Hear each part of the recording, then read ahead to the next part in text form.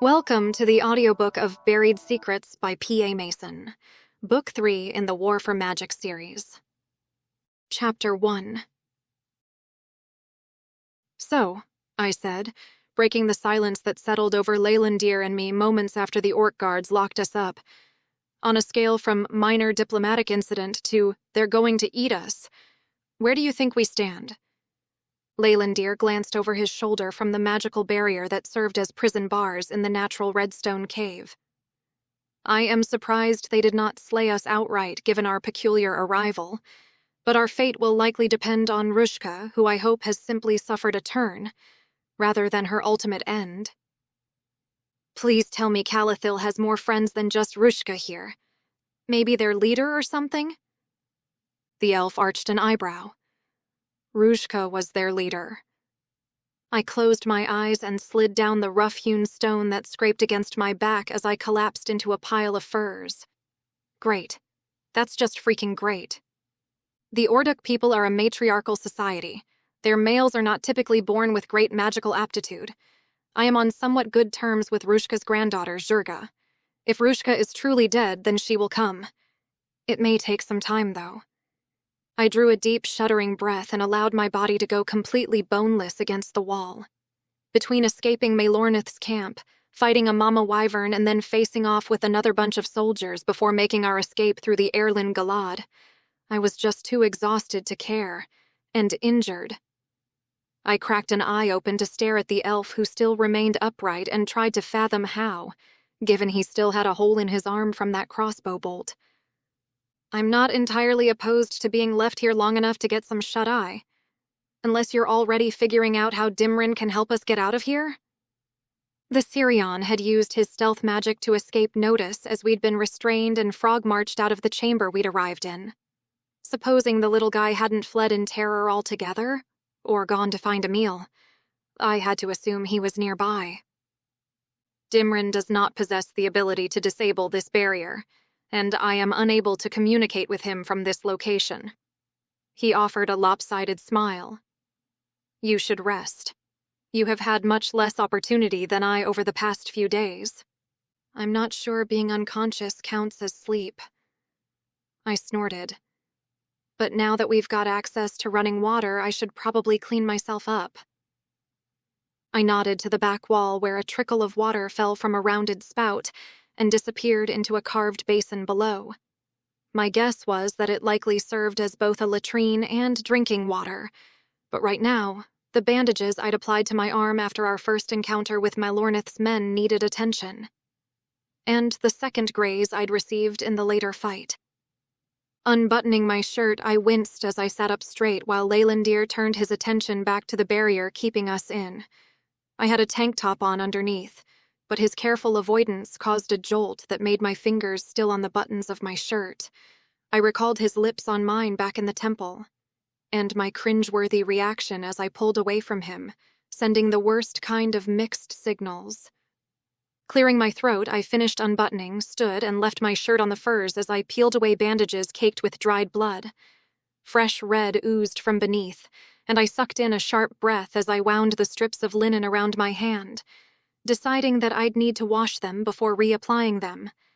The gash on my right forearm looked like it needed stitches, but other than throbbing unpleasantly, appeared okay.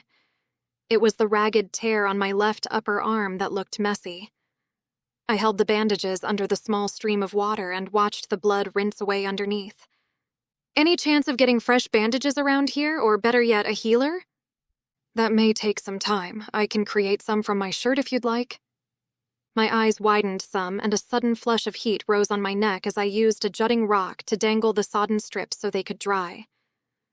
I wasn't sure I could deal with staring at a shirtless Leylandir for hours given what had happened. It would certainly make getting to sleep difficult. But this wasn't just about me. As I held my arm under the water to gently wash the blood away, I considered that his arm was probably in more dire need of redressing than my own. It's okay. I can tear up mine. Leylandir only grunted, which I took for agreement, so after washing my arms and my face, I got to work ripping a strip from the bottom of my U.S. Army shirt to redress the wounds. As I grappled with the one on my upper arm, Leylandir stopped feigning interest in the barrier and came to take over from my fumbling. I stared at the band of red around his arm where the crossbow bolt hole was. You'll need to get yourself fixed up too. Elves heal at a faster rate than humans. It is likely best to leave it. I expect in a day the wound will have closed over, and troubling it now will peel away fresh skin. His cheek twitched as he secured the bandage, belying his stoic facade. The injury had to hurt like a bitch, but it was true that he'd heal a lot faster than I could. He didn't meet my eye as he grabbed a fur from the bundle on the ground and settled it around my shoulders. Rest now, Asha Lopez. I will wait for our captors to check on us and inquire about Rushka's fate. The warmth around my shoulders was welcome, and I offered the elf a weary smile as I slumped into the nest of furs. How anyone could sleep while waiting to learn whether they stood accused of murdering the leader of an alien race was a downright conundrum. But after all the shit we'd been through in the past couple of days, it didn't take me long to manage it. It must have been the smell that returned me to the land of the living.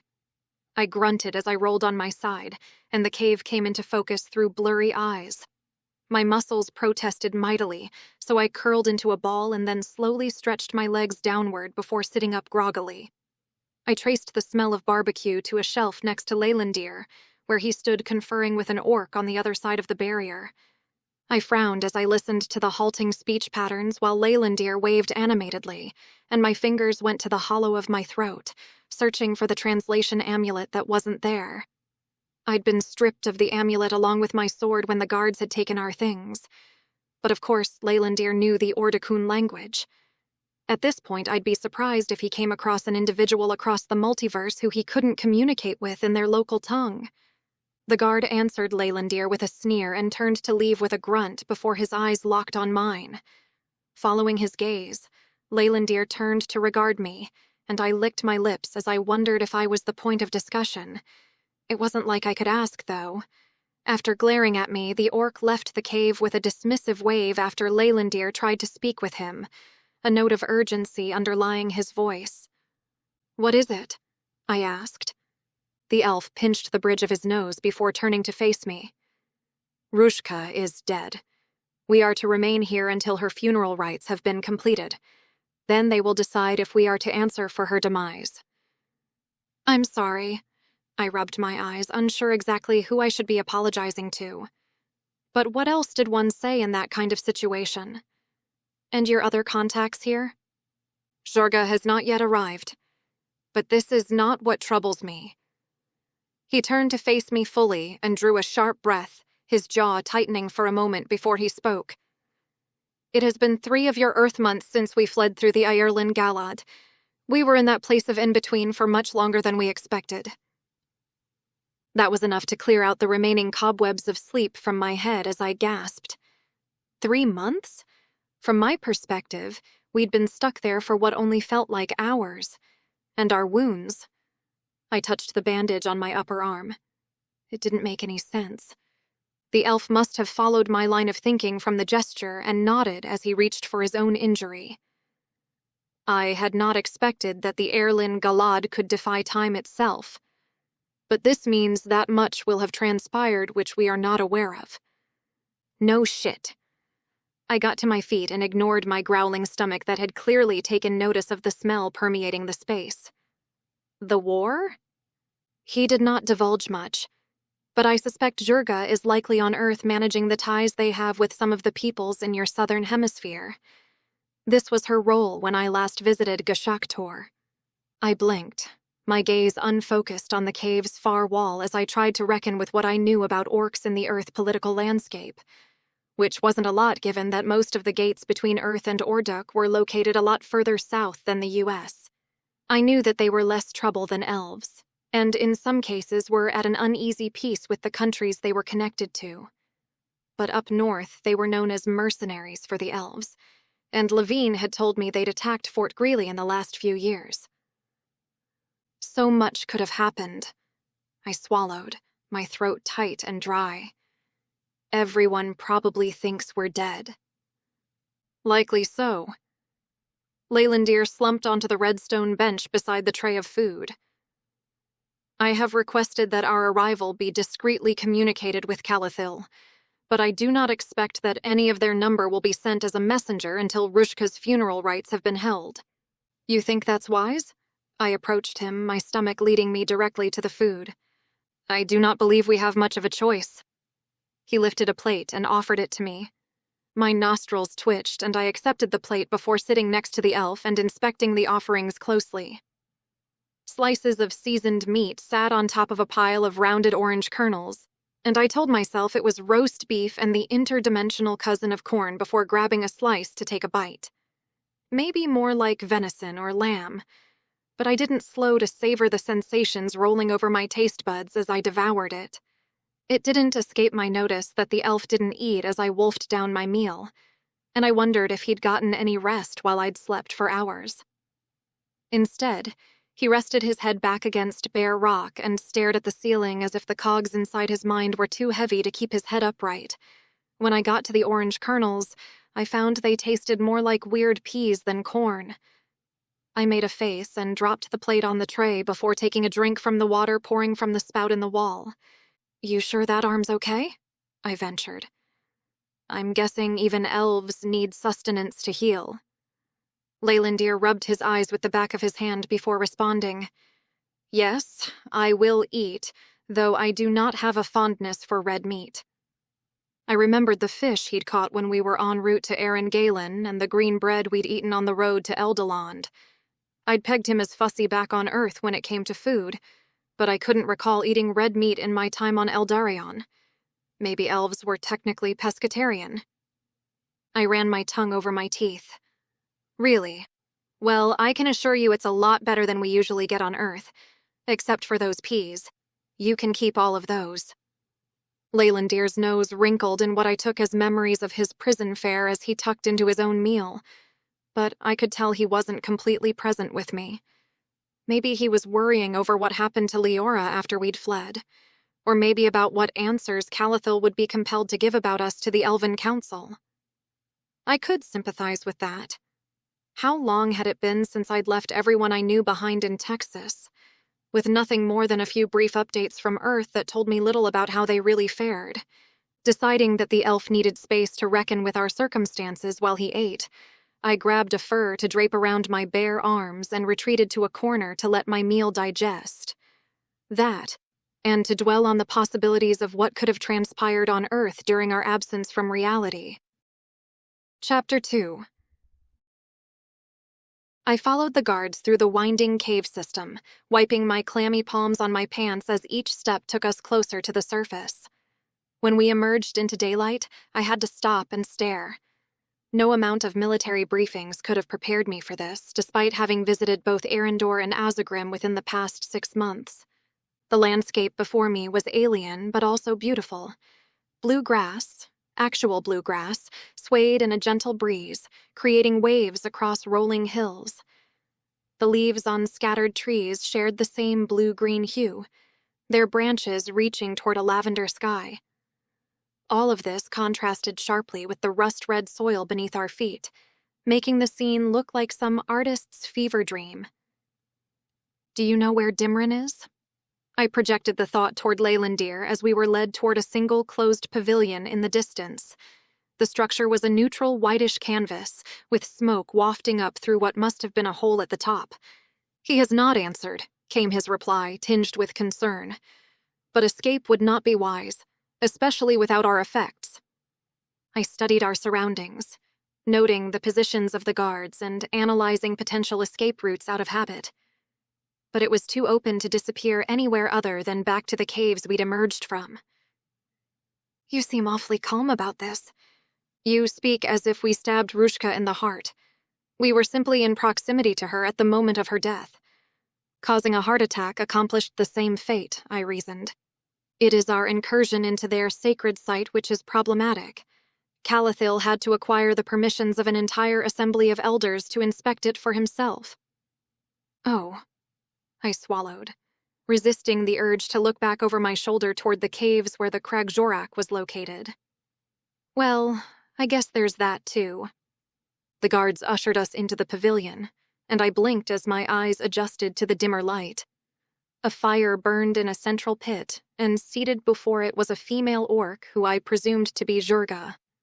What struck me first was her pale olive-green skin catching the firelight, setting off vivid blue eyes dramatically outlined with black eyeliner, now streaking down her cheeks in rivulets of grief. Her black hair was styled in an elaborate braided mohawk with red-dyed tips, and subtle ritual scarification patterns adorned her strong forehead. Despite her evident distress, there was no denying she was striking. She shifted forward, and I noticed then what the shadows had partially concealed. Her impressive frame was made even more imposing by her heavily pregnant condition, one hand resting protectively over her swollen belly. "Leave us," she commanded the guards, her voice rough with emotion. They hesitated for just a moment before filing out, leaving us alone with her. Her eyes locked onto Leylandir with a glare intense enough to make me step back instinctively. I glanced at Leylandir, catching his sudden stillness, his gaze fixed and his lips parted in a silent, sharp intake of breath, but his eyes drifted to Jurga's pregnant belly. His expression told me that he didn't expect to find her in such a state before he managed to compose his features again. After maybe a moment too long, Leylandir splayed his fingers and pressed his palm to his chest before bowing, his long blonde hair falling in front of him. He said something in Ordukun, and I bit the inside of my cheek at the missing translation amulet. Flexing my fingers at my side, I watched Jurga's face, trying to read whether the words were hitting the mark. Jurga remained silent, her eyes hard as stone as Leylandir attempted to speak again. She cut him off with a sharp wave of her hand, then pushed herself to her feet with visible effort. A grimace crossed her face as she pressed her knuckles into her lower back, her other hand supporting her belly. Movement at the entrance caught my eye, and I nearly did a double-take. A human face, tanned and weathered, framed by a bushy red beard, appeared silhouetted against the sun. The man ducked his head slightly as he entered, removing a dust-covered, wide-brimmed hat in a gesture that seemed half respect, half habit. He wore well-worn khaki cargo pants with numerous pockets and a faded button-up shirt with the sleeves rolled to the elbows, revealing sun-browned forearms. He tossed the hat onto a nearby cushion with the casual familiarity of someone completely at home, despite the alien surroundings. My first thought was that he must be another prisoner, but that theory evaporated instantly as he strode over to Jurga with the ease of familiarity. His hands automatically moved to massage her lower back. She leaned into his touch with a soft grunt of appreciation. I realized my mouth hung open and quickly snapped it shut. A wave of heat flooded my cheeks at my own lapse in composure. The man, whoever he was, caught my eye and threw me a conspiratorial wink, his sun-weathered face crinkling with amusement. Jurga and Leylandir had begun speaking in rapid Ordukun, their conversation growing more intense by the second. I watched their faces, trying to piece together meaning from their expressions. Leylandir's normally composed features showed hints of distress, while Jurga's responses seemed to carry both anger and something deeper. Perhaps hurt? The man seemed to disregard me for a moment as he sized up Leylandir while rubbing Jurga's back, apparently unfazed by the heated exchange happening in front of him. He looked completely at ease in this bizarre situation, as if hanging out in an orc pavilion with a heavily pregnant orc while she argued with an elf prisoner was just another Tuesday for him. "Look, are we going to keep talking gobbledygook here, or can we open up the conversation for everyone to hear, eh?" he said, with the drawl of an Australian accent. He nodded toward me. "I'm guessing this is the yank everyone's gone apeshit about." Jurga threw him an irritated look as Leylandir's features hardened, a muscle jumping in his jaw. The elf glanced at me with a questioning look. I stepped forward and met the Aussie's eye. "I'm Asha Lopez, Adept Forces Officer of the 5th Arcane Battalion stationed at Fort Hood under Magical Operations Command." He snorted at that and put his hands on his hips as he looked up toward the ceiling, a grin on his face. "You reckon, do ya? You might want to check in with your superiors on that one. 'Cause from where I'm standing, you're about as wanted as Osama bin Bloody Laden on Earth, so your credentials are up the shit." I ran my tongue over my teeth and folded my arms. Oh, yeah, and what are your credentials? Name's Robbo Cooper. That's the only title I need these days. But if you must know, my mother does tend to call me Robert when I've been a naughty little boy. Why does this one need your credentials? Jurga lifted her chin as if she needed any more height advantage. I thought she might have been just a touch taller than Robbo, and he had to be well over 6 feet tall. She doesn't. That's just how they raise him on the other side of the pond. Robbo waved as if it were inconsequential. I'll leave the pissing contest to the ladies in the room. Is his comprehension of the English language poor, or are these phrases customary to the Southern Hemisphere? Leylandir stiffened, his voice as cold as ice, like he'd been personally insulted. And who is this Osama bin Bloody Laden? I dragged a hand over my face and shook my head as Robbo let out a humorless chuckle. It doesn't matter, I said. He just means that Earth hasn't forgotten about us while we've been away. They have not, Jurga agreed. There is a troubling amount of outrage over one human soldier on Earth. The same is true on Arendor about a certain elf. The orc had bared her teeth at the last statement and turned to pace the tent with her hands on her hips. Leylandir was still trading hostile looks with Robbo, and I stood there a little uselessly, not sure if it was appropriate to start asking questions about the current climate on Earth. You will both speak of what has happened, and why you have brought your problems to Gashaktor. Jurga waved at the benches surrounding the fire. Sit. I expect the telling will be long and tedious. I perched uncomfortably on the wooden bench beside Leylandir, trying not to fidget as he began recounting our tale. His voice took on a measured tone as he began with his travels to Earth under the instruction of Calathil to find, well, me. A slight movement caught my eye, a flash of blue scales near a small table of refreshments at the edge of the pavilion. I blinked, unsure if I'd imagined it. Then I spotted Dimrin, his small form materializing as he plucked a slice of cured meat from a platter, gobbling it down with remarkable speed before vanishing again. No one else seemed to notice. When did he... I began projecting the thought to Leylandir, but stopped when I saw the barest hint of a smile touch his lips, though he continued speaking without pause. So he knew his Sirion had returned. I wondered where the little creature had been all this time.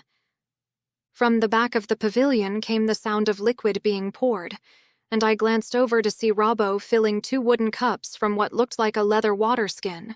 He offered one to Jurga, who accepted it with a grateful nod before lowering herself onto a cushioned seat across from us. Her free hand came to rest on the crest of her swollen belly as she listened. Robbo tossed the water skin over which caught me unawares, but I snatched it out of the air before it could smack me in the face. I assumed it was water as I uncorked it, but the smell was too sour, and after taking a small sip decided it was some strange kind of beer. He grinned at the expression on my face as I reckoned with the taste, one arm draped casually across the back of Jurga's seat. Leylandir continued speaking, his hands occasionally moving to illustrate a point. I caught Jurga's sharp intake of breath, her eyes narrowing, and realized that Leylandir had gotten to the part about the orc attack at Fort Hood.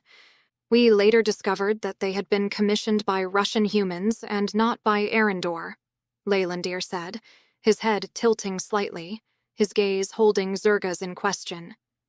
They did not depart from Gashaktor, I would have known of it. Leylandir inclined his head and continued speaking, which told me that was enough reassurance. He recounted our flight on an orc skyship away from Fort Hood and into the forest where we made our escape through a portal to Eldoraon.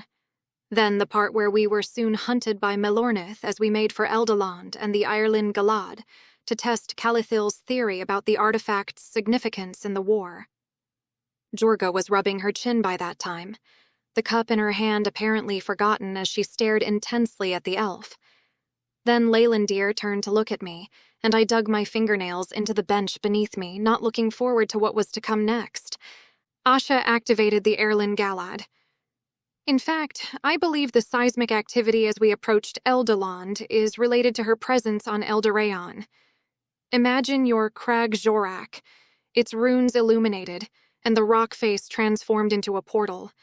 I have never witnessed our Erlen Galad in such a state. Jurga's eyebrows knitted as she regarded me. I shifted uncomfortably, silently freaking out about whether she would demand a demonstration. From what I'd seen of the location of their Crag Jorak, there wasn't a sheer drop to fall to your death from, which was the only reason I'd managed to switch on the Eternity Gate in Elfland in the first place. And you both crossed this portal and arrived here? Jurga's eyes still remained fixed on me. Well, not before we were captured by Malornith's men, escaped, then attacked by wyverns, and then his men again. I rubbed my hands together, acutely aware of how ridiculous it sounded when summed up into a single sentence. But after that, yes, we went through. We didn't have a lot of options at the time. The Erlen Galad did not lead us directly to Gashak Tor. Leylandir leaned forward. We were lost, in a place of nothingness, in what felt like the place between worlds as one traverses portals. But Jurga, we did not linger there for months. Less than a day had passed in that place before we fashioned a portal from within to arrive here. Jurga's eyes gleamed with calculation. Then tell me, why is news of your radically changed Erlen Galad reaching Orduk, while the Crag Jorak remains as it was after your arrival? A flash of blue movement darted across the table of refreshments, and before I could even blink, Jurga's hand shot out with surprising speed. She snatched something from midair, holding it up triumphantly. Dimrin materialized in her grip, dangling upside down with half a pastry still clutched in his tiny claws. His scales rippled with surprise before settling back to their normal sky-blue hue. "Hello, Dimrin," Jurga said dryly, rotating her wrist to bring him face-to-face with her. "Still stealing food, I see." The little Kyrian chirped indignantly. "Hungry. Dimrin starves." I stared in amazement, both at Dimrin's sudden appearance and Jurga's casual familiarity with him. Leylandir merely sighed, a sound caught between exasperation and fondness. "I wondered when you would rejoin us," he said to the Syrian. "Where have you been hiding?" Dimrin's mental voice came with a note of pride. Explore, not seen. Robbo burst out laughing. "Cheeky little bugger, isn't he?" Jurga set him on the table with surprising gentleness. "Keep your creature in line, Leylandir. The elders will not be forgiving if he steals from their plates." Leylandir nodded, and Dimrin scurried across the table to perch on his shoulder, still clutching his stolen treat. The Kyrian's sudden appearance had broken some of the tension, but Jurga's questions still hung in the air, waiting to be answered. "I am not certain that we used the Erlen Galad as it was intended. We are fortunate that fleeing into one blindly did not result in our deaths.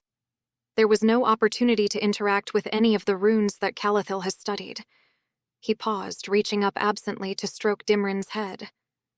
"That Rushka and he studied together." The mention of the Elder Orc caused Jurga's lips to twist, and I wondered if it was a wise move on Leylandir's part. But Jurga only shook her head after a moment and took a sip from her cup, making me question if studies on alcohol consumption while pregnant had ever been conducted on Orduk. "I have been on Earth for some time as events have unfolded," she offered after a moment.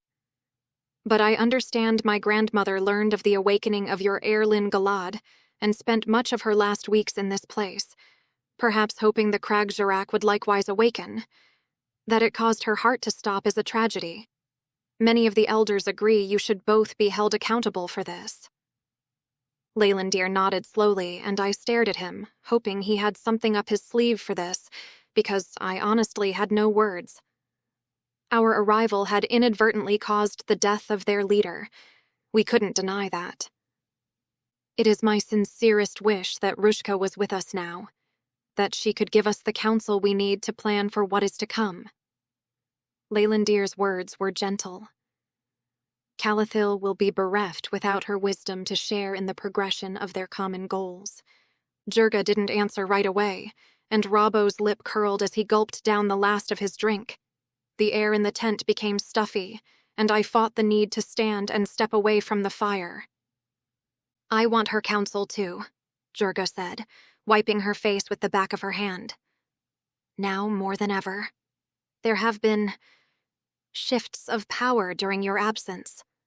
Earth is not as it was when you left, Asha Lopez. I blinked and leaned forward, my gaze flickering between Jurga and Rabo. Taking a shaky breath, I clasped my hands together so tightly my knuckles turned white. Please, tell me everything.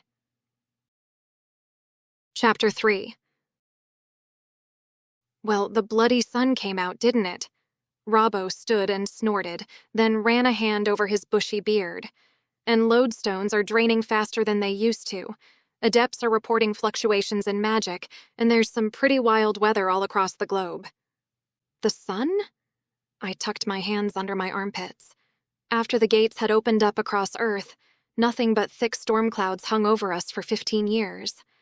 Part of the reason humans bought into the peace talks so quickly was to have our climate restored. The weather's back to the way it was? That's debatable, Rabo grumbled. But the clouds have definitely parted, and half the globe is falling over their arses in rapture, talking about so-called divine intervention. It's not right, though. The seasons are all out of whack. Humans are agitated, Jurga agreed. Our latest lodestone supply has been suspended. I have no choice but to likewise withhold our goods for trade. Because of the weather or because of the lodestone problem? I leaned forward slightly, narrowing my eyes as I tried to connect the two pieces of information. They will not say, Jurga snorted, only give excuses. I looked at Leylandir, who stared into the middle distance, his brow furrowed just enough to betray the calculations happening behind his neutral facade. Does that mean that magic is transferring back to Arendor? Perhaps, he said with a shrug. Do you have word from Eldoraon which suggests this may be so? He directed that at Jurga, who tapped the side of her mug absently.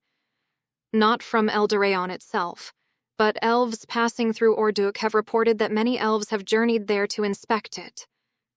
What about the peace talks? I asked. Last I heard, the U.S. had pulled out.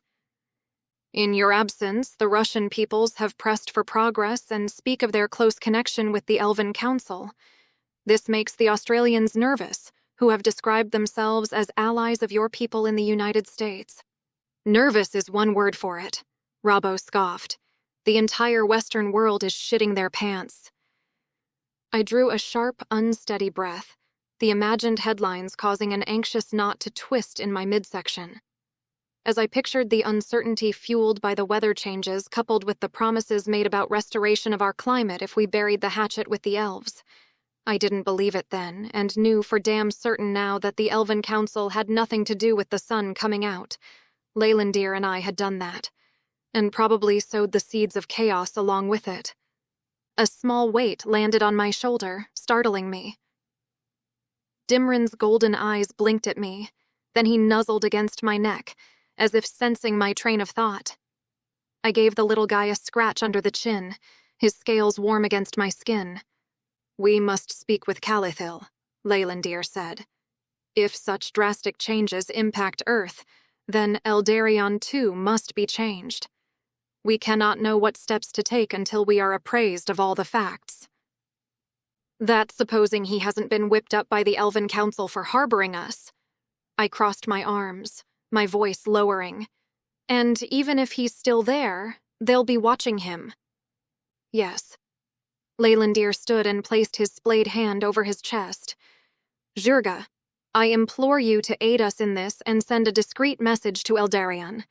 I am aware we have brought peril to your people, but I would not have come to Gashaktor if I were not confident that the Orduk people were honorable. You must see that this pursuit is critical to restoring balance to all worlds. Jurga took a weary breath and stood with her chin lifted. You are right, Leylandir Tulkasiel, that you endanger us with your presence. But it is not me who you must convince. I will not be counted as a leader of the Kragvash tribe until after my grandmother's funeral, but I will bring you both to the elders, and speak on your behalf. The Galugamshur rocked beneath my feet as we drifted over the Orduk landscape. Despite its appearance as a wooden boat suspended in air, The orc airship moved with little turbulence. I leaned against the railing, taking in the settlement sprawled across the rocky terrain below. It appeared to be a blend of temporary dwellings and permanent structures carved directly into the hillsides.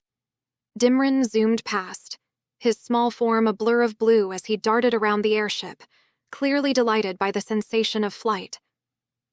Leylandir watched him with a soft smile playing on his lips, but his shoulders remained tense, his gaze tracking the Sirion's every movement. It was like he'd witnessed Gashaktor enough times to be indifferent to the surroundings. Or maybe he was too wrapped up in what Jurga and Rabo had shared with us back in the pavilion. "Dimrin," he called, "stay close.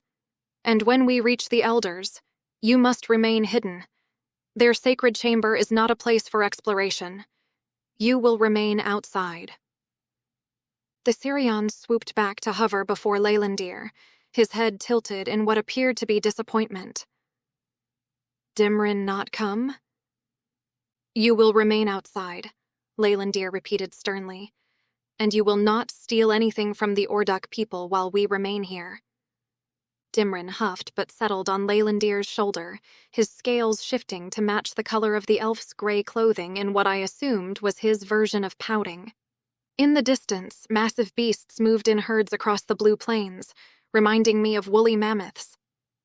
Leylandir stood beside me, his white blonde hair stirring in the wind. "Most orcs are not the warriors humans believe them to be," he said, following my gaze. "They are primarily herdsmen, moving with the seasons. Even their permanent settlements are only partially occupied throughout the year." "I wouldn't have guessed that from meeting Jurga," I said. "Pregnant or not, she handles herself like a soldier." "Jurga is formidable, yes. But the Orduk worlds were never as deeply connected to magic as Arendor," he explained. "When the war came, it did not devastate their way of life as it did ours. They maintained their traditions, their connection to the land." I watched Jurga at the front of the vessel, standing close to Rabo as she pointed out landmarks below. "Will she really inherit leadership of the whole tribe?" "Of the Kragvash people." Leylandir's expression grew thoughtful. "Though she must first pass the succession trials after her grandmother's funeral, it is not a simple inheritance, and she has never yearned for power." "So it could go to somebody else?" "In theory. But I doubt she will be content to spurn her maternal ancestors and relinquish their long-standing governance of this place to another. Those who desire power most are often least suited to wield it." He paused, watching the pair at the bow. "Though I confess, I did not expect her to find companionship with a human." I studied Rabo's sturdy form next to Jurga's tall frame. "Yeah, that one surprised me too. How did that even happen?" "I cannot begin to guess," Leylandir said, a hint of amusement in his voice. "Though perhaps it is not so strange. Jurga has always been unconventional in her choices." "Not so strange?" I swallowed hard and looked away. His tone came dangerously close to implying that relationships between different races were perfectly normal. It made me wonder for a moment if there was history between Jurga and Leylandir, but the memory of his lips on mine came flooding back, along with the simultaneous shame of freaking out like I did while desperately yearning for it to happen in the first place. But what was the point, anyway? Once the gates closed, these cross-realm relationships would end. Jurga and Rabo would need to make decisions about that. Maybe he'd stay with her and choose the Orduk realm over Earth. He certainly seemed to move freely among their kind, but there wasn't a future where elves would be welcome on Earth, or humans tolerated on Arendor. Before I could torture myself further with that thought, the Golugum shore began to descend. The settlement grew larger beneath us, and I made out figures moving between the buildings. Some rode what looked like enormous lizards, while others led shaggy beasts of burden laden with goods. My stomach tightened, and I forced my muscles to relax as we approached. What should we expect from these elders? Will they help us? Leylandir let out a long, quiet breath that wasn't quite a sigh, his fingers drumming against the wooden railing. they will be far more difficult to convince than Jurga. The Kragvash are guardians of ancient ways, interpreters of the will of the ancestors. They will not easily agree to aid fugitives from other realms, particularly when doing so may bring danger to their people. But they have to see that this is important, right? I said. If what's happening with the magic and the weather is as serious as we think, this does not appear to have caused concern for the Orduk worlds. His green eyes met mine. I suspect they will be more concerned with what has already occurred than what may come to pass. We have brought trouble to their doorstep by coming here. The airship settled onto a wide plateau with a gentle bump. Around us, orcs scurried forward to gather dangling tethers and roll a gangplank in place. Jurga approached us, her face serious. The elders will see you now. I need not remind you to watch your tongue, Leylandir, but I would caution you to tread lightly. Our people are in mourning. I understand, and give my thanks for your willingness to speak for us while you are also grieving. Leylandir glanced at me. Asha will likewise show respect to the elders. I nodded at that before following Jurga down the gangplank. Leylandir paused briefly, lifting Dimrin from his shoulder to look the Tyrion directly in the eyes. Whatever communication passed between them didn't reach me, but I figured the little guy was getting another warning. I considered the greenish faces around the settlement and was more than a little relieved that Jurga's guards had returned the amulet that let me understand Ordukun. I'd feel a lot better once I had Erding back, but this was enough for now. I touched it self-consciously, drawing comfort from its presence around my neck. Robbo gave me a subtle wave as he peeled off toward the temporary dwellings dotting the plateau. Jurga led us toward an ornate entrance carved into the red rock face, its surface decorated with reliefs of what I thought must have constituted the local fauna. You are worried, Leylandir's voice echoed in my mind. You must trust that I can handle this. It's not your diplomatic skills I'm concerned about, I replied. If the orcs are as friendly with the Australians as they seem, maybe they'll just hand us over to the U.S. Army and be done with it. The elders would not do such a thing and risk the ire of Arendor, he replied, though his mental tone carried a note of concern. However, they will likely demand some form of penance for our unauthorized arrival. I wanted to ask what kind of penance he meant, but we'd already passed through the carved doorway into a torch-lit chamber. The flickering flames cast dancing shadows across the curved walls, making the space feel alive with movement. The room was circular, like a miniature arena, with stone benches arranged in concentric rings. Seated in these rings were the elders, ancient female orcs with skin darker and more verdant than Jurga's, their whole faces marked with scarification patterns. Their eyes, gleaming in the torchlight, fixed on us with suspicious fervor. Jurga stepped forward, her voice carrying clearly through the chamber. Honored elders of the Kragvash, I present to you Leylandir of House Tulcasiel, grandnephew to Calathil Tulcasiel, ruler of Eldoraon. She gestured to me. And this is Asha Lopez, an arcane soldier of Earth. The elders remained silent, their expressions unreadable.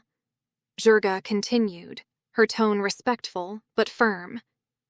I know these are days of mourning, and their presence here is an intrusion. But I ask that you hear their story before passing judgment on their arrival in Gashak Tor. What they have discovered affects all our worlds.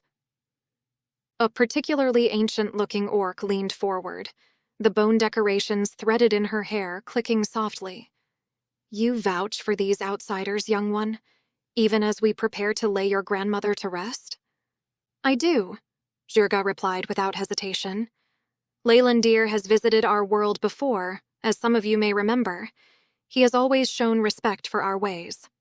And while the human is new to our realm, she has proven herself as an ally with remarkable abilities to House Tulcasiel. My stomach churned at the last sentiment, the word traitor surfacing in my mind. But I wasn't about to correct her about my political affiliations, while the Tulcasiel house appeared to have weight in the room. Another elder spoke, her voice gravelly. Their disrespect of our sacred site is ominous. Our ancestors will no doubt be writhing beyond the veil. Which is why we must heed their words, Jurga argued. They bring news of disturbances in the flow of magic itself, of changes that reach beyond their worlds, and will have repercussions across Audiobook. The first elder raised a gnarled hand, silencing further discussion. Very well, we will listen. Her pale eyes fixed on Leylandir and me. But know that the consequences for bringing trouble to Gashaktor during our time of mourning will be severe. I felt Leylandir's presence in my mind again. Let me do the talking. The Kragvash will not take kindly to English being uttered in their presence. This is a delicate situation. No pressure, I thought back, wiping my sweaty palms against my pants. The torchlight seemed to intensify the elder's stares, making me feel like a specimen under a microscope. I'd faced down elven warriors across the battlefield and magical creatures in alien worlds, but something about these ancient orcs made me want to shrink into the shadows. Leylandir stepped forward, placing his hand over his heart in what I recognized as a gesture of respect.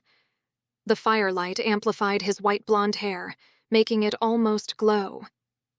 Honored elders, he began, we come before you with grave news of a threat that knows no boundaries between worlds. Leylandir spoke with an economy of words as he described his venture to Earth and our travels across Eldoraon. It was much the same as what he recounted to Jurga, but this time I was listening for the things he didn't say instead of what he divulged. He didn't mention the part where Arendor had condemned him to death to the U.S. Army, or talk about how Milornith used Leora for his own purposes in tracking us down. He did describe the fights we got into along the way, all except for the wyvern attacks, which I wondered might have been on the nose for the race of people who appeared to hold a close connection to the beasts which inhabited their lands. I was wondering about the last part specifically when the elder orc who appeared to be the first among equals directed a question at me. Is this true, girl? That you woke the ancestor bridge in Eldoraon? The term Kragjorak had translated in my head as how the orcs described their version of the Erlin Galad, and I met her eye as I nodded, mindful of Leylandir's warning about talking in English to this particular audience. Does she not speak? The elder grunted. Calathil gifted her a charm to allow her to understand the languages of our realms, but she does not yet speak Ordukun. Leylandir answered smoothly. How are we expected to trust the word of one who is mute to us? With respect, old one, Jurga stepped forward. I have spoken with Asha Lopez in her English language. Her story is that of Leylandir's. The elder lifted a bony finger with a scowl. And you, Jurga, do not yet hold sway in our circle. Jurga swallowed and lowered her eyes. Yes, old one. My sister spent too much of her time deciphering what ought not be meddled with. The elder's face twisted further as she considered Jurga's belly.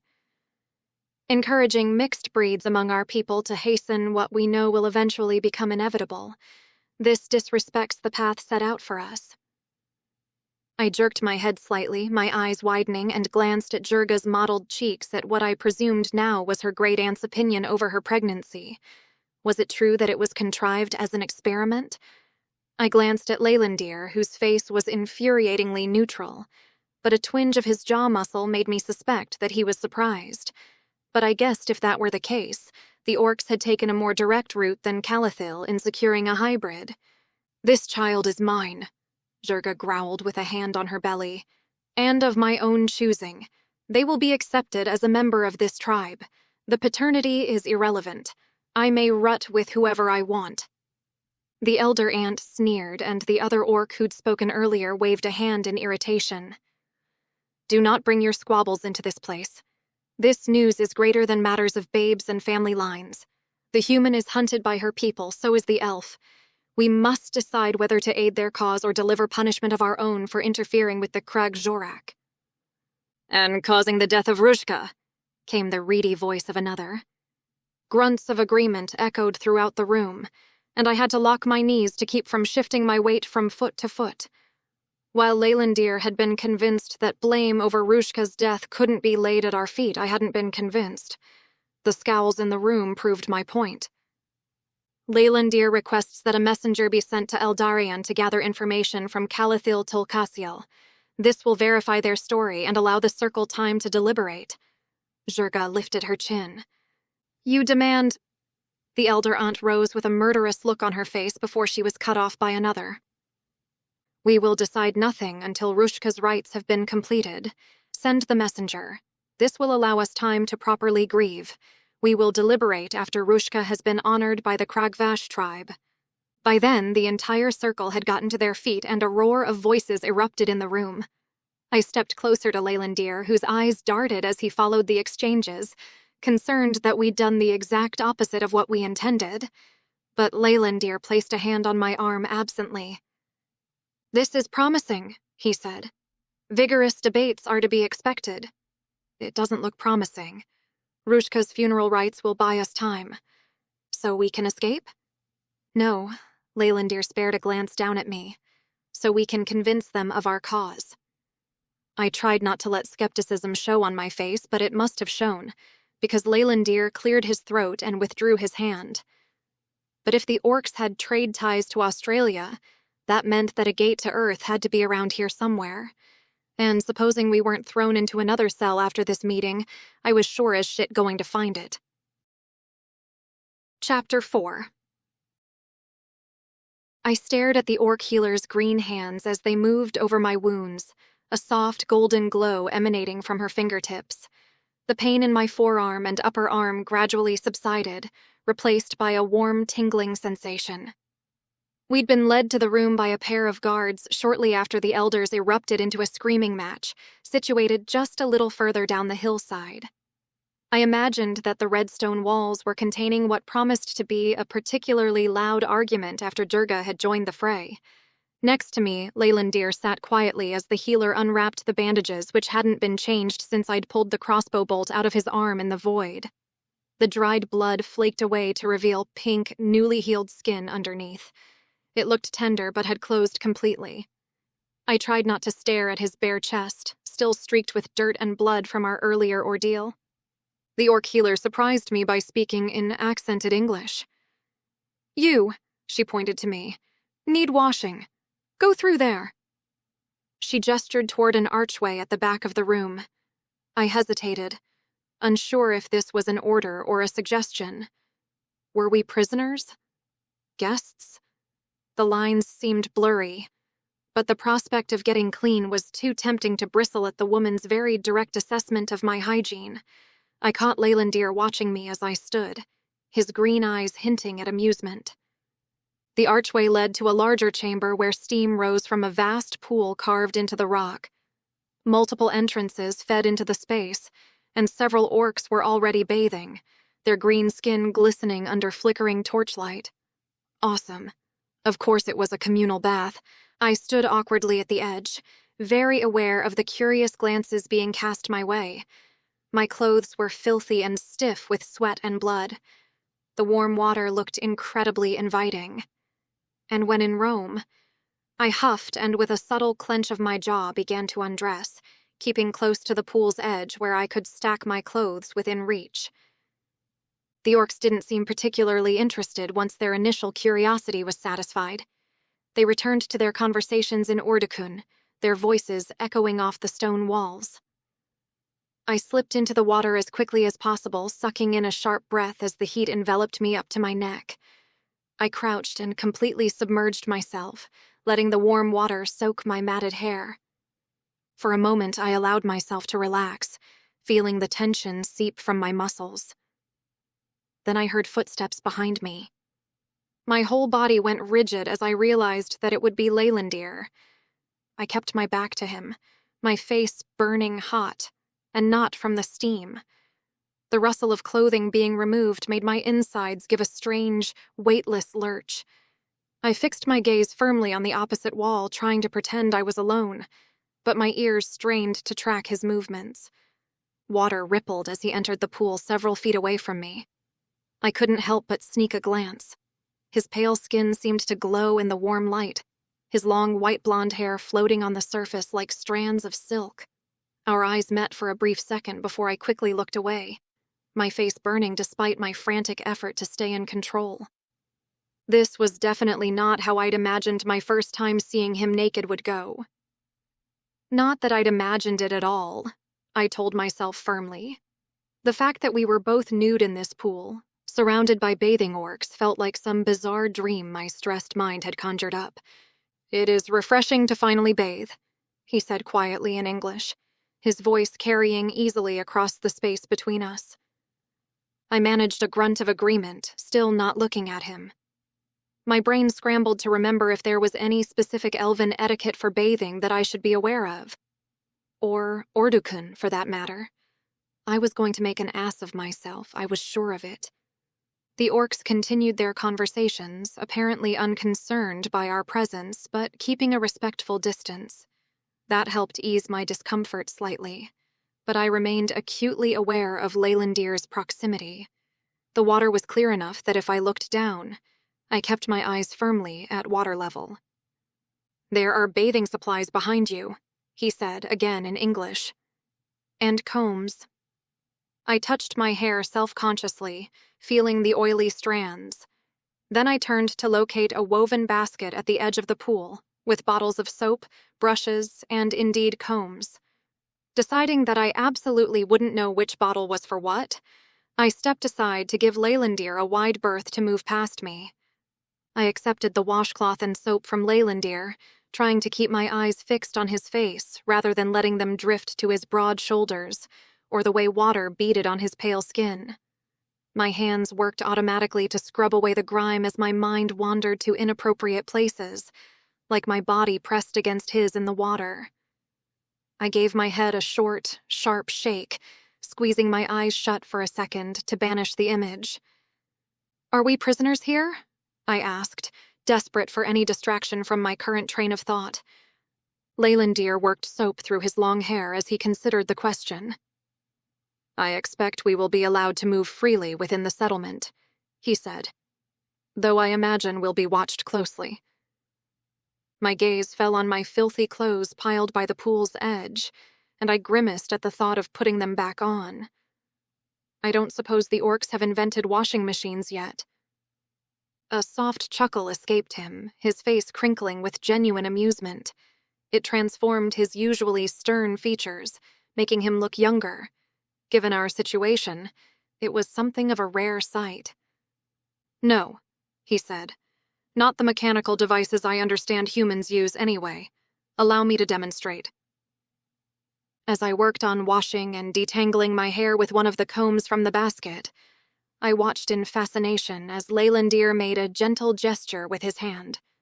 Our discarded clothes lifted into the air, drifting to a separate stone basin I hadn't noticed before. The garments settled into the water, and suddenly bubbles rose to the surface. The water churned and swirled of its own accord. Leylandir returned to his own ablutions while the magical laundry continued. I tried not to stare as he ducked under the water to rinse his hair, but found myself mesmerized when he emerged, water streaming down his chest. After I spent what seemed like several minutes of detangling my hair, he made another gesture toward the basin. Our clothes rose from the water in a sodden mass, hovering briefly before settling onto a nearby bench. There was a sharp hiss of steam, and suddenly the garments were completely dry. "Show off," I muttered, but I couldn't help being impressed. "Looks like I've been doing laundry wrong for years." "Yes," he agreed. "It is still baffling to me how humans can have access to so much magic and yet remain so reliant on mechanical constructs. A friend of mine said that it was like our collective imagination died the night the portals opened on Earth. But he still preferred the idea of using our machines in war, a whole army of robots instead of people." I found my hand instinctively going to my thigh, my thumb tracing the spot where the now-healed blaster shot had maimed me as we escaped Earth. I recalled Gunther's face after he'd taken a shot at me in the forest. The man was a good shot. More than a good shot. It was no accident he hadn't hit anything vital. I hoped he was doing okay. "It is a good thing that this friend of yours has not convinced your superiors of such an outcome. Enough elves have died in this conflict." I pressed my lips together and glanced at him through my lashes. It had been a while since we'd gone toe-to-toe on the matter of the war, and I didn't want to open up that can of worms again. But he didn't have that surly look on his face, even if the earlier smile had vanished. I dipped below the water to rinse myself off, then turned my attention to my teeth as the conversation lulled. I was starting to get a little concerned about the small matter of leaving the pool and taking those few steps buck naked to retrieve our clothes. I was sure the embarrassment alone would make me fumble my magic as I attempted to dry myself off. But eventually the elf took the matter into his own hands as he waded to the pool's edge and lifted himself up and over the rim, his movements just a touch hastier than usual. My eyes lingered longer than strictly necessary on his glistening marble-like skin from behind before I dropped completely into the water, turning so that I could swim to the other side. When I resurfaced, I lifted my hair to twist it into a wet coil on top of my head before turning to see Leylandir already in his leather breeches. Telling myself to grow up, I paddled over and lifted myself up and over the edge, already embracing the magic inside me and concentrating on manipulating it to push the water off my skin. It pooled to the floor in a rush. I was still convinced I hadn't figured out how to do it correctly, and I gritted my teeth as I turned to the bench where my clothes waited. Leylandir had thankfully averted his gaze, though it looked like he was a little on the tense side as he seemed suddenly very interested in stamping his feet into his boots. "Where to next?" I asked as I fell into step beside him as we left the pools and headed toward the sunlight at the end of the passage. "Food and rest?" he said, his gaze fixed determinedly ahead. "Jurga will likely be occupied for some hours, but I have spent time here before." Was it my imagination, or was he walking slightly more stiffly than usual? I searched his face for any sign that our awkward bathing situation had affected him the way it had me, but his expression remained unreadable. Maybe elves were just more comfortable with nudity, and I was the only one still stuck on the naked and gleaming wet image my greedy mind had tucked away for later. Either way, he seemed perfectly composed now, while I was fanning my face with my hand under the pretense of being too warm. I followed Leylandir through the settlement's winding paths, acutely aware of the orcs who paused in their daily routines to watch us pass. Some carried baskets, others worked with tablets displaying holographic maps, and a few people adjusted what looked like solar panels embedded with glowing runes. Their gazes weren't hostile exactly, but definitely calculating.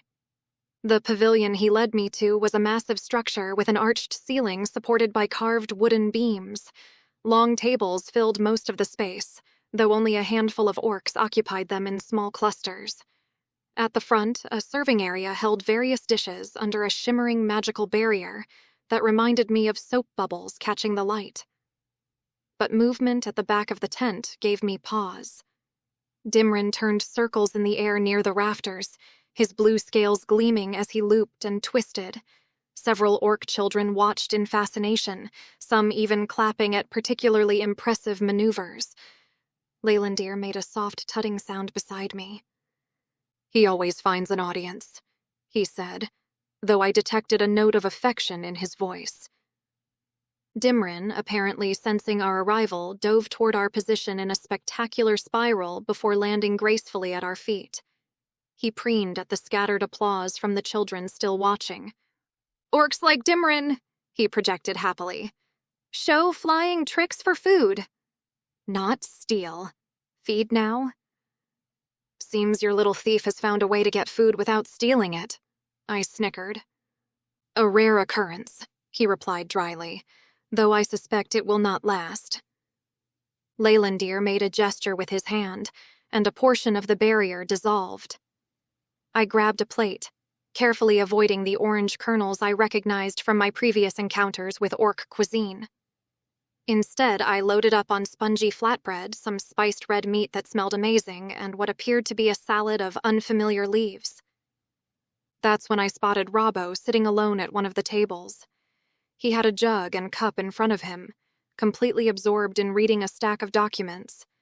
His brow was furrowed in concentration, making him look unusually serious. But if he was reading reports about Earth, I wanted to know what they said and where the heck he got them from. I nodded toward the Aussie and made my way to his table, plate in hand. As I approached, I noticed an orc had risen from a nearby table to greet Leylandir.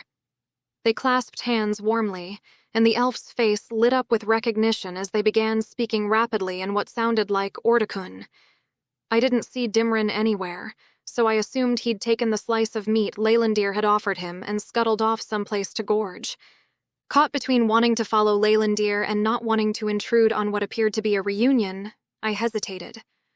Robbo glanced up from his papers, eyebrows raised expectantly. He was a question mark. A loud, bearded Australian question mark. But he was also the only link I had to what was happening back on Earth. I needed to know if his information was worth anything, or if he was just another blowhard. "Mind some company?" I asked, shifting my weight. "Pull up a pew," he said, sweeping the documents into a messy pile. "Looks like your mate's caught up with Karza. They'll be at it for ages. Karza can talk your ear off underwater." I settled onto the bench across from him, sneaking another glance at Leylandir. He was gesturing animatedly with his free hand, his plate of food seemingly forgotten as he engaged in what looked like a pleasant discussion. "So," I said, turning back to Robbo as I tore off a piece of flatbread, glancing at the papers. "Is there anything else you can tell me about what's happening on Earth? What's the media saying about the U.S. position right now?" Robbo's usual easy smile faded slightly, and he slid the last of the papers into a manila folder to keep me from skimming. "I know border control has gotten hectic since you lot scarpered. They're saying it's just heightened security, but—" He shrugged, taking a swig from his cup. "Word is, they're proper spooked." "Word?" "I have some contacts." The man picked at his teeth, his eyes gleaming. "Huh." I met his gaze, holding it for a beat. "And the peace talks?" "Official line is they're temporarily suspended pending an Earthen Alliance review," he said, making air quotes. "Unofficial word is the West is buying time to figure out how they're going to go into these talks as a united front to get the jump on Russia. There's whispers about increased military movement around the major gates, but nothing concrete yet."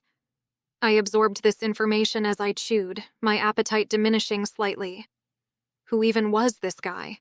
Did he desert from an intelligence agency? Was he a spy planted on Gashaktor? He seemed like too much of a blunt instrument for that, but maybe that was the perfect foil. "You served?" "If you can call it that." Robbo took a gulp from his cup and wiped his mouth with the back of his hand. "I put up my hand when the time came to chop out Europe.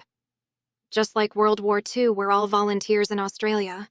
But I didn't volunteer to be counted as cannon fodder by the local units, so I decided to part ways and go into private contracting." I paused mid-chew. "The man was a mercenary?" I swallowed carefully, trying not to let my distaste show. They weren't exactly popular among people conscripted to serve, but they played their part when things got hot in a particular region, for the right price. "You can poo-poo that all you want, love. I'm used to it." Robbo snorted. "But I prefer to be accountable to my own conscience. After the shit I've seen our soldiers do for the sake of orders, well, you can shove your fancy medals and rank up your arse." His words might have been blasé, but there was a slight tremor to his hand and a haunted look in his eye as he fussed with the paperwork in front of him. As a soldier, I'd likewise seen things I could never unsee. But I'd heard horror stories about places in other parts of the world where there were a lot more countries in close proximity, and the opportunity to settle scores between them, which had nothing to do with the elves. "How long until Rushka's burial?"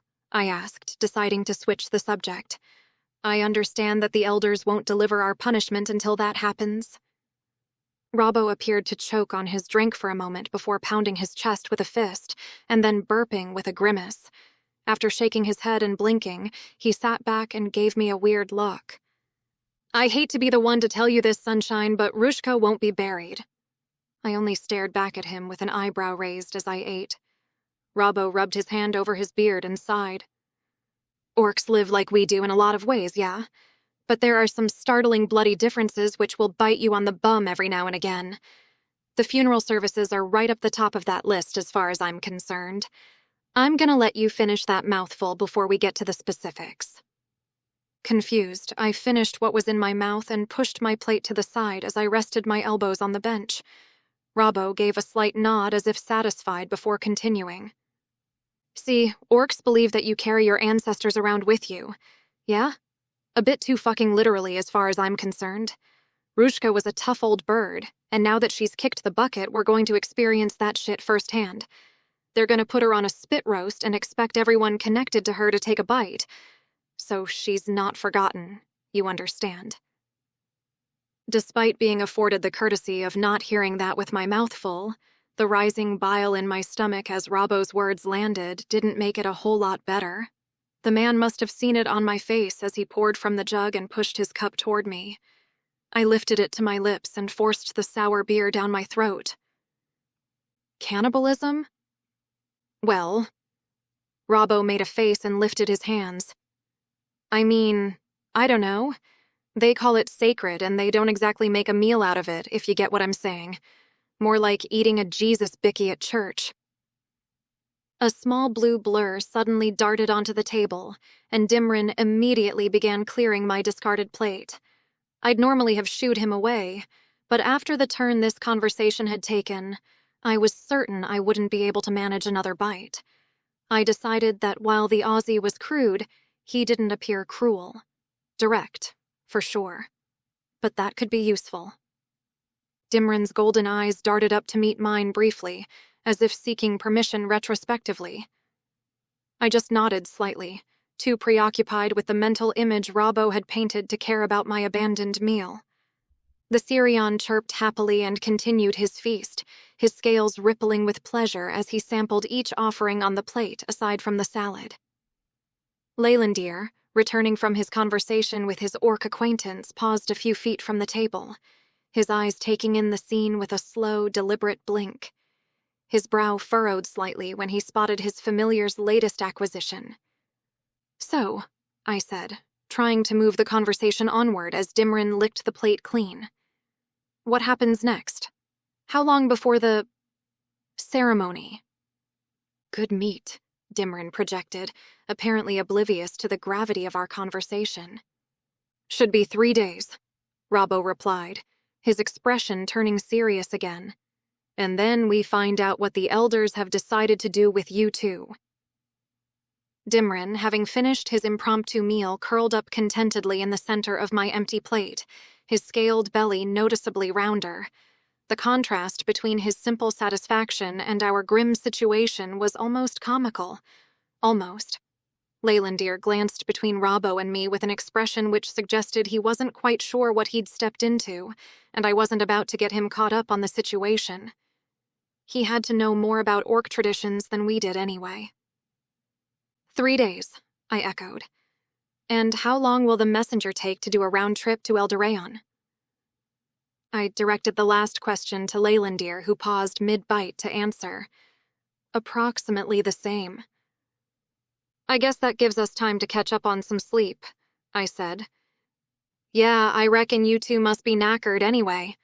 I can show you where you can get a little shut-eye if you want. Robbo stood and gathered the papers on the table under an arm. Oh, but are you two bumping uglies? Not that it's any of my business, of course, but it might change the sleeping arrangements. My eyes widened, and I was sure I wouldn't be able to answer, but I knew Leylandir would ask what that meant. No. Nope, I squeaked. I couldn't bring myself to look at the elf next to me, but could see in my periphery that he was staring at me, so I stood and tucked my hands under my armpits. Well, Robbo said with a grin, guess I'll show you where the birds shack up then. Old bozo here can find his way to the gents after he's eaten. Chapter 5. The agricultural quadrant first, Jurga announced as she led us through a thoroughfare of sorts, with tents and stalls on one side and a rocky red overhang which sheltered long tables that appeared to be a marketplace. Then the beast pens. You'll want to see those, she added with a knowing glance at Leylandir. Leylandir nodded with a small smile as he strode along beside me. I'd noticed small changes in his demeanor, a loosening of his perpetual vigilance, fleeting moments where his mask slipped to reveal something more. At home underneath. "You've been here before?" I said, not quite a question. We'd had little time for private conversation since arriving in this larger settlement named Nargakash the day before. "Many times," Leylandir replied, his gaze sweeping over the busy marketplace we passed through. Some of the orc merchants called out greetings to him by name. "It is one of Calathil's favored places in the realms, to study with Rushka, of course, but also to relax for a season when snow sets in across Eldoraon. A vacation spot. Who'd have thunk it? I guessed I could appreciate the appeal if it weren't for the fact that we were prisoners." The sun was warm on my back as we continued, and I watched as an orc child darted past, stopping momentarily to stare at Leylandir before offering what appeared to be a small carved token. He accepted it with a formal inclination of his head that seemed to delight the child before she raced away. "You're popular," I observed dryly, eyeing the wooden charm now tucked in his palm, a crude but recognizable carving of a Sirion. The ghost of a smile touched his lips. "Ordukan culture values those who bridge different worlds. They have a term for it. Kazakmor, one who walks between. It is considered a position of unique perspective rather than divided loyalty," I snorted, unable to help myself. Funny. It didn't feel like a position of unique perspective when the Circle of Elders was deciding whether or not to execute us. The smile vanished from Leylandir's face. His gaze flickered to me, sharp and warning, before he looked away. The ease he'd shown moments before had evaporated, replaced by that familiar, rigid control. He was comfortable here, I realized with a fresh spike of irritation. Where he saw acceptance, I saw a cage. To him, this tour was like strolling down memory lane. To me, every step was to show us the outer limits of our confinement. Ahead of us, Jurga pushed open a set of massive wooden doors to a barn-like structure if the smell was anything to go by. Robbo was at her side, and appeared similarly at ease as he traded words with orcs we passed along the way. Dimrin alternated between hovering around us and venturing off, with Leylandir occasionally warning him to keep his snout out of things that didn't belong to him. The barn's interior was a tangle of orange and green, with vines climbing up to the curved ceiling and spreading across in a leafy canopy. Orcs moved between the rows, tending to what looked like thousands of orange pods hanging from the vines. The distinct smell of those pea-like kernels I'd been served at dinner the previous night made my nose wrinkle slightly. Jurga reached up and plucked one of the pods, splitting it open with her thumb and popping the contents into her mouth. "We've expanded our agricultural operations significantly," she said, crunching thoughtfully. "These car pods are just the beginning. We're cultivating crops from across all the Orduk worlds now, preparing for expanded trade with Earth." My polite nod was a mask for the calculations firing in my head. Expanded trade.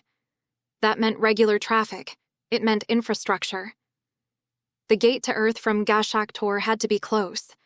Maybe not within spitting distance, but accessible enough for regular transport caravans. Was it guarded by a dedicated garrison like the Evant Gate, which stood close enough to Fort Hood to keep a regular contingent rotating on and off duty? We emerged into the bright sunlight, and I had to blink several times to adjust my vision. The animal pens spread out before us in a sprawling complex, each enclosure clearly designed with its inhabitants in mind. Massive, woolly, mammoth-like creatures lay on their sides in puddles of mud, while their keepers collected milk from their udders. In another pen, what appeared to be some kind of six-legged antelope chewed on blue fodder. "Our dairy comes primarily from the Morghat," Jurga explained, gesturing to the mammoth-like creatures. "And the meat." A commotion from one of the nearby pens cut her off.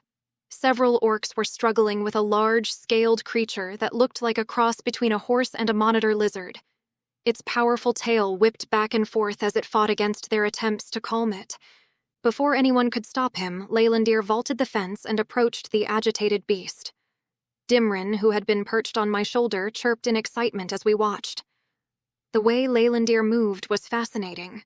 Careful but confident, his hands raised in a non-threatening gesture as he spoke soft words in what sounded like a mixture of Elvish and Ordukun. "Bloody hell, mate, let me give you a hand," Robbo called out, climbing into the pen as well. He barely got within reach before the creature's head snapped around, teeth grazing his forearm. "Shit," he yelped, jumping back. But Leylandir was already there, his hands running along the creature's neck. The beast's aggressive posture gradually softened, its tail lowering as it responded to his touch. When one of the orc handlers offered him the reins, he took them with a slight bow of thanks. In one fluid motion, he swung himself onto the creature's back. There was a moment of tension as the beast shifted, testing its new rider, but Leylandir moved with it naturally. Within minutes, they were moving around the pen in perfect harmony, the scaled mount responding to the slightest shift in his position. "Like a child with his favorite toy," Jurga remarked beside me, amusement clear in her voice. "He's always been this way with the Razgfet. They sense his affinity for them. All animals do, really. It is part of why he's welcome here." I watched as Leylandir guided the creature through a series of turns, his usual stoic expression replaced by something approaching joy. Dimrin trilled excitedly on my shoulder, and I reached up absently to scratch under his chin. "You all right there, Rob?" I called to where Robbo was examining his arm. "Yeah, just a love bite," he replied with a grin, though he was keeping a respectful distance from the other Razgfet now. "These buggers just need a firm hand and a bit of sweet talk, eh?" I flashed what I hoped was a convincing smile as I shook my head. Inside, I was reckoning with an elf-human hybrid riding a giant lizard in an orc animal sanctuary, an Australian ex-mercenary nursing a bite wound, and a magical flying cat dragon using my shoulder as a perch. Oh, while we were waiting to learn whether we would be held accountable for the murder of Jurga's grandmother after attending her cannibalistic funeral, Leylandir finally brought his mount to a halt near the fence, his hair slightly windswept but his eyes bright with satisfaction. He grinned at me, that rare, genuine expression making him look younger. The light in his eyes was an open invitation. "Would you like to try?" "I don't think so, cowboy." I put my fists on my hips. "I much prefer sitting on something with a motor." "That's what she said," Robbo snarked without missing a beat. I shot him a withering look and turned to Jurga. "So what's next?" Jurga's gaze lifted to the towering red cliffs that framed the eastern edge of the settlement. "There is something you should see," she said, her tone more solemn than before. "One of Nargakash's sacred places." I fell into step behind them. The image of Leylandir's bright-eyed grin burned into my mind. He looked happy, truly happy for the first time since I'd met him, and the sight of it made my stomach coil with a hot, sour anger. He was on vacation. We were prisoners on a holiday, and he couldn't even see it. She led us away from the animal pens through a series of interconnected courtyards where orcs worked at various crafts. Several nodded respectfully to Jurga as we passed. As we approached the base of the cliff, I spotted a series of steps carved directly into the stone face, winding upward in a steep zigzag pattern. No handrails, no safety measures, just ancient steps worn smooth by countless feet over who knew how many centuries. "It is a place of communion with our ancestors," Jurga explained, starting up the first few steps with a practiced ease that belied her pregnant state. "Few outsiders have been permitted to enter." Leylandir followed without question, seeming unfazed by the climb. Robbo gave me a sympathetic look and a shrug before starting up after them. As I trudged along behind them, my eyes bored into the back of Leylandir's head. He was practically skipping up those stairs. My frustration finally boiled over. "So we're allowed in this so-called sacred site, then?" I conveyed telepathically, my mental voice dripping with sarcasm. "I thought we were just untrustworthy criminals." His stride didn't falter, but his reply was immediate and cold. "It is a sign of respect, Asha. This is an honor extended by Jurga. Do not insult her." "It's a distraction," I shot back, my breath coming harder from the climb. They're showing us the pretty parts of the prison. We need to be planning our escape, not sightseeing like we are on some kind of vacation." "Escape to where?" he demanded, his focus still on the steps ahead. He didn't even turn. "Our only path forward is with them as allies. Your hostility jeopardizes that." He had blinkers on, I realized, the thought sharp and angry. He was so seduced by the idea of being this one who walks between that he couldn't see that we were the frog that would eventually be boiled if we didn't take action. So we're just supposed to sit here until they decide to send us to the gallows? Or worse, hand us to the Elven Council. "Where would you have us go, Asha? You said yourself that you have no way to know the location of the Earth artifact. The Kragvash have ties to humans that you do not. They could help us." I huffed and worked my jaw, stomping on the stone steps harder than I needed to. There's a big difference between could and will, and the consequences of it not going our way are way too steep for my liking.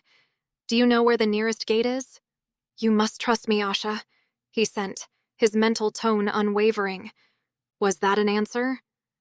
"Call it a plea if you must," he replied coldly, his tone suggesting he was done with the argument.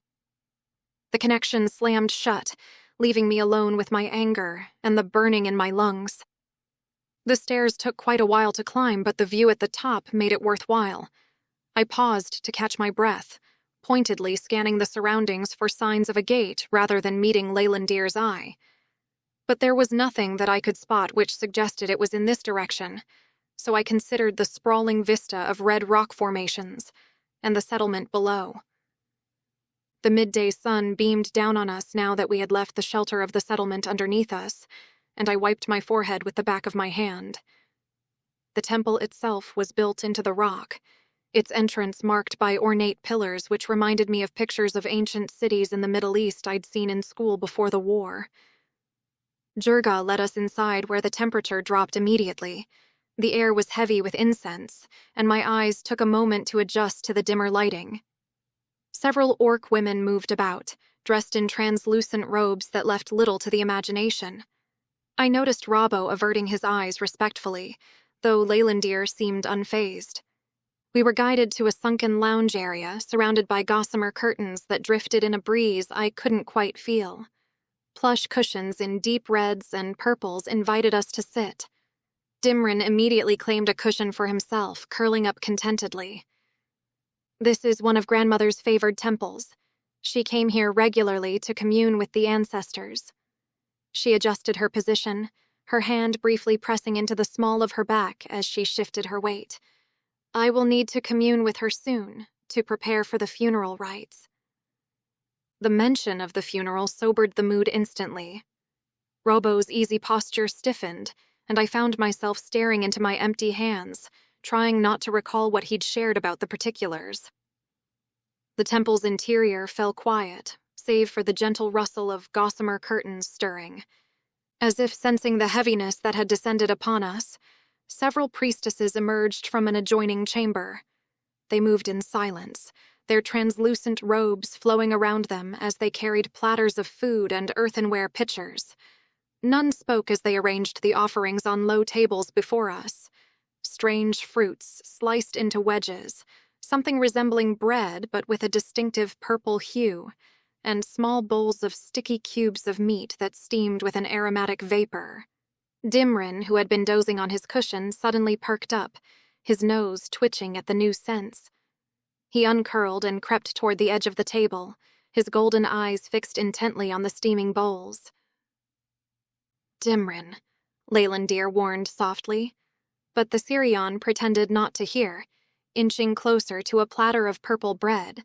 He snatched one and scuttled off, causing Leylandir to let out a quiet, exasperated sigh, and briefly press the tips of his fingers to his temple. One priestess, older than the others, with interconnected scars covering her face, frowned at the creature as she poured a golden liquid into shallow cups. She offered the first to Jurga with a deep bow, then served the rest of us. The liquid caught the light filtering through what must have been cracks in the ceiling, glimmering like molten sunshine. I accepted my cup with a nod of thanks, breathing in the unfamiliar scent, something herbal and sweet. When I sipped it, the flavor bloomed across my tongue.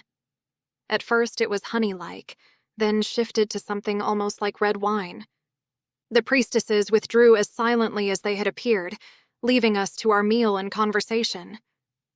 For several moments, we ate in contemplative silence. I found myself studying the temple's interior more carefully. Unfamiliar symbols adorned the redstone walls, and painted frescoes covered the far wall with depictions of orcs wearing similar outfits to the priestesses. After a moment, Jurga fixed her gaze on Leylandir, her expression shifting from contemplation to something more pointed. "After our meal, I will ask you to leave this place, but we still have time to discuss what comes after the rites." Her voice took on an edge as she continued. "I must ask, Leylandir Tulkasiel, what do you seek from our people? We have made peace with the humans. We will not fight a war for you." Leylandir set down his cup, considering his words carefully. Outside, the wind had picked up, sending the curtains billowing more dramatically, as if the very elements were responding to the tension in our conversation. "I do not seek to expand the current conflict," he finally said, his expression earnest.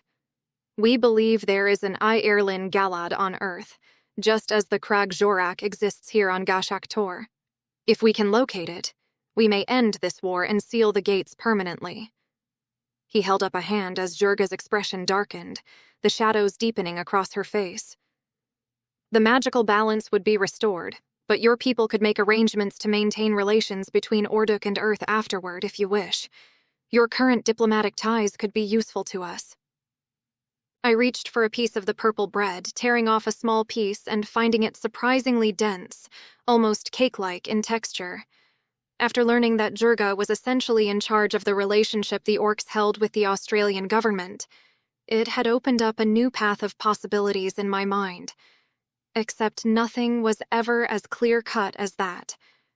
"You wish to benefit from the goodwill between the Kragvash and the Australian leadership on Earth?" Jurga clicked her tongue. "It's not that simple," I said, unable to keep silent any longer. "The Western world on Earth." I gestured vaguely with one hand, then let it drop in frustration, trying to distill the complex geopolitical reality of our world into something they could understand. How could I explain decades of alliances, rivalries, and power dynamics in a few sentences? The temple seemed to hold its breath as I searched for words, the only sound the distant chanting that had begun somewhere deeper in the structure. "She's right," Rabo cut in. "You've got to remember there are over 200 countries on Earth. Getting them all to agree the sky is blue is a bloody nightmare. You think they're all going to just agree on the fact that somewhere this magical artifact is being controlled by the East or the West? The Earthen Alliance is barely holding together as it is. The second the US gets wind you're here, Australia will roll over like a pup wanting its belly scratched to stay in their good graces. Your diplomatic ties won't be worth a damn." A priestess returned briefly to refill our cups before vanishing once more into the shadows. The interruption gave me a moment to gather my thoughts. "That assumes the West even knows where this thing is," I said, having considered this at length already. I gulped my drink down. "This gate could be anywhere, if there's one on Earth at all." "And that assumes you can close them safely," Jurga grunted. "You told me your use of the Erlin Galad was an act of desperation, that you barely controlled it. How can you stand here now and speak so confidently of sealing gates permanently? So far you have only proven you can unleash chaos, not contain it." The fruit's juice stained her fingers a deep crimson as she ate, the color striking against her green skin. The sight reminded me uncomfortably of blood, of the violence that had characterized too much of the interaction between our worlds. "She's not wrong," I finally said, looking at Leylandir. The chanting from deeper in the temple had grown louder, creating a strange backdrop to our conversation. The elf didn't appear to have an answer to Jurga's statement, and brought his steepled fingers to his lips, his gaze distant as he considered his response. which is why we should not act until we learn about what has happened on Eldoraon. Kesthril has now had 3 months to study the Eirlin Galad. It may be that she and Calathil have already devised a more sophisticated solution to locate Earth's artifact. One of the curtains billowed more forcefully than before, as if punctuating his words with a physical emphasis. The priestess's chanting reached a crescendo before falling suddenly silent, leaving us in a weighted quiet that felt almost tangible. "The elders may decide your fate before then," Jurga warned, her voice low but carrying clearly. The sunlight filtering through the ceiling had shifted, darkening the room. Dimrin, who had been methodically sampling small portions from each platter, froze at her tone. His scales shifted to a deeper blue, almost purple, as if reflecting the solemnity of the moment. He abandoned his culinary exploration and scurried back to Leylandir, climbing to his shoulder and pressing close against his neck. "So, if I were in your place," Jurga continued, "I would conceive of a convincing argument for why meddling with the paths which connect our worlds is wise." I watched as one of the priestesses appeared silently at the edge of our gathering, her translucent robes rippling. She fixed Jurga with a meaningful look, and the pregnant orc nodded grimly, placing both hands on her knees. "I must make my preparations for the funeral," she said, pushing herself up from the cushions with a grunt. "I expect you both to be there." Her gaze settled firmly on Leylandir and me. "To show proper respect." My stomach dropped as if the floor had fallen away beneath me as what Robbo had said about orc funeral rites smacked me right in the face. I'd assumed that those who knew Ruzhka would be the people to attend the funeral and take part in the— "She can't mean that we have to participate, can she?" "We will honor the Orduk traditions," Leylandir cut me off sharply, his mental voice brooking no argument as he stood and offered a bow to Jurga. "Or risk the ire of the Circle of Elders. Our situation is entirely dependent on their support." I had to lock my jaw to keep bile from rising in my chest, the possibility of convincing Leylandir to leave before then feeling like a distant, impossible dream. Dimrin, still perched on Leylandir's shoulder, trilled softly as if sensing my discomfort. Doing my best to school my features to neutrality, I watched the priestess who remained at the edge of our gathering, her scarred face impassive as she waited to escort Jurga away. Chapter 6. Cannibalism is completely taboo on Earth, worse than vulgar. I stood with my arms folded over my chest as I faced Leylandir, who sat on a boulder at the edge of a massive field where bonfires burned, and orcs had gathered as if at some kind of party. The dusky evening light left us in the shadows, making it hard to decide what lay beneath Leylandir's careful expression. "It is similarly condemned in Arendor, and across Dwarangal as I understand it." "Then why would they expect us to participate?" I threw up my hands, warring with the knowledge that spurning orc beliefs would likely be a deciding factor in their judgment over us, and the sheer grossness of being asked to take a bite of the woman who had died as a consequence of our arrival. Being willing to step outside of one's own cultural conventions to respect those of others is valued here, Leylandir said gently. He rose and took a deep breath, taking a drink from a mug. "I have experienced this custom in my time here before. You will not become unwell as a result." "Getting a stomach bug is the least of my worries," I snapped, my voice a low hiss. The casual way he discussed this, the way everyone here just accepted it, was the last straw. "This is a sign, Leylandir. This whole place is a trap. We need to leave. Tonight." He stiffened, his gaze sweeping the nearby groups of orcs. "Keep your voice down." "The gate," I pressed, grabbing his arm. "It can't be far from the settlement. If we leave now, during the ceremony, we can be back on Earth in a few hours." He pried my fingers from his sleeve, his expression grim in the firelight. "And do what, Asha? Make an enemy of the only potential allies we have? Fleeing now would be seen as the ultimate insult. All we would accomplish is having both elves and orcs hunting us." He took a healthy gulp of Golnock as he scanned the crowd ahead. He'd neglected to mention the humans who would also be hunting us, but I wasn't about to make his point for him.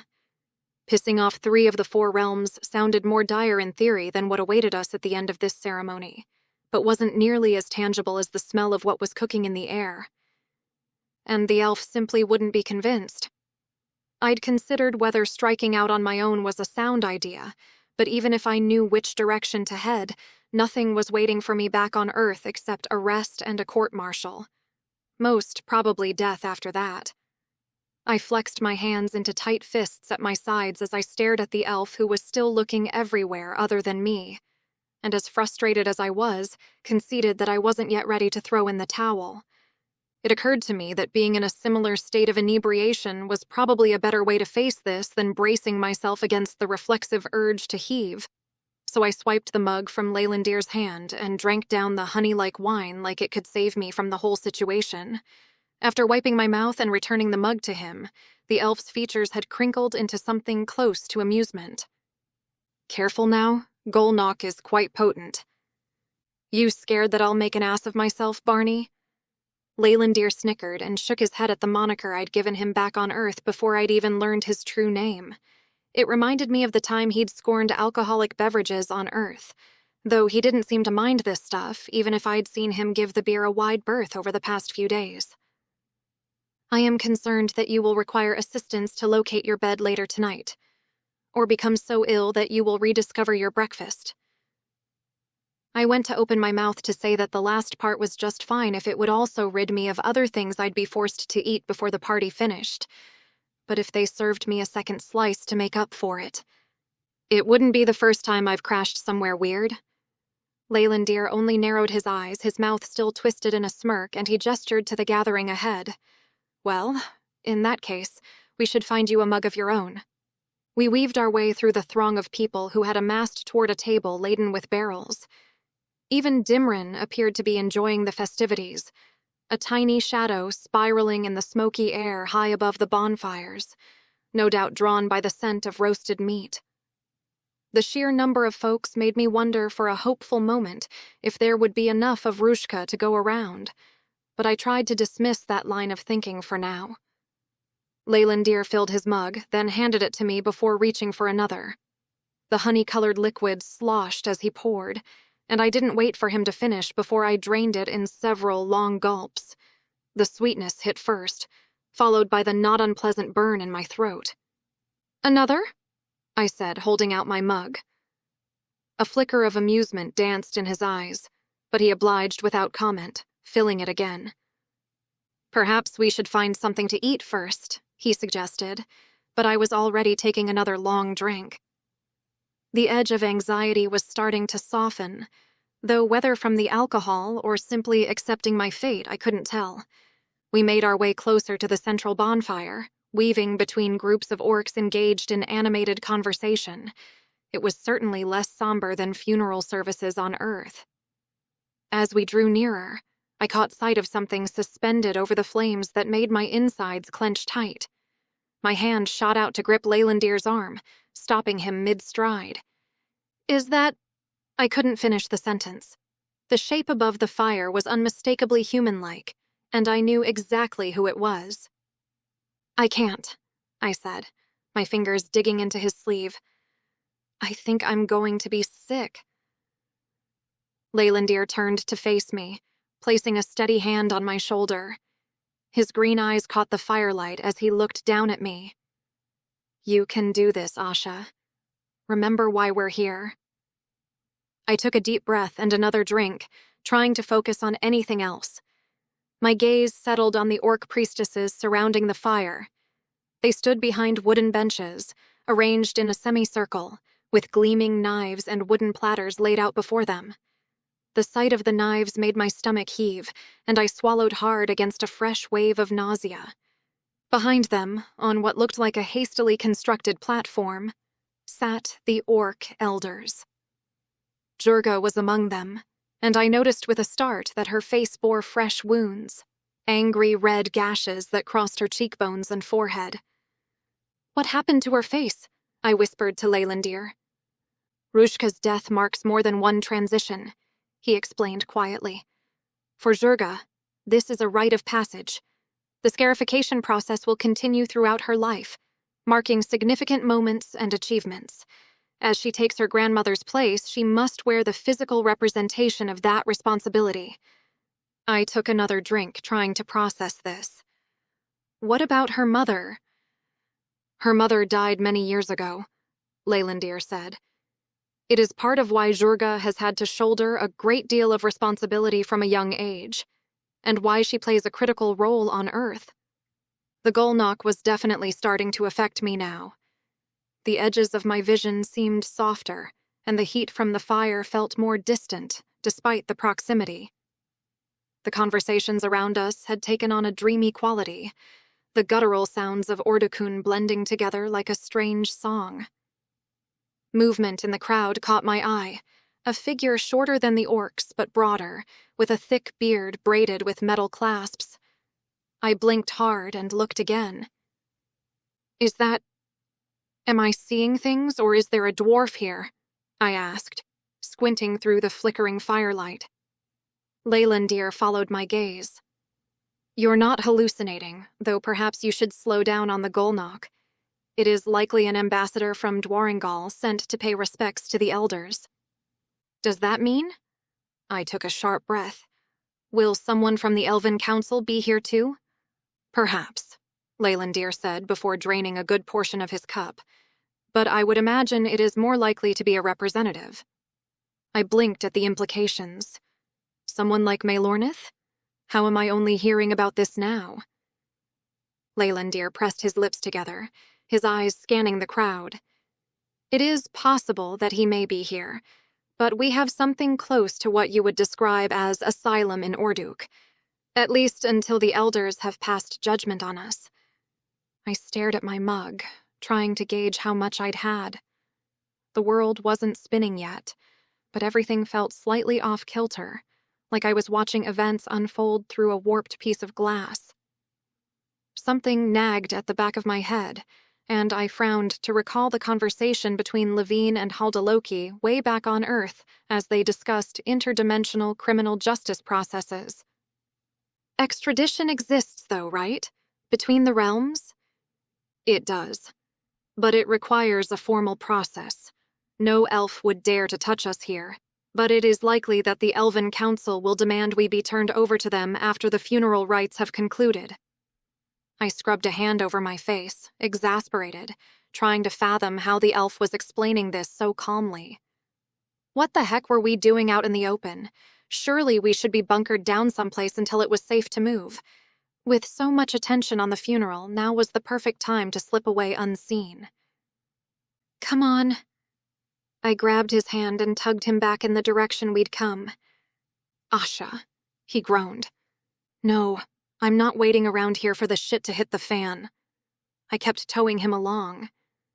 It's time we... Leylandir stopped and pulled me toward him. With my balance already feeling precarious, I stumbled, and he caught me under the arm, and all of a sudden we were pressed together. He lowered his head, and for a blurry moment I thought he'd kiss me, but he rested his cheek against my head to whisper in my ear instead. You will draw undue attention to us both. The gate, I hissed. It can't be far from the settlement. If we leave now, nobody will notice. The elf grunted and let go of me, then glanced at the orcs surrounding us, some observing us with interest. Then he plucked the mug from my hand and handed it to a nearby gawker, before lifting me up and over his shoulder. Too much Golnock, he said broadly, before carrying me off in the direction I'd been pulling him toward. I resisted. Of course I resisted, but with his arms holding my legs fixed over his chest, there was little I could do besides raking his back with my nails or thumping him with my fist, both of which seemed completely juvenile at this point. Orcs laughed as we passed, and both mortification and being upside down made my cheeks burn. When he eventually deposited me on the boulder he'd been sitting on at the edge of the field, he crouched in front of me, his hands on my thighs. You will be my undoing, Asha Lopez. What the hell? I threw up my hands. Now we'll be noticed, and I'm not just going to wait around until... He lifted a finger to place it against my mouth, his jaw flexing. You talk too much. You must listen. My breath hitched, my eyes widening as I recalled the last time he'd said the same words to me in Colorado Bend National Park, with his finger likewise physically hushing me. This time, I should punch him in the face. Except those green eyes suggested he knew something I didn't. The circumstances of our arrival work in our favor, he explained. It is likely that after tonight, our presence will be known across the realms.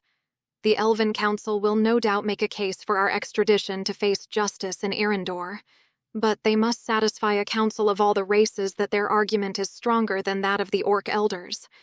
We stand accused of causing the death of an orc matriarch, as well as desecration of their sacred site. Tell me, what crimes have we committed in Arendor? He lowered his finger from my mouth, but only moved it as far as my shoulder. With his other hand on my thigh, I had to blink a few times to concentrate on his question, rather than linger on our proximity. Well, treason, for a start, I said, and we have the blood of Maelornith's men on our hands. Leylandir nodded, his thumb tracing his lower lip in thought.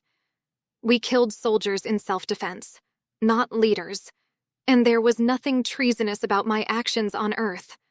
Nelwyneth Enethiel is a custom, not a law. Calathil will bear the burden of commanding my venture to Earth. I looked to the sky, letting out a sharp, frustrated breath, wishing now that my head wasn't feeling fuzzy. Still doesn't feel like a slam dunk to me. Leylandir's eyebrow rose, and I shot him a weary glare, too irritated to explain the idiom. If we attempt escape to Earth, we make an enemy of the orcs. If we stay and honor their traditions, they may very well spend years squabbling with the Elven Council over who should have the right to punish us. Years that we can spend working toward our goals. I opened my mouth, but all that came out was a croak. Swallowing, I tried again. You've thought about this long and hard, haven't you? His mouth twisted in a small smirk. I have spent time considering our situation, yes. I grabbed his hands to fling them off me, enraged by how amused he looked about this. You think this funny? Forgive me. He ran a hand over his mouth to banish the smirk, and while it smoothed his features, his eyes still held hints of mirth. It's only that I find it endearing when... Never mind. A strangled sound escaped my throat, and I leaned backward. I'm sure you find this all rather cute on my part. What? You don't think I'm worth including in strategizing about our situation? I did not wish to trouble you. Trouble me? My voice rose. I don't know if you realize this, but at this point, your troubles are my troubles. And if this is a partnership, I expect to be included in the decision-making process. Leylandir's gaze sharpened on me, his head tilting just slightly. Is that what we are, Asha Lopez? Partners? Swiveling on the rock so I could stand, I refused to meet his eye as he rose from his crouch with a hand on the boulder for support. Had he had too much Golnock? Or was my hazy brain imagining the double entendre? It was the first time he'd even come close to addressing what had gone horribly wrong between us back in the temple, and after having his hands on me, I felt too flustered to go there. Maybe that was his game. We're in the same situation.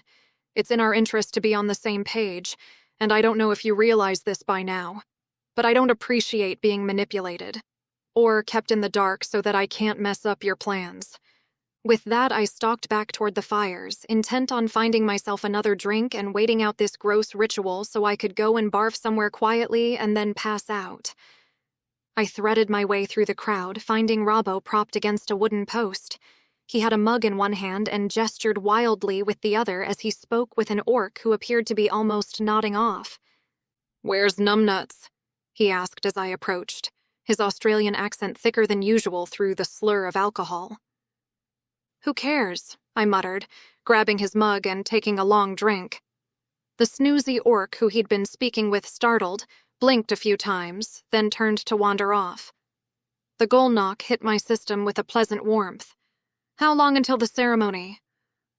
Robbo scratched his beard. bits of food caught in the red strands falling as he considered me for a moment. Birds cooked.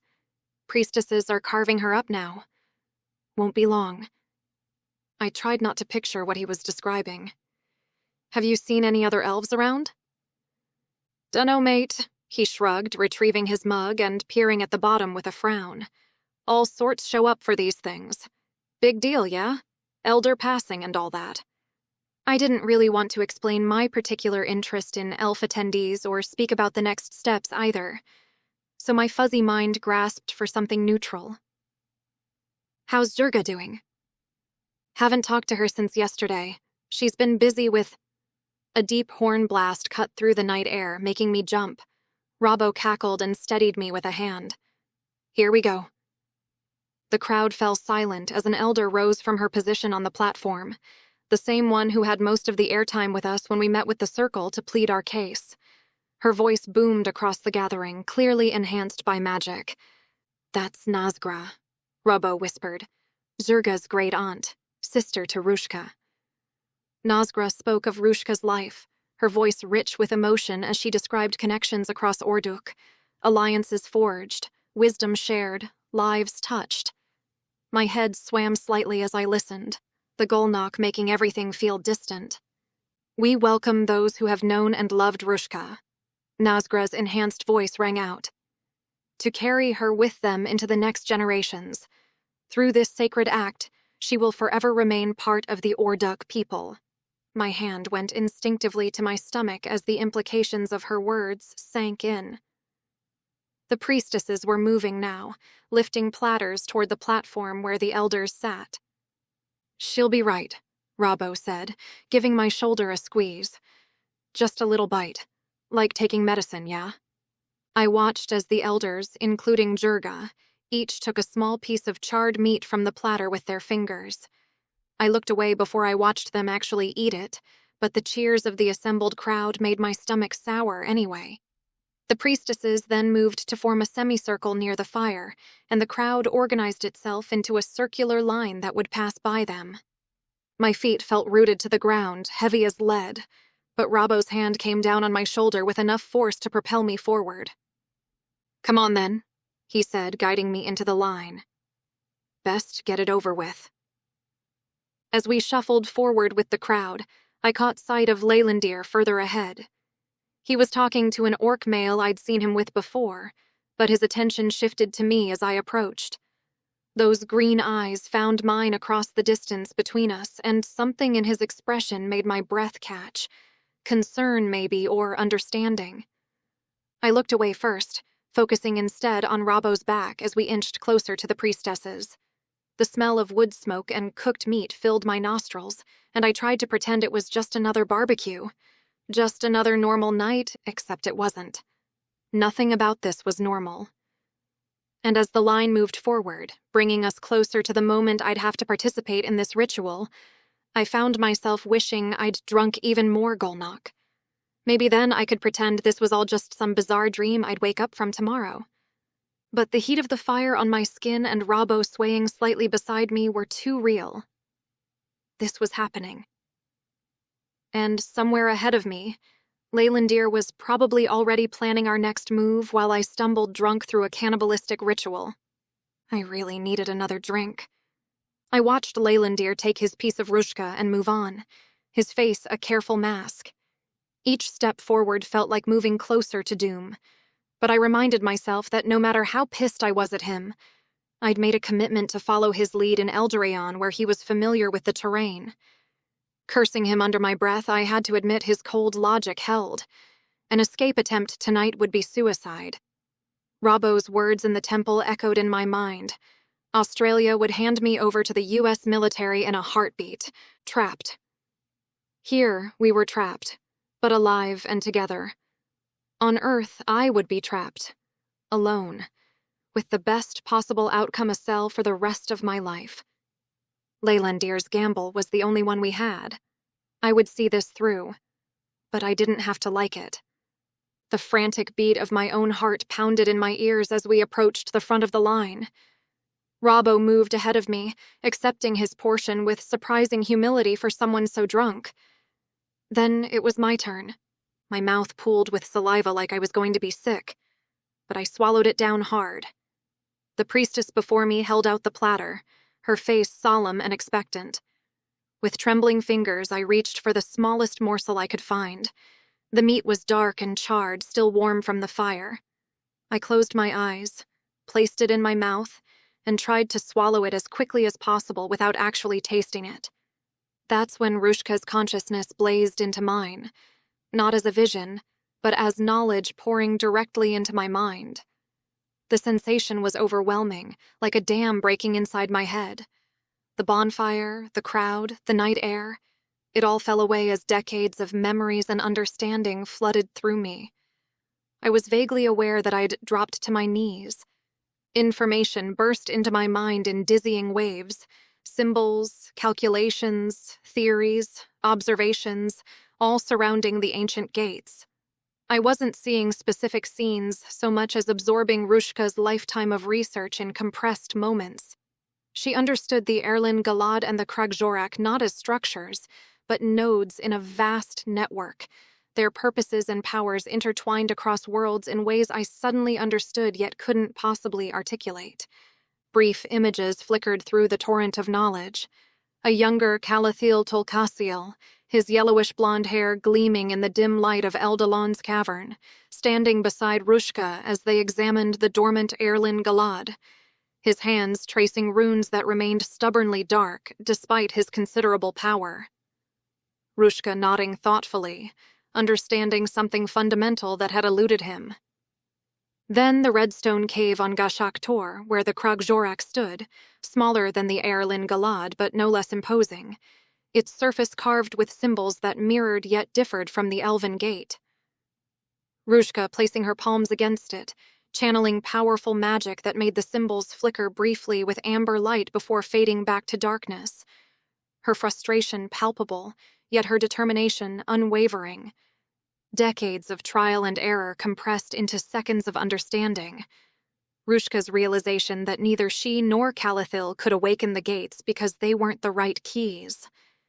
Calathil's theory that only someone carrying the blood of multiple worlds could fully activate the ancient network blooming in her mind. Her growing certainty that the gates were designed to be opened or closed only by those who truly belonged to all the connected realms. Her sadness that so much had been forgotten. "Oi, you right there?" "I'm fine," I managed, though my voice sounded distant and strange to my own ears. "Just the Golnock, probably." My head throbbed.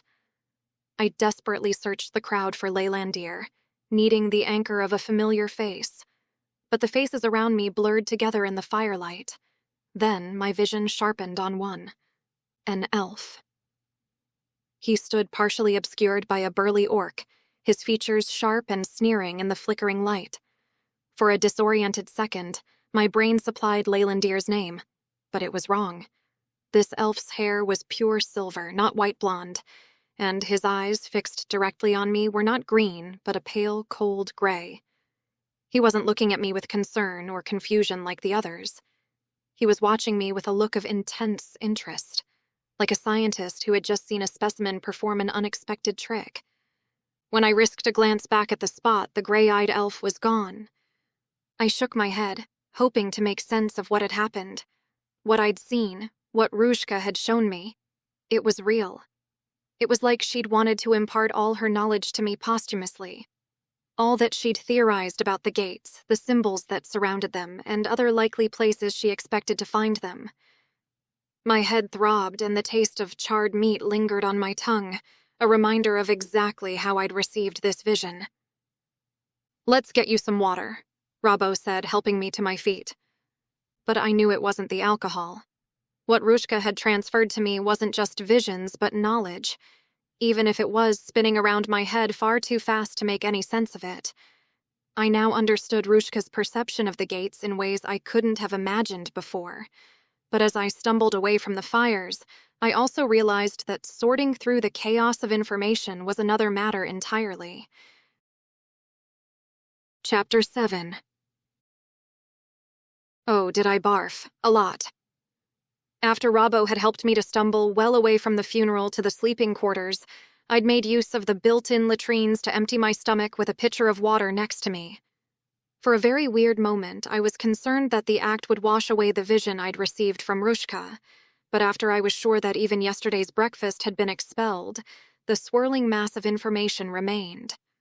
I felt worse than dizzy, but I couldn't decide if that was the goal knock or my simply overwhelmed brain.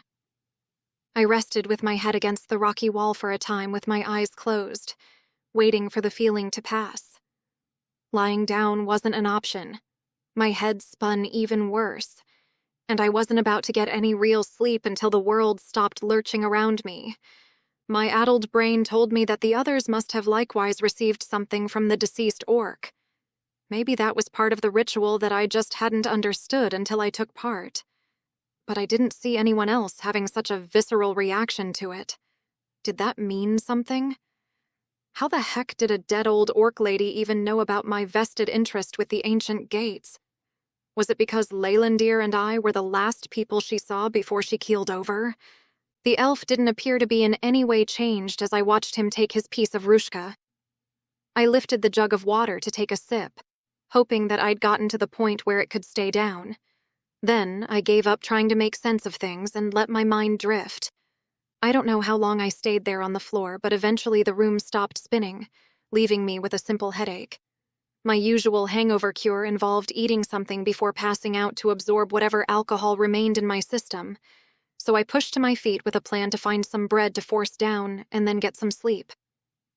I ventured into the crisp night air where the celebration continued unabated in the field beyond the settlement. Music and laughter drifted toward the quiet buildings. I had to assume the Orduk people would be at it until the very early hours, but I'd done my part. My feet carried me to the dining pavilion where I found exactly what I was looking for, a plate of dense, spongy bread that looked bland enough to stay down. As I gathered a few pieces, I caught myself yawning so hard my jaw cracked. The female barracks weren't far, and the thought of collapsing onto my narrow bed became increasingly appealing. A nagging voice in my head suggested I should find Leylandir and tell him about the vision. After all, this revelation affected both of us. But then I considered all the times he'd played his cards close to his chest, doling out information like precious gems only when it suited him. A bitter taste formed in my mouth, and I set my jaw in a hard line. Let him see how it felt to be on the other side of that equation for once. The bread helped settle my stomach as I walked, and my head was finally starting to clear. The corridors carved into the hillside were quiet, my footsteps echoing off the stone walls. But then I turned a corner and stopped dead in my tracks.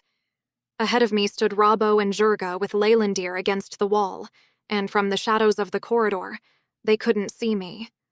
Jurga was pressed against the elf, her hands snaking beneath his tunic toward his chest as she swayed slightly on her feet.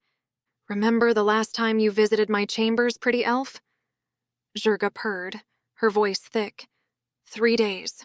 We barely left my bed. You made me forget my own name. My mouth fell open and a small, sharp gasp escaped me. I had to physically clamp my jaw shut to keep from making more noise. Leylandir and Jurga had been intimate. Lovers. For days on end. My brain stuttered over the thought, trying to reconcile this information with the reserved, distant elf I thought I knew. My stomach plummeted, a sickening, weightless sensation that left me dizzy. But worse, heat shot through me like a poison at the sight of Jurga's hands on him. The unwanted arousal mixed with jealousy created a toxic cocktail that made me feel sick and desperate all over again. It was as sobering as being doused with a bucket of icy water, yet my body betrayed me with a rush of need that I couldn't control. The need to wrench her off him. The need to touch him like that myself. Leylandir's mouth quirked into a small smile, his hands resting lightly on her shoulders. Not pushing her away, I noticed with a painful, acidic heat that seared through my chest. "That was many years ago, Jurga," he said, his voice low and intimate in a way I'd never heard before. "Not so many that I've forgotten what those clever fingers can do." She trailed her hand lower, past his belt, and I felt a prickling blush creep up my face. Or that wicked tongue. My imagination ran wild, despite myself, of Leylandir performing those acts on me. The thought of him touching Jurga made me want to growl even as my mind recoiled from the vivid images. I clenched my fist, the spongy bread mashing into pieces in my hand. Robbo cleared his throat loudly. "Jurga, love, maybe we should—" "Come now, pretty elf," she continued, as if Robbo hadn't spoken, rising on her toes to brush her lips against Leylandir's jaw. "Your skills would be most welcome in our bed tonight." Her teeth caught his lower lip in a playful nibble that made my gut clench in a painful knot. My mind screamed at me to just leave. Run. Not to stay long enough to witness Leylandir agree to a drunken ménage à trois with them. But my feet were frozen to the floor and my eyes remained wired to the scene in front of me. "Jurga!" Robbo snapped. "Enough! Leave the elf alone, for fuck's sake!" "You did not seem displeased when I invited Mozzie into our bed?" Jurga challenged, turning slightly toward her partner without releasing her hold on Leylandir. Robbo ran his hands over his face in exasperation. "Yeah, well, she has tits. This pretty boy might be your cup of tea, but I'm telling ya, nothing's going to give me a brewer's droop faster than seeing this guy in his birthday suit. And you're gonna be snoring as soon as you hit the sack anyway." "This one does not decide who may come and go from my—" Jurga jabbed a finger into Robbo's chest, her voice rising. "You're bloody plastered, woman. Stop making an arse of yourself." Robbo's patience finally snapped. He grabbed Jurga's arm and physically peeled her off Leylandir. "You dare!" Jurga snarled, stumbling back against Robbo, appearing to need his support to stay upright. "Yes, I bloody well do." Robbo growled as he steadied her. "I'm not your bloody boy toy, and us human men do get a say in— I will leave you to discuss these private matters further." Leylandir's voice was carefully neutral as he extracted himself from the situation, smoothing down his tunic where Jurga's hands had rumpled it. As he turned in my direction, I stepped back instinctively, but his keen eyes caught the movement immediately. His gaze locked with mine, and a flicker of surprise crossed his features before his expression smoothed over.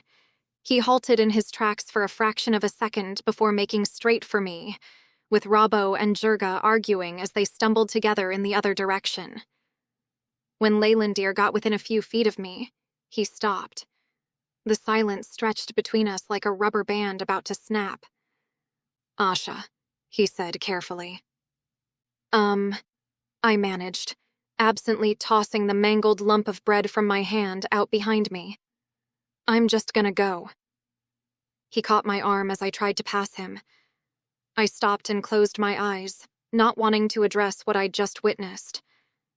To confront yet another piece of information I didn't know about Leylandir and his past, or the way it made me want to wash away all the places she touched him and mark him as my own.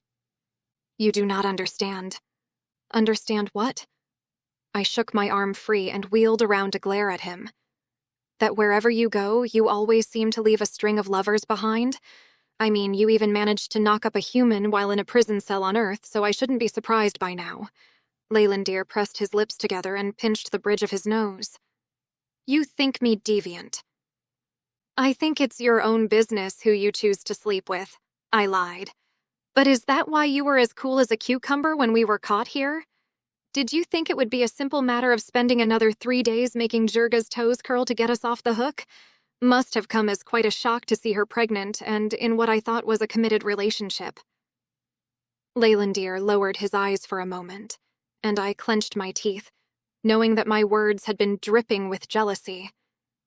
This shouldn't be affecting me. I didn't want it to affect me. I brushed my hands over my pants to free them of the sticky crumbs the bread and sweat had left behind. Orcs are liberal with their affections, even while enjoying commitment with another. This is their way. He licked his lips. This means nothing. Even if Jurga was unattached, I would have refused her invitation. I do not desire her, Asha. Right. And did you desire Amelia Hancock? I folded my arm in front of me. Because from where I'm standing, you were screwing her to get something out of it which is the same thing. That was before... Leylandir stopped and closed his eyes, apparently second-guessing his next words. But then his shoulders slumped and he met my eyes. That was before I met you. I stopped engaging in sexual acts with Amelia Hancock shortly after you first visited me in the prison. I snorted. Oh, because you found a new mark? Someone new to play with? When I arrived on Earth, your people gave me no reason to treat them honorably. He stared at the floor for a moment, as if picturing the conditions within the military prison where I'd found him. You were the first to show a shred of decency toward me. From the very first time we met, even if I was too enraged to appreciate it at the time. Do you recall demanding that the guards stop torturing me? I felt my eyes become glassy as the scene in the prison sharpened in my memory, so vividly it made my throat ache. Collins giving a demonstration of how the snuff cuffs that kept the prisoner from touching magic could just as easily be used to incapacitate him. The way Leylandir had been convulsing in that chair while my colleague had barely noticed. How Collins had said it wasn't possible to go too far with it. Of course I'd stopped it. I would have done that for anybody. Yes. His mouth stretched in a thin smile. Even for an enemy.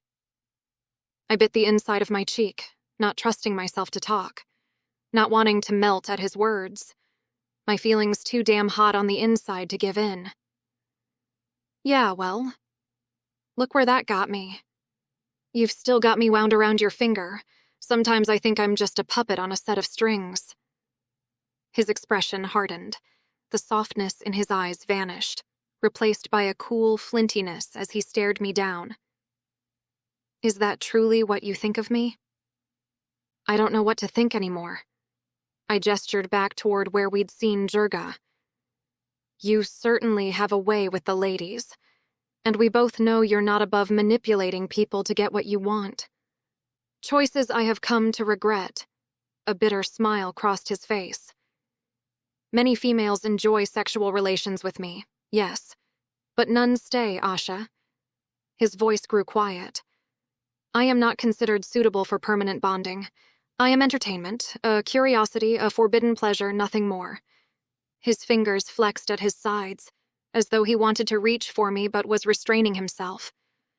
When he looked up again, the rawness in his gaze made my chest ache. I'd never considered how his mixed heritage might affect his personal relationships beyond the elven elite. Jurga sees me as she always has, a diversion, a plaything. He took a step closer to me, and I smelled the faint scent of Golnuk on his breath. But if you wish to know the truth, I would much rather spend 3 days in bed with you, wrapping your body and mind in enough pleasure to forget the world beyond. It could burn, for all I care. My breath caught in my throat. I inhaled sharply, the air seizing in my lungs. Images flooded my mind, Leylandir and Jurga tangled together, their bodies glowing with magical energy as they stimulated each other in ways a normal human never could. The thought of him channeling magic through his fingertips, along his tongue, into places I couldn't bear to imagine. And then the horrifying realization that I could never compete with that. It was my hard limit, the one thing I couldn't bring myself to allow. The vulnerability it would require terrified me more than facing down any monster. The memories that surfaced every time magic mixed with pleasure made it absolutely impossible. Yet my body betrayed me. A deep, melting warmth unfurled low in my gut at the mere thought of his hands on me. I wanted him. Gods help me. I wanted him. But not like that. Never like that. And would he even want me without the magic that seemed such an intrinsic part of pleasure for his kind? That's not going to happen, I said, my voice unsteady as I took a step back. We're both working toward closing the gates for good, Leylandir. I'm not interested in forming a sexual relationship that will only hit a dead end. I swallowed hard, trying to keep my voice level. After our work is done, we'll probably never see each other again. What would be the point? His expression shifted, hurt flashing across his features before his usual mask slipped back into place. Is that what you tell yourself? That we are merely temporary allies with no future beyond our task? His voice carried a bitter edge. Or perhaps you, like the others, consider an attachment to one such as myself unpalatable. I felt dangerously close to tears, a painful pressure building behind my eyes, my emotions a tangled mess of desire, fear, and inadequacy. I need to go, I said abruptly, turning away before he could see the moisture gathering in my eyes. I'm tired, and we both need sleep. Asha. My name on his lips stopped me. Do not run away from this. I turned back, finding him closer than I expected, his expression intense. There's nothing to run from, I said, my voice wavering. You kissed me, he said simply, and I felt your desire before you pulled away. I am not imagining what exists between us. A tear escaped, betraying me. That was a mistake. Was it? His eyes searched mine. Your body says otherwise. Even now. He reached for my hand, his fingers brushing against mine with surprising gentleness. The contact sent electricity racing up my arm. I made the mistake of looking into his eyes, now dark with emotion, pupils dilated. Sometimes, I said, another tear tracking down my cheek. The heart wants what the mind knows it can't have. His brow furrowed, fingers tightening on mine. Why? It's complicated. I pulled my hand from his. The loss of contact left me cold. I didn't wait for his response, hurrying down the corridor before my emotions betrayed me further.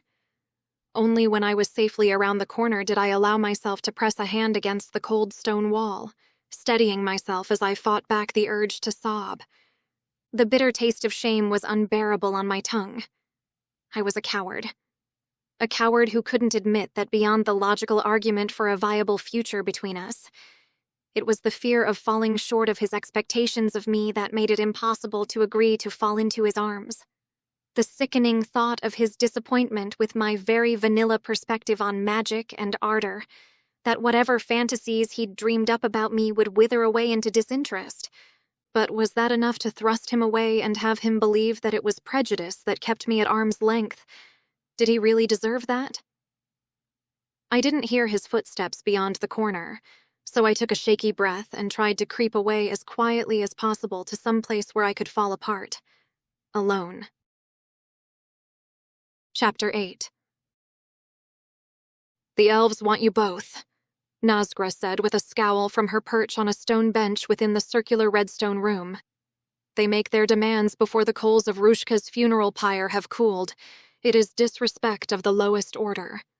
I swallowed, my throat suddenly tight and dry, hoping the orc elder's vehemence at the timing of the request would work in our favor. But it sure didn't feel like it, as the sour look on her face suggested that she lay the blame for everything at our feet. I stood with my clammy hands clasped behind my back, Leylandir just a few feet beside me. We hadn't spoken since the night before. It had been Robbo who eventually found me still hiding under the covers in the female sleeping quarters well after noon, and told me that we'd been summoned. The Aussie stood at the entrance, and Jurga now sat among the circle of elders with dark bags under her eyes and her head propped in her hand. The Elven Council has been seeking us, Leylandir agreed as he bowed his head, and would put a halt to our activities which aim to end the imbalance between realms. Nazgra narrowed her eyes at the elf. Why? Why would Arendor condemn such a venture when elves have been at war with humans for years? It is in their interest more than most for the Earth situation to be remedied. Leylandir shifted on his feet. My activities on Earth were not sanctioned by the Elven Council. Calathil's studies of the Erlin Galad have been suppressed for years. His theories are not supported, which means that any actions to prove the Elven Council otherwise are a direct insult to their power. Nazgra waved a hand dismissively. This is what happens when races let power fall to those with dangling parts between their legs. And now you lay this problem at our feet, Leylandir Tulkasiel.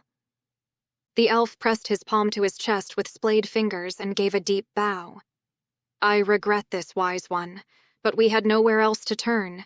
It is Rushka's life work that— Do not speak her name in this place, elf, Nazgûl shrilled. Not after causing her death, after tainting our sacred site with your presence. I flinched at that, and Leylandir remained bowed, his hair almost trailing to the floor. The room fell completely silent, and I felt entirely useless, my feet rooted to the stone floor as questions tangled in my mind. While I could understand their words, I was acutely aware of Leylandir's warning that speaking in English in their presence would be offensive. Would speaking in trade Elvish be as grievous? Should I be bowing too? What remains to be decided is whether punishment would be better served by orcs or elves. We have every right to execute our authority in this matter, but it seems you prefer our ire to that of the Elven Council, which makes me warm to the idea of delivering you both to them. Aunt. Jurga held up one hand, her other hand on her swollen belly. You speak from grief. Ceding to the demands of elves who disrespect us in our time of mourning is an insult to Rushka. We should reconvene after proper time has passed and we all have clear heads. The newly minted orc leader said the last with a grimace as if fighting a headache, and an elder from across the room scoffed. Would you prefer to be back in your bed, Jurga? Perhaps rutting with all three of your toys? I swallowed as the elder waved in our general direction, reminded of Jurga's hands on Leylandir. A lump of discomfort formed in my throat at the casual cruelty of the gesture. The scraping of feet behind me told me that Robbo was equally uncomfortable, but Jurga sneered and leaned forward. I hold a seat in this circle now, Dorgath. Your contempt means nothing to me. Refuse the Elven Council request and be done with it. This would be the wish of my grandmother. Do not overstep, Nazgûl snarled. It is not for you to decide what my sister would have wanted. No? And is it yours? Jurga stood with her fists on her hips. My grandmother dedicated her life to understanding our past, of carrying our ancestors' knowledge so that it could be passed on to the next generations. And instead of becoming her pupil, you were too busy taking your pleasures where you could find them, here on Gashaktor and on Earth. Dorgath stabbed her finger toward Jurga. Her knowledge is lost now. Her acolytes are a shadow of who she was, of what she knew. I swayed on my feet, bringing a hand to my temple as I fought a wave of dizziness, acutely aware of the swirl of ancient knowledge that seemed determined to carve permanent grooves into my brain. The elders' voices rose in heated argument, their words blending as my head throbbed with each new flash of insight about gates and realms and things I shouldn't have known. My gaze drifted to Leylandir, who stood rigid beside me, his jaw clenched. After our fight, the thought of reaching out to him telepathically felt like touching a live wire, making my own thoughts recoil. But this was bigger than us. The knowledge burning in my mind felt too important to keep silent. Taking a steadying breath, I stepped forward. Wise ones, I said in trade Elvish, my voice trembling but clear. I carry the ancestors' knowledge. Rushka. She passed it to me during the funeral rites. The chamber fell silent. Every orc eye fixed on me with an intensity that made me want to shrink back into the shadows. But I forced myself to stand tall. I understand the Crag Jorak as she did, I continued. I don't know how or why, but her knowledge, it's inside my head. The silence grew heavier, and I wondered if I'd just made a terrible mistake. I could practically feel Leylandir bristling beside me, but I couldn't afford to look at him there and then.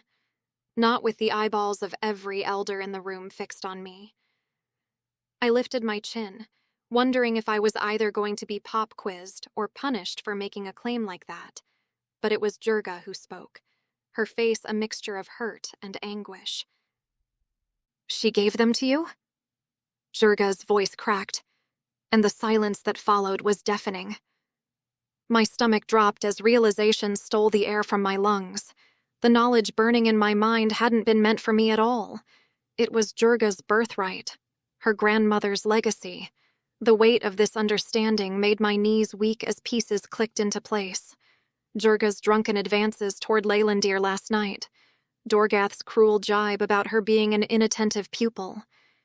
She'd expected to inherit Rushka's wisdom naturally upon her death, as was apparently their way. The circle began murmuring among themselves, their harsh whispers echoing off the red stone walls. I kept my eyes locked with Jurga's, seeing the raw hurt there. The betrayal. My hands grew clammier by the second. Dorgath's reedy voice cut through the whispers. The priestesses witnessed it during the rites.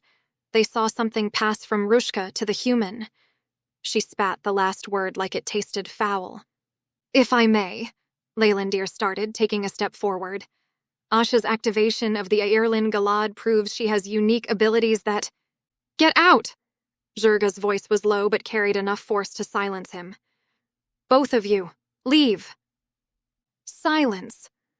Nazgra's screech made everyone flinch. She fixed me with a penetrating stare. "You, human, what do you want from this circle?"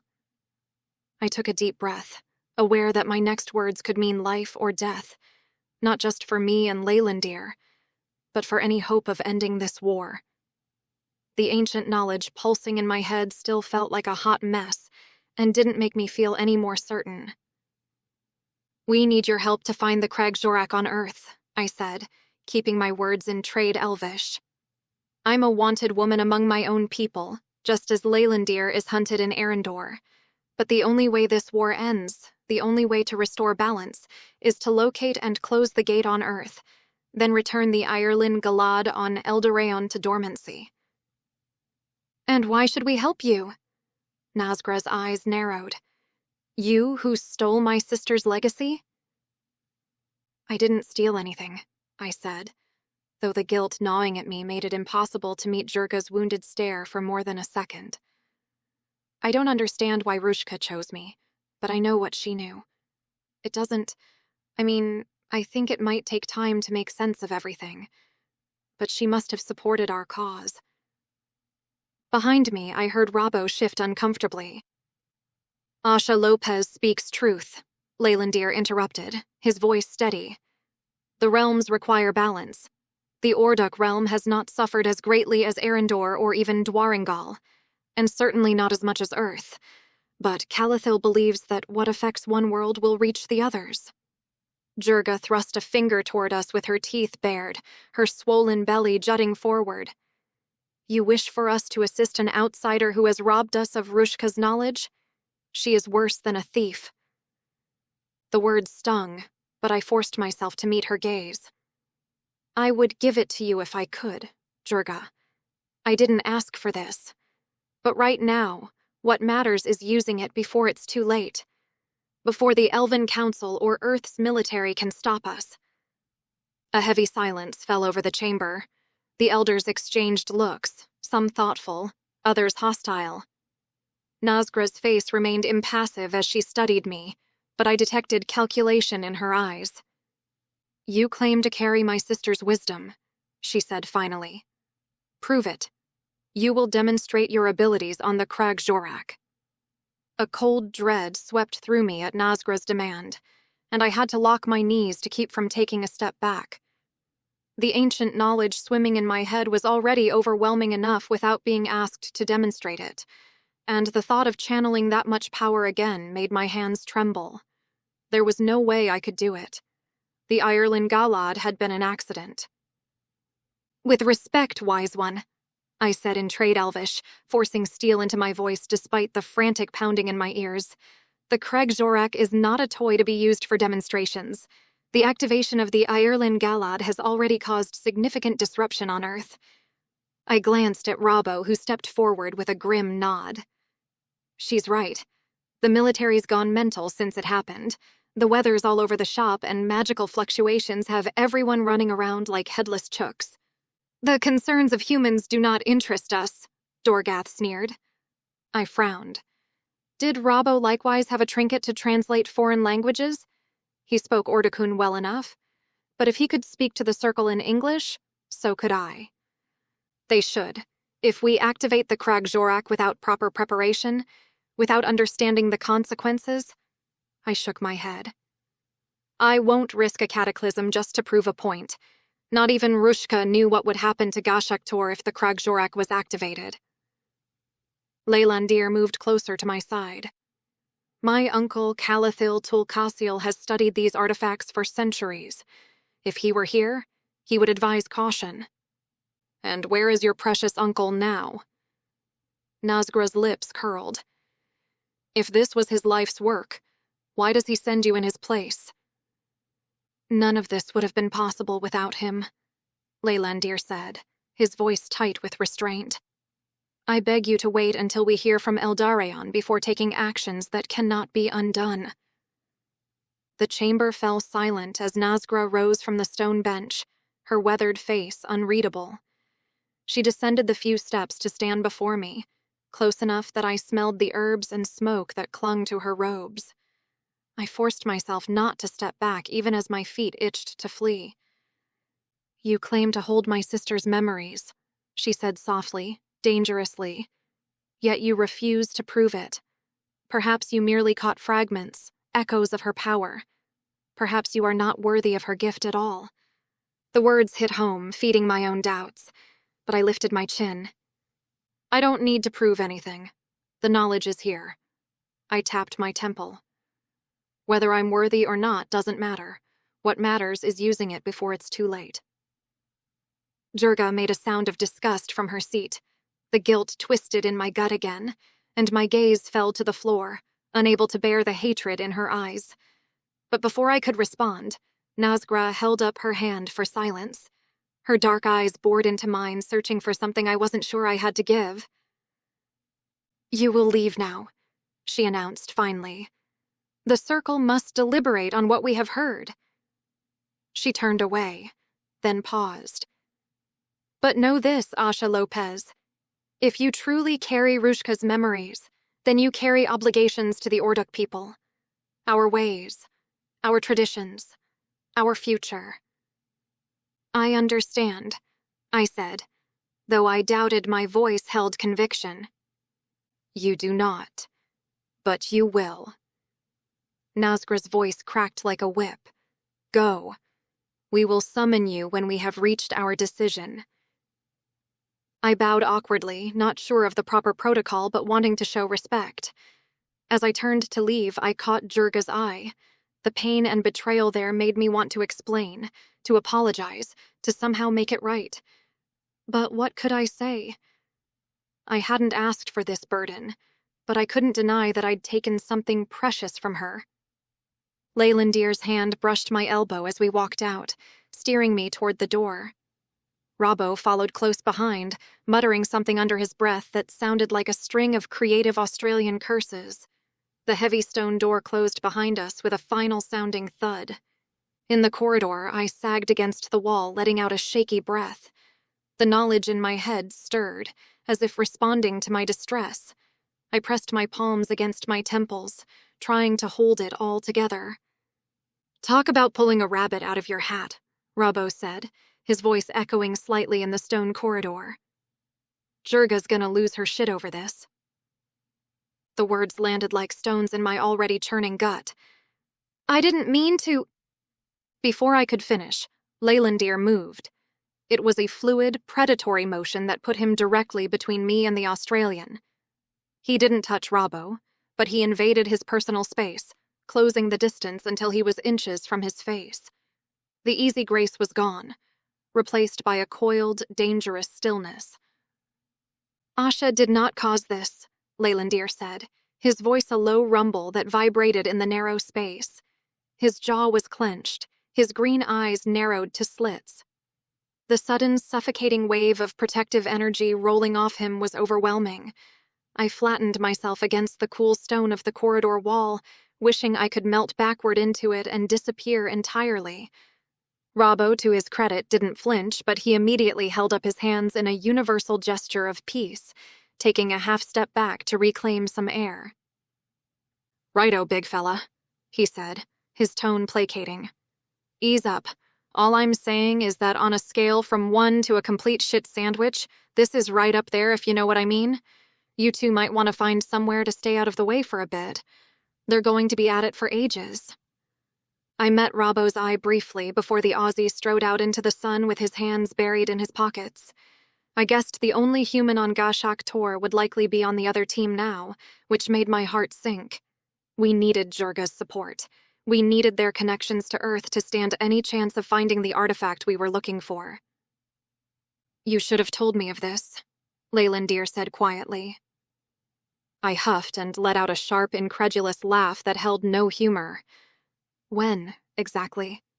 While Jurga had been feeling him up or after our heated exchange about our relationship? I should have just left the funeral and headed straight for the Earth Gate. Even the elf couldn't have anticipated and planned for something like this. "You know now," I said, pushing myself off the wall and walking through a carved entrance into the mass of tents making up the settlements. Leylandir followed hot on my heels. "This is more than significant, Asha. Jurga's place in the circle of elders assumes that she holds her ancestors' knowledge." I halted and wheeled to face him, my teeth bared. "I didn't ask for this. I didn't want to participate in a cannibalistic act, and nobody even thought to mention the part where the deceased shared their memories upon consumption. I did not consent to this, Leylandir. Once again, I'm just being led around by the damn nose, getting into deeper shit wherever I go." Leylandir clenched his teeth like he was biting back a sharp remark. I wasn't trying to reignite an argument, and logically, it would have made sense to divulge what had happened before we stepped into that room so we could plan on how to deliver the news. But there was something decidedly pleasing about seeing him on the back foot for once. It was his turn to catch up. "We should have left last night," I said.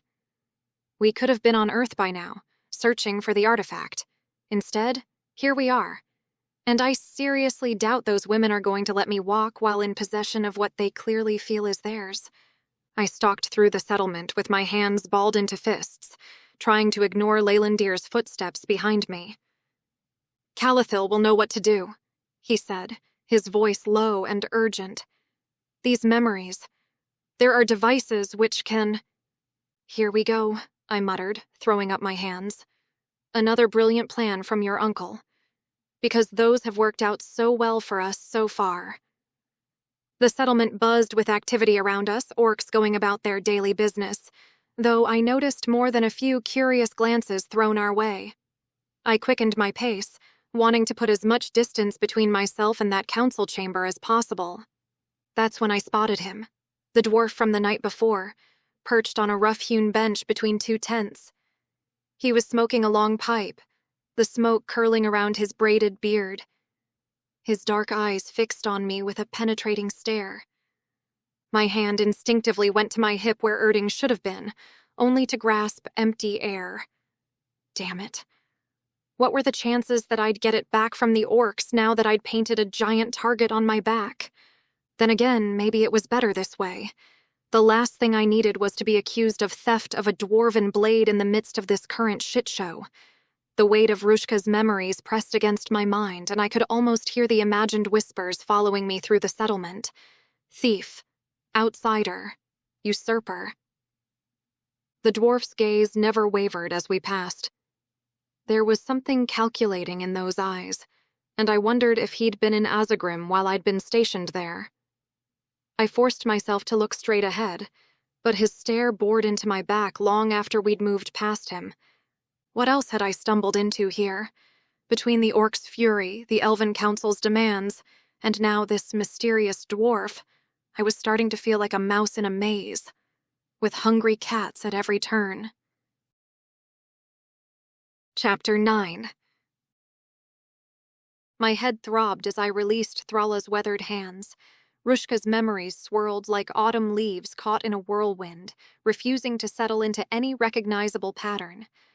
After 3 days of this, I was no closer to making sense of the dead orc elder's parting gift. Nor had I approached anywhere near the clarity of visions I'd seen the night of the funeral. "Perhaps we should rest," the priestess suggested, her green eyes sympathetic. Her voice was gentler than most orcs I'd met, suited to her role as a spiritual guide. We sat in the temple in the late afternoon, and already I could have curled up and gone to sleep. I nodded, grateful for the reprieve. I don't think my brain was built for this. I spoke in plain English, and Thrala understood through the copper bracelet she wore on her wrist, her own translation charm. The stone floor had long since numbed my crossed legs, and I stretched them with a wince. Human minds aren't meant to be storage containers for other people's memories. Thrala's expression softened with something that might have been pity. All minds are vessels, Asha Lopez. Some just require more preparation than others. I wasn't sure I wanted to know what other kind of preparation she had in mind. The Circle of Elders had been deliberating our fate for days now, and their only clear decision had been to send me to this temple with Thrala. Hour after hour of meditation, of trying to sort through the fragments of memory that Rushka had somehow thrust into my head. "Take some food," Thrala said, gesturing to a plate of dried meat and fruit. "And some air. It will do you good." I didn't need to be told twice. I grabbed the plate and made my way outside, finding a flat rock that overlooked the orc settlement of Gashak Tor. The afternoon sun was harsh, but the height of the plateau offered a welcome breeze. Below, the settlement buzzed with activity, and I assumed most still had no idea of the cat that had been put among the pigeons in the Circle of Elders. The food was simple but filling. The dried meat was salty like bacon, and there were wrinkled purple berries that burst with tartness. As I ate, I wondered for the millionth time how much longer this would take. I wasn't cut out to be a priestess, or a repository of memories. I was a soldier, trained to fight, not to preserve an alien race's ancestral knowledge. A flash of familiar white blonde caught my eye in the settlement below. Leylandir. My heart did that annoying skip it always did when I saw him now, followed by the familiar ache of our unresolved tension. We'd barely spoken since I'd been whisked away to the temple. I'd seen him in passing, but there was always a priestess frowning over a perceived interruption before we had a chance to speak properly. Then I noticed who he was with, and the ache transformed into something sharper. Kesthril. The copper gold of her hair caught the sunlight as she rested a hand on his arm, speaking to Leylandir with their heads bowed close. Even from this distance, I saw how naturally they fit together. Two elegant creatures from the same world, sharing the same long and lean features. They were heading toward the chamber where the Circle of Elders met, and I assumed Kesthril was here to corroborate our story and try to convince them to help us. I guessed she was the perfect elf to do it, actually. She'd likely slipped away from her work at Eldaland under the guise of taking a field trip to look at the Crag Jorak. Still, watching them together triggered something. A flash of Rushka's memory burst into my mind unbidden. Kesthrill's younger face illuminated by soft blue light in Eldaland's archives. Her copper gold hair gleams as she bends over an ancient scroll, amber eyes bright with fascination. Calathil stands behind her, a protective shadow, his hand resting lightly on her shoulder as they both study the yellowed parchment. The memory slipped away before I could grasp it fully, like trying to hold on to water. Frustrating, isn't it? Thrala's voice made me jump. She'd approached so quietly I hadn't heard her. The memories come clearest when we're not trying to force them. How did she know that I'd seen something? I cleared my throat and wiped my hands on my pants. Is that why the Circle hasn't made a decision yet? They're waiting for me to accidentally understand something important? Thrala settled beside me on the rock, her large frame casting a welcome shadow against the sun's heat. The Circle of Elders doesn't rush its decisions. Time moves differently for those who have seen as many seasons as they have. We might not have that kind of time, I said, thinking of the chaos that must be unfolding back home, of all the political implications of what was really happening. Something only a few humans understood. Perhaps not, Thrala agreed. But some things cannot be rushed. The memories Rushka gave you, they're like seeds. They need time to root themselves before they can grow into understanding. Below us, Leylandir and Kesthril had moved on with a contingent of guards following close behind. My feet itched to follow them, but Thrala didn't appear to be fazed by the elf's arrival as she followed my gaze. Would I be excluded from her meeting with the elders? I'm not sure I want them to take root, I admitted. I'm not sure I want to understand. Thrala's laugh was surprisingly melodic for an orc. Want has little to do with it, young one. Come, let's try again. This time stop fighting the memories. Let them find their own way home. If it's all the same to you, I think I'd like to know what's happening down there. I pointed toward Leylandir and Kestriel. Thrala's expression remained neutral as she waved me off. If you must. I hurried back into the temple, depositing my plate and taking a long drink of water from an earthenware jug.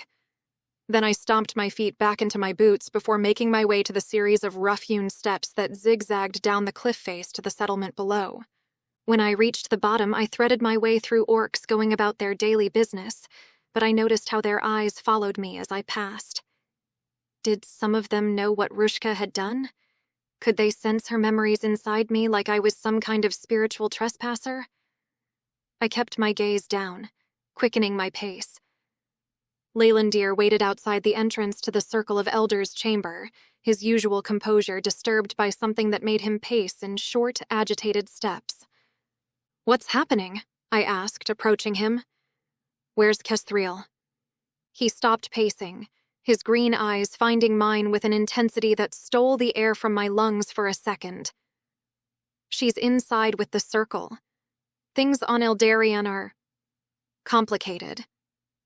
Complicated how? Leylandir ran a hand through his white blonde hair. Kestriel's team has detected a significant increase in magical activity in the Ethereum deposits near Eldaland.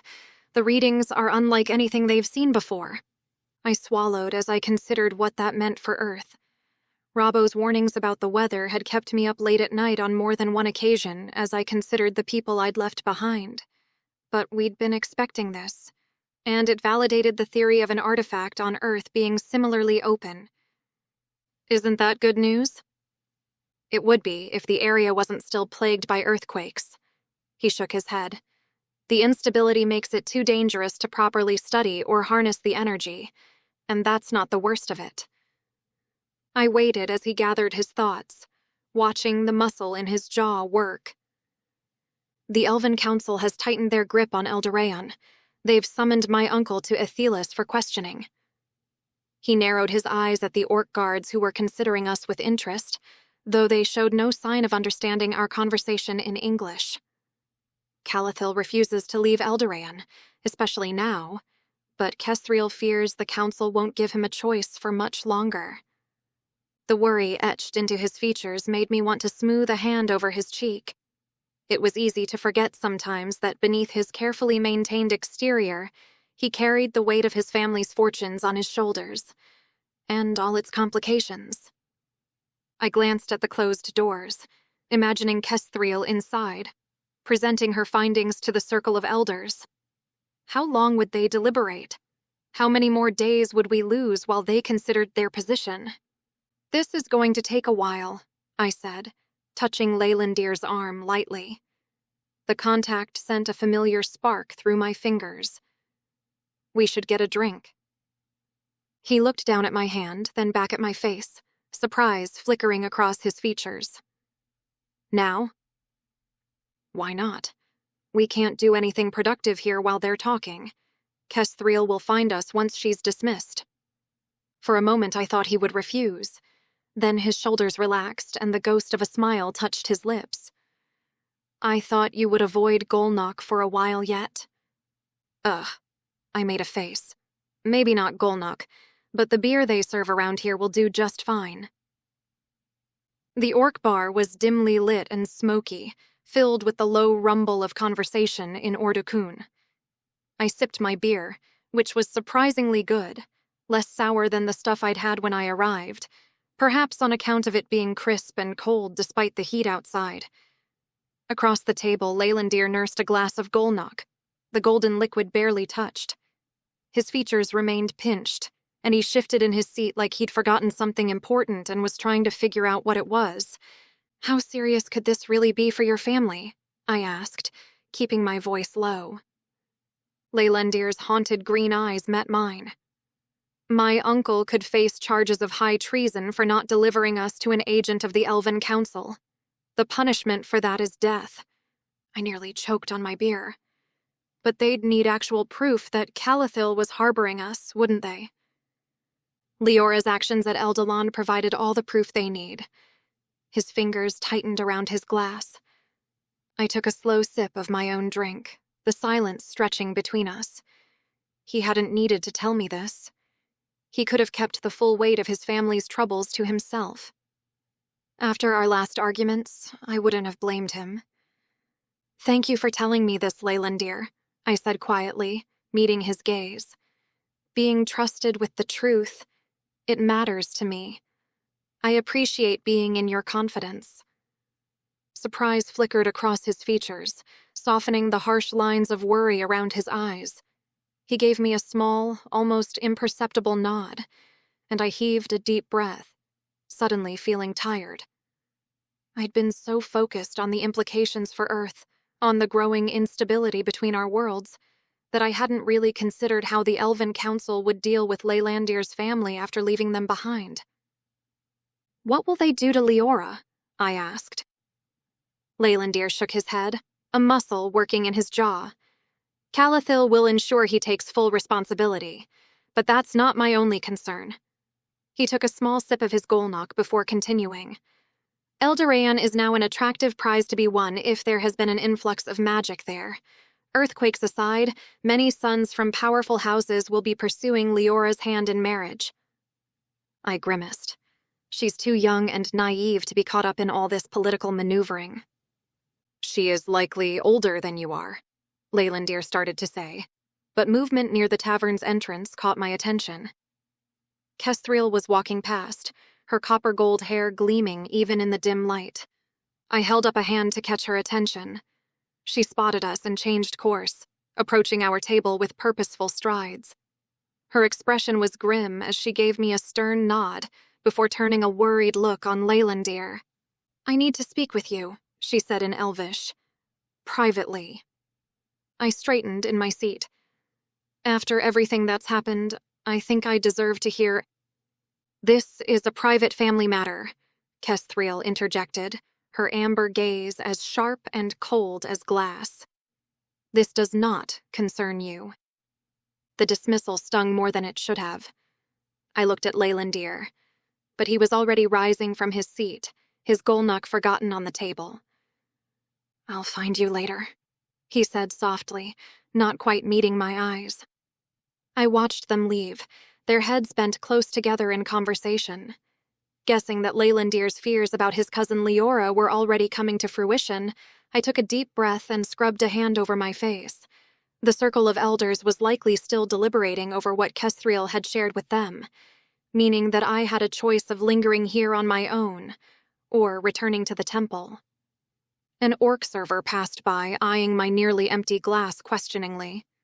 I nodded, and she returned moments later with a fresh drink. As I took a long swallow, I figured I'd wait for Leylandir to return and tell me what was so private that it couldn't be said in front of me. If he deigned to share it, that was. But I was sure I'd gotten to the bottom of the skeletons in his family closet already, so whatever Kestriel had to say couldn't be too sensitive. I waited for over an hour, but Leylandir didn't return. The beer had lost its crisp appeal, becoming warm and flat in the tavern's humid air. After deciding that I'd prefer a clear head to whiling away the evening drinking, I debated whether to head back to the temple or wait longer. The latter option felt increasingly pointless. Rubbing my tired eyes, I wondered if Robbo might be around somewhere. The ex-mercenary seemed to have his finger on the pulse in terms of what was happening in the settlement, even if his appraisals were a little on the blunt side. But as I stepped out into the late afternoon sun, I realized I had no idea where to find him, or if he was allowed to speak to me given his partner's apparent vehemence over my existence. My feet carried me through the settlement almost of their own accord, past the busy marketplace and toward the animal enclosures. I knew Leylandir often came here when he needed space to think. The morgue hat pens stretched out before me, the woolly creatures making low rumbling sounds as they grazed on the odd blue fodder. I spotted him immediately. His usual perfect posture was gone, replaced by hunched shoulders that made him look smaller. His back was to me as he sat on the fence, his focus seemingly on the giant creature in the pen before him. The morghat, a massive beast with gentle eyes, had stopped its grazing and rested its broad head against the fence near his hand, making a low, sympathetic rumble in its chest, as if it could sense the elf's silent anguish. "Are you okay?" I asked softly as I approached. He didn't turn, but I saw his hand lift to swipe angrily at his cheek. "I'm fine," he said, his voice rough and tight, a clear dismissal. But as he finally turned to face me, I caught the undeniable glisten on his cheek before he could hide it completely. Tears. A sharp, audible gasp escaped me. I'd never seen him cry before. "What happened?"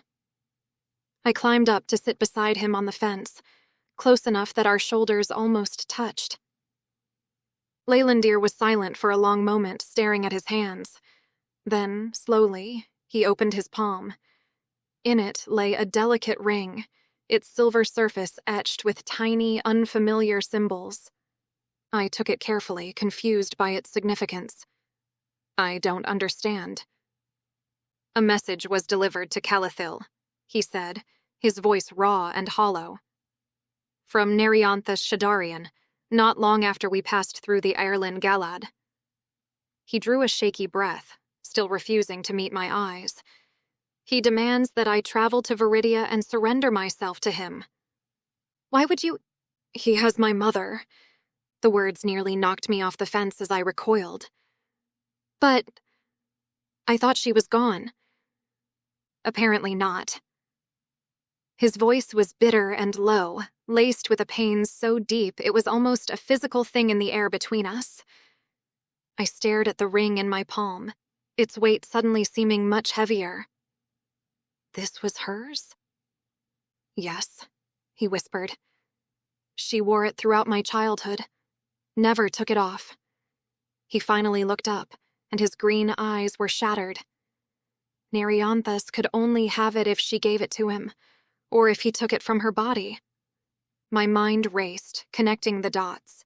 Nerianthus, his father, holding his mother hostage. A summons to Viridia, right into his father's hands. This wasn't just a political move. It was the cruelest possible leverage. "So he's giving you a choice," I stated, the grim reality solidifying in my mind. My voice was flat. "Go to him, surrender yourself, and save your mother. Or stay here, continue the mission with the artifacts, and leave her to her fate." He gave a single, sharp nod, his gaze fixed on the pen's dirt floor. He slipped down from the fence to stand, folding his arms over his chest like the choice was a vice, and it was crushing him. I looked at his face, at the raw anguish he was trying so desperately to contain, and in that moment, all the animosity, all the frustration between us, evaporated. I knew that choice, or lack thereof. "I lost my family right before the war started," I said, my own voice quiet. "I would do anything to have my mom back, even for just a moment." That was it. The words that broke through his defenses. A choked, broken sound escaped his lips, and the composure he'd been clinging to shattered completely. The tears he'd been fighting fell freely, and he doubled over slightly, his shoulders shaking with silent, racking sobs. Without thinking, I jumped down to join him, my boots sinking an inch into the soft earth. I stepped forward and wrapped my arms around him. He stiffened for a moment, a last gasp of resistance, then melted into the embrace, his face pressing into my hair as his shoulders shook. Rubbing his back in slow circles, I gripped him tighter as I felt my hair dampened where his face nuzzled into it. We stayed like that for a long time. The only sounds the low rumbles of the morghat and the ragged breaths he took as he slowly, painstakingly pulled himself back together. When the sobs finally subsided, he didn't pull away, just slumped against me, emotionally and physically spent. We were two broken people, clinging to each other in the shadows. Hey, I murmured into his hair, my voice soft. It's okay. We'll figure this out. I gently pulled back just enough to see his tear-streaked face. His eyes were red-rimmed and lost. For now, why don't you tell me about her? Tell me about Iolanthe. Chapter 10. My jaw cracked as I yawned while waiting by the entrance to the Elder's chamber. I'd convinced Leylandir to seek out Jurga before she went inside to tell the orc about Kesthrieel's message, hoping that her rage at me wouldn't get in the way of helping an old friend. Neither of us had gotten to bed and had instead nestled into a pile of the blue hay under the stars as Leylandir shared memories of his mother. The good ones and the bad ones. Then we'd been silent, simply appreciating each other's company as we each dwelled on the cards that had been dealt to us, and what we could do with them. Had a roll in the hay last night, eh? Robbo sauntered toward me with his eyebrows waggling. How did he?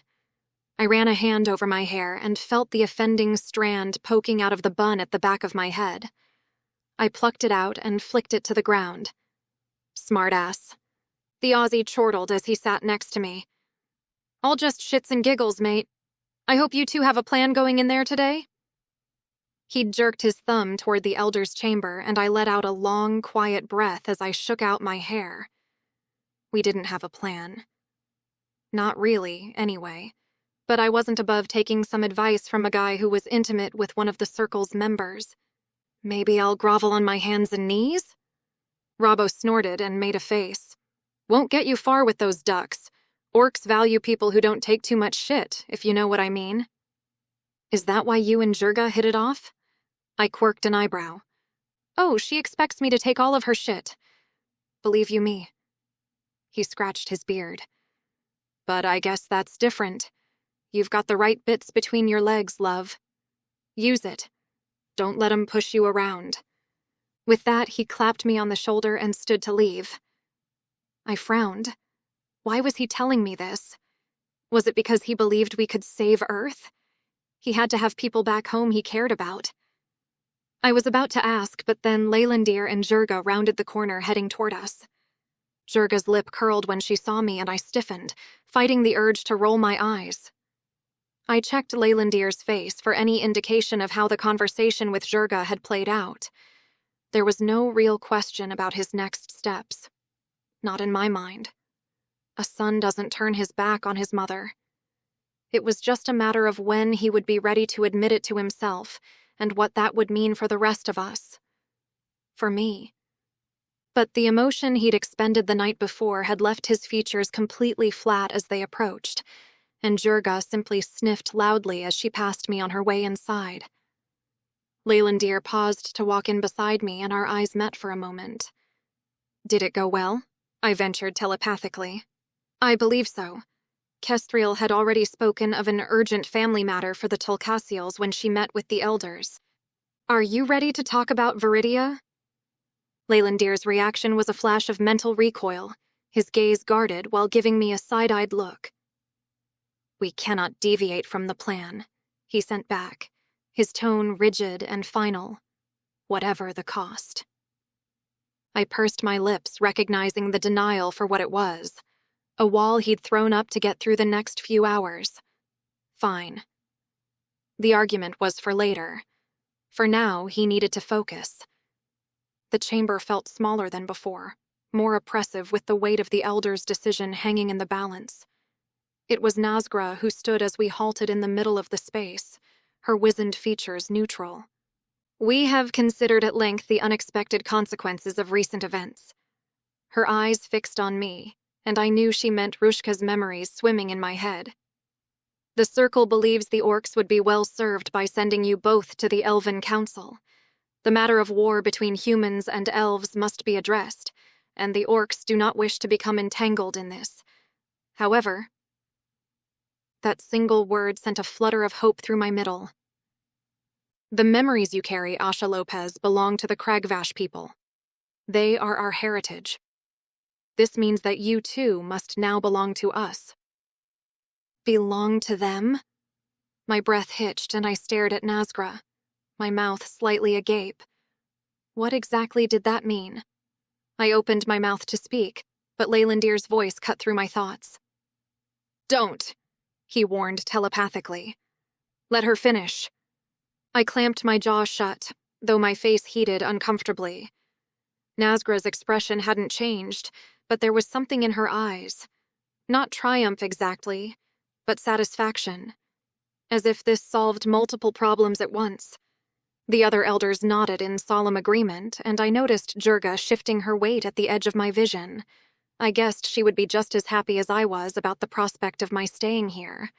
I forced myself to breathe slowly, evenly, as Nazgra considered my reaction closely. Whatever came next would change everything, my mission, my identity, my entire future. But Leylandir was right. I needed to hear them out before I did anything rash. This means we have no other choice. The war between humans and elves has now been thrust upon us, and we must use our ancestors' knowledge to fix what is broken on Earth and now in Eldoraon. Before this conflict bleeds into the Orduk realm, Jurga? Nazgra waved a hand toward her pregnant niece. Step forward. Jurga stood with a scowl and made her way down the steps to the center of the room, her movements deliberate and formal, despite her obvious displeasure. When she reached me, she grabbed my hand with more force than necessary, her green-tinged skin contrasting with my own. As one of our own now, Nazgra intoned, you will be bound to Jurga as a sister. My blood ran cold. Sister? I shot a panicked look at Leylandir, but he remained impassive, watching the proceedings with careful attention. Before I could voice any objection, Jurga produced a curved knife from her belt. The blade glinted in the dim light as she drew it across her palm, dark blood welling up from the cut. My panic wasn't just about the knife. It was the sudden, sickening clarity that if I was bound to a mission on Earth with Jurga, Leylandir would be left alone. He would use that as his opening. He would go to Viridia, and he would do it without me. I tried to pull away, but her grip was like iron. Wait. The knife bit into my palm before I could finish the protest. Jurga clasped our bleeding hands together, and the elders began to chant in Ordukun, causing goosebumps to flare over my skin as magic sparked around us. A green glow emanated from our joined hands, spreading up our arms like vines. I sucked in a sharp breath as something new bloomed in my mind, a presence that wasn't my own. Jurga. I felt her anger simmering just beneath the surface, but there was something else there too, a deep hurt that caught me off guard. I stared into her eyes, knowing she felt my own emotions just as clearly. I tried to project my feelings across this strange new connection, my guilt over what had happened with Rushka, my genuine remorse for the pain I'd caused. I hadn't asked for any of this, hadn't wanted to carry her grandmother's memories or cause such upheaval in their lives. Something in Jurga's expression softened slightly, the hard line of her mouth relaxing just a fraction. The anger didn't disappear entirely, but I felt it shift, becoming less sharp-edged. The bond is complete, Nazgra announced, and the green glow faded though the connection in my mind remained. As sisters bound by blood and magic, you will undertake this journey together. I shook my head slightly, trying to process what she meant. If you must venture to Earth, Nazgra continued, you will do so with your new sister at your side. Together, you will speak to the humans about Earth's Krag-Jorak, and from there, you will take the necessary action to repair it. And heed my words, Asha Lopez, you will follow Jurga's guidance in these matters. But she's... I stopped myself, very aware of Jurga's presence in my mind. Pregnant. Very pregnant by the look of things. Not that I was an expert. I'd been about to say as much, but I could feel how much she hated any suggestion that her condition might limit her. I am perfectly capable, Jurga said aloud, her voice tight. Through our connection, I felt her fierce determination to prove exactly that. That's not what I started to say, but caught myself again. When I'd suggested that we'd need Jurga's assistance, I didn't expect that it would be beyond gathering intel. After that, I figured we'd part ways. Wherever the gate was located on Earth would be dangerous. I didn't ask for you to take on our cause. There's a good chance I won't walk away from this alive. A flicker of surprise crossed our connection. She hadn't expected that response. I felt her considering my words, testing their sincerity through our bond. "And we didn't ask for you to become our responsibility," she said finally, her mental presence softening further. "But sisters watch out for each other, even if it leads to ruin." I nodded slowly, still trying to wrap my head around everything that had just happened. I had a sister now. An orc sister who was still mad at me, but who I could literally feel becoming less hostile by the minute. I should be angry. So very angry that this happened without my consent. But it felt like just another normal day in my increasingly complicated life. Through our bond, I felt Jurga's amusement. Great. Could she perceive my thoughts? "You will learn how to guard your mind in time." Jurga's thoughts came through clearly, tinged with dry humor. "How about you keep out until I manage it?" I shot back. "I will afford you this." I should have been outraged, but instead, my lips quirked into a small smile, and I couldn't tell if it was because the feelings were my own or Jurga's. "But what about—" I blinked and turned to Leylandir, then narrowed my eyes at Nazgra. "You haven't said anything about Leylandir.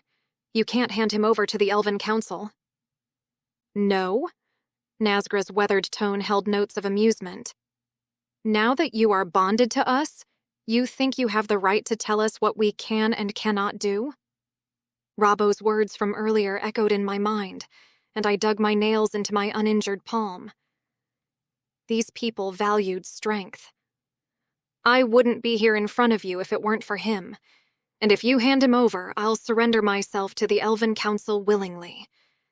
I swear it." "Asha," Leylandir cautioned. "No," I bared my teeth at him. "I can accept that I owe these people something, even if I never asked for this, but you don't owe shit to the Elven Council, and we haven't come this far only to—" "Silence," Nazgra growled. "Listen to her," Zurga's words cut through me. "Or you might find that the Circle learns that they can use the elf to bend you to their will, if they haven't already." I ran my tongue over my teeth and considered the orc elder. Her faint sneer couldn't disguise the knowing gleam in her eye. But I meant what I'd said. The only way they were sending Leylandir to the Elven Council was over my dead body. The elf has caused considerable grief among his people, and in turn, his people will sanction us for withholding him from them. But we agree that his connection to Eldarion is required for your purposes. Nazgra shuffled back to her seat and winced as she sat. My shoulders sagged in relief, though I kept my expression neutral. I sensed Jurga's approval through our new bond. Dorgath rose from her seat, her movements slow and deliberate as she fixed us with a stern gaze. "The Circle of Elders hereby suspends judgment of Leylandir Tulkasiel and Asha Lopez for their desecration of our sacred site and causing the death of Elder Rushka." Her voice carried the weight of formal proclamation. "This suspension shall remain in effect until such time as the current unrest between worlds is resolved." I caught the careful wording. This wasn't forgiveness or absolution, just a stay of execution, essentially. But it was enough. We could move forward with our mission without looking over our shoulders for orc retribution. I shared a look with Leylandir. We had the protection of the Orduk people from the Elven Council, just like he surmised at the funeral. It appears we have plans to make. Jurga's thoughts slipped into my mind. "I would thank the Circle if I were you and leave before they change their minds." I nodded and stepped closer to Leylandir, whose expression was still carefully guarded. When he bowed, I matched his movements and we thanked the Circle of Elders in turn, before leaving. I had the urge to drag Leylandir away to talk about what was next somewhere private, but even if Jurga wasn't following hot on our heels, I realized that privacy was going to be an issue from here on out. "The Kragvash people have a permanent settlement in this area." Jurga pointed to a map spread out on the table in what I assumed were her rooms. "Roughly halfway between Wagga Wagga and Narendera," Robbo piped in, as if that meant something to me. I frowned at the spot on the map which showed the location in the southeast of Australia, in the state of New South Wales. Leylandir was mostly looking at me like I'd know the place, but I only shrugged. We will meet with the aunties and see what we can learn from them, on their own if we can. I do not trust these male military leaders. Jurga made a face and rubbed her belly absently. Aunties? I frowned. Robbo cleared his throat and ran a hand over his beard. Aboriginal elders. Back when the Cragvash and the top brass back home were hammering out an agreement for trade, a circle of Aboriginal elders from all over was established as part of the governance. But I halted at both Robbo's warning look and the flash of indignation in my mind from Jurga. Blinking, I frowned, sure that Australia was under military rule like the rest of the world. But I guessed that would be considered backward by the matriarchal Orduk people. I tried to smooth it over in my mind, conscious that I was likely projecting every internal thought to my new sister, but Jurga's indignation only turned to a surly ball of contempt. If we had our way, we would not meet with your menfolk at all, she sneered. It is no wonder that Earth is in such a state of upheaval with your leadership riddled with penises. A snort of laughter escaped my lips, and I quickly clamped a hand over my mouth. From the bland look on Robbo's face, he'd heard it all before, but Leylandir only tilted his head, a flicker of bemused curiosity in his eyes. I mean, sure, but I don't think these aunties of yours are going to have access to the international intelligence we'll need to figure out where the Earth equivalent of the Crag Jorak is. I stared at the map. The Australians might not know anything about it. It's true, love, Robbo agreed as he wound an arm around Jurga's waist. My bet is the Yanks have it.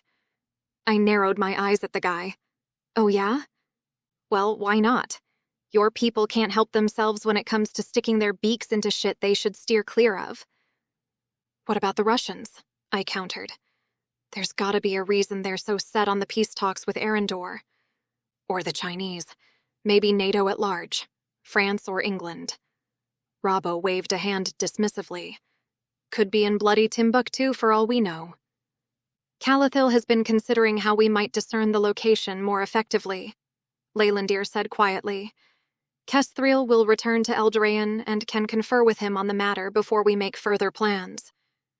I have already sent a messenger ahead to our Earth encampment. We leave in 2 days, Jurga said.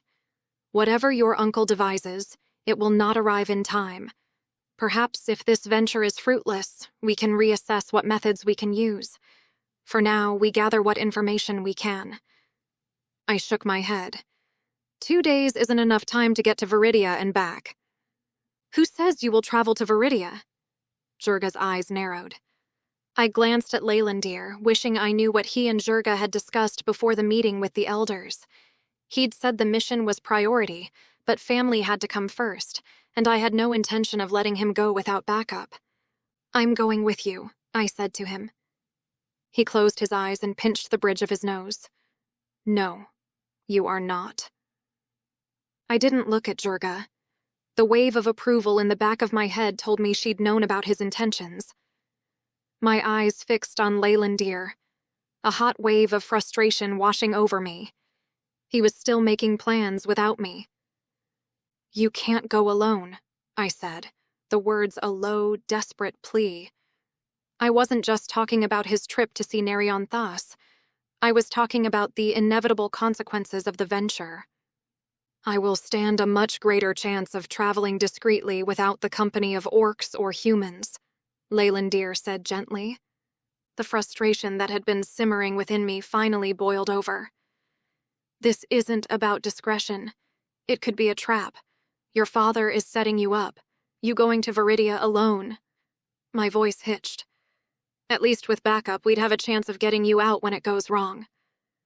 The memories you carry are too precious to risk, Jurga cut in, her voice firm. The circle would never allow it. Let him go, her thoughts pressed into my mind. He is more than capable of handling himself. Trust in his abilities. I wrapped my arms around myself, trying to contain the storm of emotions threatening to spill over. Through our bond, I felt Jurga's mixture of sympathy and exasperation. "I will rejoin you after I have spoken with Nerianthus," Leylandir projected softly. "I regret that our paths must part for a time." "They don't have to," I insisted, meeting his gaze. "You can't just leave me here." "I am sorry, Asha. I did not intend to exclude you from this decision." "You're not excluding me from a decision," I insisted, my mental voice raw. "You're excluding me from saving your life. You can't just go in there without backup." He didn't flinch, but broke the eye contact and cleared his throat. "I should speak with Kesthreel before she departs." Without another word, he turned and left the room. I watched him go, my arms tightening around myself as if they could hold back the ache in my chest. "Righto." Robbo cleared his throat awkwardly. "Think I'll go check on those travel arrangements." He squeezed Jurga's shoulder as he passed, leaving us alone. The silence stretched between us, broken only by the distant sounds of the settlement outside. I felt Jurga's presence in my mind, sifting through the emotions I couldn't quite contain. "Your feelings for the elf are clouding your judgment," she said finally, her tone surprisingly gentle. She pressed her fingers to her temples and grimaced. "And mine now, apparently. It's giving me a headache." I turned away, not wanting her to see my face. It was bad enough she felt everything I felt. The worry, the fear of losing him, the deep desire to have him even if it broke us both. "You should resolve this before he leaves," Jurga continued. "It is best to speak one's heart." I let out a bitter laugh. "There's no future for us, Jurga. What we're working toward? It would close the doors between our worlds forever." "Some doors, yes," she conceded. "But not all of them. There is something else which makes you hesitate." Through our bond, I felt her genuine concern, tinged with frustration at my stubbornness. Concentrating, I forced her out of my head as the truth of what was so terrifying about a relationship with Leylandir bubbled to the surface. Magic. And what it had broken inside me. Jurga's lips curved upward, a flicker of approval in her eyes at my newfound control. "Good. You learn fast. Try to keep it up, or I will soon become lovesick myself."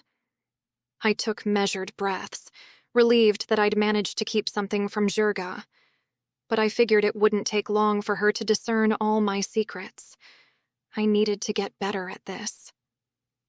"He's leaving for Viridia," I said, and bit my lip. "To meet with the father who abandoned him before he was even born, and the mother who disappeared when he was a kid.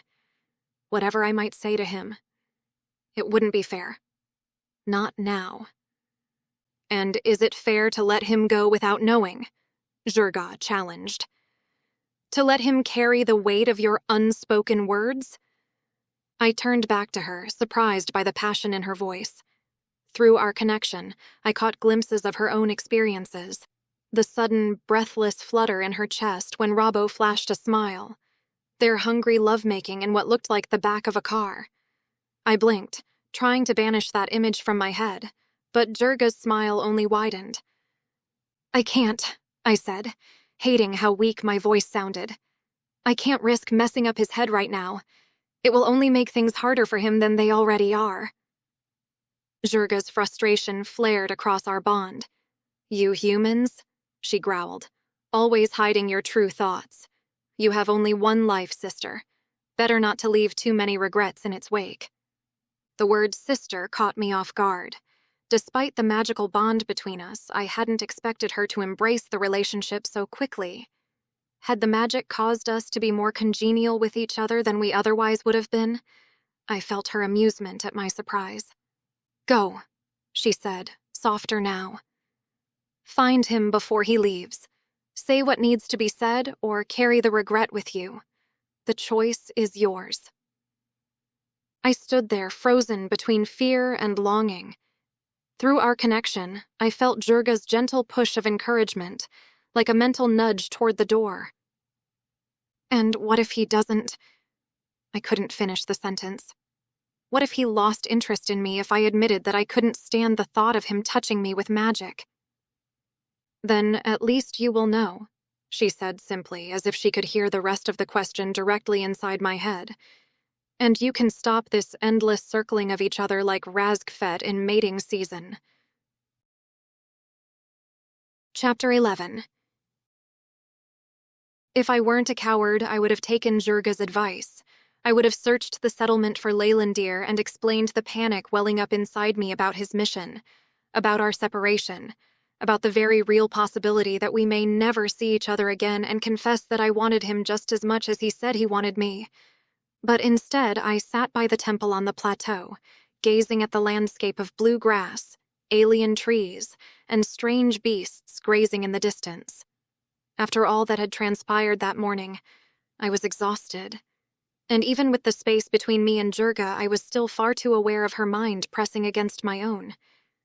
I found my own awareness snapping back into the confines of my skull with a jarring thud as Thrala's instructions washed over me for what felt like the 100th time. The orc priestess's patient voice guided me through the process of building mental barriers, her consciousness gently pressing against mine to demonstrate the technique to section off the part of my mind that had become inexplicably entangled with Jurga's. "Like this?" I asked, attempting to visualize the wall she described. Thrala's throaty laugh echoed across the plateau. "No, child, you're thinking too rigidly. It's not about building a fortress. It is about creating a gentle boundary, like drawing a curtain or closing a door." "I'm never going to get the hang of this," I muttered, rubbing my temples. "You will," she said, her confidence somehow making me feel worse. "But perhaps that's enough for today." I nodded gratefully, too exhausted to argue. The sun was setting, casting long shadows across the blue grass that still made my eyes hurt with its wrongness. Everything felt wrong lately, like I was trying to catch water with a sieve, events slipping through my fingers faster than I could grasp them. Then again, hadn't it been like this since the moment I fled Earth with Leylandir? Since I'd chosen to trust an elf prisoner and found myself caught in a web of politics and magic I barely understood. I should have been relieved that home was finally within reach. Soon I'd be back on Earth, feeling real sunlight on my face, eating food that didn't taste like it had been conjured from someone's imagination of what food should be. But relief was the last thing I felt when I thought about our return. Not when Leylandir was very likely walking straight into Nereonthus's carefully laid trap. Not when the Elven Council, the same one we'd spent so much energy avoiding on Eldraon, might finally snatch him up to pass their long-awaited judgment on him. I picked at the grass beside me, watching as the blades shifted from blue to an even more unsettling purple in the dying light. I had no right to tell him not to go, no matter how much I wanted to. Not when his mother might be waiting for him. How could I possibly stand between him and that reunion? After everything he'd lost, everything that had been kept from him, I couldn't be another person who denied him his heritage, his family. But gods, I wanted to. The selfish part of me wanted to grab him and run in the opposite direction, to find some quiet corner of the universe where politics and magical cataclysms couldn't touch us. A place where the paralyzing fear I felt every time I considered acting on my feelings for him simply didn't exist. Thrala's voice cut through my brooding, her consciousness brushing against the edges of my mind. "Your thoughts are loud enough to hear without any magical connection, little one." I glanced at her, finding understanding in her weathered face. "Is it that obvious?" "Only to anyone with eyes," she said dryly. "You love him." I didn't deny it. What was the point? "It's not that simple."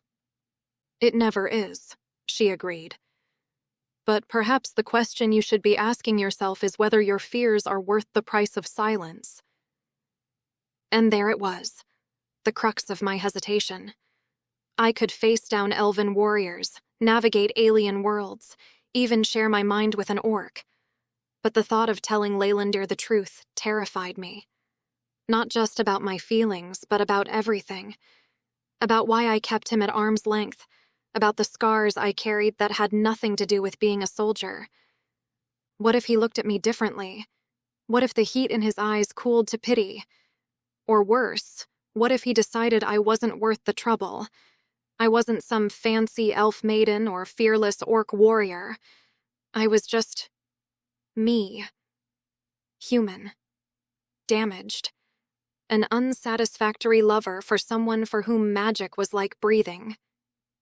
"You're doing it again," Thrala said, rising to her feet.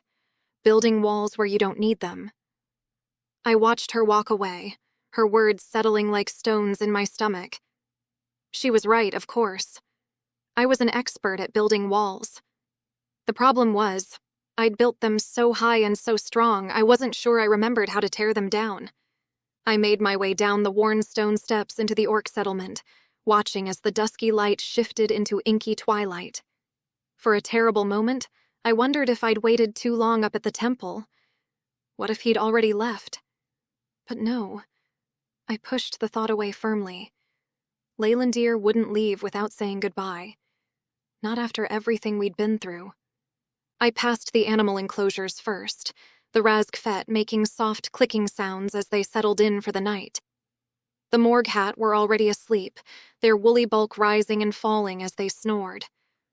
No sign of him there. The market square was mostly empty. Just a few orcs cleaning up their stalls and securing their wares for the night. I continued on toward the residential areas, where chambers had been carved into the hillside. The corridors were lit with a warm amber glow, but still no Leylandir. Finally, I reached out with my mind, touching that familiar connection between us. "Where are you?" His response came immediately, his words a gentle brush against my consciousness that made my skin tingle. He guided me through the maze of corridors to what appeared to be guest quarters. When I found the right door, I wasn't surprised to find him with Kestriel. The archaeomancer was gathering some papers from a desk, her copper-gold hair hanging around her face. She looked between us as she moved to leave. "Perhaps you can talk some sense into him," she said to me as she passed, her voice tight with concern. I frowned at her words, watching as she disappeared down the corridor. When I turned back to Leylandir, he looked tired, the kind of bone-deep weariness that had nothing to do with physical exhaustion. "What did she mean by that?" I asked, though I had a feeling I knew. He ran a hand through his white blonde hair, the green tinge more pronounced in the amber light of the wall sconces. Rather than answering immediately, he moved to examine a tapestry hanging on the stone wall, his tall frame rigid with his hands on his hips. His fingers tapped restlessly against his thigh as he stared at the woven patterns. "Kestriel thinks I'm walking into a trap," he finally said, still facing away from me. "That my mother is simply a ploy for Nerianthus to get me exactly where he wants me." I folded my arms and sank onto a plump ottoman. "And what do you think?" He turned, pacing the length of the room once, then twice, his movements fluid despite his obvious agitation. Dimrin, curled on a nearby cushion, lifted his head to track his master's movements, scales shifting to a deeper blue that seemed to reflect Leylandir's mood. "I can't ignore it, Asha." He stopped his pacing and looked at me directly. "If there's even a chance she's alive." He trailed off, his green eyes distant. "I need to know what happened to her. And if she wants to return to Eldrion, to be free of whatever hold Nerianthus has over her, then I have to try." I nodded, spotting a pitcher of Golnock on a nearby table. I poured us both a measure. Taking a small sip, I used the moment to shore up my mental barriers, needing privacy from Jurga in that moment. The Golnock burned pleasantly going down, giving me courage I wasn't sure I possessed. Leylandir took the other cup, but didn't drink, just stared into its depths as if they might hold answers to all his questions. "I understand," I said finally, and I did. How could I not? If someone told me there was a chance to see my parents again, to take away what I'd done to them, wouldn't I move heaven and earth to make it happen? But Kestriel's right too. It could be a trap. "I know." His voice was soft. "But what choice do I have?" The question hung between us, heavy with all the things I wanted to say but couldn't seem to force past my lips. I took another sip of Golnock, hoping it might loosen my tongue, might give me the strength to tell him everything I'd been holding back. None, I said and shrugged. I'd go too if I were in your shoes. Leylandir arched an eyebrow and took a gulp of the Golnock, his focus shifting. It was like he was all of a sudden back in the room with me, rather than lost in thoughts of his mother and Nereonthas. He set his cup down, still watching me with that penetrating gaze. The bond. How are you feeling? He pulled another ottoman across the stone floor until it was directly in front of mine. He sat, leaning forward with sudden intensity, our knees nearly touching. The scattered quality of his attention had vanished, replaced by a focus so complete it was almost unnerving. Like my brain has been put through a grinder. I rubbed my eyes. It's not... it doesn't hurt. It's just a lot, you know? With him sitting so close, I could see the flecks of gold in his green eyes and the slight furrow between his brows. His hands rested on his knees, inches from mine. I regret that I insisted you take part in the funeral rites. If I had known... If this, I twirled my finger toward my head, hadn't happened, I suspect the elders would have put a bow on both our heads and sent us to the Elven Council. It isn't your fault. Now that Jurga has access to my brain, maybe she can take the memories back. We'll figure something out. Leylandir's lips pressed into a thin line which suggested that I was being naive, and maybe I was, but I just didn't have the bandwidth to think long-term. If I suddenly belonged to the Cragvash people, it had implications down the line once the gates had been closed and I was back on Earth. But that could come later, if we ever managed to get the job done and lived to tell the tale. He reached forward suddenly, taking my free hand in his. The unexpected contact sent a jolt through me, his skin warm against mine. You must be careful on Earth. Promise me this. You want me to be careful? I scoffed. I think out of the two of us, it should be you promising me you'll be careful.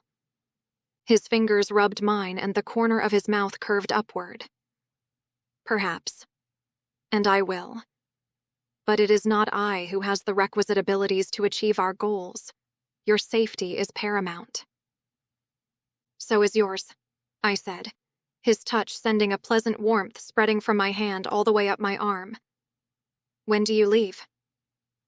Leylandir broke the hand contact and took a sip of Golnock. Tonight. Kestriel and I will take a portal to Athelis. From there... He swirled the golden liquid in his cup.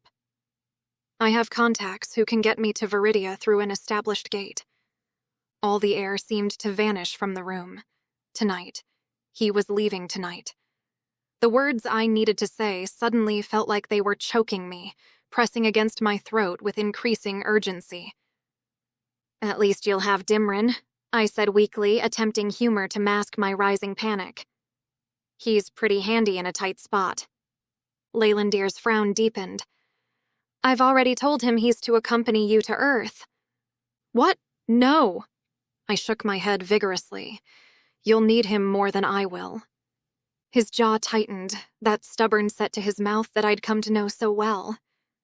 I insist. You won't be safe on Earth, Asha. I need to know you have the means to evade capture if necessary. I wanted to argue, to tell him I could take care of myself, but I couldn't bear the thought of our last moments together being spent fighting. What if he never came back? I reached for the Golnock and poured us both another measure. The liquid burned down my throat as I took a long swallow. You're the most stubborn person I've ever met, I said, but there was no heat in it. My hands trembled as I set down my cup. It was now or never. I closed my eyes, gathering what courage I could find. About the other night, I started, my voice croaky. I can't let you leave thinking that I don't want you because you're a hybrid and that stupid idea your people have that it makes you somehow beneath them. Shit, I'm a hybrid too. The words tumbled out, clumsy and raw. Part of it is that I can't picture a world where we could be together without our races trying to kill each other. I took another drink, liquid courage burning through my veins. But In the temple when we kissed, my voice cracked. When you used magic to touch me, I freaked out. I can't do that. You know, magic. For pleasure. And I know that probably sounds dumb and maybe it means I'm not enough. Sexually for you, and that's... Leylandir's eyes widened, a flash of confusion crossing his features before understanding dawned. His lips parted slightly, a mixture of shock and something deeper flickering across his face. His jaw clenched and his fingers gripped his knees as he processed my words. He leaned forward as if to speak, but I rushed on, desperate to get everything out before my courage failed me. I get it if that's a deal-breaker, I really do. But I just wanted you to know that it's not you. It's not because of what you are, it's because Asha. Leylandir's voice was strangled, his expression transformed with emotion as he stared at me. Before I could finish my rambling, he moved forward, gathering me into his lap on the ottoman. His hands came up to cradle my face, thumbs gently wiping away tears I hadn't even realized were falling. "Listen to me," he said, his voice fierce and tender all at once. "I will never cross a boundary you place before me. Never. Let me show you. May I?" I sniffed, nodding as I looked into those green eyes that held such intensity, such care. He leaned forward slowly, deliberately, and pressed his lips to mine. The kiss was gentle, completely devoid of magic, just his mouth on mine, his hands still cradling my face, grounding me in the simple contact of it all. I felt my body melt against his, but then his mouth left mine, and his forehead pressed against my own. "Had I known then what had troubled you—" "It was too much," I whispered. "And there was just so much going on. There always is with you." I felt his chest rumble with soft laughter beneath my hands. "I suppose there is," he murmured, his hands sliding down to rest at my waist. The weight felt reassuring, anchoring me to the moment. "I should have told you sooner," I said, my fingers tracing the line of his jaw. "I was just... scared." His eyes softened. "Of what?" "Of this. Of feeling this much." I squeezed my eyes shut for a moment, gathering my resolve. "And that you might change your mind about me." Leylandir pulled back slightly, just enough to look at me properly. His vivid green eyes almost shimmered. "I cannot think of one thing you could tell me that would make me want this less," he said, his voice carrying a quiet certainty.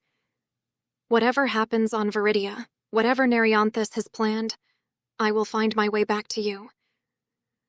I wanted to believe him. Gods, how I wanted to believe him. But the reality of our situation was inescapable. In a few hours he would be gone, walking straight into whatever web Nerianthus had woven. And I would be heading back to Earth, trying to close the gates that might separate us forever. The unfairness of it all coiled into a tight, bitter knot in my chest, and I'd yet to tell him why magic was a no-no in the bedroom. Deep inside, I knew there was something I could tell him that would make him see me differently. Swallowing, I closed my eyes, not wanting to break the moment with an ugly, murderous confession. In that moment, I just wanted to treasure what was here in front of me. I pressed my lips to his again, and this time the kiss deepened, becoming more urgent. My fingers tangled in his hair as his hands tightened at my waist.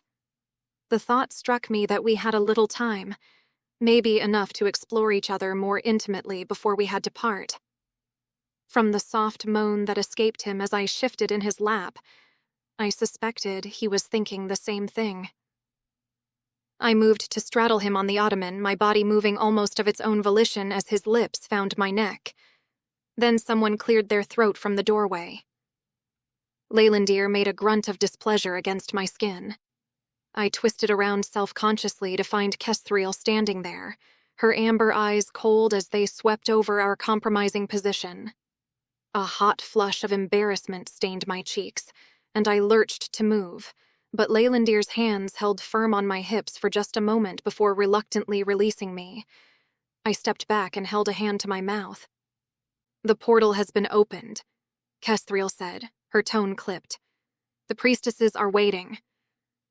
She grabbed her bag from where she'd left it earlier, then added, "Make your farewells," before disappearing into the corridor.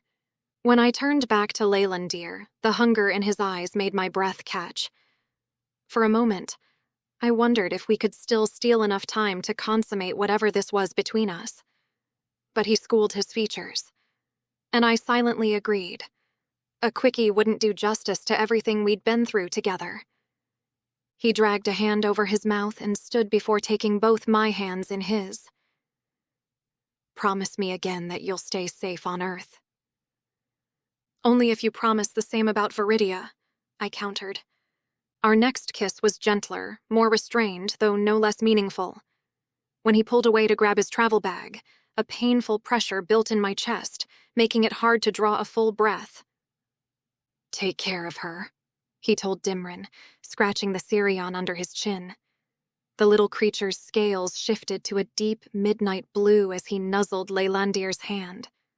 I wanted to follow him out, to watch him leave, but I didn't think I could bear seeing him step through that portal. Instead, I managed to say, "You better get your ass back to Gashak-Tor before I'm done on Earth." His smile was worth memorizing. I wanted to keep it safe in my mind for the lonely days ahead. He crossed back to me for one last kiss, but Kesthryl's voice rang out from the hallway. "Leylandir, we need to go. Now." We both snickered at her impatience, though the sound caught in my throat as fresh tears welled up. Leylandir's thumbs gently wiped them away, and he pressed 2 soft kisses to the tear tracks on my cheeks. Then he was gone, leaving nothing but the lingering warmth of his touch and a hollow space blooming in my chest where his presence had been. Dimrin curled around my ankles, his scales now a muted gray that seemed to match my mood perfectly. Chapter 12. Stepping through the gate located in a lonely plain on Gashak-Tor to arrive on Earth should have had me grinning from ear to ear. Instead, I blinked against the shift of light as we emerged into a dusty, barren field surrounded by orc soldiers. Jurga winced and held her swollen belly, and Robbo hovered protectively over her as his eyes scanned our new surroundings. The first thing I noticed was the sun, and I stepped clear of the milling crowd of orcs to stare into the familiar yet strange blue sky above us, the glowing golden orb beaming down on us in a way that I hadn't seen in over 15 years. It was true. The clouds had parted on Earth, and if the cracked dirt beneath my feet was anything to go by, my home world was doing its darndest to keep up with the shifting climate. Blinking, I snapped my gaze downward to look for threats, with the burning light from the sun still blooming under my eyelids. In the distance, I spotted chain-link fencing, and off to the right stood a cluster of construction trailers and modular buildings. This was Jurga's base of operations in Australia, and even as I stepped forward to get a better look at it, I couldn't see any humans among the orcs permanently stationed here. Dimrin snuffled at the ground ahead of me, his little blue tail swishing behind him with interest. Every time my eyes lingered on the little Sirion, my mind wandered to how Leylandir was faring in Arendor and my worry that Dimrin should have accompanied him into hostile territory. But it was too late for that now, so my mission was to ensure the creature didn't get himself into too much mischief while he was here. "Not too far, Dimrin," I warned, pointing to the fence. "Over there is out of bounds, okay? You have to stay inside the perimeter." "Dimrin stays with Asha," he agreed telepathically. "Dimrin promises." I wasn't sure just how seriously to take a promise from a creature that took particular delight in using his stealth magic to get into places he shouldn't go. But my guess was that he took his vow to Leylandir more seriously than whatever concessions he made to me, so I told myself to focus on those around me and what comes next. Jurga appeared to be giving orders to an orc male who approached while she made her way to the closest building, with Robbo hot on her heels. I decided to follow the Aussie's suit and hustled to keep up with them. Once at the threshold of the trailer, the orc nodded and turned to leave, but not before giving me an odd look. Right. I was a newcomer to the orcs here, and Jurga had told me that they would keep me for the most part out of sight of the Australians they met with, much to my dismay. I couldn't see the point of coming along if I didn't have a role to play, but as Jurga liked to remind me frequently, the Circle had placed Jurga in charge here. "Why so glum?" Jurga said as she lay back on a sofa built into the wall of the narrow trailer with her hand still on her belly. "I do not know which is worse, the pining or the incessant sulking at the back of my mind." I narrowed my eyes at my newly minted sister and considered the tight ball of discomfort nestled in the back of my head. "You're no picnic either, you know." I watched as Robbo made his way to a small mini-fridge tucked into the corner. He pulled out a beer and cracked it open, letting out an appreciative sound as he took his first sip. When he gestured toward me with another bottle, I shook my head. His gaze shifted to Jurga, eyebrow raised in question, but she waved her hand irritably. "What I want is that chocolate the humans brought last time," she said, her tone making it clear this wasn't the first time she'd mentioned it. Robbo's lips twitched as he caught my eye, and I returned his knowing look. "Righto," he said, pushing away from the counter. "Need to see a man about a dog anyway." He slipped out the door, leaving me alone with Jurga. I studied her as she shifted uncomfortably on the sofa, rubbing her lower back. Through our connection, I felt the muted sense of her discomfort, the aches, the restlessness, the constant pressure. I'd never really pictured myself having children, but I'd occasionally wondered what pregnancy might feel like. After these past few days of experiencing Jurga's condition secondhand, I'd decidedly crossed that particular curiosity off my list. It seemed thoroughly unpleasant. "When is the baby due to arrive?" I asked, trying to distract both of us from the shared discomfort. "Approximately 1 Earth month," she replied, adjusting her position again. I frowned. "Is it wise to be on Earth so close to your due date?" I paused, then added, "Do the Australian authorities even know that Robbo's the father?" Jurga's gaze went distant, her features smoothing into a calm, unreadable mask. "I will love my child equally whether they are born here on Earth with their human father's traits, or back on Gashak Tor, where they will be born an orc." Her answer had the hairs on the back of my neck standing up. It wasn't really an answer at all, which told me plenty. They were likely keeping Robbo's paternity under wraps with good reason. The sight of Jurga's belly, unmistakable evidence that humans and orcs could produce offspring, would make a lot of people nervous. The door swung open again, and Robbo strode back in. "Numbnuts is here," he announced, and I raised an eyebrow. "The handler from Canberra," Robbo explained. "He's a rite tosser, but he said he'll get you some more chocolate, love." He'd said the last part to Jurga, who sat up with a wince, but I blinked as I tried to recall the details on the map of Australia Robbo had shown me. Canberra should have been a fair distance away from our location. "Already?" I asked, surprised. "How did they manage that so fast?" "The priestesses set up a fixed portal from Canberra to just outside camp," he explained, taking another pull from his beer. "Otherwise, it was taking too bloody long to get messages back and forth. Orcs prefer to do business face-to-face, yeah?" "I'm going with you," I insisted, pushing myself up from where I'd been leaning against the wall. Jurga nodded, but held up a finger. "You'll need to wear the robe we brought, to hide your face." I bristled at the suggestion, but took a calming breath through my nose. It grated against everything I stood for as a soldier to hide myself like this. With a sharp nod, I moved toward the back of the trailer to change, my jaw clenched tight. Jurga's clear amusement filtered through our connection as I went, which only served to irritate me further. I had to remind myself for the millionth time that I wasn't just a nobody anymore. And if the elves had shared the intel of our surfacing on Gashak Tor with Earth, then the Australians might be expecting me to show up. I followed Jurga outside, the robe's stifling fabric irritating my skin with every step. Though the gauzy material over my face allowed me to see clearly, I had to keep my hands tucked into the sleeves to hide their telltale olive tone.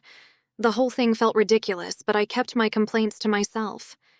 The guards at the chain-link gate fell into formation around us as we made our way to an isolated gazebo where 3 people waited.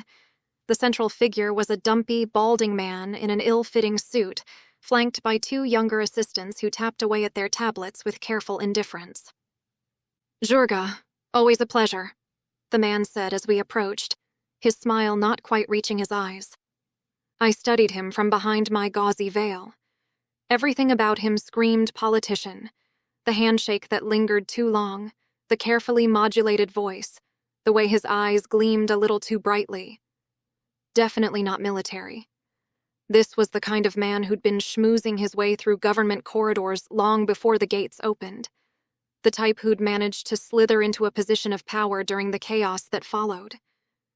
"Shane Simpson," Jurga returned the greeting with a slight nod. "Tell me of the current state of affairs since the failed trade shipment." Shane's artificial smile widened, revealing teeth too white to be natural. "We're making excellent progress. In fact, we're very much looking forward to our next forum where we can discuss the specifics in detail." Something about his demeanor set my teeth on edge. The way he spoke, all forced pleasantries and vagaries, made my skin crawl.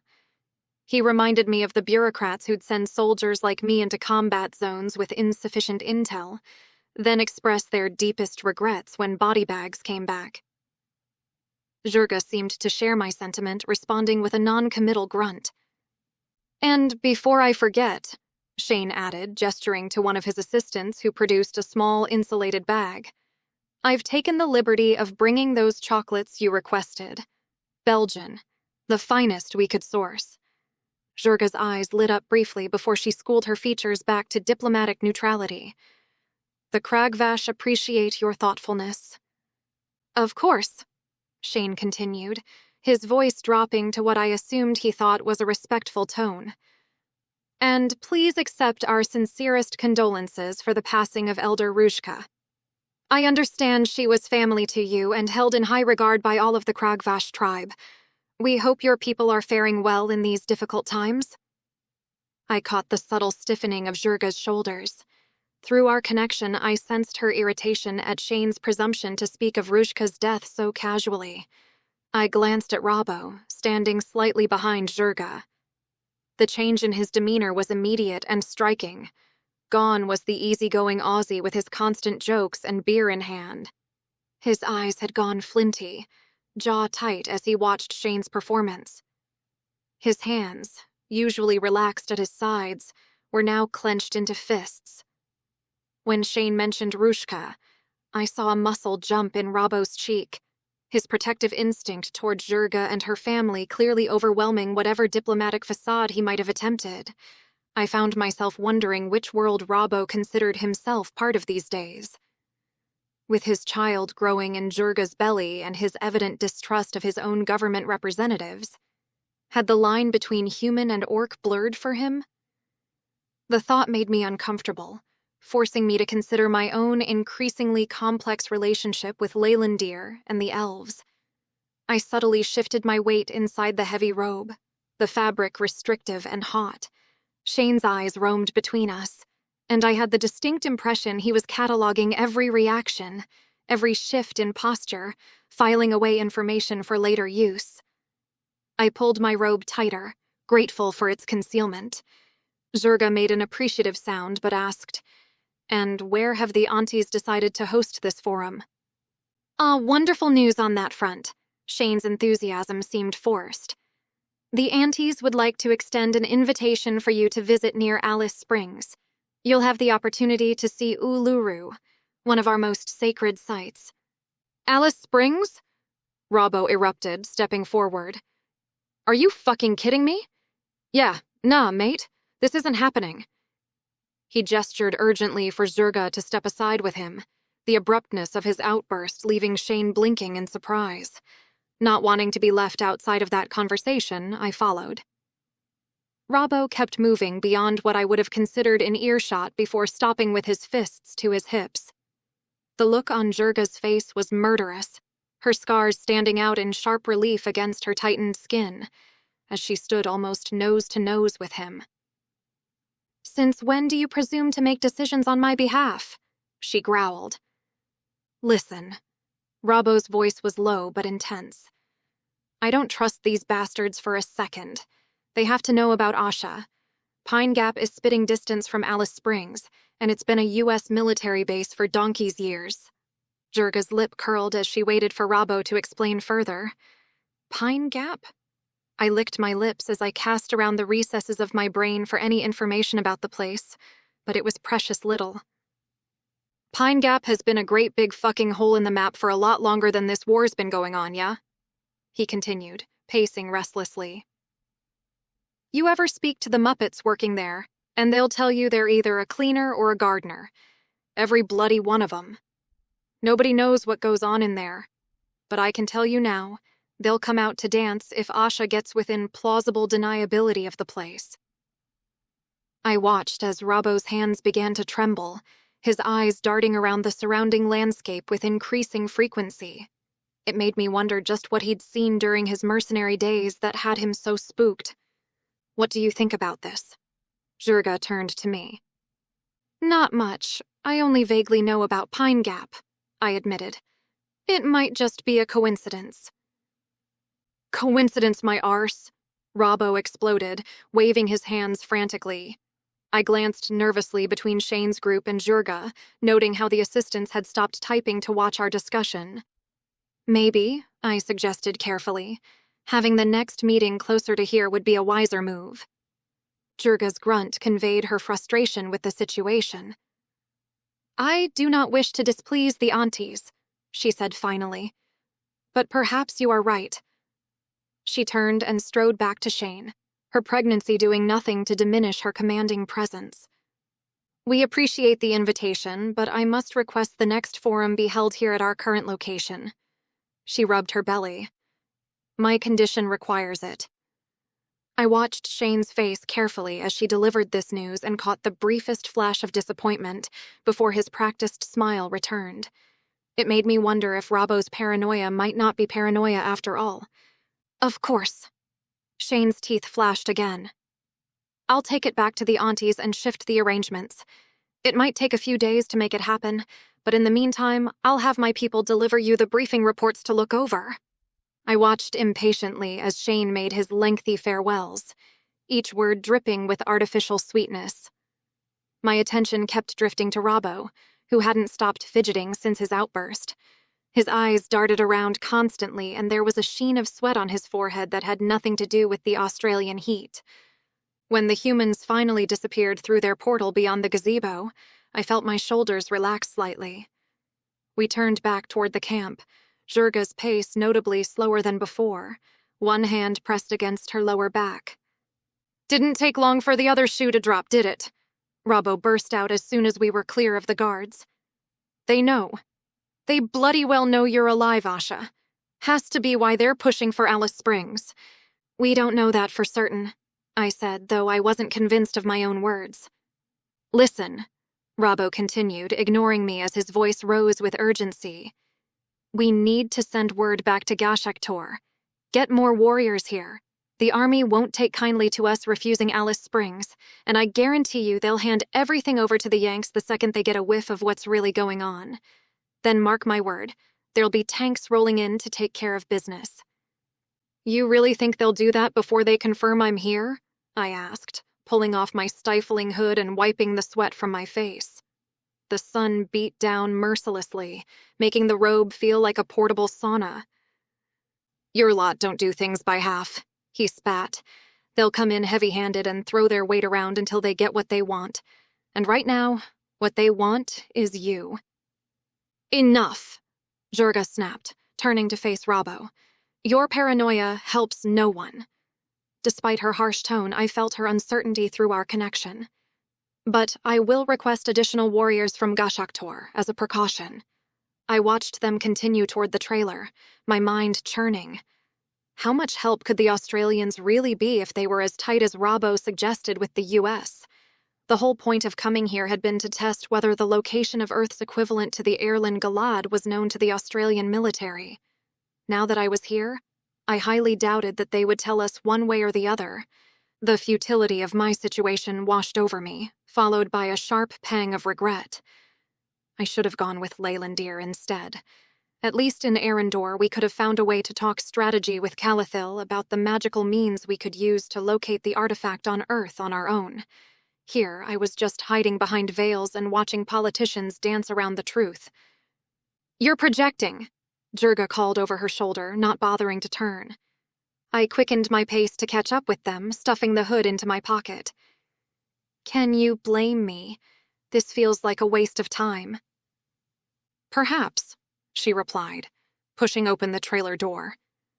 "But sometimes the indirect path is the only way forward." I followed them inside, unconvinced. The cool air from the air conditioning hit my sweat-dampened skin, making me shiver.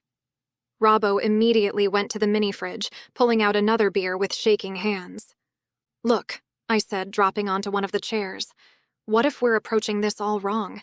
Maybe we should be out there searching for the artifact instead of sitting here playing nice with bureaucrats who clearly have their own agenda." Jurga lowered herself onto her sofa with a grunt. "And where would you search? Earth is vast, and we have no clear starting point." She had a point, but it didn't make me feel any better about our current situation. I watched as she opened the bag of chocolates Shane had brought, popping one into her mouth with evident pleasure. "Let's start with Bavaria," Robbo quipped, eyeing the chocolates. "At least you can get your fill of chocolate while we're there." Jurga fixed him with a glare so cold and sharp it seemed to drop the temperature in the small trailer. "You will not taunt me about my appreciation of Earth chocolate." I gave a slight shake of my head at the couple, even as my mouth twisted into a smirk at their usual banter. But my mind was still restless, and through our bond, I sensed Jurga's exasperation with both my pining and Robbo's continued agitation. But I couldn't shake the feeling that we were making a mistake by staying here, playing these political games, when we should have been actively searching for answers. Chapter 13. I flipped through another report, fighting the urge to toss it across the room. How do people manage to write so many words while saying absolutely nothing?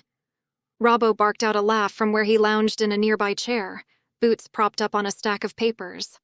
"Mate, that's a bloody art form right there. The real juicy stuff is always buried somewhere in the middle.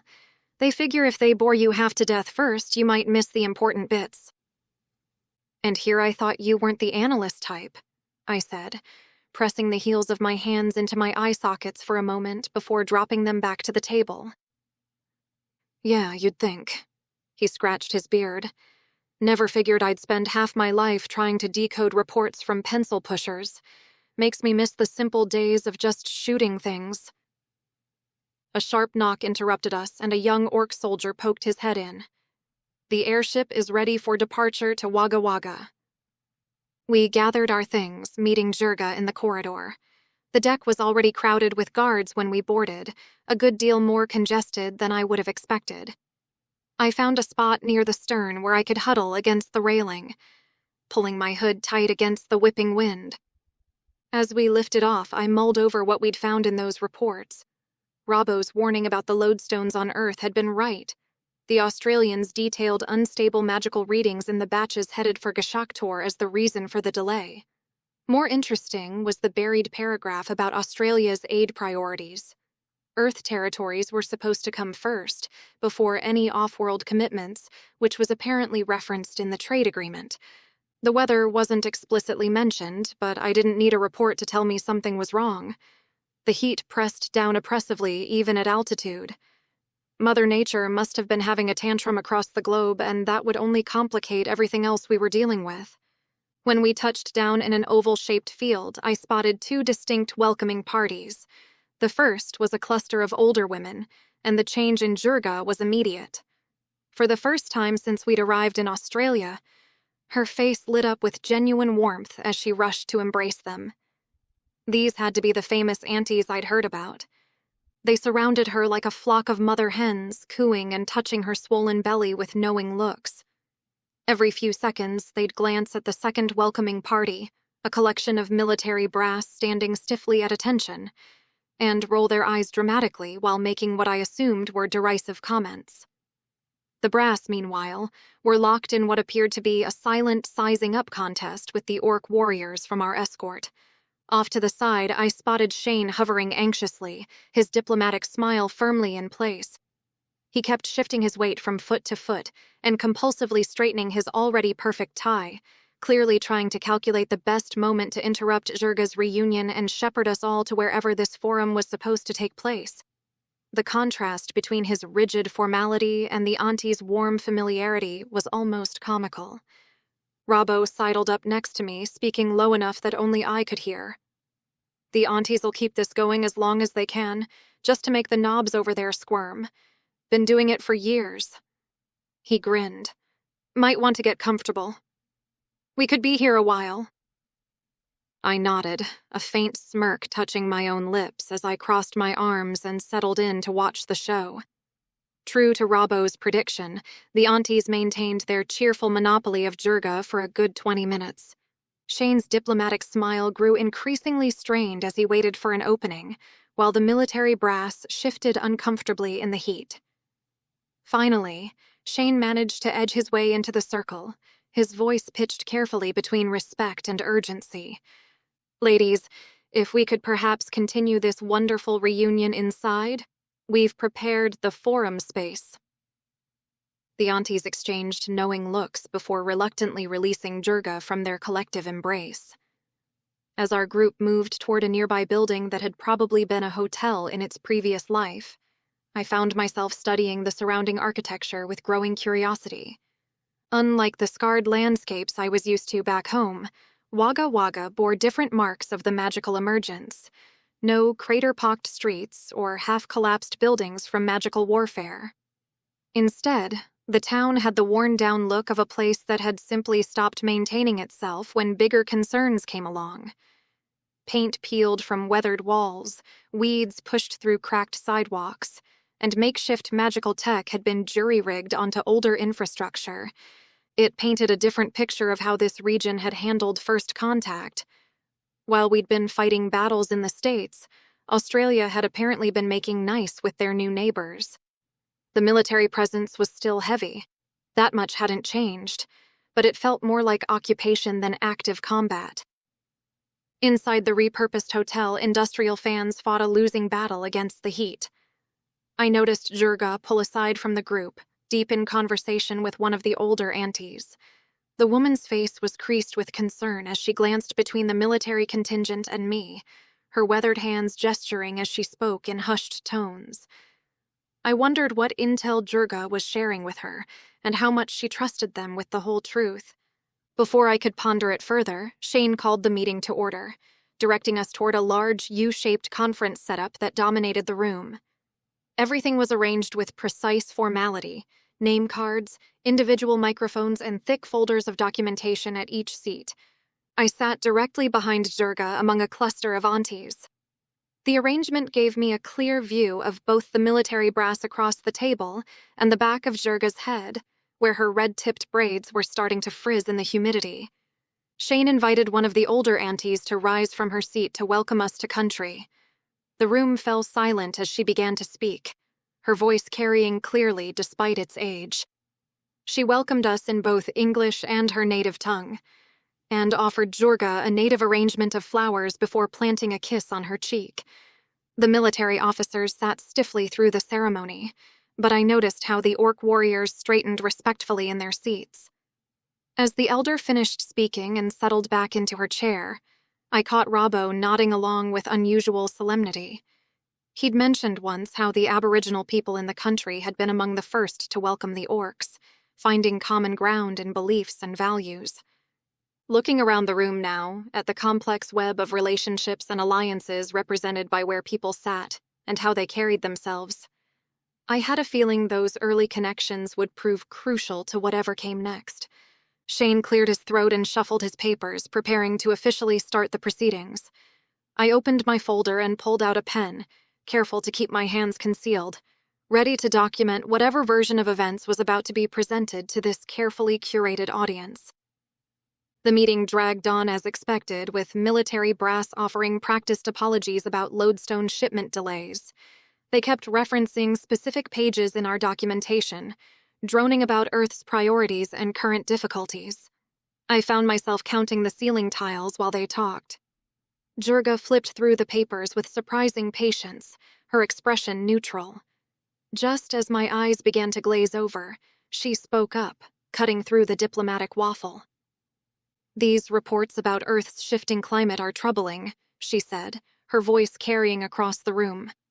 "Particularly given what we've learned from Erendor about an ancient artifact that might be connected to these problems." The change in the room was immediate. Military officers tensed in their seats, while the aunties exchanged confused glances. I straightened, suddenly alert. Jurga pushed herself up from her chair, rubbing the small of her back as she waddled to a side table laden with pastries. "Our sources suggest this artifact on Erendor is linked to a similar one on Earth." She selected a Danish, examining it before taking a bite. "If the elves are to be believed, these artifacts are the root cause of the gates erupting on Earth and the displacement of magical resources across the realms." She chewed slowly, her eyebrows raised at the uniformed officials. Their discomfort was palpable. "I wonder if you're aware of this." One of the senior officers cleared his throat.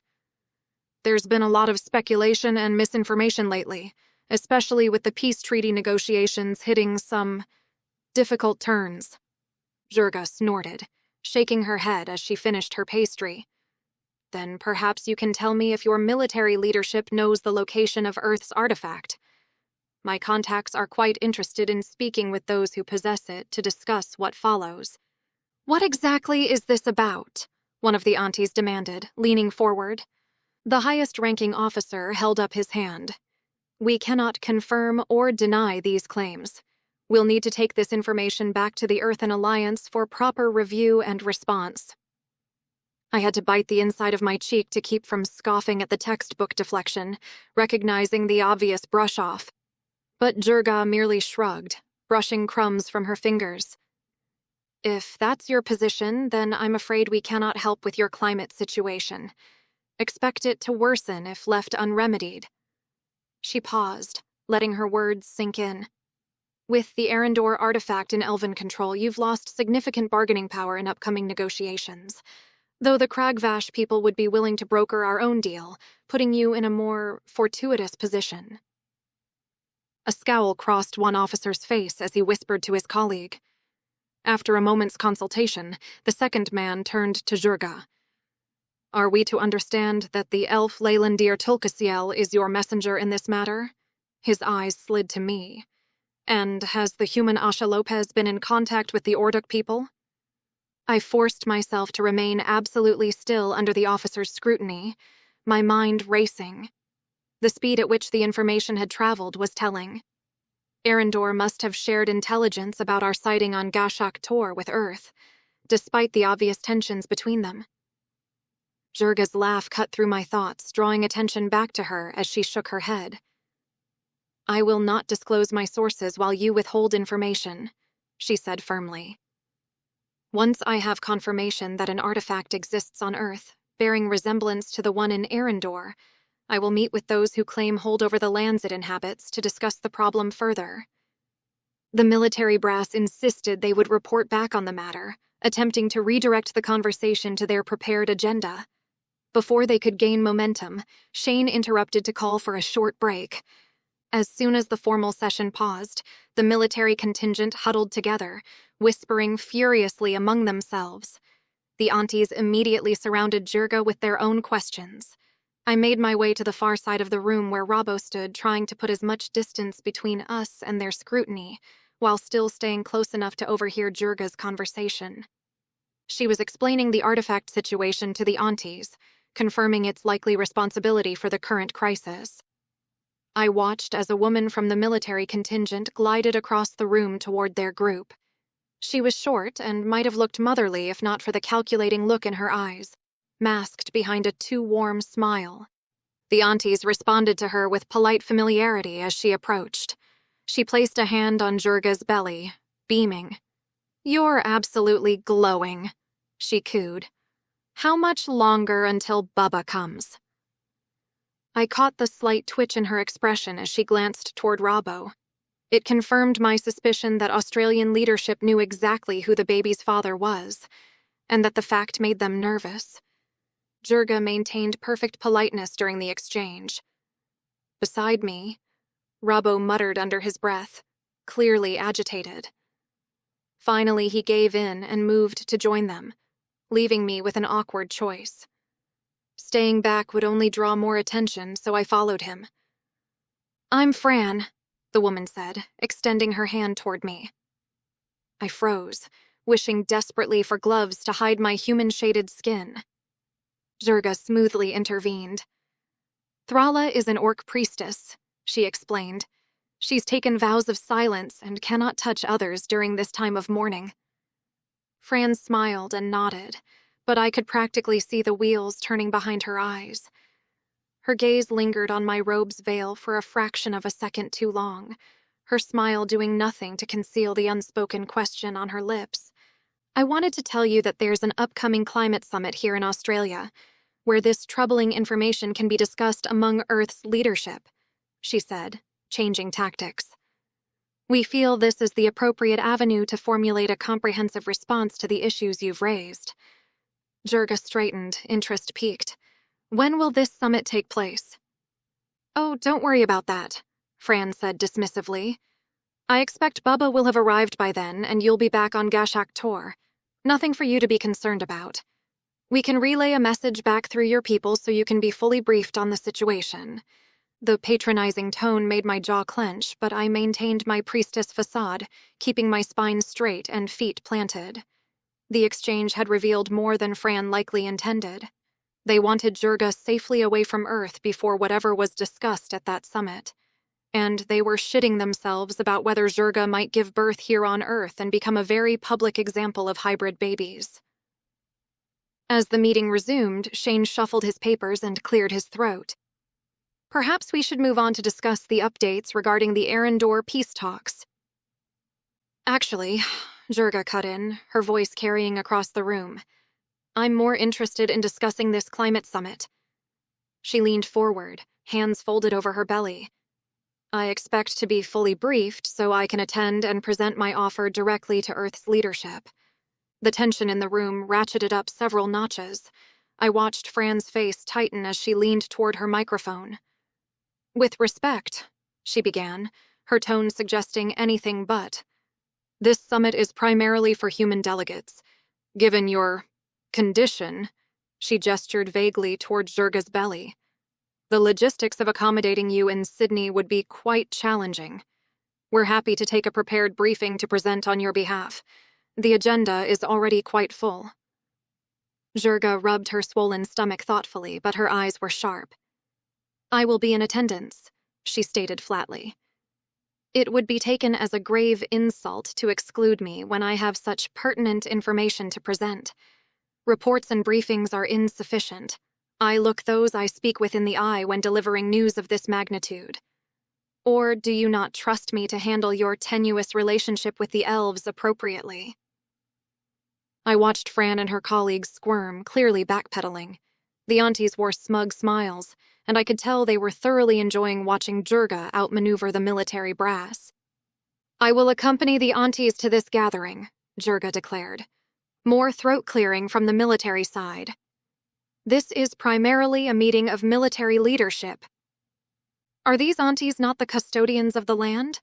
Jurga interrupted, her voice sharp with challenge. "How can you possibly discuss changes to climate without their wisdom guiding the discussions?"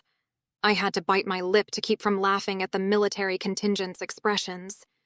Several faces had gone pale, while others looked like they'd swallowed something particularly sour. Some of the aunties weren't even trying to hide their amusement, snickering behind their hands. Fran leaned over to whisper urgently in Shane's ear.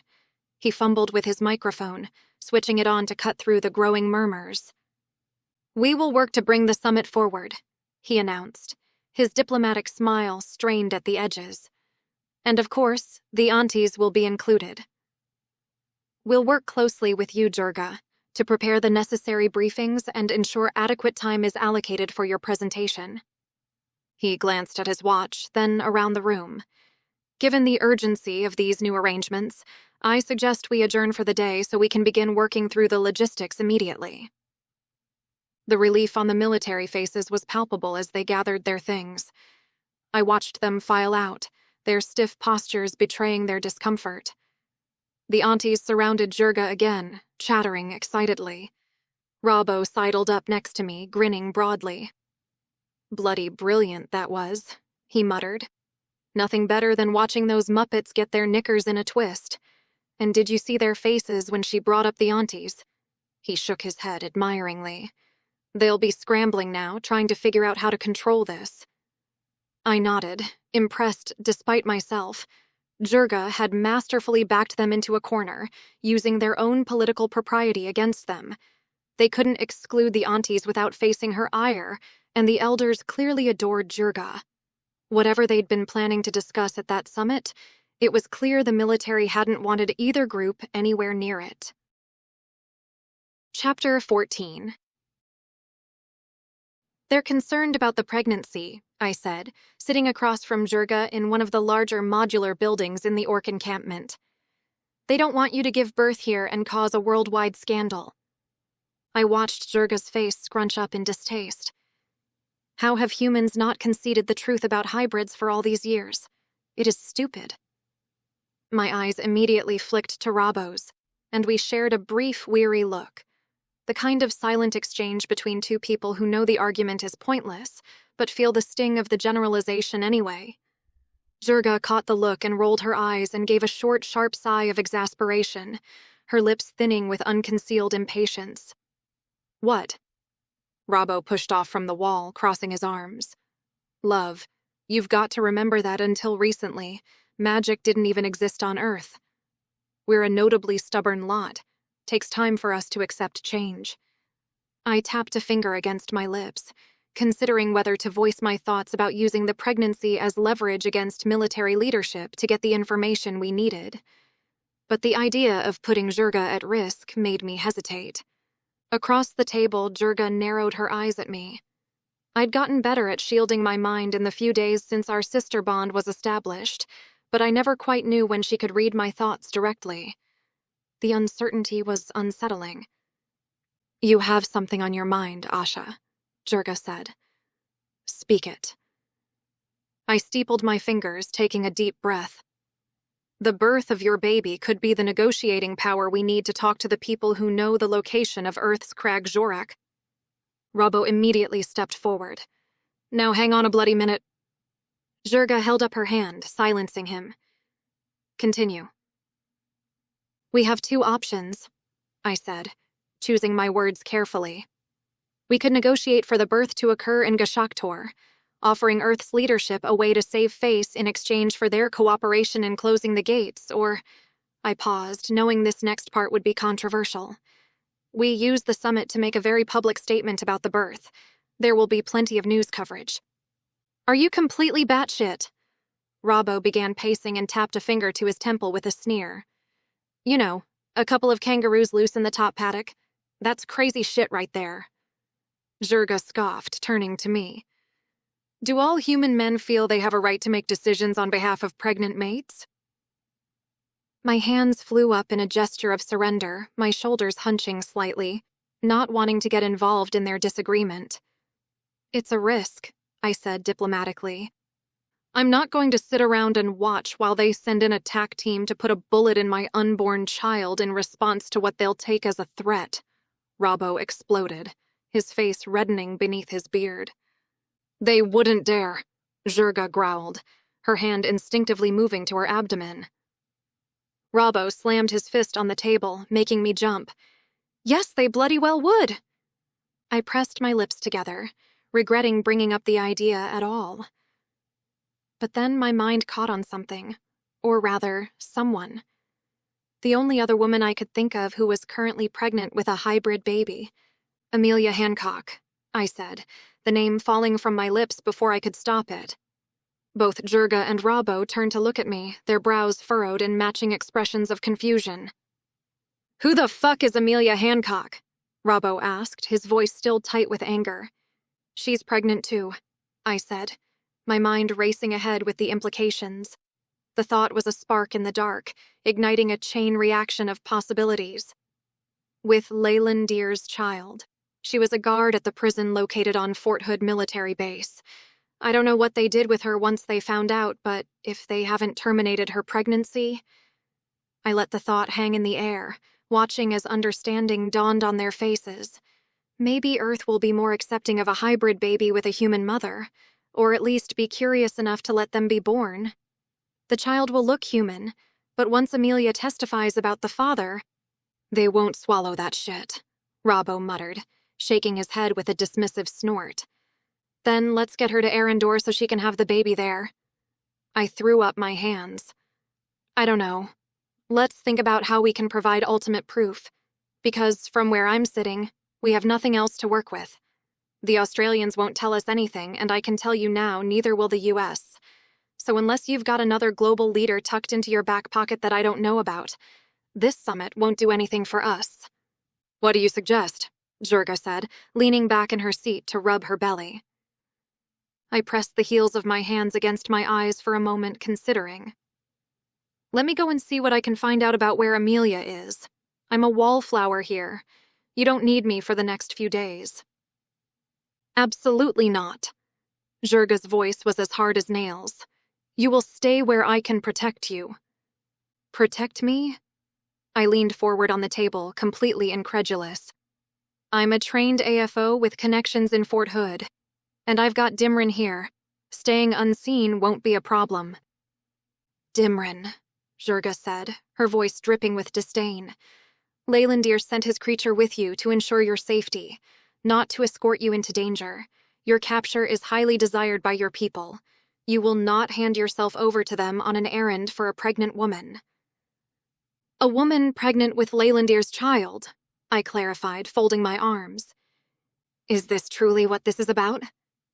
Jurga arched an eyebrow at me. I felt my cheeks heat under Jurga's stare and shifted in my seat. In all honesty, I didn't dwell much on the consequences of Leylandir's fling with Hancock, usually only to throw it in the elf's face when we were arguing. But it did bug me that Leylandir would never meet his own child, and that we really had no idea what the U.S. Army had planned for Hancock and the baby. But this wasn't a personal matter. Not exactly, anyway. What this is about is finding a way to bring the people who know about the artifact to the table. They'll be nervous. People will be panicked more than usual about the weather. My voice dropped, my words landing with the heavy weight of conviction. This might be the spark that brings down the system. Fuck me. Robbo dragged a hand over his beard, his posture as tight as a coiled spring. You're gonna get us all killed. An extraction of this Amelia Hancock is too risky. Jurga stood with a wince. I will consider how to best approach this. She said the latter with the air of finality, accompanied by a pulse of stubbornness through our connection as she left the room. My jaw tightened, a muscle pulsing in my cheek, and I met Robbo's eyes, mirroring the same edge of frustration I was feeling. Sure, I griped a lot about Leylandir, assuming he could just take control of a situation concerning both of us. But Jurga didn't even bother to hide the fact that she was in the driver's seat with Robbo. For all his bluff and bluster, I sometimes wondered just how the Aussie could stand it, even if we were both on opposite ends of the argument in this case. I leaned against the wooden railing of the Golagum shore, watching Sydney's skyline grow larger on the horizon. The orc airship bobbed gently in the air, its stealth magic keeping us hidden from the city's inhabitants below. Should have brought more soldiers, Robbo muttered beside me, not for the first time that morning. His anxiety had been steadily increasing over the past few days, and I couldn't entirely blame him. I've got some contacts in Sydney who'll do in a pinch. The summit briefs we'd been poring over painted a complex political landscape. Russia was pushing hard for global adoption of the Elven Treaty, hinting at preliminary discussions already underway. The West at large was stalling, saying that resources had to be dedicated to managing extreme weather events and stabilizing magical supply lines. Your contacts reliable? I asked, glancing at him sideways. He nodded, scratching his beard. Yeah, for a price. But it'll be worth it if shit hits the fan. Might go track 'em down when we land. I want to get my hands on some fresh blasters, too. You'll have room under that robe of yours to stash at least a few. Probably a good idea. I hesitated, then decided to broach the subject that had been hanging between us. About Jurga's pregnancy. I didn't mean to... Yeah, really appreciate you putting that in her head. He cut in, his voice sharp. His eyes, usually crinkled with good humor, were hard as he turned to face me. You realize they'll assassinate her the moment that cat's out of the bag, right? I shook my head. Not if we do it my way. Look, if I could get to Fort Hood, extract Hancock. Fuck me dead, he muttered. Here she goes. And get the information to the media, I pressed on. We could control the narrative. 2 hybrid pregnancies, 1 human mother, 1 orc. It would force them to acknowledge. You're dreaming if you think they'll let that play out. He gave me a sidelong look, his brow furrowing as if he was genuinely considering the logistics of my insane plan, even while dismissing it. Besides, Jurga needs every adept capable of creating a portal close by. The blokes on Audiobook aren't flash with magic, and I can't be with her 24/7. I'm counting on you to get her out if things go tits up. I fell silent, considering. The truth was, I wasn't entirely confident about creating portals under pressure. I'd only ever created one, and that was inside the void between worlds. The magic required focus and a vast amount of power. There was every chance I'd choke if I tried under pressure. The airship dipped slightly, compensating for a change in wind direction. Below us, the Sydney Harbor Bridge stretched across the water like a metal rainbow. The sight of it made everything feel more real, more immediate. Just... Robbo's voice had softened. Just promise me you won't do anything stupid without running it by me first. I've got enough gray hairs worrying about Jurga. I nodded, though we both knew it wasn't really a promise. The summit was approaching fast, and with it, our window of opportunity was shrinking. Or, more rightly, my window of opportunity to convince Jurga was shrinking. Speaking of Jurga, I said, changing the subject, where is she? She's below deck looking at the notes, he said, jerking a thumb over his shoulder. I nodded, reminded of the stack of reports that I was yet to read in my quarters. More intelligence briefings, more political maneuvering to analyze, more summaries to write for Jurga so she could be familiar with as much as possible ahead of the summit. My head already ached thinking about it.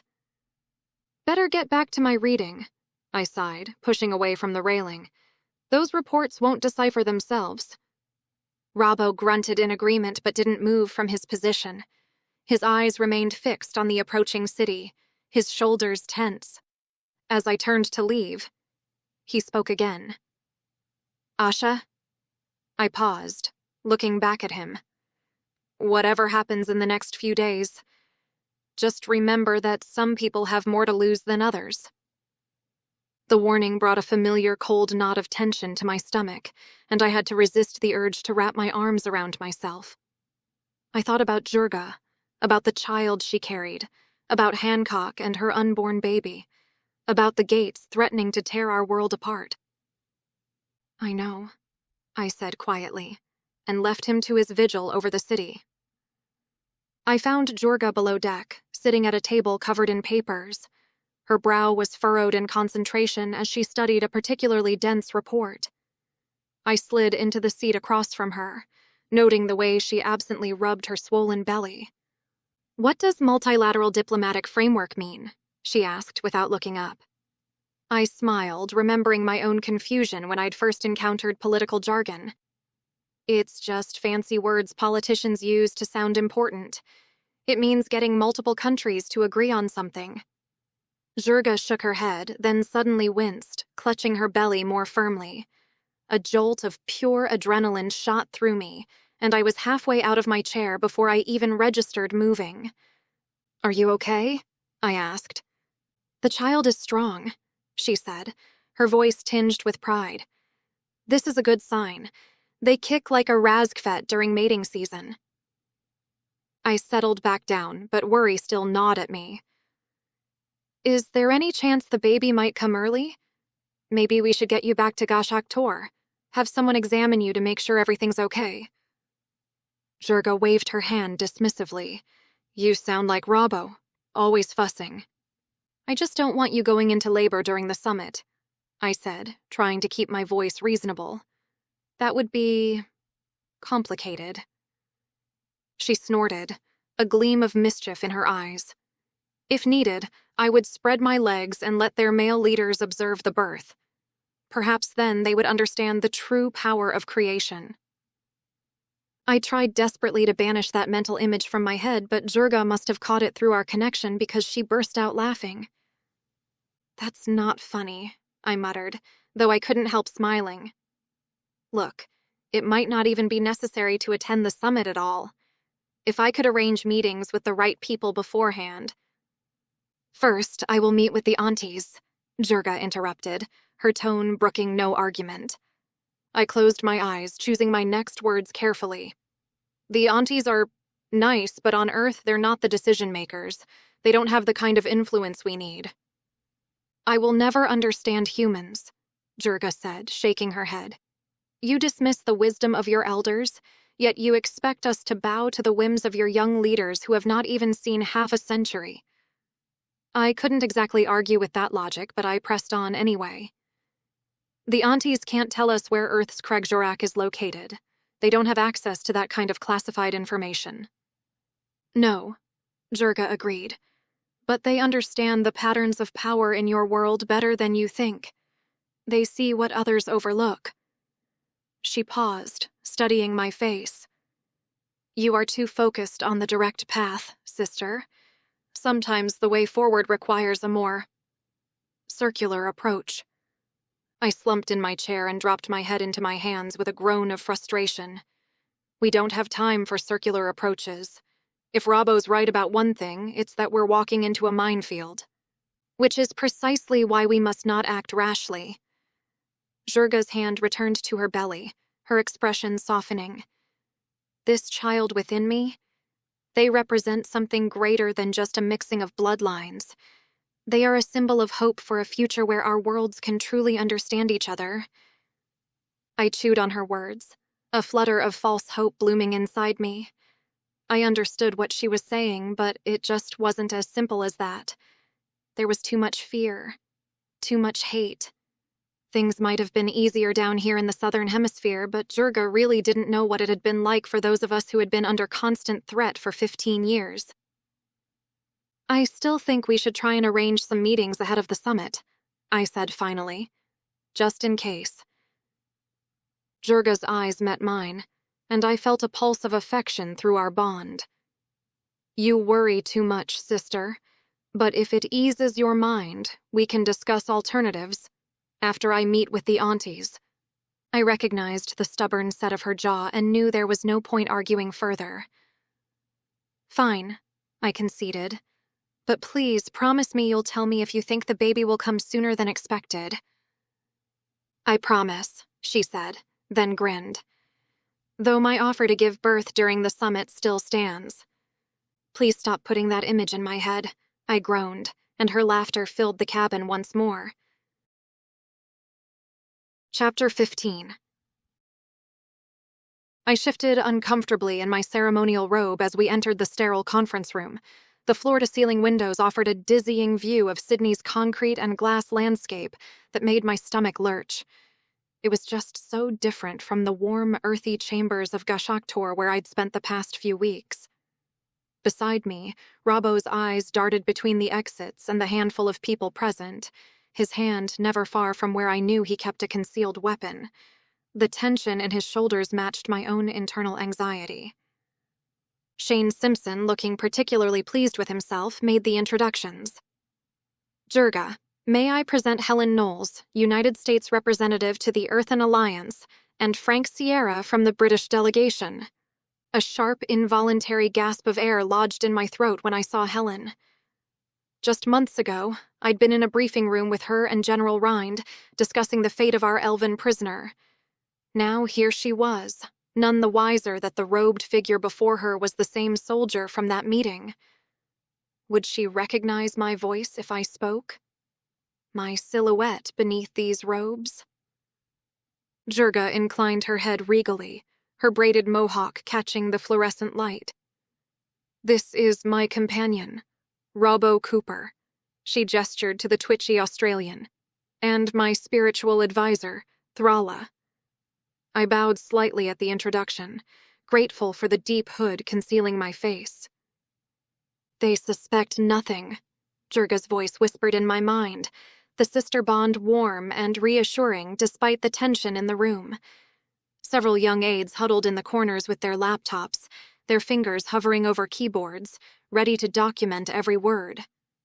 Outside, Jurga's orc guards waited impatiently, probably making the security staff nervous. "We're honored you agreed to this preliminary meeting," Helen said, her diplomatic smile perfectly practiced. "The upcoming summit is crucial for all our peoples." I knew that smile. It was the same one she'd worn when talking about the diplomatic implications of holding an elf prisoner and how the U.S. could lie through their teeth to the Earthen Alliance about the particulars. Always the perfect diplomat, hiding steel beneath silk. "Be careful of Helen," I sent through the sister bond. "I've met her before."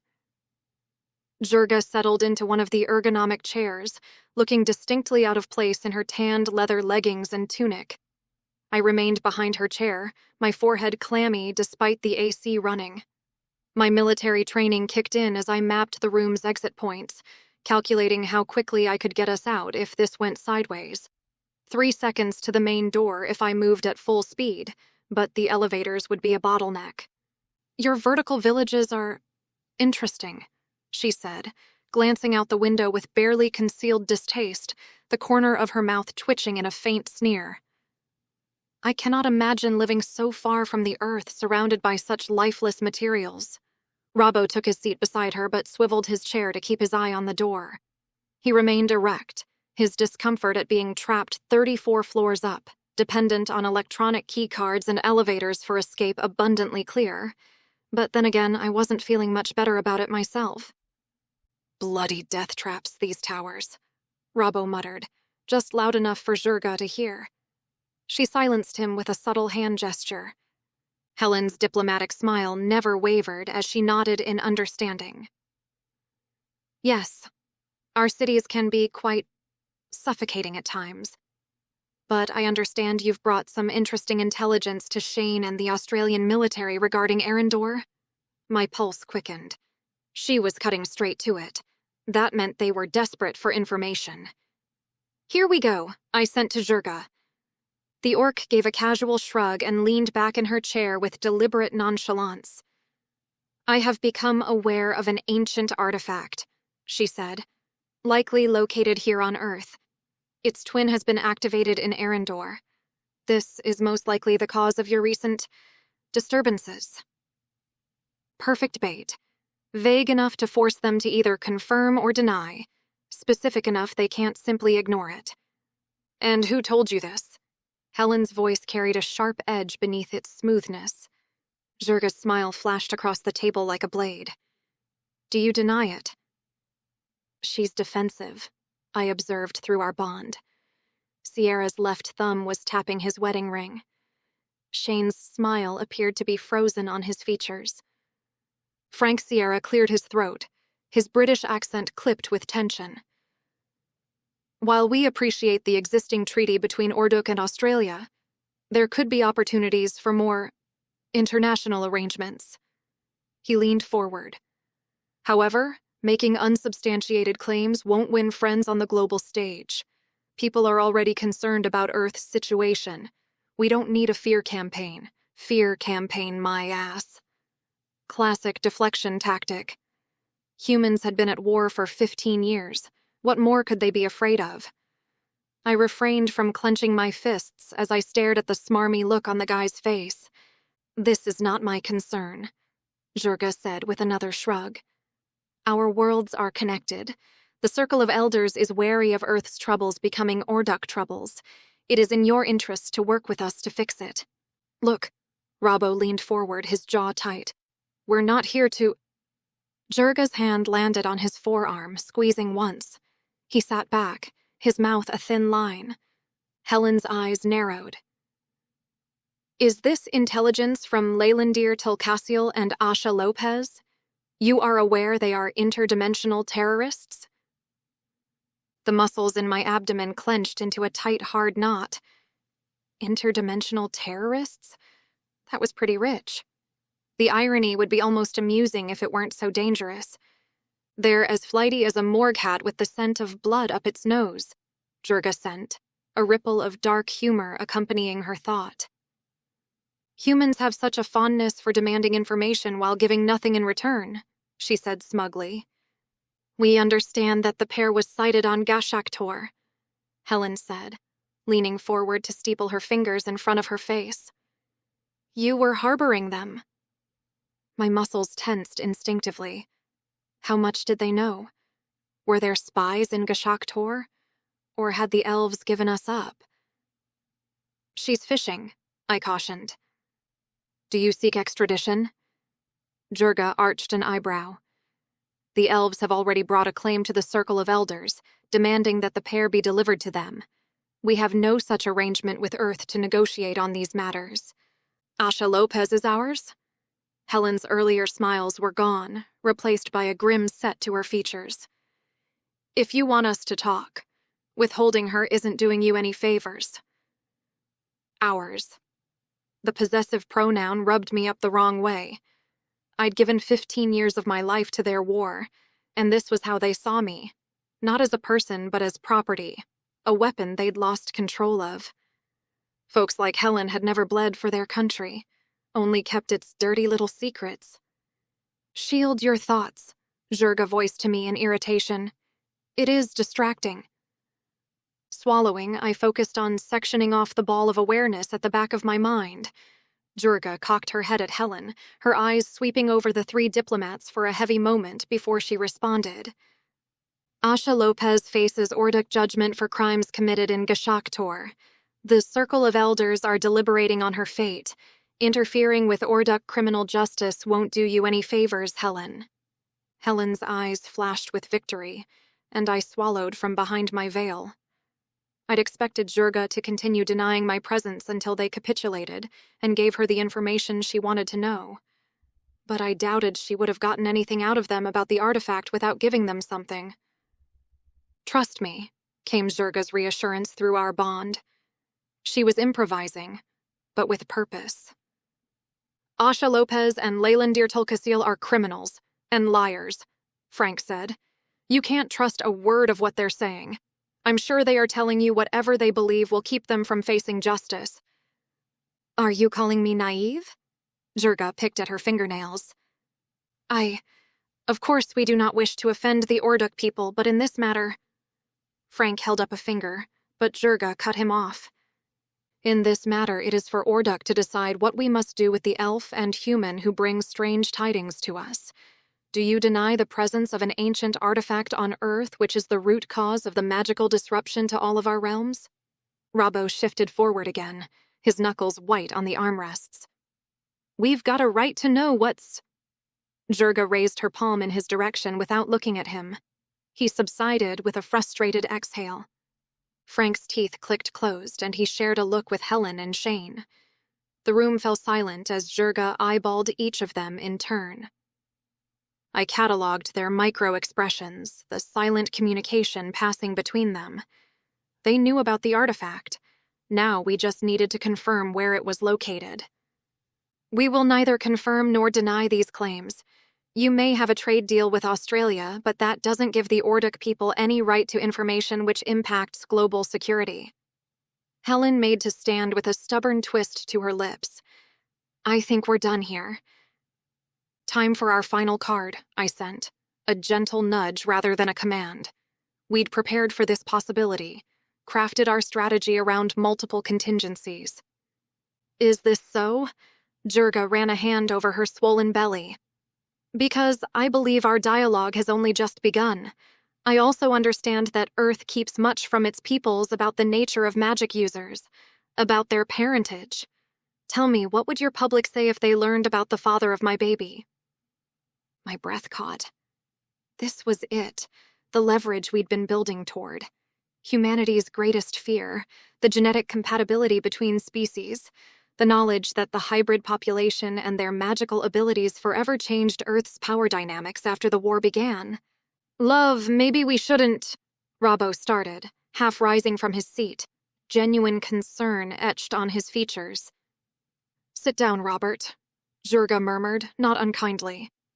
He sank back, shooting a worried glance between the diplomats and his pregnant partner.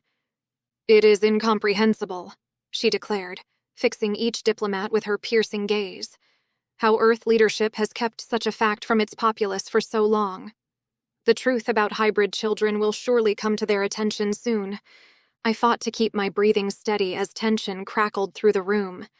This was exactly the kind of diplomatic chaos we'd hoped to create, but standing in the middle of it was more nerve-wracking than I'd anticipated. Through our bond, I felt Jurga's fierce satisfaction, her warrior's pride at having outmaneuvered these humans at their own game.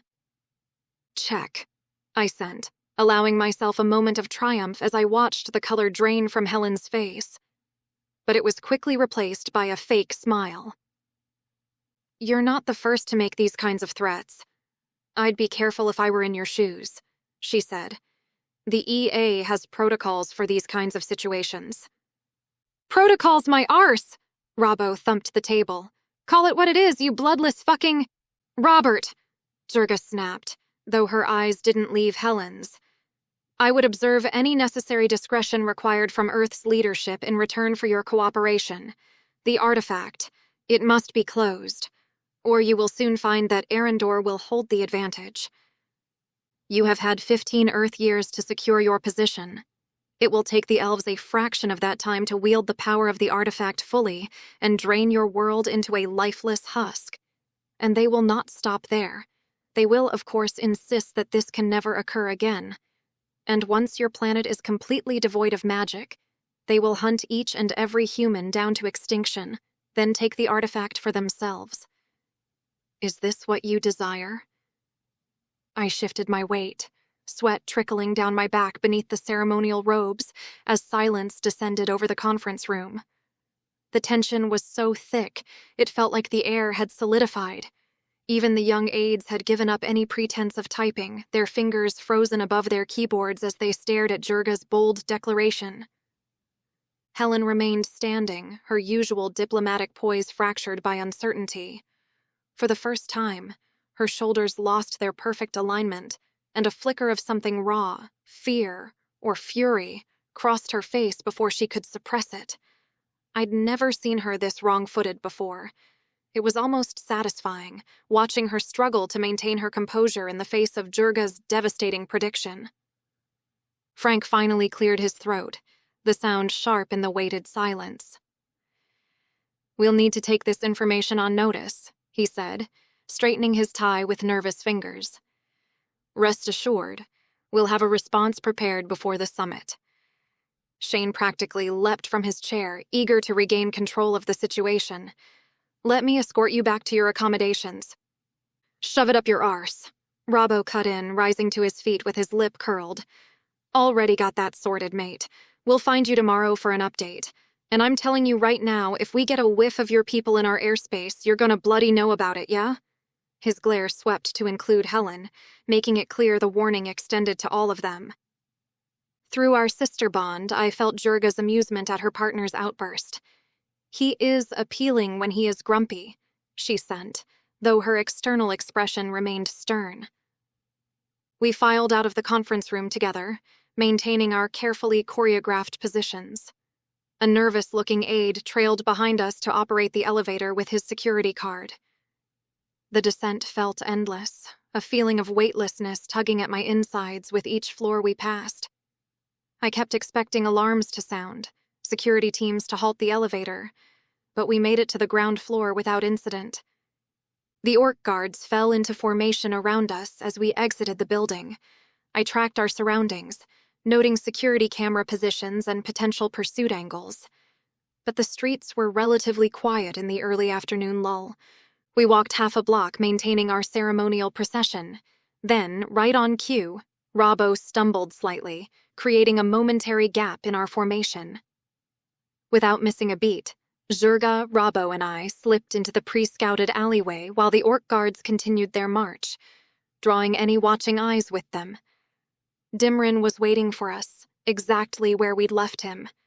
The small Sirion's scales rippled with excitement as he activated his camouflage magic, extending it to cover our small group. "Bloody hell," Robbo whispered. "That was a complete shit show." I pushed back my hood, finally able to breathe properly. "Really? I thought that went better than expected." Jurga's eyes gleamed with satisfaction. "They know about the artifact. Their fear betrayed them." "Yeah, but now they're backed into a corner," I pointed out, gesturing to her belly. The revelation of her pregnancy with Robbo's child had been a calculated risk, but I still worried about the potential consequences. And that makes them unpredictable. "Let them try it on," Robbo growled, his protective instincts clearly on high alert.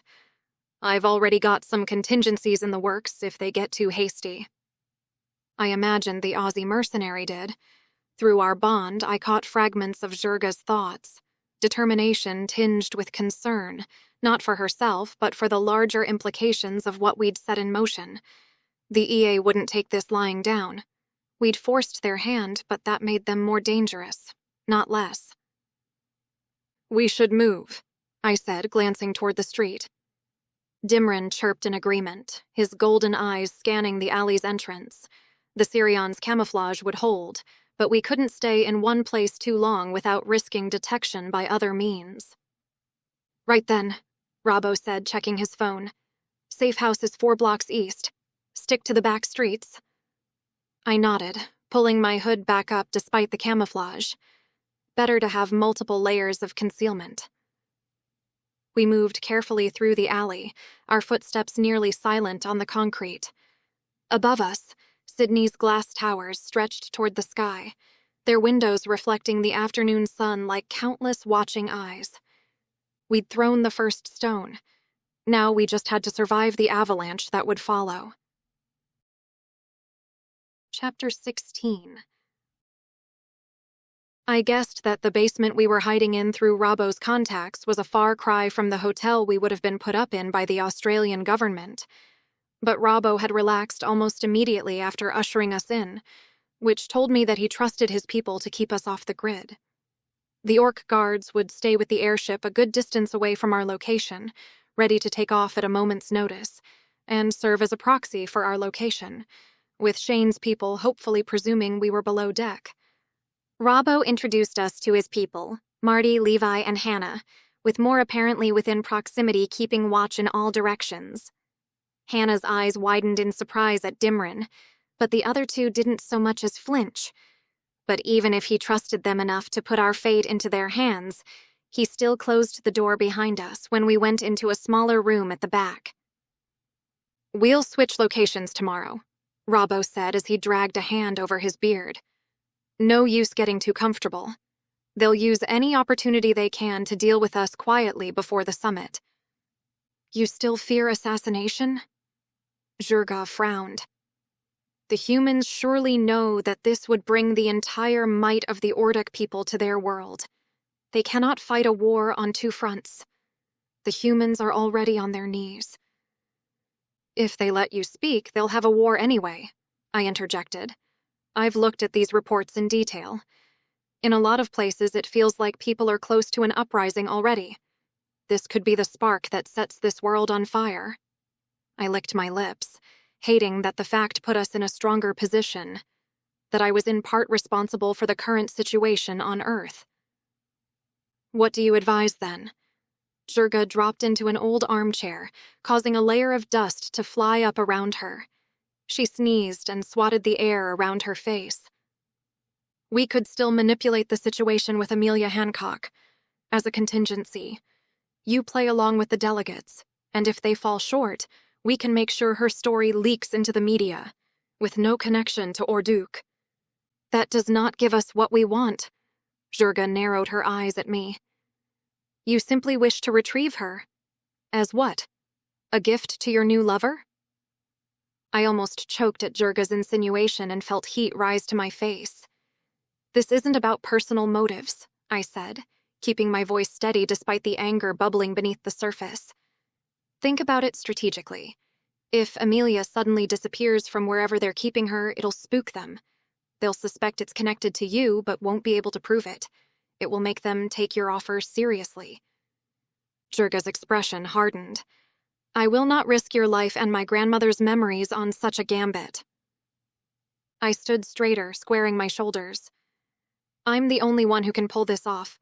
I have Dimrin's magic to lean on and contacts at Fort Hood who can tell me what happened to Amelia. I gestured around us. You heard what Helen said. They have protocols for these kinds of threats. As it stands, you have a target on your back, and this little field trip isn't likely to get us the information we need.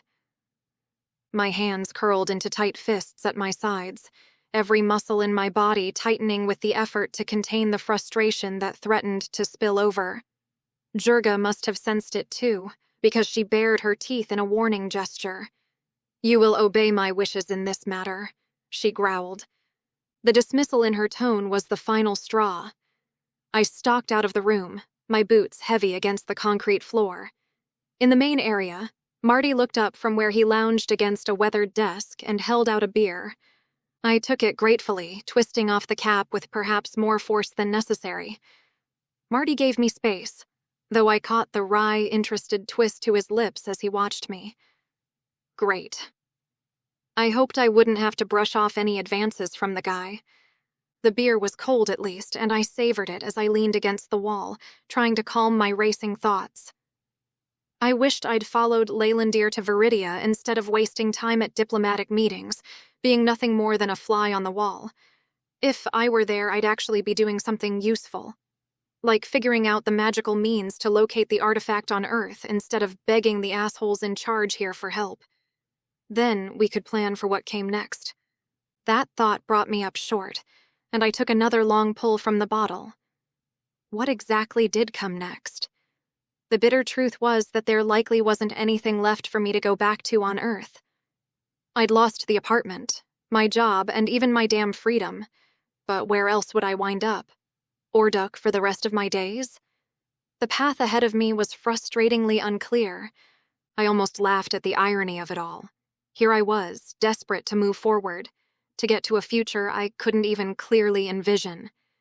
It was easier when I was just a soldier following orders, when my purpose was clear-cut and defined. Now everything was wrapped in layers of complexity, political machinations, personal entanglements, and choices that could affect multiple worlds. The beer was half gone now, and I found myself staring at the amber liquid as if it might hold some answers. The basement around me felt suddenly claustrophobic, despite its size. I wanted desperately to stalk outside and blow off some steam, to retrieve Erding from the airship and find something to slice into little pieces. But like it or not, we were holed up together for the immediate future. Dimrin chose that moment to hop onto my shoulder, his slight weight familiar and oddly comforting. Feed? I rolled my eyes even as I felt my mouth quirk upward at the demand. The telepathic word caused Marty to startle, and I chuckled as I recalled the first time I'd met Dimrin and had done much the same. Marty frowned at what I'd first thought of as a cat dragon. I reached up to scratch under the little guy's chin and muttered, "Not now." "What is that thing?" Marty asked. "His name's Dimrin." I swallowed the last of the beer. "He's mostly harmless, but I wouldn't leave any food lying around too long in his presence." Marty scratched his stubbled chin and gave a slight nod. Then he made an excuse about checking in with the team before pushing off the wall to leave me to my own thoughts. And Dimrin's, of course. We moved 4 times over the course of 3 days, and despite Robbo's earlier confidence, I saw through the cracks of his bluff exterior as we were left to stew on the events of our meeting with the diplomats for their eventual response. The summit was due to take place in another 3 days, meaning that we had little time to maneuver depending on their response. I watched as Robbo snatched the note from the mercenary's hand, his expression tightening, the lines around his eyes deepening into a dark scowl as he read it. With a frustrated growl, he crumpled the paper and tossed it into the air. "Still nothing," he spat, storming off toward the back of the warehouse where Jurga was resting. I glanced at my orc sister, noting the sheen of sweat on her gray-olive skin and the way she cradled her swollen belly. We didn't have a week to wait for the summit. She needed proper medical attention sooner rather than later.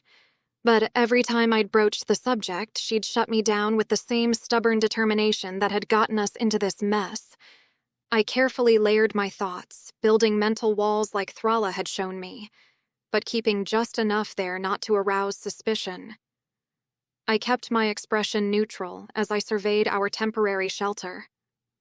Over the past few days, I'd made mental notes of the mercenaries' gear, their weapons, their patterns, their weaknesses, all while maintaining casual conversation and feigned resignation to our situation.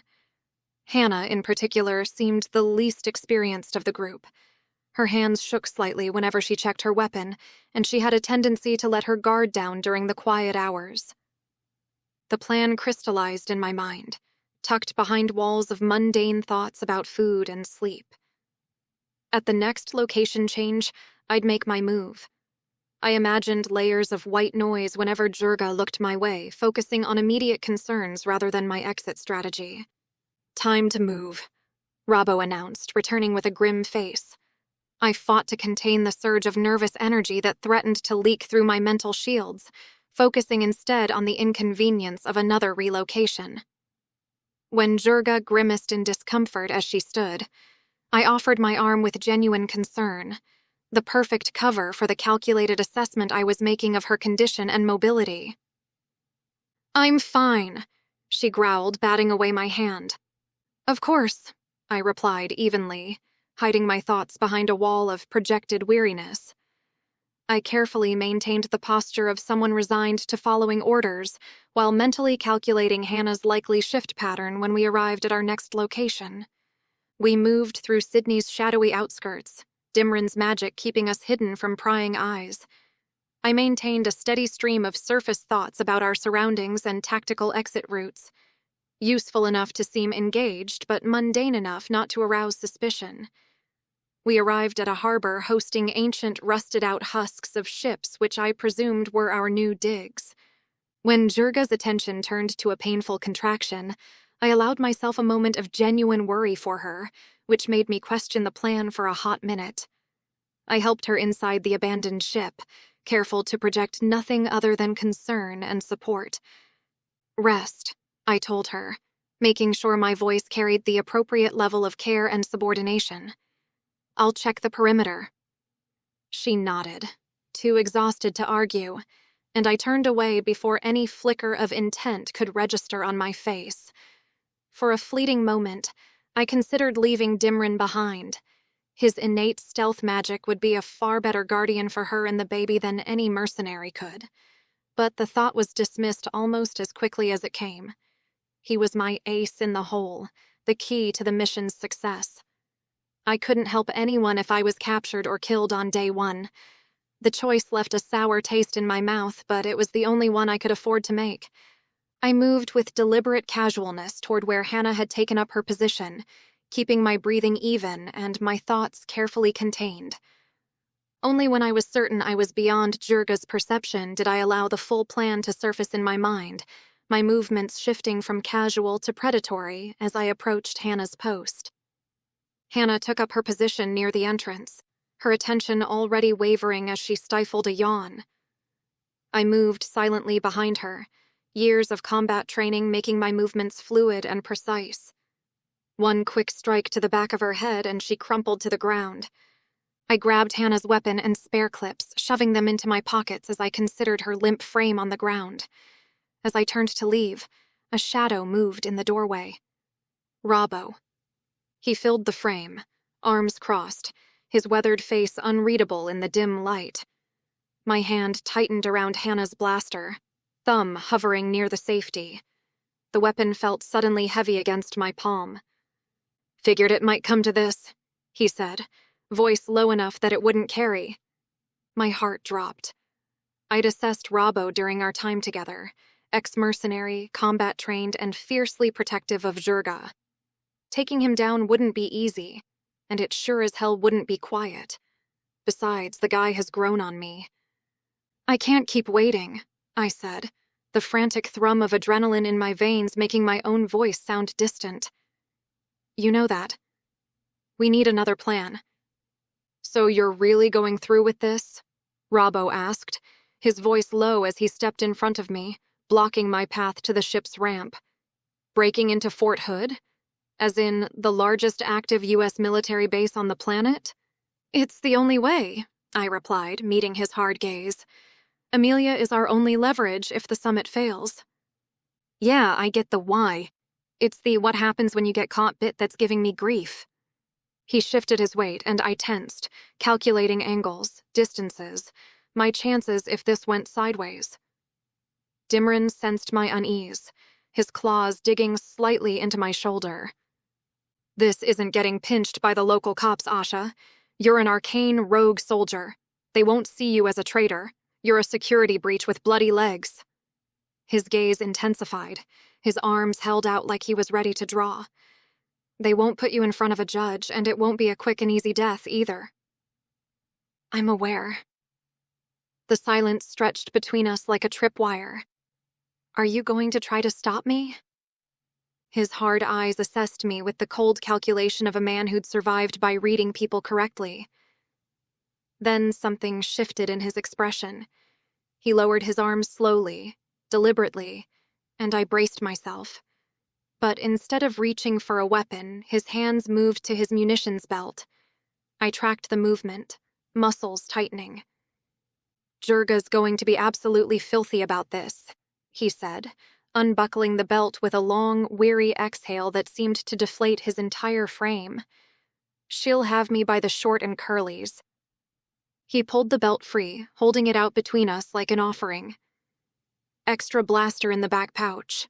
Spare power cells in the side compartments. Modified the safety myself. Won't discharge unless you mean it.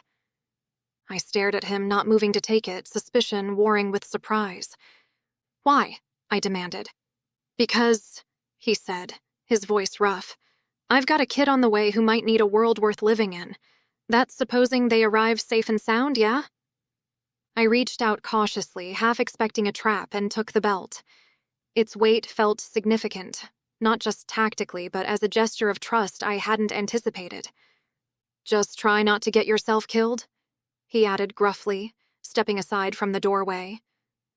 I don't fancy explaining this to your elf, and Jurga needs her sister-in-arms back, not a cautionary tale in a classified autopsy report. I didn't miss the implied warning about Leylandir's reaction as I secured the belt around my waist, checking that Dimrin was still with me. Something unspoken passed between Robbo and me as I held his gaze, an understanding between soldiers who recognized necessary risks. Without another word, I slipped past him and into the darkness beyond, the weight of his unexpected alliance pressing against my hip with every step. If I pulled this off successfully, I was certain it would be worth the ire of both Jurga and Leylandir, supposing that the elf ever made it back from his own quest to save his mother. Chapter 17. My first problem was making it across the city unseen. Not wanting to give away Jurga's position by creating a portal nearby, I had to reckon with how long it would take to move on foot and how much time I'd need back in Texas to extract Amelia before the summit. I found my way to railway tracks and managed to hoist myself onto the back of a battered train, heading in the opposite direction, with Dimrin huddling close as I clung to the back. Where going? Dimrin's voice echoed in my mind as the train clattered along the tracks.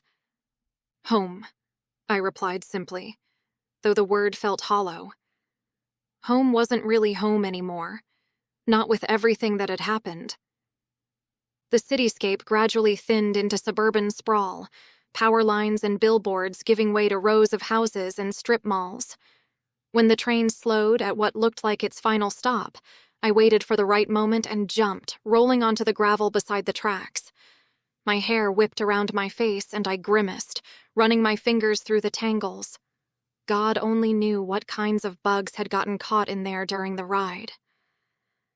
Dimrin landed gracefully beside me, his scales shimmering in the late afternoon light. Show off. I scanned our surroundings, spotting a row of abandoned shops across a weed-choked parking lot. Perfect. The less witnesses, the better.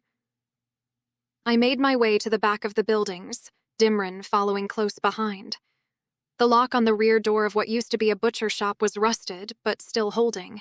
It took 3 solid kicks before it gave way with a satisfying crack. The smell of old meat and mildew hit me as I stepped inside. My boots left prints in the dust as I searched for a basement, somewhere that would dampen the volume of magical energy I'd need to create a portal. But of course, nothing was ever that easy. Instead, I found something almost as good. An old walk-in freezer at the back of the shop, its heavy metal door hanging slightly ajar. Would it be insulated enough to halt any magic pinging off sensors in a city the size of Sydney? I guessed I was about to find out. So long as I got the damn thing open, it wouldn't matter if it was discovered. I'd be long gone by the time the troops arrived. I took a deep breath, trying to center myself. Colorado Bend was as close as I dared go to Fort Hood right now. Any closer, and I'd risk detection by the military's magical sensors. I wasn't that stupid. The ball of fury in the back of my mind pulsed. Zhurga. My sister had been trying to reach me telepathically throughout the entire train ride, demanding I return immediately. I'd ignored her. I couldn't deal with her anger right now, not when I needed to focus. Is sure? Dimrin asked, his golden eyes fixed on me with unusual seriousness. I nodded, though my hands shook. I don't have a choice. Creating a portal wasn't like in the movies. There was no dramatic hand-waving or mystical incantations. Instead, I closed my eyes and tried to remember how Leylandir had shown me in the void. Ripping a hole through dimensions, except this time I guessed I was punching through the dimension I was already in. I reached for that feeling, that connection to the underlying fabric of reality. The first attempt fizzled before it began, magic choking in my throat like smoke. The second attempt sparked briefly before dying. My frustration mounted with each failure. Tries harder, Dimrin suggested helpfully. I shot him a look that could have curdled milk. I dug my fingernails into my palms so hard I felt the sting of breaking skin and tried again. This time, I felt it. That peculiar sensation of reality tearing. And then, ancient, gnarled green fingers trace diagrams in rust-colored sand, circles connected by jagged, lightning-like lines. Rushka's weathered voice mutters with disapproval. Wounds between worlds, she says, shaking her head. Wounds that never healed. This is not how it was meant to be. I gasped, the magic between my fingers sputtering. My eyes flew open as I staggered back, colliding with the freezer wall. Holy shit! What wrong? Dimrin chirped, darting nervously around my head. I swallowed bile down hard and sucked in a sharp breath. I saw something, one of Rushka's memories, clear as day. I pressed my palm against my forehead, trying to steady myself. The memory had been so vivid, not just images, but her voice, her frustration. And it happened right as I was tearing open a portal. Like it knew exactly when to resurface. Wounds between worlds, I whispered, the words feeling strange on my tongue. What did that even mean? Did she refer to the portals or the gates? I didn't have time to analyze it. I needed to complete what I'd started before anyone detected the magical buildup. Taking a shaky breath, I focused again, fingers trembling as I redirected my concentration to the task at hand. The air crackled with energy as a rent opened in space, showing the faint outline of familiar trees in Colorado Bend State Park through its almost blinding surface. My legs felt weak with relief, exhaustion, and lingering shock from the memory. Creating portals wasn't something humans were meant to do, even hybrid humans like me. Soon it wouldn't be necessary, I promised the dead orc elder. A shudder worked its way through me at the revulsion that wielding large volumes of magic usually conjured. All right, little guy, time to go, I said to Dimrin, who eyed both me and the portal with what looked like concern. I'll have to deal with whatever that was later. I took one last look around the abandoned butcher shop, steeled myself, and stepped through the portal. Vertigo hit me, that sickening sensation of being everywhere and nowhere at once, and then my feet were touching the forest floor instead of grubby tiles. The portal snapped shut behind us with a sound like a thunderclap. I leaned against a nearby tree, trying to catch my breath. The forest around us was quiet, almost too quiet. Then above me, birds took flight in alarm, their wings cutting through the silence. I still couldn't be certain the portal hadn't been caught on some magical radar, so I pulled out the compass from my pack and started walking in the direction of Ishar's cave dwelling. "Is home?" Dimrin asked as he scurried along behind me. "Close enough. My house is about a half-hour that way." I pointed east. "In a car at least, and another half-hour to get to where I expect we'll need to go." "Car?" "Yeah, I'm going to need to figure that part out." I bit my lip, thinking through the series of eventualities I'd considered while planning the mission. It would have been a hell of a lot easier to land in Lampasas to seek out Mrs. Lee directly. There were plenty of cars around to make use of, and I could have moved fast enough to be gone by the time soldiers rolled in. But it would have put Mrs. Lee in danger. They would suspect it was me since they knew about my relationship with the elderly seamstress. They'd use that. This way, I could negotiate with the hedge witch who lived in isolation in the park. Maybe she'd agree to take responsibility for the use of a large volume of magic if anybody came asking. Then I'd need to get to Lampasas, hopefully not on foot, and get Mrs. Lee's help to set a meeting with the person who had their finger in all the pies on Fort Hood. I located Ishar's cave after about 20 minutes of hiking. The carved ramp in the cliffside that led down to her dwelling by the creek caught my eye. I remembered creating it with magic during my first visit to the witch. Now someone had transformed it into proper stairs, each step perfectly level and smooth. As I descended, I hoped she was still there. The last time I'd visited had been during the chaos with Leylandir, and a lot had changed since then. The cave entrance was partially hidden by thick vines, and I pushed them aside carefully. "Ishar?" I called into the darkness. No answer came from within. A sharp chirp from Dimrin made me turn. A strangled yelp escaped me, and I stumbled back a step. Ishar stood right behind me, her purple dress immaculate despite the wilderness surrounding us. I hadn't heard her approach at all. My eyes scanned the immediate area, trying to figure out where she could have been hiding, but there was nowhere obvious. The witch's small hand shot out and grabbed mine, her grip surprisingly strong. Her dark eyes bore into mine with an intensity that made me want to look away, but I held her gaze. "What ill fortune brings you to my dwelling this time, child?" she asked, her voice carrying that familiar mix of amusement and resignation. "Every visit from you heralds some new calamity on the horizon." She glanced at Dimrin, who had taken up a defensive posture a few feet away. His wings were spread wide, and his clubbed tail stood rigid. A knowing look crossed Ishar's face as she studied him. "You must have quite the story to tell," she said, her lips curving into a slight smile. "Shall we go inside? I find tales of impending doom are best told over tea." It didn't take long to learn that Ishar knew precious little about what had happened on Earth since I'd left with Leylandir that night in the forest. Nor did she care. She confirmed she had delivered the note as promised, but had not received any response from Colonel Levine, and had not been in touch with him since then. That didn't bode well for my CO from where I was standing, but it didn't seem to faze the witch. After I gave her the abridged version of the events following Ishar's aid of our escape from this very forest months ago, I leaned back in my seat and took the teacup between my fingers.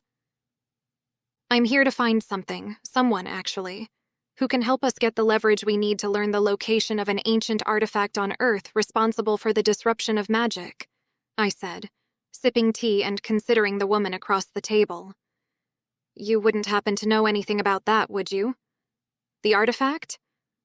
Ishar only shrugged. "I keep to my own here. It is logical that there is a device between realms which are linked. We have such devices on Kirilleth which connect my homeworld with the planets of the Fae, crafted with materials found on none of our worlds." I frowned, wondering if we were barking up the wrong tree and if the artifact we were looking for was on another of the so-called Gaian worlds that Earth belonged to. But there weren't any gates between Earth and those planets. Only to the realms of Arendor, Dwaringal, and Orduk. The humans and Fae who arrived here from what were suspected to be planets within the same galaxy as our own did so through portals like the one which had brought me to this forest. It didn't make sense that an artifact from one of their worlds would affect ours like this. And Fae and humans alike had told us that our magical resources were superior to theirs now. I highly doubted that was by their design. I might have to ask you about that another time. I set the teacup down and stood. I need to retrieve my target for a global summit in the Southern Hemisphere in a few days. I wanted to ask if you would take responsibility for the magical energy signature from the portal if anyone asks questions, and whether you have any ideas about how I can get to where I'm going faster than I can on foot. Ishar's smile was enigmatic as she set down her teacup. I will claim responsibility for the portal magic, and I may have a solution to your transportation needs. But I require something in return.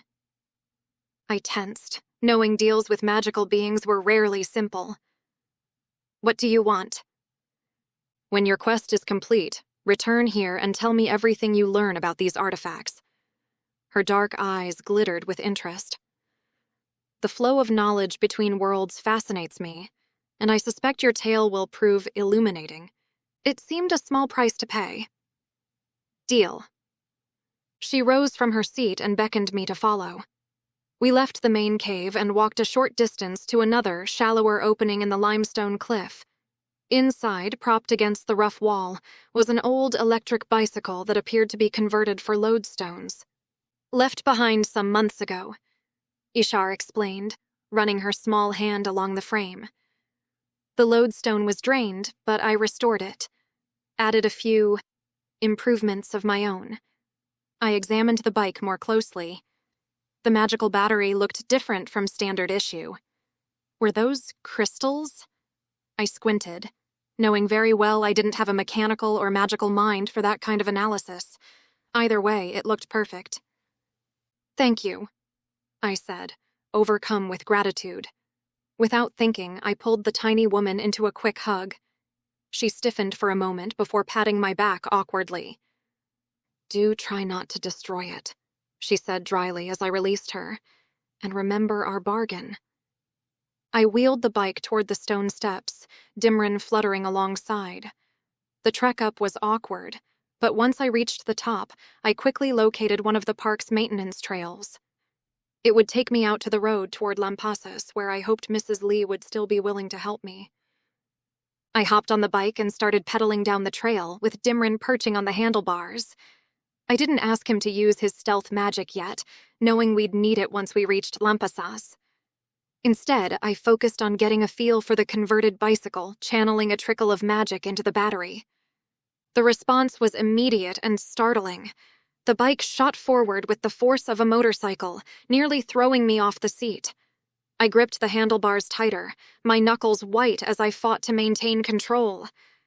Dimrin squawked in alarm, his claws digging into the metal. Sorry, I called out, though the wind whipped the word away. Whatever improvements Ishar had made to this thing, they were far beyond what I'd expected. The trail blurred past us as we hit the main road, and I found myself wishing desperately for a helmet, or at least some goggles. The number of bugs I was going to end up swallowing on this trip didn't bear thinking about. The journey to Lampasas passed in a wind-swept haze. By the time we reached the outskirts of town, darkness had fallen. I slowed the bike to a more reasonable speed and glanced at Dimrin. Time to disappear, little guy. Dimrin hides us, he agreed, and I felt the familiar cool wash of his stealth magic envelope us both. Navigating invisible through town presented its own challenges. I had to stay hyper-aware of other vehicles, though the headlights gave me plenty of warning to move aside. The streets were eerily quiet, more so than I remembered. Were the units brought in for the peace talks still taking up space in the requisitioned buildings across town? I imagined not, but with the attack on Fort Hood, they might have decided to keep them there. Even more reason to keep out of sight. When we finally reached my old row of apartments, I stopped and just stared for a moment. A wave of homesickness hit me so hard it left me breathless. Light spilled from windows that used to be mine, and I saw movement inside. Rex, Mel, and their family had to be packed in there like sardines. I hoped they were managing okay in the cramped space. I was about to move toward Mrs. Lee's window when something caught my eye. My old Honda sat under the carport in front of her house, looking exactly as I'd left it months ago. I blinked, certain I was hallucinating. Why would my car be here? Had the military not impounded it as evidence? I shook my head, filing away the question for later. First things first. I propped the bike against a tree and crept toward Mrs. Lee's window, Dimrin still perched on my shoulder. Through the glass, I saw her sitting on her small couch next to Giggit, both apparently absorbed in whatever was on the TV. The gnome's presence gave me pause. Could he be trusted to keep quiet about seeing me? But I didn't have much choice at this point. Can trust lady? Dimrin's thought carried a hint of uncertainty. Yes, I whispered back. Mrs. Lee's one of the good ones. Lady sees Asha and Dimrin, he agreed after a moment's consideration. I moved to her door and knocked softly, my heart pounding. There was a shuffle of movement inside, then the door cracked open. Mrs. Lee's face went completely slack with disbelief when she recognized me, her jaw dropping in shock. Then her teeth clicked shut with an audible snap, and before I could say a word, she grabbed my arm and yanked me inside with surprising strength for someone her size. "Are you trying to get yourself killed?" she hissed, quickly shutting the door behind us. "There is soldiers everywhere." I stumbled slightly as she released my arm, and Dimrin chirped indignantly from my shoulder. Mrs. Lee's eyes, if possible, went even wider at the sight of him. "I promise I wasn't seen. I'm sorry to risk you like this, but—" "What is that?" Mrs. Lee jabbed a finger at the Kyrian. "Is Dimrin?" the Syrian said indignantly. Mrs. Lee stepped back in shock, and I shot a panicked glance toward the window, my frustration mounting. The last thing we needed was for Mrs. Lee to let off a scream, so I hurried to explain in an urgent whisper. "This is Dimrin. He's a Syrian from Arendor. Among other things, he has a natural camouflaging magic, and as you can see, he can talk too." "Giggit hears of Syrians," the gnome piped in. He stood on the sofa and leaned across the back to peer at us with a toothy grin. "Exotic creatures on Azagrim." Mrs. Lee swung her head to blink at her pint-sized partner and then back at me. "So it's true. You abducted by the elf?" I hesitated, then remembered my car outside. "Before we get into that, why is my Honda sitting out front? How did you end up with it?" Mrs. Lee waved her hand dismissively. "I tell Logistics Command your next of kin. Once they finish looking at evidence, they give to me. I have your junk inside, too." "My junk?" I felt a strange mix of gratitude and disbelief. I felt my mouth twisting into a smile at the sheer mundanity of it. "Not important now," Mrs. Lee said firmly, crossing her arms. "You most wanted list now. I help? I will also become criminal." "Nobody ever has to know about it. All I need is for you to set a meeting for me." "Meeting?" Mrs. Lee raised an eyebrow. "With who?" "I need information about someone in Fort Hood. The only person with the clearance to give it to me who won't shoot me on sight is Denise," I said. "Denise Jones." Chapter 18.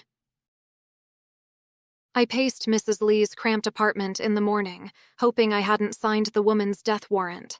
She had eventually agreed to set up a coffee date with Denise without giving her any details about my arrival, but had warned me that Colonel Levine's secretary might not be able to give me the intel I was looking for. Apparently, shit had gone seriously south at Fort Hood since the night of the orc attack on the compound. Denise had been transferred back to the administration offices as Major Breen, the asshole responsible for requisitioning half of Lampasas ahead of the peace talks, had been moved in to take over Levine's post, With his own secretary, of course. Nobody knew what had happened to Levine, but he was off the map now. My heart ached for his wife Lorraine, who had given me a home at the start of the war. I clenched my fist as I promised for the umpteenth time that morning that I would get her husband back.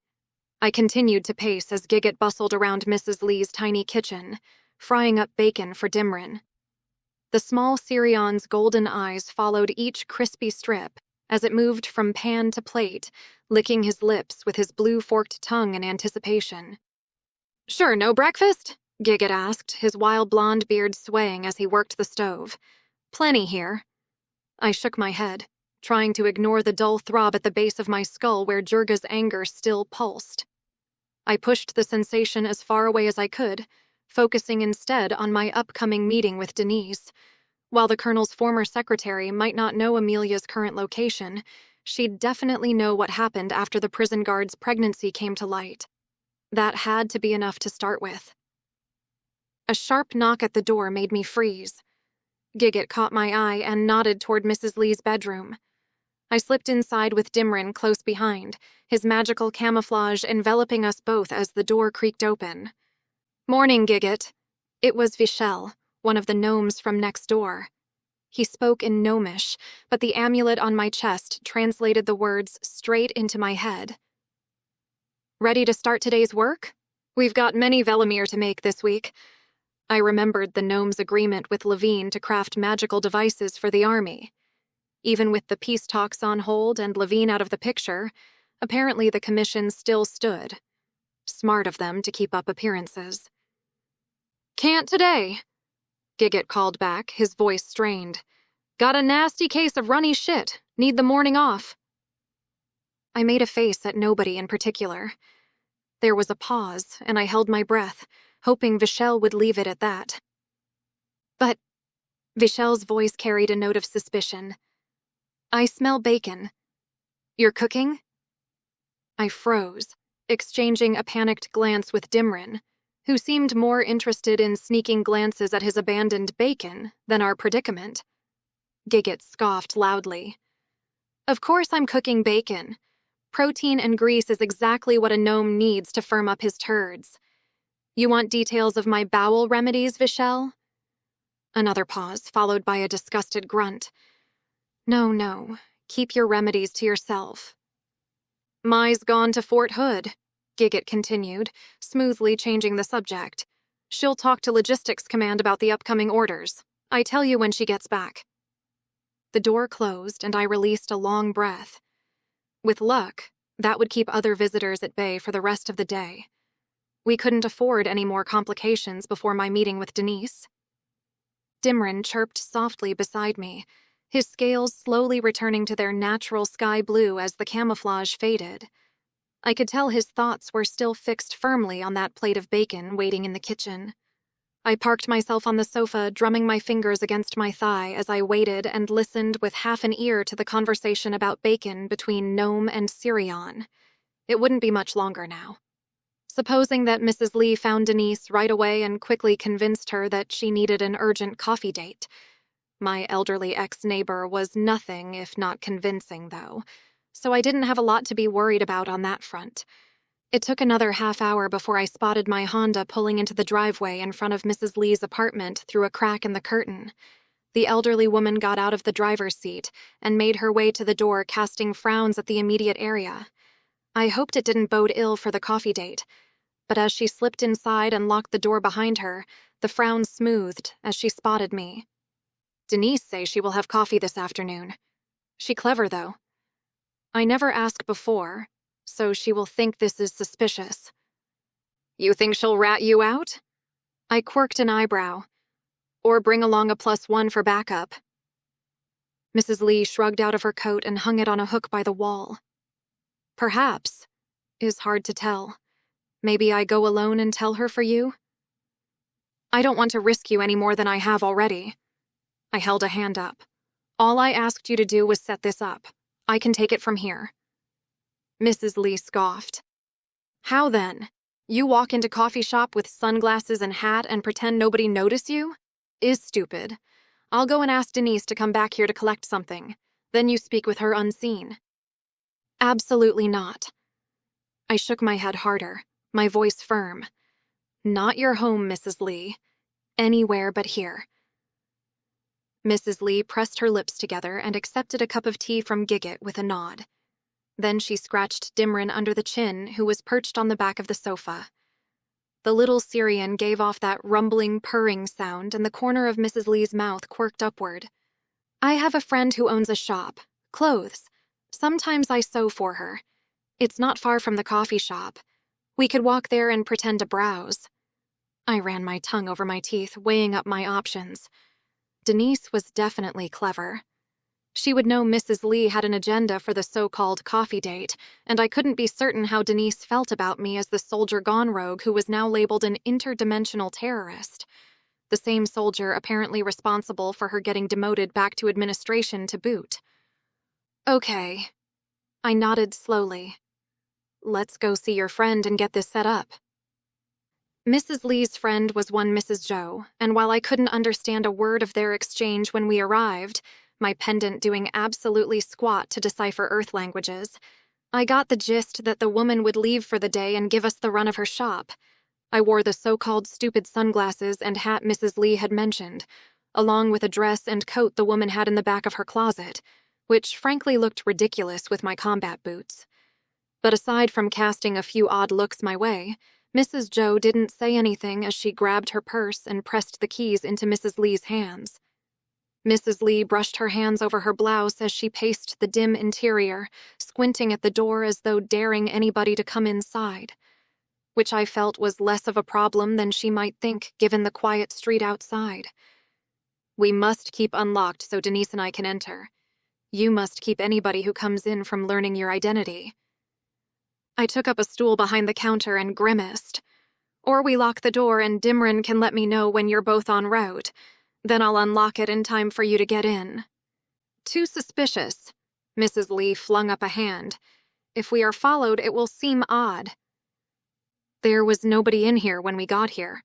This place is dead. I leaned against the counter, my voice taking on a deliberately placating tone. Relax, Mrs. Lee. All you have to do is have coffee with Denise. Tell her that you have something to show her and bring her down here.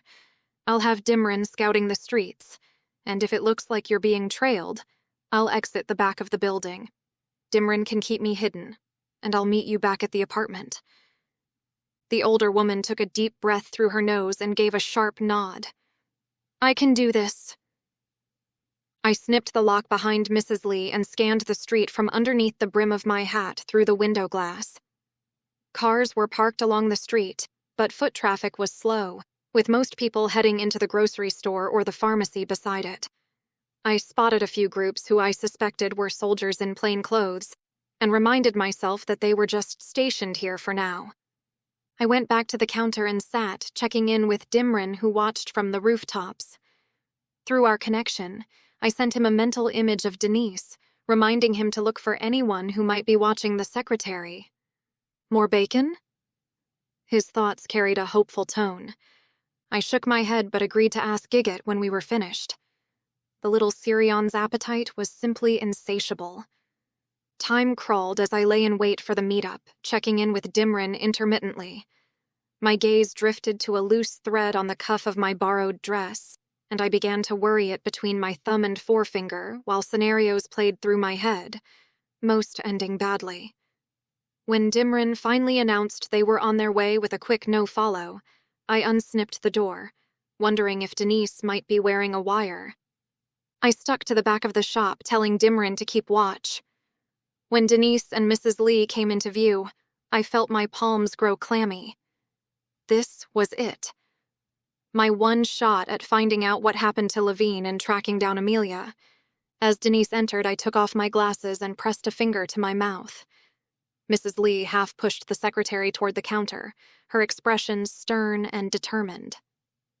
I whisked Denise into the fitting rooms, ushering her inside one while Mrs. Lee took up position at the counter. "What the hell?" Denise hissed as I patted her down, looking for any recording devices. She glared at me, arms crossed tightly across her chest. "You shouldn't be here." Finding nothing suspicious, I stepped back slightly in the cramped space. "Does anyone know about your coffee date?" I kept my voice pitched low. "No," she replied sharply. "But they will when I report this." I studied her face, trying to read past the anger. Denise had been devoted to Levine, and we'd always been on good terms. Surely that counted for something. But a lot of water had passed under the bridge since then. "Before you do that, hear me out. I've heard there have been a lot of changes since I left, but I promise you I plan on putting them right. I swear I'll get Levine back." Her expression flickered, and I caught a glimpse of emotion before the mask of indignation slipped back into place. "Colonel Levine is none of your business anymore, Lopez. You made sure of that when you abandoned your post." "You know that's not what happened," I countered, keeping my voice low but firm. "You're smart, Denise. You know the U.S. Army's dirty little secrets about magic users. I found out, and now they want me dead for it. You can't tell me that sits right with you." I watched as uncertainty crept into her eyes. Outside, I sensed Dimrin maintaining his vigilant watch through our connection, but my focus remained on Denise. Everything hinged on whether she would help us or not. "Your little stunt cost that man everything, and for what? So you could be #1 on the most wanted list?" she seethed. "That elf boy is bad news, Asha, and whatever you've got going on with him has had serious consequences here." I brought a thumb to my chin, my fingers resting against my mouth, knowing we didn't have time for me to recount the story from start to finish to convince her. But she deserved to know as much as I could afford to tell her. "What I've got going on with the elf is a plan to close the gates between our worlds, Denise. I promise you that. To end the war. Not just come to terms with all the races." I held up a finger as Denise opened her mouth to interrupt. "But to do that, I need leverage. I have to learn the location of an ancient artifact that we stumbled on 15 years ago which caused all this mess, and nobody is going to give me the answers I need unless I have something which scares them more." Denise's glossy red lips curled. "And why should I believe a damn word you say?" "Because I swear to you that I'm going to get Levine out of whatever hole they've thrown him in." I met her gaze directly, pouring every ounce of sincerity I could muster into my expression. "Not right now, but soon. I'm on a timeline with the upcoming climate summit, and if everything goes to plan, I'll come straight back." "The climate summit in Australia?" Denise wrinkled her nose in disbelief. "What kinda—" "I'm under orc asylum for now," I interrupted. "As I said, it's a long story, and if there's anyone watching this shop, we don't have time for it. What I need from you is Amelia Hancock's location. You have to know where they squirreled her away after she fessed up about the pregnancy." Denise recoiled as if I'd physically struck her. "You can't mean to—" "Of course I can." I nodded as I stared into her eyes. "A human-elf hybrid baby. They won't want that in the news. I need her as leverage. I wouldn't be here if there was another way." "Leverage? Asha, this is the location of a high-value asset. This is my career." "This is about Colonel Levine," I cut in, my voice sharp. Her head snapped up. "What did you say?" "It's all connected. The attack that night by the orcs? It wasn't Arendor, Denise. It was the Russians. I had to bug out because Leylandir was their target. I got information back to Levine to prove it, but he was already facing the consequences for failing to protect Fort Hood." "Most likely." I held a breath, trying not to think too hard about the betrayal he'd felt when I took off. Of the betrayal I felt when I'd caught a glimpse of him agreeing to give orders to take me down if I didn't cooperate. "This only ends when the gates are closed, Denise. Surely you see that. It means it's time for a little radical truth." Denise broke eye contact and took a long, ragged breath as she stared at the floor. "Sweet baby Jesus, Asha. You're gonna lift the lid on all this? You'll rip the damn world apart." "I won't have to if the people who have the information I need agree to work with me." I gripped the secretary's shoulders. "While I've been away, I activated another of these artifacts. Giant gates, really. Which is why the weather's a mess. I intend to close them both. Permanently." Denise's brow furrowed and she shook her head. You're saying we're responsible for the gates? Of course we are, Denise.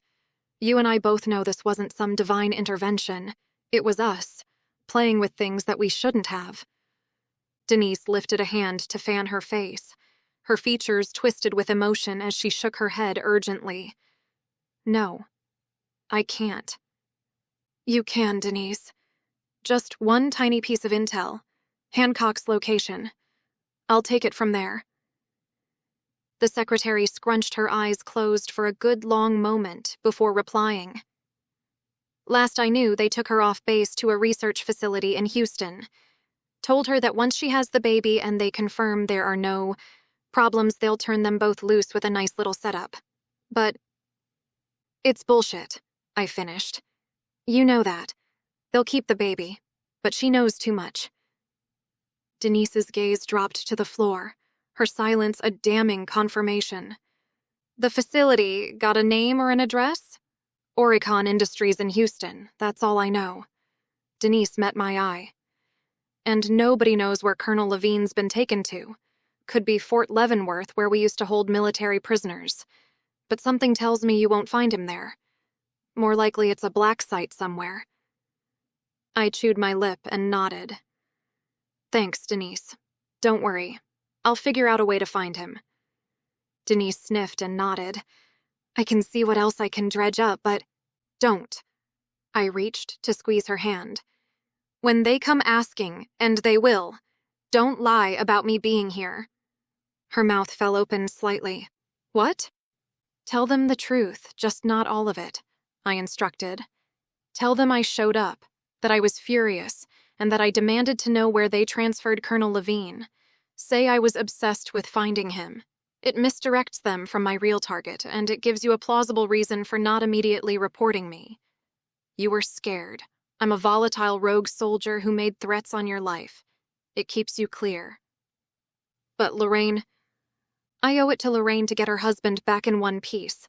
If intelligence figures out that you've been gathering information about his location, they'll move him. I stand a better chance using magic somehow. That's if you survive getting Hancock out of whatever lab she's in. Denise clucked like that was unlikely. I've survived worse in the past few months, I said. What's a little breaking and entering into a top-secret research facility for the military? Chapter 19. I point-blank refused to let Mrs. Lee drive me to Houston, and she likewise refused to allow me to take the bicycle, telling me that its battery would drain before I even made it halfway. Creating another portal was too risky, so the next calculated risk I took was roping an unlikely ally into the circle. Rex Baker, former squatter and magical normie with what other people might describe as an unhealthy streak of paranoia about our world leadership.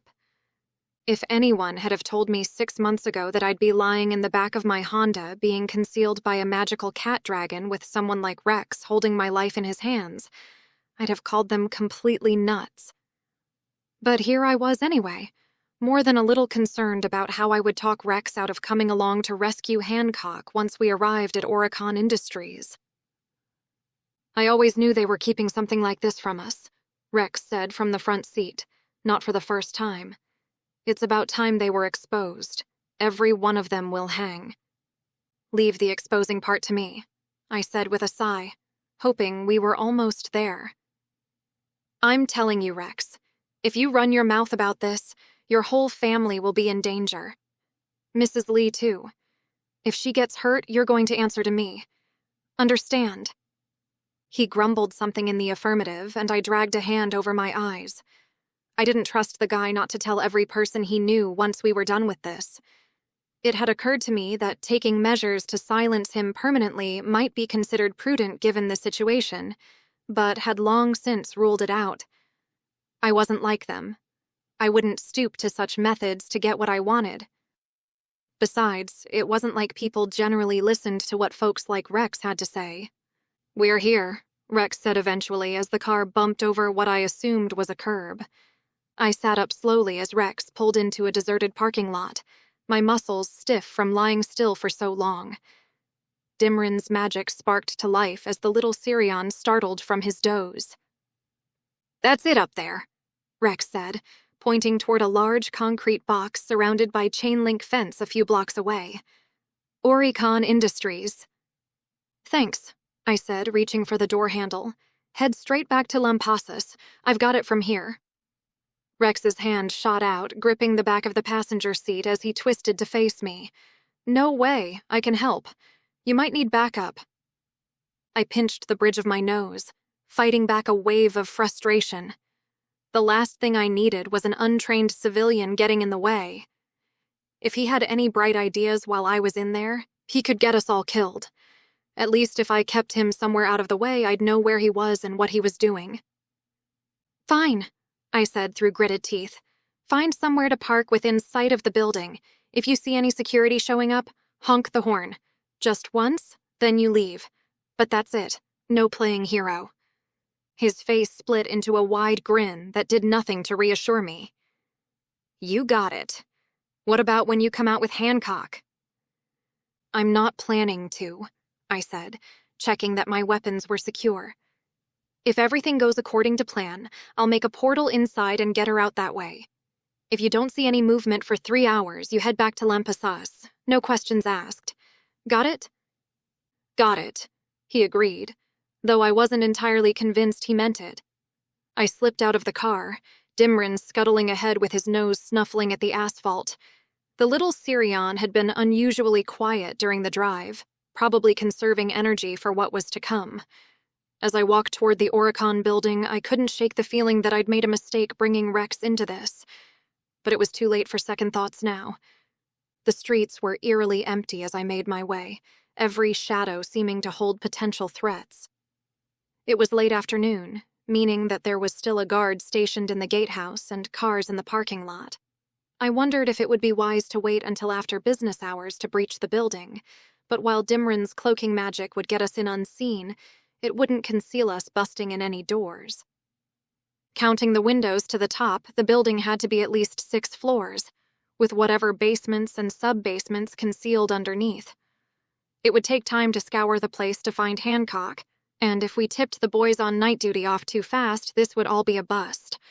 I found a more secluded section of fence away from the main gate and partially hidden by overgrown bushes. The razor wire at the top gleamed menacingly. I let out a slow, controlled breath, steadying my nerves. Then I began to climb, using just a trickle of magic to buffer the sharp coils as carefully as possible. Despite my caution, one of the blades caught my palm, opening a thin but deep cut. Once on the ground, I pulled a bandage from my pack and wrapped it tightly around my hand. The last thing I needed was to leave a trail of blood for someone to follow. "Remember," I projected to Dimrin, "we're in enemy territory now. Complete stealth." The little Sirion flapped his wings anxiously. "Leylandir says keep safe," he projected into my mind. "We'll be safe once we complete the mission," I responded more gruffly than necessary. Moving through the parking lot, I studied the building's layout. The loading dock at the back had 2 armed guards posted, and I spotted security cameras covering every approach. Surprisingly, the front entrance looked like the least defended point, just a single guard behind a desk in the lobby. Sometimes the most obvious path was the best one. Navigating the automatic doors at the front was easier than I expected. 2 large potted ferns sat on either side of the entrance, so I plucked a frond and tossed it toward the motion sensor, making it seem as if a gust of wind had triggered the doors. The reception was a wall of polished granite and a counter manned by 2 staff members, but the only way in was through the screening area. Immediately past the doors, a line of sleek, glass-topped turnstiles created a choke point. Beyond that were walk-through metal detectors and an X-ray conveyor for all bags and briefcases. The whole setup was designed to funnel and slow, making the guard's job easy, unless you were already past the point of being seen. I crept toward the turnstiles, watching the guard's every movement. He was young, probably fresh out of training, and kept glancing at his phone between periodic scans of the lobby. Dimrin's magic held steady around us as I carefully lifted my leg over the barrier. My boot scraped against metal, making a soft screech. The guard's head snapped up, I froze, not even daring to breathe as he frowned and looked around. After what felt like an eternity, he shrugged and went back to his phone. I released my breath slowly and finished navigating the turnstile. The metal detectors were easier to bypass, requiring just a wide berth. I made my way to the front desk where one of the receptionists was deep in conversation about what sounded like a catering order. "No, that's not right at all," she said, tapping her pen against a notepad. "We specifically requested gluten-free options for the executive lunch." While she was distracted, I scanned the desk. There, a stack of access cards sat in a holder near the computer. I reached and plucked one, watching the receptionist's face for any reaction. She continued her conversation without pause. Good start, I thought to Dimrin, but probably won't get us everywhere we need to go. The stairs beyond reception were institutional beige, with harsh fluorescent lighting that left no shadows to hide in. I climbed slowly, looking for any directional signs that might hint at where they were keeping Hancock, but the signs only listed department names and room numbers. Nothing helpful. The lack of windows was starting to get to me by the third floor. The whole place felt like a maze designed to disorient. I was considering my next move when two men in suits walked past, deep in conversation. "Jenkins wants the guest tested before they move her from the suite downstairs," one said. "Again? We just ran diagnostics yesterday," his colleague replied. I waited until they were out of earshot before projecting to Dimrin. "Basement it is." The stairwell down to the basement level was darker than the others, the air noticeably cooler. I swiped the stolen card against the reader, but the light stayed red. Damn it. "Need better key?" Dimrin projected. Yeah, I thought back. Let's go fishing. We headed back up, emerging onto the second floor where I'd seen the most foot traffic. Sure enough, two men stood waiting for the elevator, talking animatedly about defense contracts and profit margins. The one closest to me had his access card clipped to his shirt pocket. "Ready?" I asked Dimrin. The little Kyrion's magic shifted, creating a slight distortion in the air around the card. As the men laughed at some shared joke, I reached and carefully unclipped it. Every muscle in my body screamed with tension, and I backed away convinced that they should have been able to hear me breathing. But neither man noticed anything amiss. Once we were safely around the corner, I let out a shaky breath. "Nice work." "Dimrin magic always work?" Dimrin preened. The basement door opened smoothly this time when I swiped the new card. The temperature dropped another few degrees as we descended. But it wasn't just the cold. A low, almost subsonic hum vibrated in my bones, making the fine hairs on my arms stand on end. The air itself felt thick, charged, like the moments before a lightning strike. It felt like a containment field, a net of magical energy woven into the very walls, designed to suppress and detect. I froze for a second, my hand hovering near my blaster. This wasn't just a basement. It was a cage. At the bottom, harsh fluorescent lights illuminated a maze of identical white corridors branching off in multiple directions. I stood there for a moment, trying to orient myself. My nose twitched at a faint chemical odor in the air. Somewhere in this labyrinth, they were holding Hancock. The question was, which way would lead us to her? "Bad smell," Dimrin projected, his mental voice tinged with anxiety. "I know," I replied, "but we're not leaving without her." As the thought faded, a faint click echoed from somewhere down the hallway ahead. I froze, listening, but it wasn't repeated. Just the building settling, maybe. But the hum of the containment field seemed to thrum a little stronger for a moment before fading back to its baseline. Taking a deep breath of the stale air, I chose the rightmost corridor and started walking. The sound of my boots seemed unnaturally loud despite my attempts to move quietly. Every intersection looked exactly like the last, and I had to fight down a rising sense of claustrophobia. If we didn't find her soon, we'd need to start marking our path somehow to avoid getting completely turned around in this underground maze.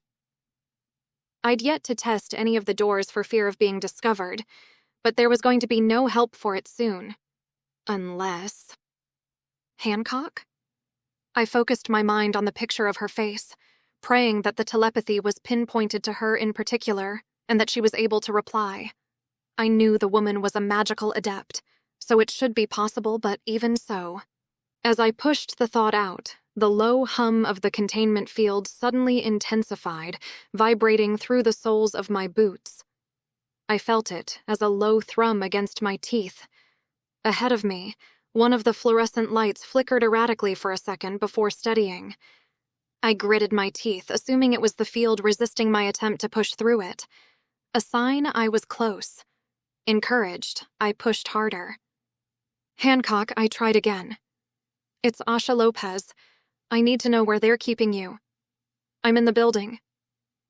I waited, straining to sense any response, but only silence filled my mind.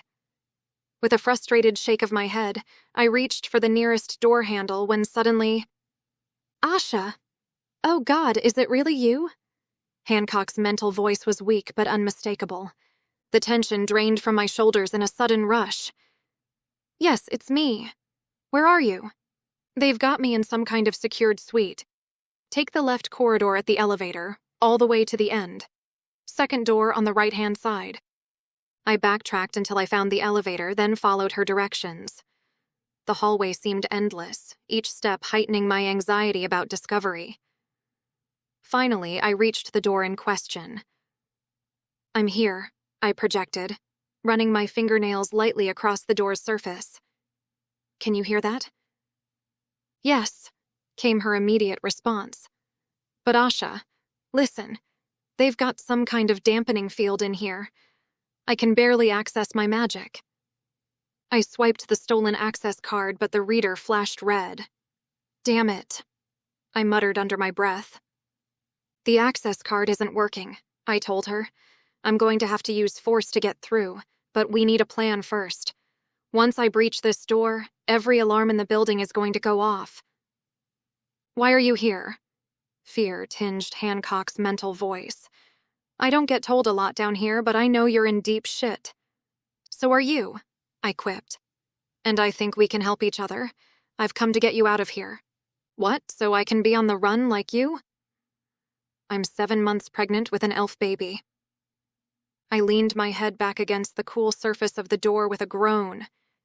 You know as well as I do that once that baby is born, you'll have outlived your usefulness to them. I can protect you both. Get you an immunity deal.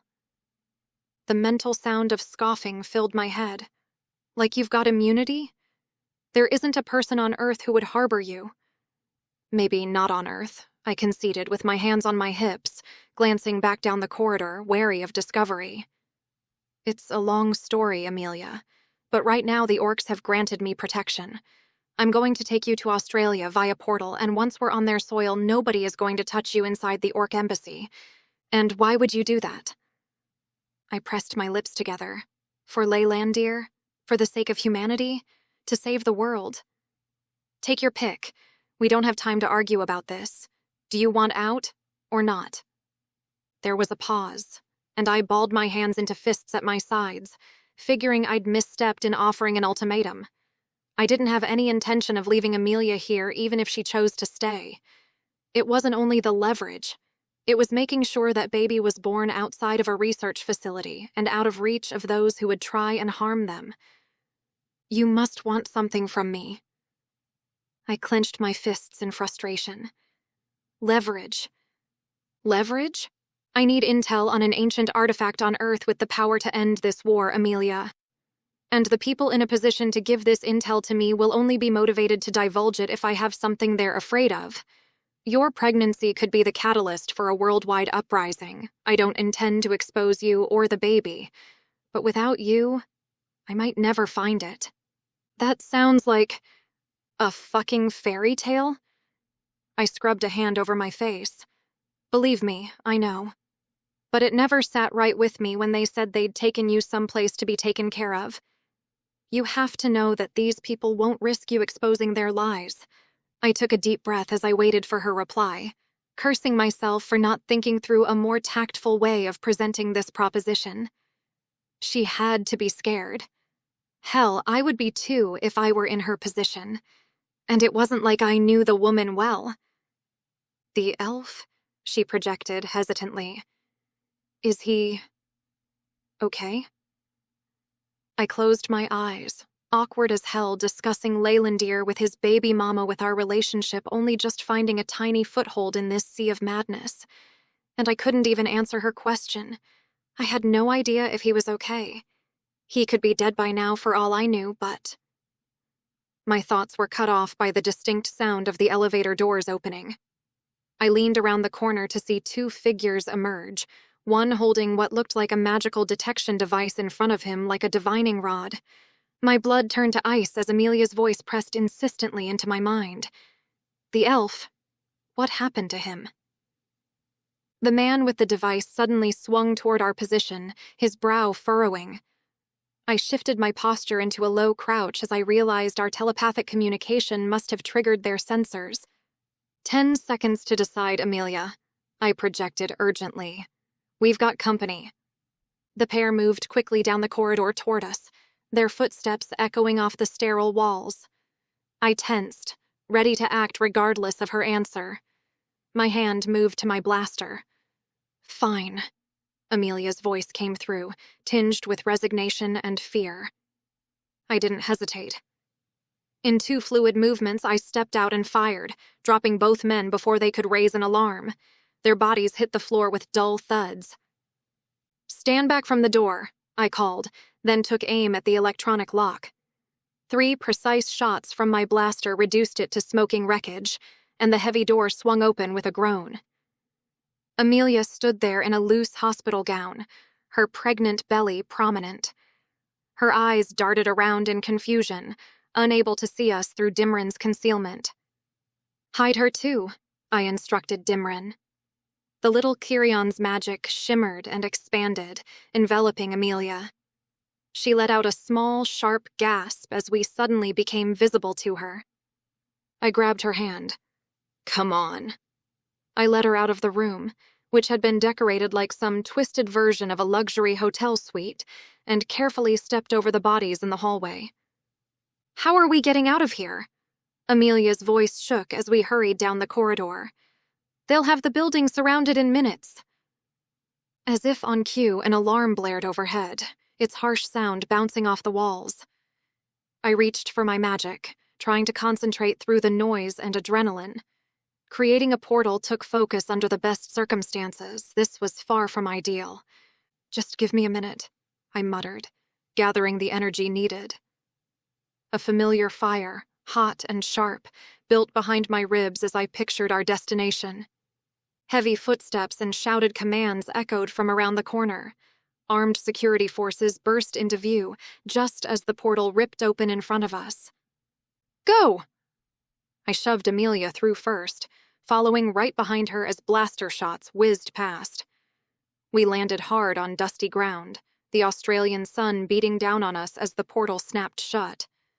We were just outside the orc encampment, exactly where I'd aimed for. A contingent of orc soldiers came rushing toward us, weapons raised. I immediately threw my hands up, motioning for Amelia to do the same. She complied, trembling. Finally, I reached through the telepathic connection I shared with Jurga. I have returned, sister. With Amelia Hancock. The pregnant woman beside me was breathing heavily, her eyes wide as she took in the approaching orcs. I kept my hands raised, hoping Jurga would respond quickly before anyone got trigger-happy. We'd made it this far. Getting shot by our supposed allies would be a particularly bitter end to our escape. Chapter 20. I never took the orcs as the type to employ silent treatment, but after relaying to Jurga that I'd arrived back safe with Amelia Hancock in tow, she had only spared enough words to order me into the skyship en route to collect us. What had me more concerned, however, was that a number of priestesses and a healer joined us from the encampment, which I hoped meant my orc sister was doing okay. We were making good time up in the air as we moved towards Sydney, and I wondered if Robbo's team would be equipped to conceal our extra contingent. I'd suggested leaving Hancock behind in the encampment, which Jurga had quickly dismissed the idea. At least the former prison guard had been seen by the orc healer to check on the pregnancy, and had been outfitted in an orc tunic and breeches from her flimsy hospital robe. The woman had taken it all in with a deer-caught-in-the-headlights expression for the most part, but it had meant she'd laid off the questions for now. I watched as we made our final approach to the landing zone where another skyship waited. The crews efficiently aligned gangplanks between vessels, and I led our group across, keeping a wary eye on Hancock, who appeared a little green-faced at the altitude. Robbo met us on deck, his weathered face creased with worry lines that didn't quite match his attempted smile.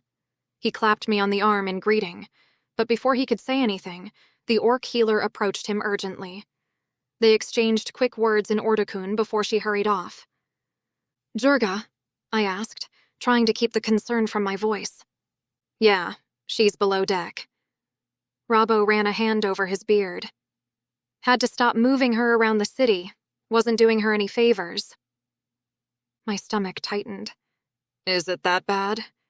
He gave a helpless shrug, his usual bravado nowhere in sight. "She keeps saying it's normal, but what do I know about orc pregnancies? Or any pregnancies for that matter?" He glanced over to where Hancock had settled with the priestesses, their gray-green forms creating a protective circle around her. "I'm just glad she agreed to get a healer to take a look." "Any developments?" I asked, though I could already read the answer in the tense set of his shoulders. "Nah." He shook his head. "Shane keeps giving us the runaround about that meeting. Summit's tomorrow and we're still in the dark." His voice dropped lower. "I reckon showing up is a bad idea. Got a feeling in my gut about it." I bit my lip, watching Hancock as she accepted a cup of something steaming from one of the priestesses. "Maybe they'll be more willing to come to the table now," I said, nodding in her direction. "Given recent developments." Robbo followed my gaze, his eyes narrowing slightly. "All this malarkey over one fat chick, eh?" He turned back to me with an odd expression. "You and pointy ears planning on adopting the baby or something?" "What? No," I said quickly, perhaps too quickly. "I don't have any claim on the baby. It's just, I'm glad Leylandir will have a chance to know them. That's all." The words felt hollow even as I said them, and I found myself wondering what it was that drove me to this. To cover my discomfort, I asked, "Any word from him?" Though I knew the answer before Robbo shook his head. "Nothing from Gashaktor that suggests he's made it back," he confirmed, his expression softening slightly. "Look, mate, I know you've got a lot riding on this, but seriously, sometimes falling back and reassessing is the right choice, eh? I say we head back to Gashaktor with your girl over there and wait for a more opportune moment." I shrugged as I watched another priestess join the group around Hancock. The whole situation felt like a powder keg waiting for a spark. Hancock's pregnancy, Jurga's condition, the looming summit, and Leylandir's silence. And here we were, suspended between earth and sky, waiting for something to break. "It's not me you have to convince. I've been ordered to take Jurga's lead on this." "Yeah, you've done a ripper job of that so far," Robbo snorted. "Just have a word with her, will ya? You've got a better chance than I do of convincing her." I clapped Robbo on the arm in answer and made my way to the ladder below, his words playing through my mind. He had every reason to be worried, and maybe he was right. We could go back to Gashak Tor and wait for Hancock's disappearance to bring the diplomats to the table. Or we could strike while the iron was hot. In that moment, I was kinda grateful that I didn't have the veto on this, because I was honestly torn in two on which was the better course of action now that I'd brought Amelia Hancock into the picture and could feel the toll of my sister's pregnancy at the back of my head. I waited by the door to Jurga's cabin, straining to discern her emotions and not just bodily discomfort through our connection. But where usually I could sense her feelings clearly, now I found only walls. The healer emerged with a sullen expression that did nothing to ease my concerns, and I slipped inside before the door could fully close. Jurga lay propped up on pillows, her hands resting on her swollen belly. "Is everything okay with the baby?" I asked, moving to her bedside. "They will come soon," she said, a slight smile playing at her lips. "But they are strong. They will arrive in good health." Her words triggered a memory, Leylandir's voice, soft and serious as he'd told me about the high infant mortality rates among orcs when he'd been trying to convince me about the existence of hybrids. The thought sent a chill across my skin. "Maybe we should head back to Gashaktor," I suggested, trying to keep my voice neutral.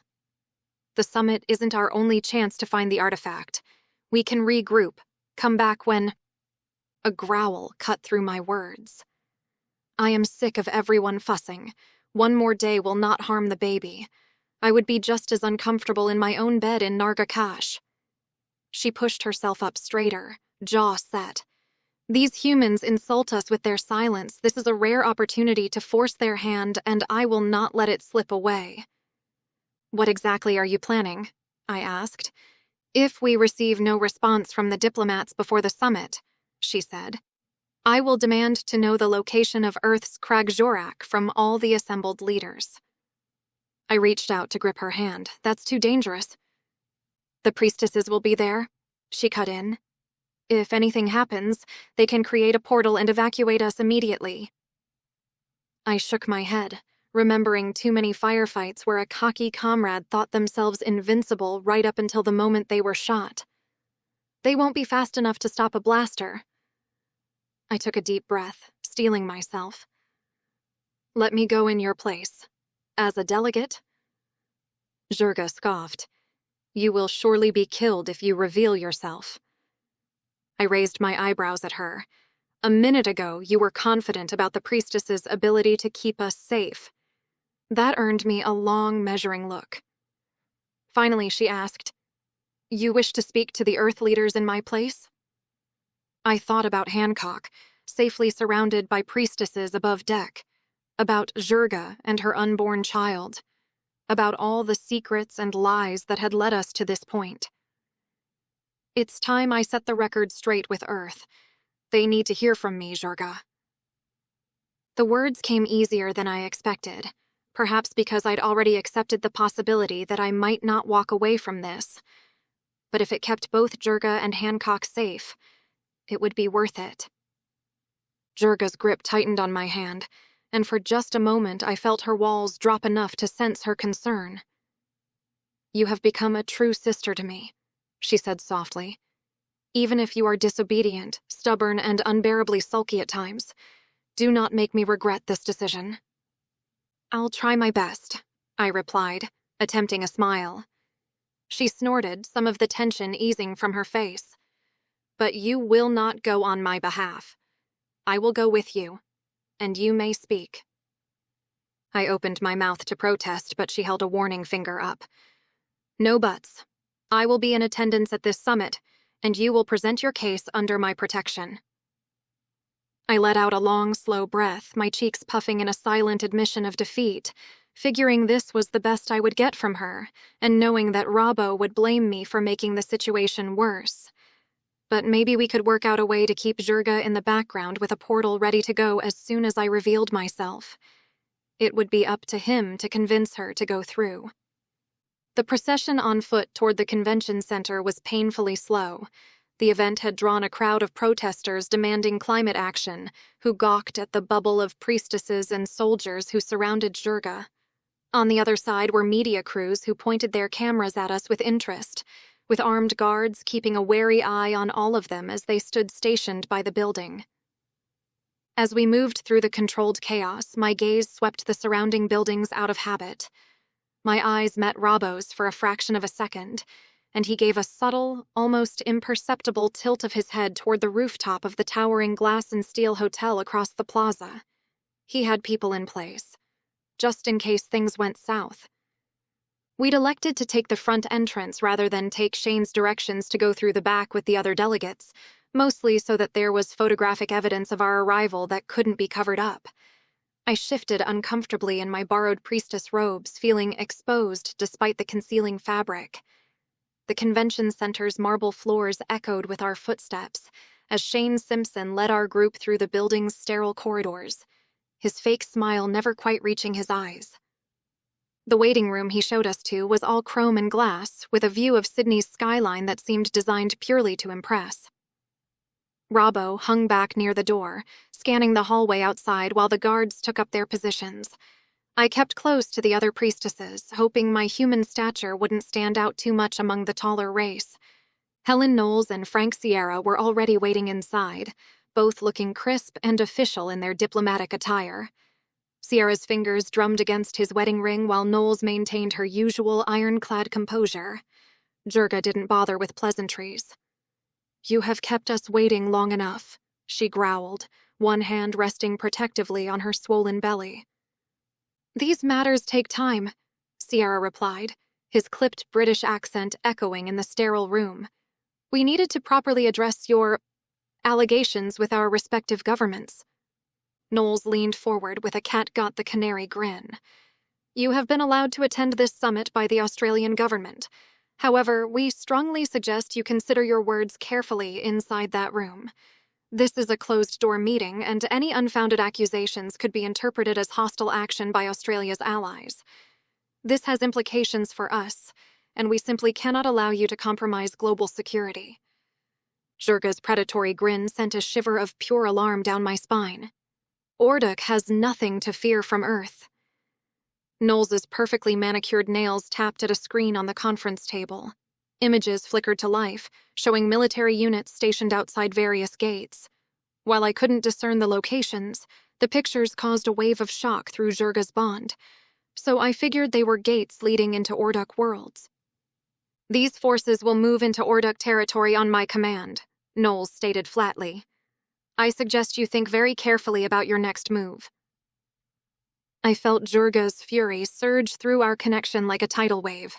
The baby kicked in response, and she placed both hands on her belly, her voice dropping to a dangerous growl.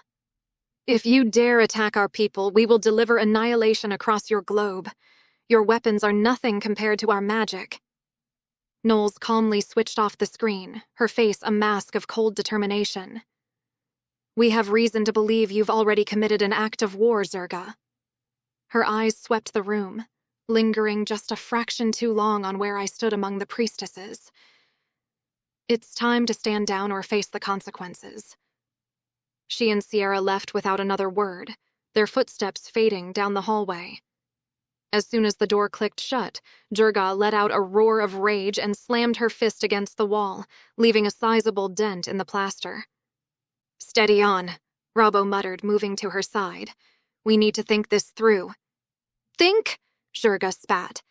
"They threaten our people while we stand here playing their diplomatic games." She turned to the priestesses, barking orders in rapid Ordokun. I stepped forward. "I told you they'd be freaked about Hancock going missing," I said quietly. "They have to know that I'm a part of this." Jurga's eyes met mine, and I felt her struggle to contain her anger. "Then we have nothing left to lose," she growled. "We have everything to lose," I countered, glancing meaningfully at her belly. "Don't underestimate them for a minute. Helen Knowles and her superiors back home won't hesitate to strike. We should have expected this." Robbo nodded. "Asha's right, we need to—" "That's it," Jurga screeched. "I am finished with these people who refuse to deal in truths. I will uncover their lies and—" The door burst open and Shane bustled in, his ill-fitting shirt already showing sweat stains. "The meeting's about to begin. Would you like a few more moments to compose yourselves?" "Yes," Robbo started, but Jurga cut him off with a snarl. "No, we are done waiting." She stormed past Shane, nearly knocking him over in her haste. The priestesses moved as one to follow her, their robes swishing against the marble floor. I fought a wave of nauseating certainty as I watched the scene unfold. This was a train wreck waiting to happen. Helen's words echoed in my mind. Closed-door meeting. Whatever Jurga unleashed in that room would never make it outside those doors. They'd contain it, spin it, use it as justification for whatever they had planned. I had to think fast. The weight of what was at stake pressed down on me, not just Jurga and her baby, but the tentative peace between Earth and Audiobook. If she went in there with her metaphorical guns blazing, Helen would have all the excuse she needed to press that very real big red button. As everyone rushed to follow Jurga's determined stride, I reached out to Robbo telepathically. Do your best to contain her. I'm taking a different approach. I felt his confusion, but there wasn't time to explain. In the chaos of robes and bodies, I slipped away from the group, ducking down a side corridor that led toward the main entrance. My pulse thumped inside my head as I moved as quickly as I dared, trying not to draw attention from the security personnel stationed along the walls. The bright Sydney sunshine hit me as I pushed through the front doors. The protesters were still there, their signs demanding climate action now seeming almost quaint, given what was about to unfold. Beyond them, I spotted what I was looking for. The media crews, their cameras still trained on the building's entrance. The consequences what I was about to do hung over me. This could go equally as badly for us.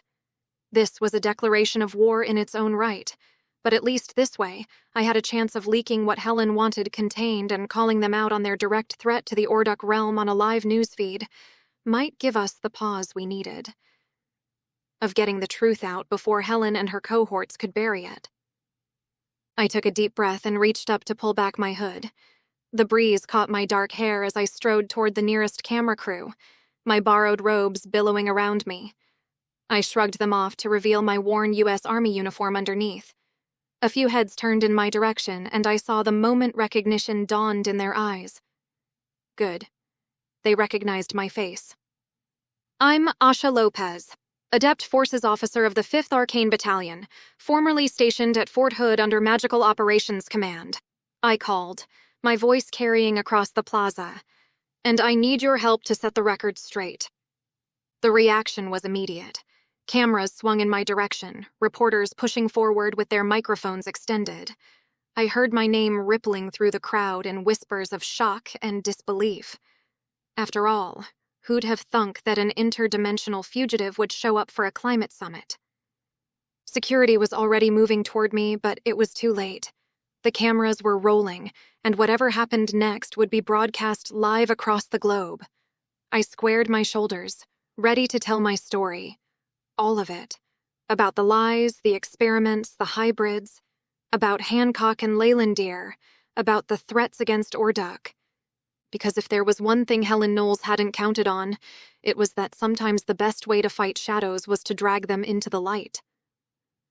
Behind me, I heard shouting from inside the building. Through our bond, I felt Jurga's fury spike, followed by Robbo's alarm. I silently prayed he could keep her contained long enough for me to do what needed to be done. Adept Forces Officer Asha Lopez, one reporter shouted above the growing chaos. You stand accused of treason against the U.S. government and have been branded a terrorist. Can you tell us why you're at this climate summit? I met the camera's unblinking eye. That's a very good question, I said, my voice steady despite the frantic hammering in my chest. And the answer starts with a prison cell and an elf named Leylandir Telcassiel. Chapter 21.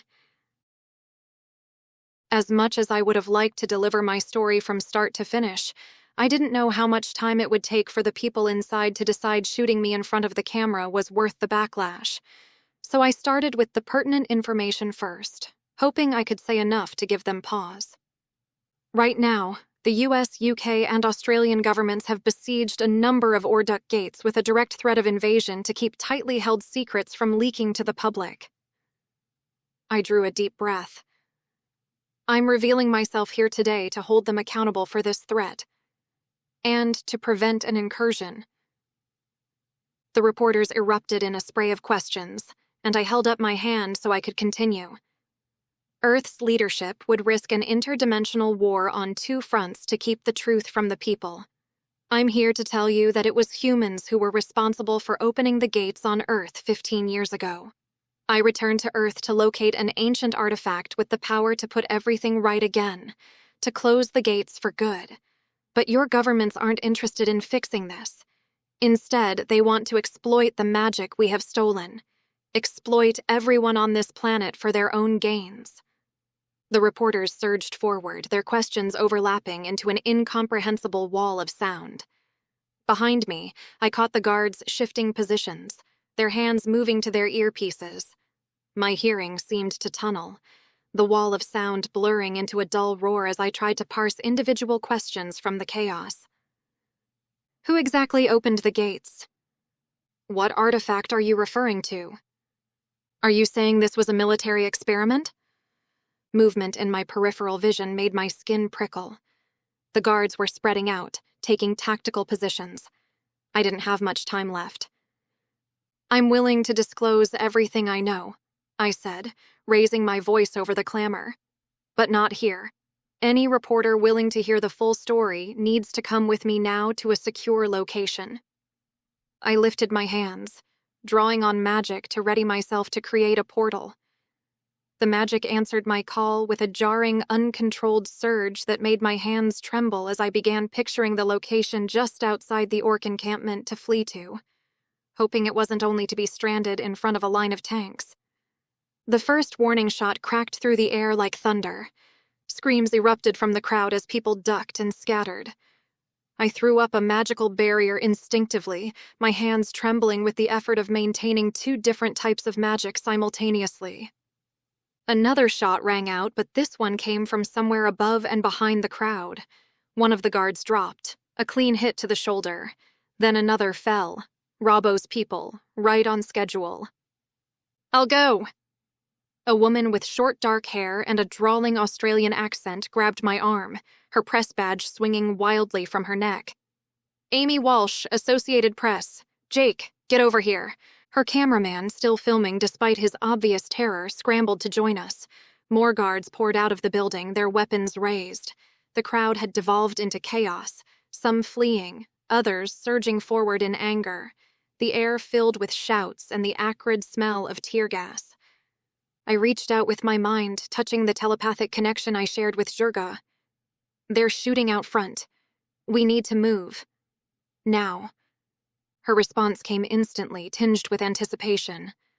I will join you and we can leave together. No, I projected. Get the priestesses to open a portal somewhere inside. I'll meet you back at the encampment. Not waiting for her response, I concentrated, and the portal ripped into the air in front of me.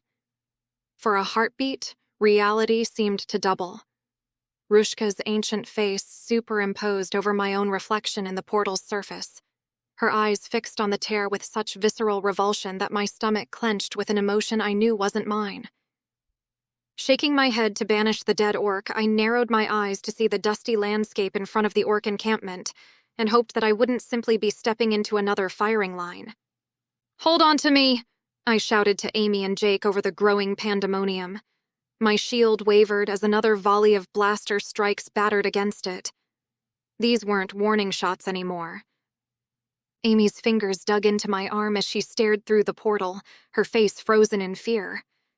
Jake wrestled his camera tripod under his arm, the heavy camera cradled in his arms.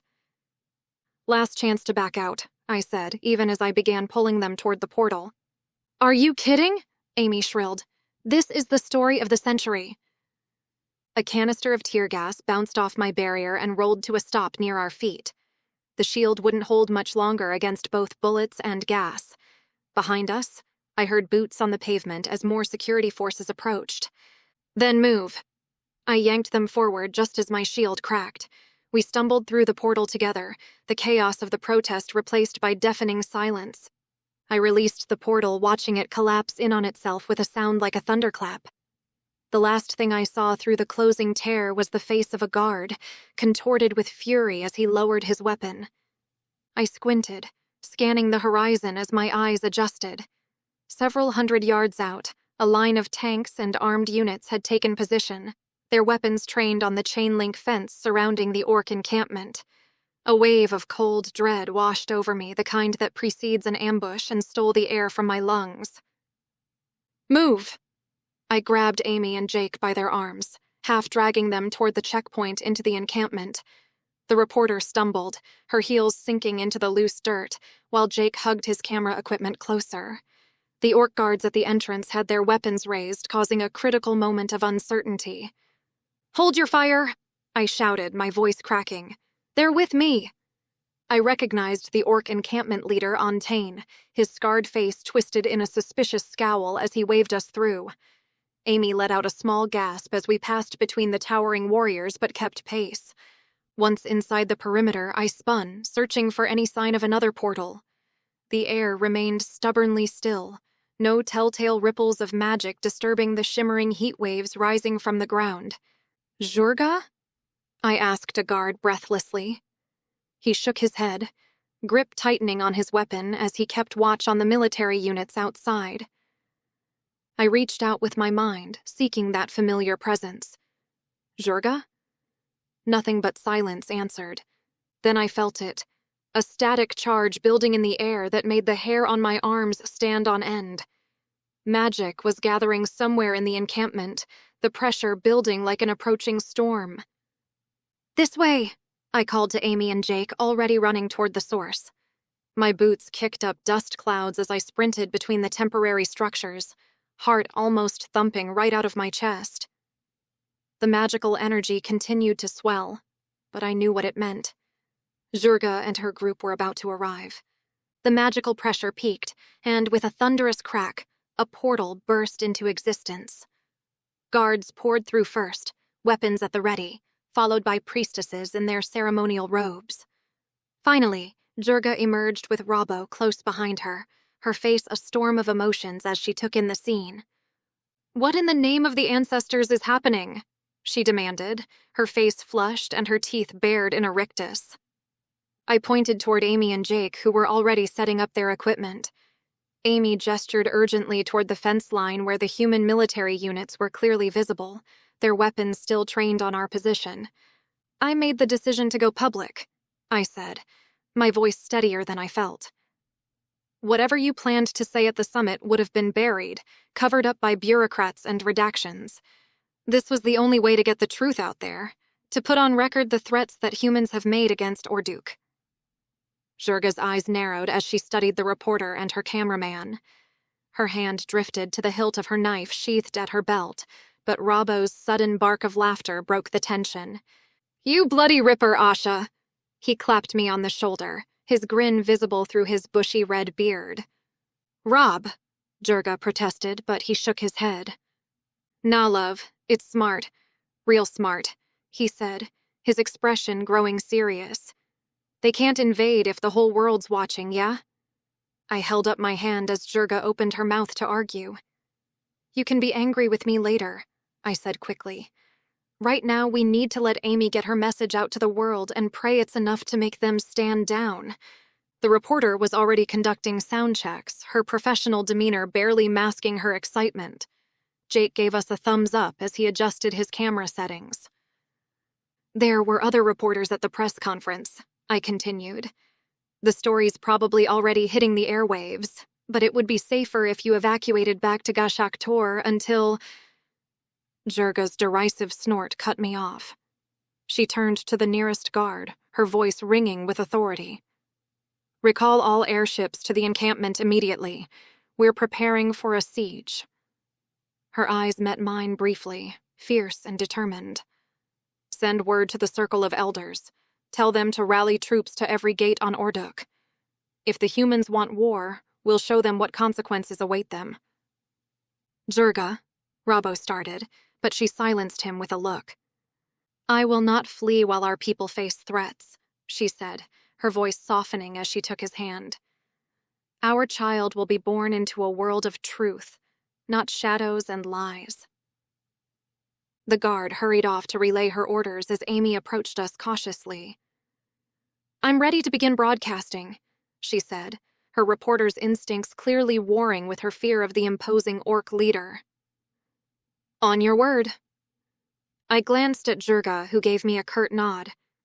Whatever anger she held toward my actions, she understood the stakes. The time for secrets was over. "Go ahead, Amy. Tell them everything." I clasped her shoulder with a tight smile. The military presence beyond the fence was still a very real threat, but for the first time since this began, I felt like we might actually have a chance. The truth was our weapon now, for better or for worse. Jake signaled that he was recording, and Amy lifted her microphone. This is Amy Walsh, reporting live from inside the Orc Embassy located in southern New South Wales, Australia, where we've just received confirmation of unprecedented military threats against the people of Audiobook by US, UK, and Australian governments following the planned climate summit in Sydney. She took a breath and lifted her chin. I was brought here by none other than former AFO, Asha Lopez, who is the most wanted human on Earth and stands accused of treason against the US government. I came voluntarily, of my own free will, to deliver her story to you in an exclusive deal. I have not been threatened, coerced, or otherwise harmed on my journey to this location. My shoulders sagged, and if Amy wasn't in the middle of broadcasting live to Earth, I would have kissed her. But then she signaled to me to step forward, and I shared a look with Jurga before complying. Jake swung his camera to include me in the shot, and Amy turned her shoulders to me as she held up the microphone. Asha Lopez, you said at the climate summit that you intended to share the truth about a clandestine operation. What can you tell us? My mouth went suddenly dry, and I felt a bead of sweat trickle down my temple, camera shy now that the immediate danger of blaster fire at my back had passed. But the priority was keeping it that way, so I looked directly into the camera. The Audiobook emissary to Earth, Jurga, was directly threatened today at the Global Climate Summit in response to our request for information about the location of an ancient artifact located on Earth, which was used to open the paths between Earth, Arendor, Audiobook, and Dwaringal. I paused, letting the weight of the accusation settle before continuing. This secret is held so close by the world's leadership that they will annihilate us for asking about it. But I promise everyone on this planet that the truth will come to light. A similar artifact has been activated on Arendor, which is why the weather and magic have been disrupted for the past months. By the elf known as Leylandir Tolkasiel? Amy butted in. Shit. Clearly, I hadn't thought this through. Leylandir did not activate what is known as the Aerlin Galad. No. The elves have been incapable of utilizing the artifact until now. What I propose is that the artifact on Earth must be closed, and its counterpart in Arendor. Only then can we end the war between our realms. I opened my mouth to continue explaining about the artifacts, but a sudden flash of pain through the sister bond made me wince. My eyes darted to Jurga, who had doubled over, one hand pressed against her swollen belly. Silent curses ran through my mind as I wondered if she was going into labor, but she straightened quickly, waving away the concerned priestesses who had rushed to her side. "Pan to the fence line, Jake," Amy commanded suddenly, her professional instincts kicking in. I turned my attention to where she pointed, noticing movement among the military units. Vehicles were shifting positions, soldiers scrambling into new formations. Jurga's voice boomed across the compound. "All warriors to battle stations, now!" Despite the strain through our bond, her authority rang clear and strong. Orc soldiers rushed to their positions along the perimeter, weapons at the ready. Amy continued her live coverage, her voice steady despite the tension. "We're seeing increased military activity beyond the compound fence. It's unclear at this moment whether this signals the beginning of an offensive action against the orc encampment, but both sides appear to be mobilizing." I grabbed Robbo's arm, keeping my voice low. "She's having contractions." His weather-beaten face paled beneath his tan. Bloody hell. He snapped his fingers at a nearby priestess. "Oi, get a portal back to Gashak Tor ready. Now." "I will not abandon my warriors to die in my place," Jurga growled, though another wave of pain pulsed through our connection. An eerie quiet fell over the scene as both sides completed their preparations. The air felt thick with anticipation, broken only by Amy's continued commentary and the occasional grunt of pain from Jurga that she tried to disguise as clearing her throat. Then, unexpectedly, a white flag appeared above the military line. A single soldier jogged forward, carrying what looked like a small device. When he reached the halfway point, he set it carefully on the ground before retreating. Jurga nodded to one of her warriors who cautiously approached the object. He examined it briefly before bringing it back to us. It was a communications device, sleek and clearly military grade. With a suspicious glance at the camera, Jurga pressed the activation button. "Who speaks?" "General Rind, commander of U.S. forces." The familiar voice crackled through the speaker, slicing right through me. "I require a private discussion with Jurga and Asha Lopez immediately." There was a pause, then his tone hardened. "I do not consent to this conversation being recorded. And Ms. Walsh, be advised that broadcasting classified military communications carries severe legal consequences in the Australian jurisdiction. This is your only warning." Chapter 22.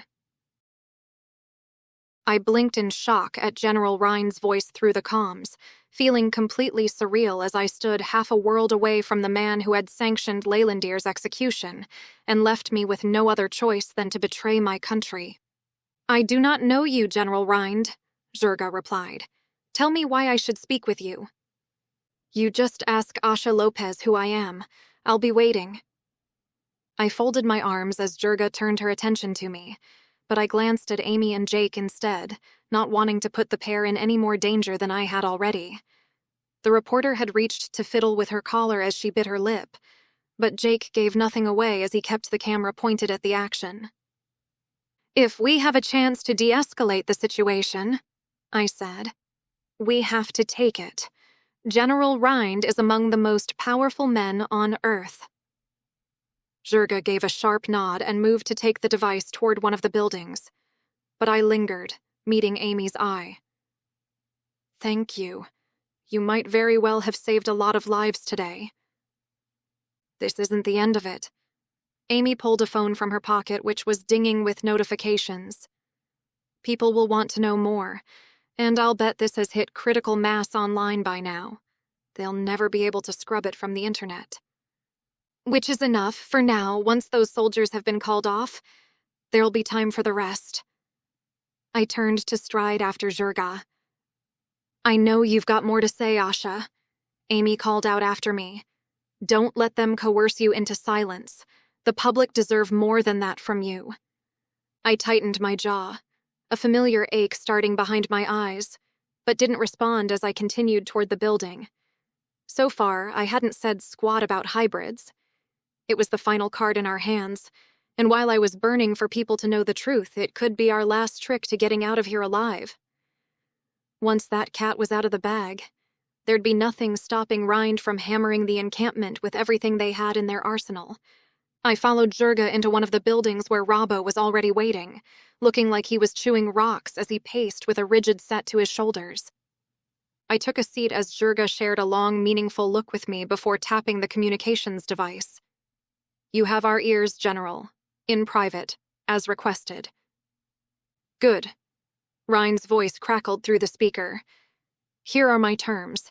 You will depart for Gashektor immediately and surrender both Asha Lopez and Amelia Hancock to the soldiers outside the encampment. Your people have committed an act of war, and if you don't comply, you will be dealt with severely." I leaned forward, my lip twitching. "We won't surrender without the location of the artifact that started the war or your sworn cooperation to deactivate it." "Ah, Lopez, nice to hear your voice." His sarcasm was a blade of polished, condescending steel in the tense quiet of the room. "You're in no position to make demands." "The gates between worlds must be closed," I pressed, fighting to keep my voice steady. "You know what's at stake here." Rind's laugh was cold and sharp.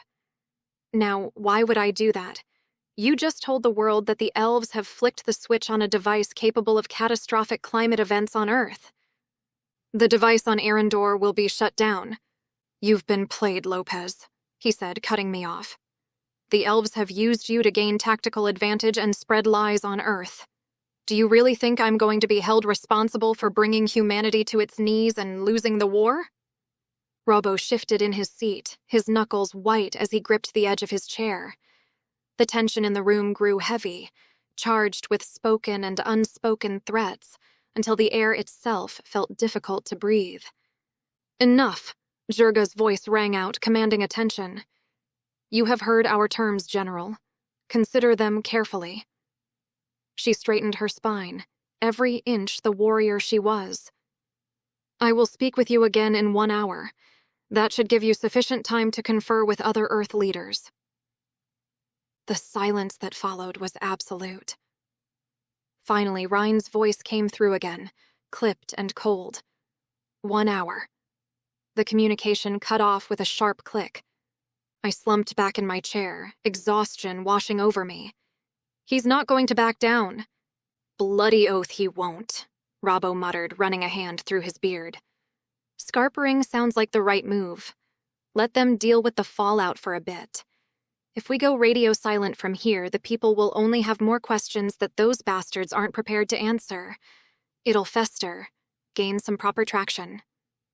And allow them to regroup? Jurga said, her eyes narrowing thoughtfully. The more eyes on this situation, the harder it will be for him to take aggressive action without consequences. If we depart, nobody will know if they sneak soldiers into Audiobook to wreak vengeance on my people. I'd say that's almost a certainty. I brought a hand to my chin, my gaze distant as I considered our options. But if we hold, it also means he's more likely to do something desperate. He can't afford to look weak, especially not now. Yeah, well, I can live with looking weak, Robbo replied, finally looking up to meet my eyes. We've got pregnant women here. If this goes south... It won't, Jurga cut in firmly, placing a hand on Robbo's shoulder. We wait 1 hour. After that, I will decide what is next. She grimaced as she stood, and I winced at the sight. You might not have an hour, Jurga. The baby will arrive when they are ready. The airships will be safely inside the encampment within the hour. She scrunched up her eyes as another wave of pain reached me through the bond. From what the general said, it appears your claims about this Amelia Hancock being important to them are true. It would be a shame if she doesn't arrive in the airship as planned.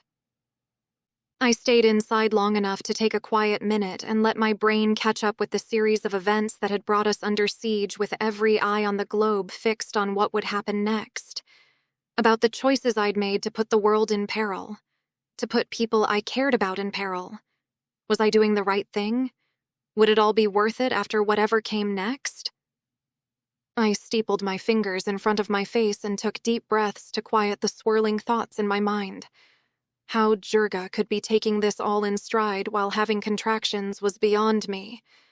I felt like I was coming apart at the seams. When I'd finally wrestled my breathing back under control and could trust my hands not to shake, I decided to step back outside to get a feel for where things now stood.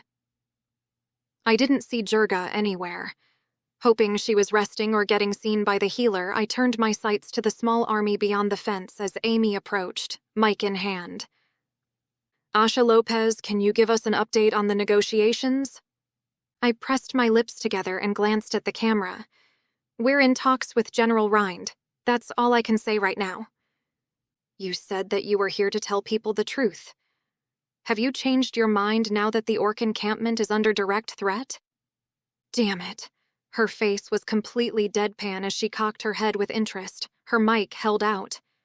I was too aware that anything that I did or didn't say would be dissected by the public and those in power who would infer whatever suited them from it. I swallowed and shook my head. I've delivered the truth to you. I believe the means to end this war is located on Earth, and that those in power will go to very extreme lengths to silence me on this. I've been a soldier for almost the entire war. I'm here to tell you that our military leaders aren't interested in ending it. I stood a little straighter. They're interested in using it to consolidate their power. Now, if you'll excuse me. I strode off, hoping that I'd made a convincing show, but mindful of Amy's earlier questioning about who activated the Irlin Galad. It was me. If I admitted as much, I knew I'd be blamed for causing the climate crisis. I'd be discredited in every way. And at face value, I probably deserved it. I went looking for Robbo to check on Hancock's ETA. The sooner we could get Amelia to Gashaktor, the better. She hadn't asked to be caught up in this mess. None of this was her choice. I found him huddled with a group of orc soldiers, crowded around a tablet. His fingers drummed rapidly against his thigh, a nervous tic I'd noticed whenever situations got tense. As I approached, I caught the tail end of a news broadcast. Helen Knowles stood at the entrance of the Sydney Convention Center, her usual polished demeanor firmly in place as she addressed a crowd of reporters. "Asha Lopez is nothing more than a terrorist and a liar," Helen declared, her voice carrying that practiced tone of concerned authority. "We are working to contain this threat." Questions flew from the crowd about the artifact. Helen's expression didn't waver as she replied, "I cannot comment on matters impacting global security. Our job is to keep people safe from elven threats. This incident comes at an extremely delicate time as peace talks hang in the balance." She spread her hands in an appeal to the cameras. "I urge everyone to remain calm. We've all had enough of war. The U.S. government is doing everything in its power to bring about peace, and Asha Lopez represents a direct threat to that peace. What about Russia's separate peace negotiations?" a reporter called out. Helen's composure cracked for just a moment, her jaw tightening before she recovered. "That is a matter for the Russian government." She turned and strode away from the microphones. The scene cut to a news anchor in a studio. "Here's what we know about Asha Lopez, former AFO who allegedly went rogue and fled Earth approximately 4 months ago." Robbo switched off the tablet with a jerky motion. His eyes darted toward the fence line where soldiers stood at the ready, and he wiped sweat from his brow. He stepped away from the group, and I fell into step beside him. "Good news, mate. This has hit the media hard. We'll be back on Gashaktor soon enough and out of this shit show." His voice was too loud, too forced, his Australian drawl thickening with stress. I noticed how his gaze kept returning to the armed soldiers, how his breathing quickened whenever one of them shifted position. The facade of casual confidence couldn't hide the tension radiating from him. I wondered, not for the first time, about the events in his mercenary career which haunted him. "You really think Zhurga will back down?" I asked. He halted and turned to face me, a muscle jumping in his jaw. "Zhurga bought us an hour to get the rest of her people back safe. The airships won't be far now. After that, we evacuate and leave Earth to stew on this for a while."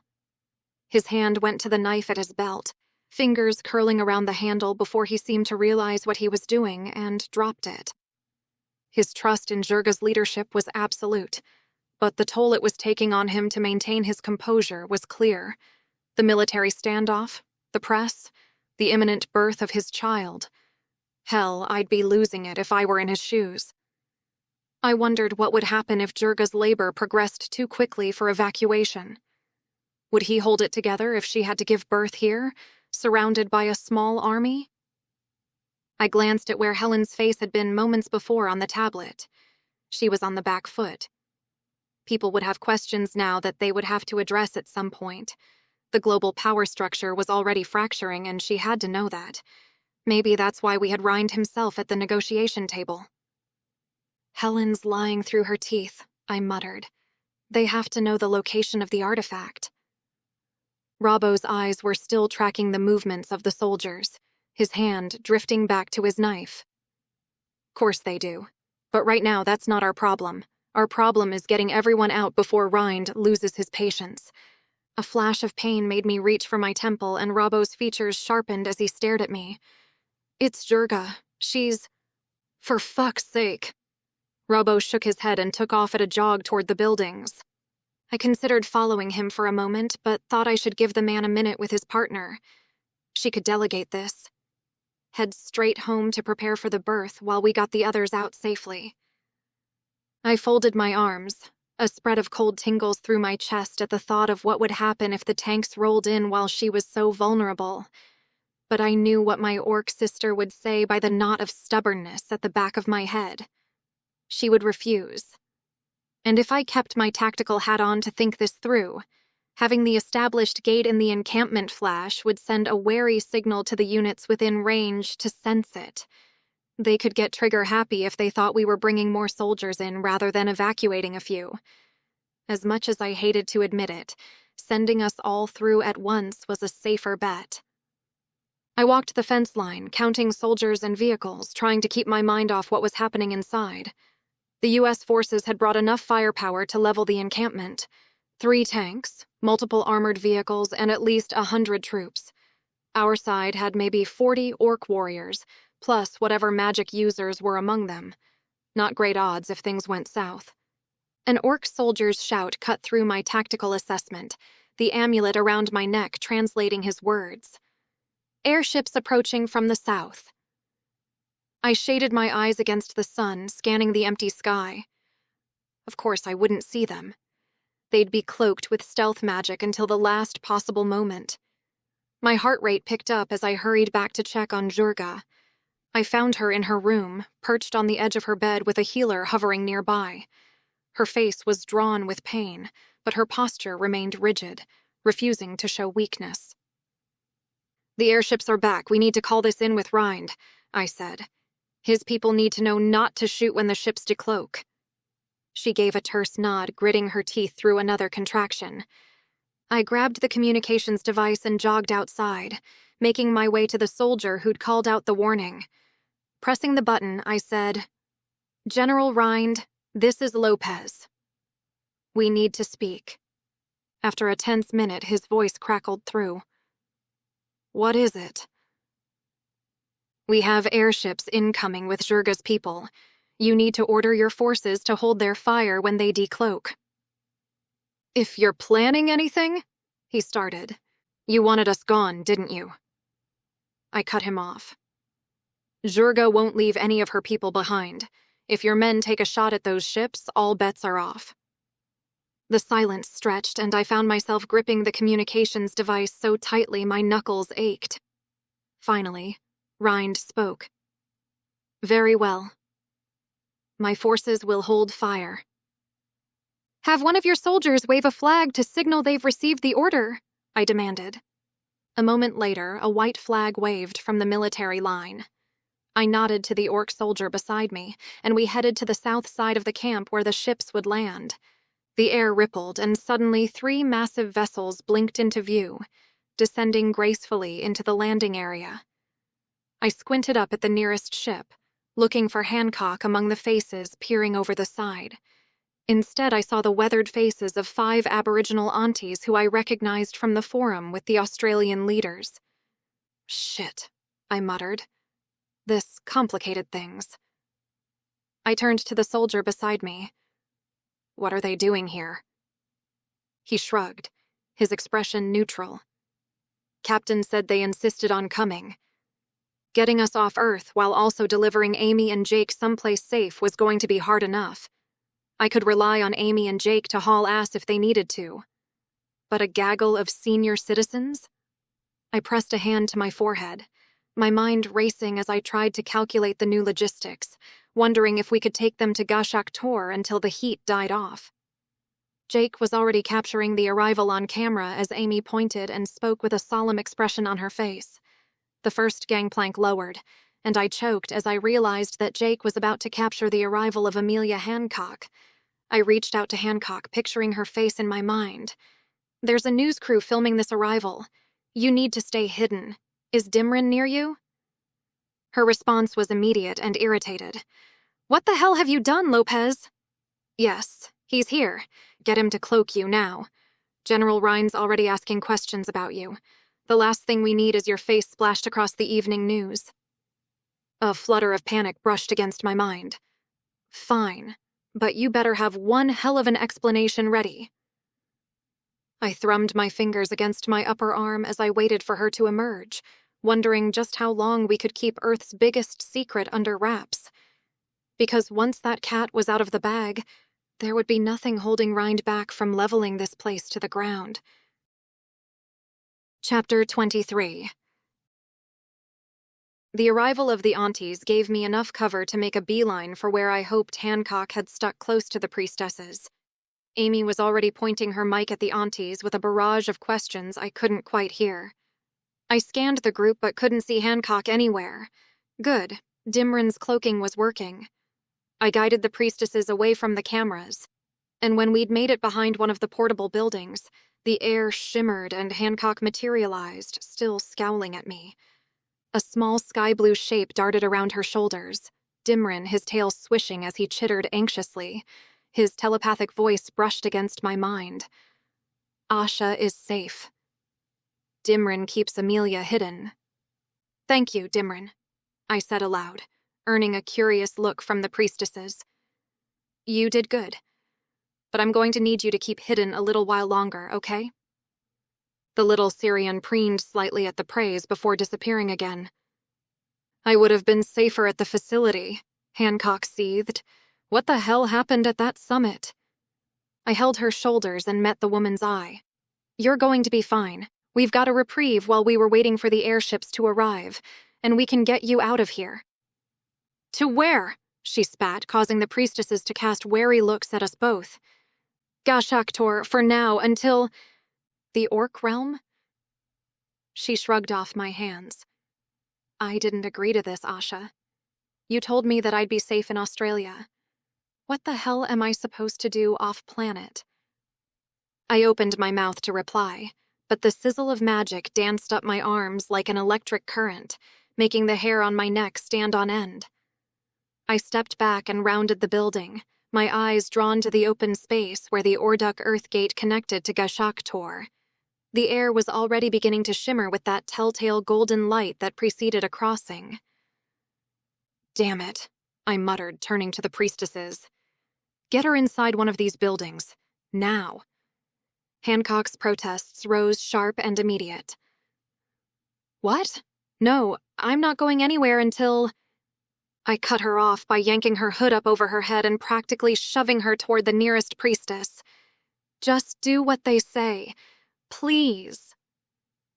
The priestess caught her, and though Hancock struggled, they managed to hustle her away.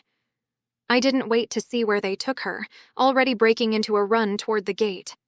The comms device at my belt crackled to life with Ryan's voice. Lopez, you better tell me why that gate is activating. Stand down, I barked into the device. General, tell your men to hold their fire. What the hell is going on out there? We're expecting a messenger from Gashaktor, I said, trying to keep my voice steady as I watched the gate's energy build. Need I remind you that it's your people who've been making threats against the Orduk gates? You better not be playing games with me, Lopez. Ryan's voice had taken on that dangerous edge. You've got 20 minutes to comply with my demands. Or... The general's words faded into the background as two figures materialized through the gate. One was clearly the expected orc messenger, but beside him, my heart stopped. Leylandir. He stood there with his cloak billowing around him, his white blonde hair practically fluorescent against the shimmering surface of the gate.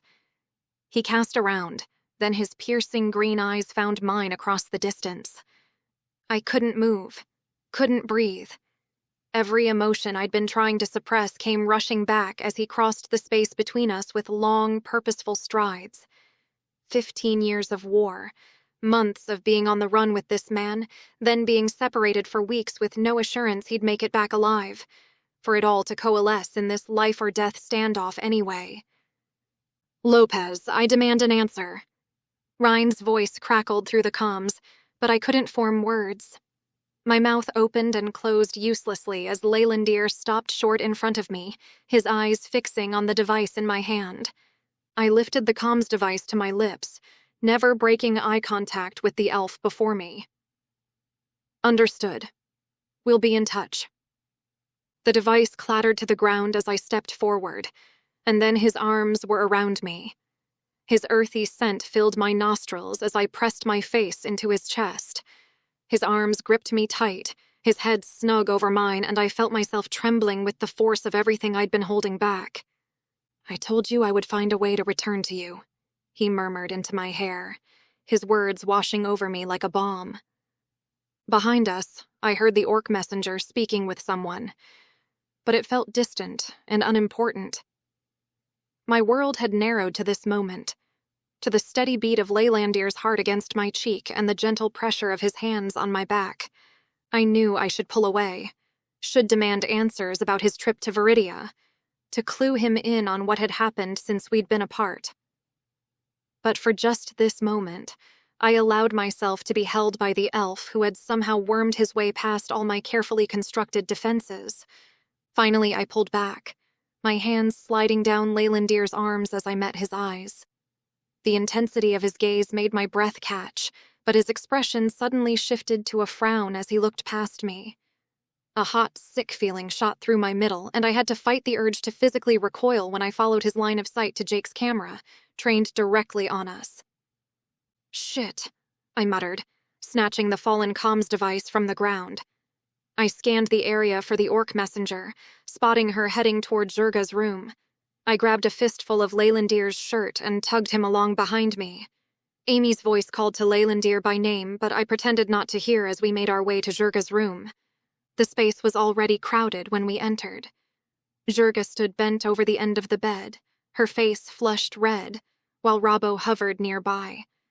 The healer moved quietly around the orc, touching her belly and muttering under her breath. The messenger twisted her fingers nervously as she delivered her news.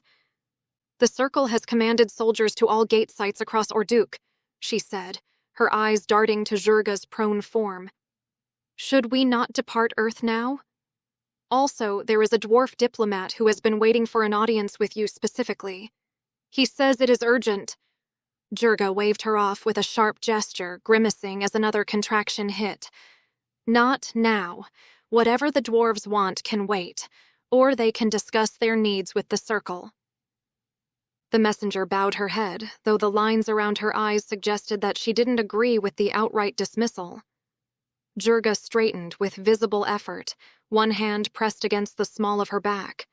Before she could respond, one of the aunties poked her head through the doorway. Zurga's mouth fell open in surprise, and she immediately abandoned whatever she'd been about to say, pushing past us to greet the older woman. I shared a long look with Robbo holding up the comms device. "Rhine's giving us 20 minutes. "Bloody hell," Robbo swore, hurrying after Zurga with the healer just a step behind him. And then it was just Leylandir and me. The weight of everything unsaid hung heavy between us. Forgetting the ticking clock, the soldiers, Zurga's labor, all of it, I gripped his forearms, my own voice thick with an urgency that surprised me. "Viridia," I said, a dozen questions packed into that single word. "Did you find her? Your mother? What happened?" The relief that had warmed his features moments ago vanished, extinguished like a candle flame. A shadow passed over his eyes, so profound and pained it stole my breath. That wasn't the look of a son who had found his long-lost mother. It was the look of a man who had lost something. "Leylandir, what happened?" He shook his head, a single, sharp movement as if trying to clear the darkness from his expression. "Later, Asha," he murmured, his voice rough. He lifted his hands to gently cup my face, his thumbs brushing my cheekbones. "Just let me look at you." Before I could say anything else, he leaned in and kissed me. It wasn't the kiss I'd expected, not hungry or desperate, just a soft, brief press of his lips to mine. But it was enough. The noise in the room, the arguments in my own head, all of it just stopped. For one solid second, the world outside the two of us didn't exist. It was over as quickly as it began, leaving me breathless and the unanswered questions hanging even heavier in the silence. Then he rested his forehead against mine, his eyes closed. "Later," he repeated, a promise that felt more like a threat. A part of me wanted to demand answers, but the raw pain in his eyes stopped me. I nodded, swallowing the lump in my throat. "Okay, later." I took his hand, my mind racing to reconcile the joy of his return with the sudden, terrible dread he'd brought with him. "But right now, there's someone you should see." I led him to the building where I suspected the priestesses had hidden Hancock, a frantic, unsteady rhythm thrumming in my ears with each step. When we reached the doorway, Leylandir halted abruptly. His eyes fixed on Hancock, then dropped to her swollen belly, The silence stretched taut between them. Hancock self-consciously smoothed her hair, her other hand resting protectively over her stomach. "Amelia," Leylandir said softly, his voice gentle in a way that made something twist inside my chest. I pushed aside the complicated knot of emotions threatening to overwhelm me. I didn't have time to worry over Leylandir's reunion with the mother of his unborn child, but the almost dreamy look on her face. A blur of sky blue materialized on Leylandir's shoulder with a soft trill. Dimrin's scales shimmered as he nuzzled against the elf's neck, clearly delighted to be reunited. Leylandir's hand moved automatically to stroke the little Sirion, but his eyes never left Hancock's face. "Missed," came Dimrin's simple telepathic whisper, meant for Leylandir but reaching me too. The moment felt almost frozen in time, and I cleared my throat awkwardly. "I'll be back," I managed, already turning away. Outside, I found Jurga surrounded by the aunties, their hands moving over her belly as they spoke with urgency. Amy thrust her microphone forward while Jake circled for the best angle, capturing this unexpected collision of cultures. I watched the scene unfold, my mind racing. 20 minutes to somehow get everyone through that gate, including a laboring orc leader, a pregnant former guard, a news crew, and a group of Aboriginal elders who'd shown up out of nowhere.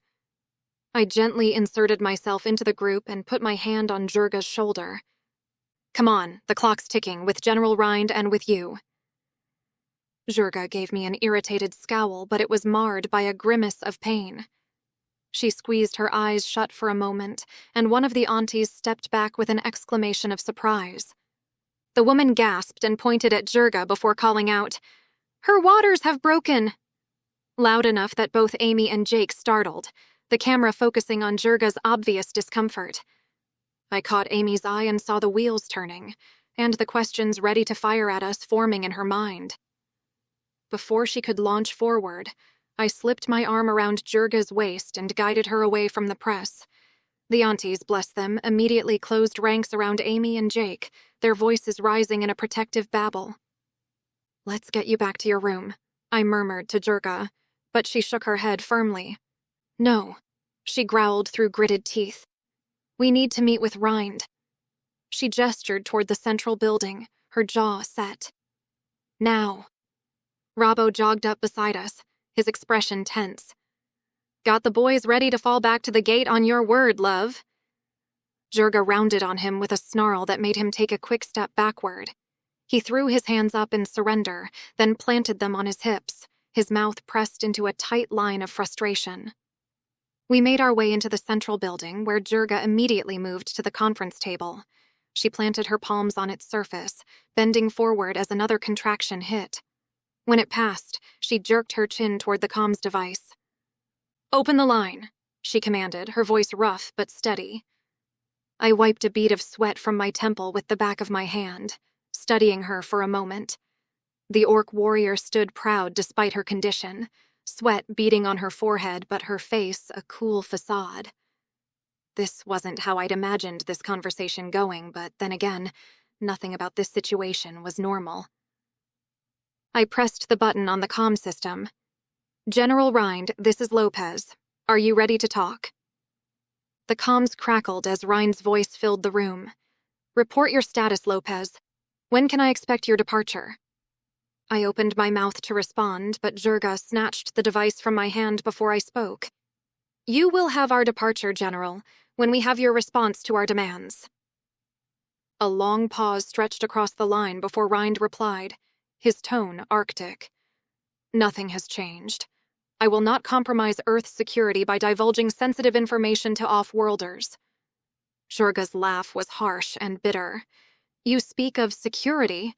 She braced herself against the table, her knuckles white where they gripped the edge but kept talking through gritted teeth. "Earth cannot afford a war on two fronts, General. The elves to your northern hemisphere, and now the entire might of the Ordic people in the southern hemisphere. I am not afraid to die today." The silence that followed was heavy. I gripped my hands under the table, holding my breath. When Rind finally responded, his voice was maddeningly calm. The situation will be contained, one way or another. Robbo stepped closer to Jurga, his voice low and urgent. Love, we can fight this another day. Think about the bub. She shoved him away with her free hand, then doubled over as another contraction racked her body. I watched her fight through the pain, her breathing harsh and controlled. When it passed, she straightened slowly, her face gleaming with sweat. Tell me, General Rind, she said, her voice deceptively quiet. Are you aware that I am in labor? The pause that followed was so long I checked the device to make sure the connection hadn't dropped. Finally, Rind's voice returned, careful and measured. I'm aware of your reported condition. As a father myself, I urge you not to endanger the life of your child with these games. I closed my eyes, feeling the temperature in the room seem to drop several degrees. General Rind clearly had no idea he'd just stuck his foot directly into his mouth with the matriarchal Orduk race. When I opened them, it was to see Jurga's face mottled in angry patches of purple, her eyes blazing with fury. Games?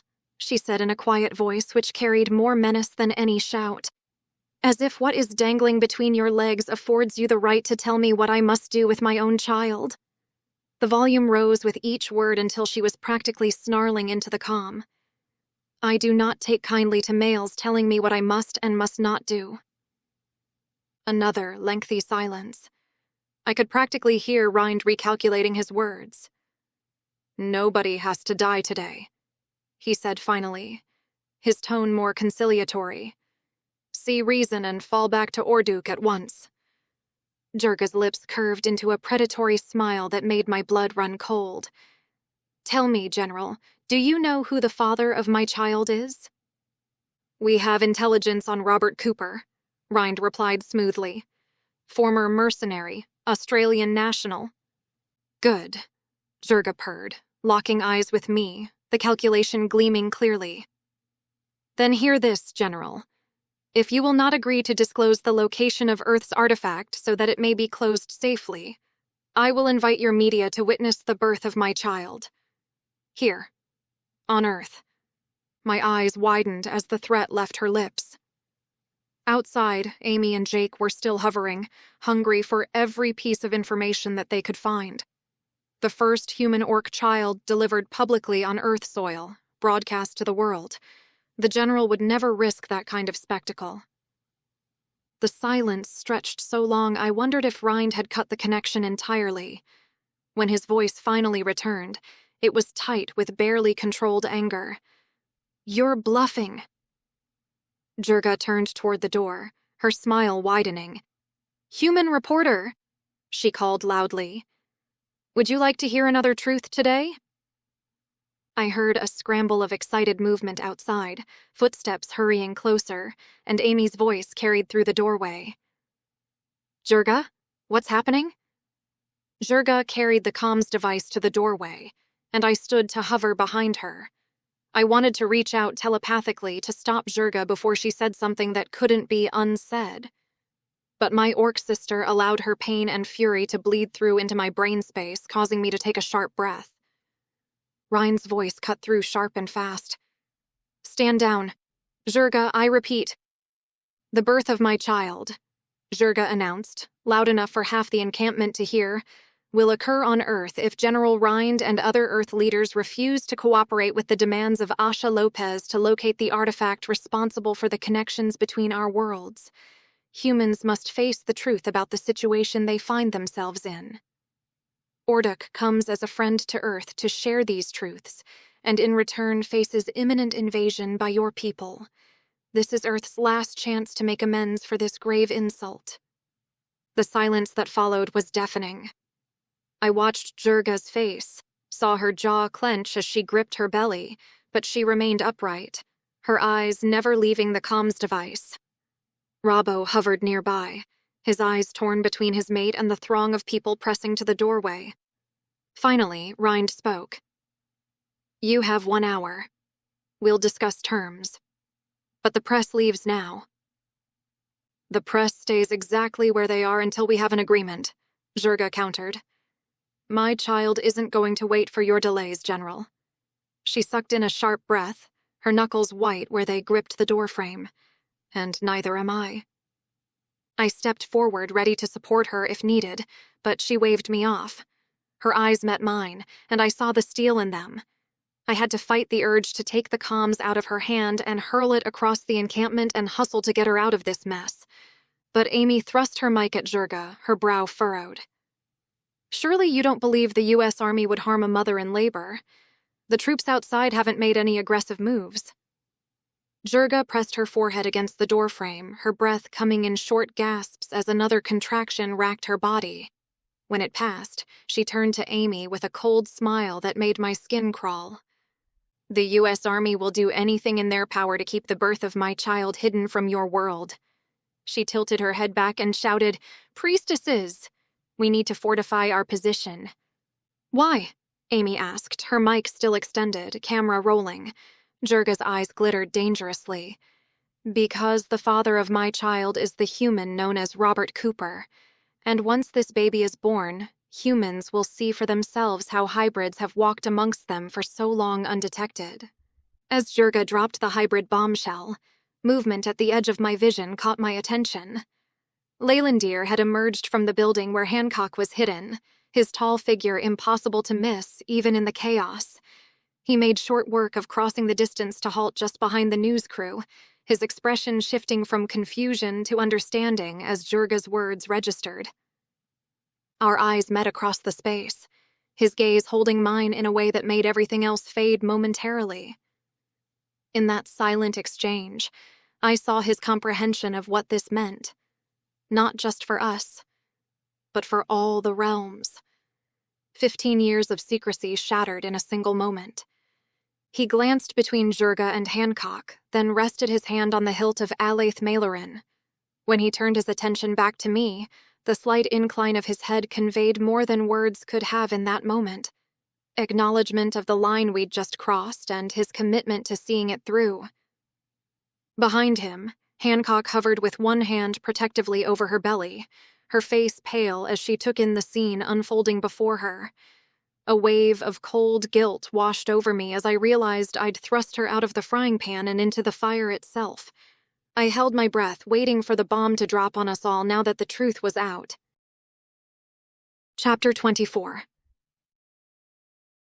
Jurga pressed the comms device into my chest as she pushed past me with a grunt. Amy stepped past me with Jake manhandling the camera inside the building, and Robbo held his fingers threaded behind his head, his face completely drained. I met his eye for a long moment, then cleared my throat. "You stay with her. I'll coordinate the defenses." Leylandir had reached my side by then, and when Robbo gave an absent nod, I turned to the elf and was overcome with a wave of gratitude that he'd made it in time to help. I wasn't a commander. I was just a soldier. But with Leylandir here, after surviving whatever had happened to him on Viridia, we had to stand a chance. "They will attack?" he asked quietly. I gave a grim nod and jerked my chin to indicate we should head outside.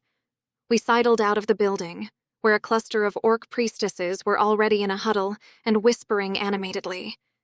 I was about to join them when one of the aunties grabbed my sleeve. "What can we do, love?" Her face creased with deep lines of concern. "To help."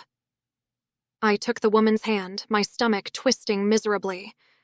The elders were going to be collateral in whatever happened to us. While they had come willingly to the encampment, they hadn't signed up for this. I opened my mouth, thinking that we could negotiate for the women to be sent out to the waiting troops to keep them clear of the firing line, but there was something they could do to help, if that's what they wanted. "It's very likely that we will be attacked. You don't have to stay here. We can send you out to the soldiers and keep you out of the firing line.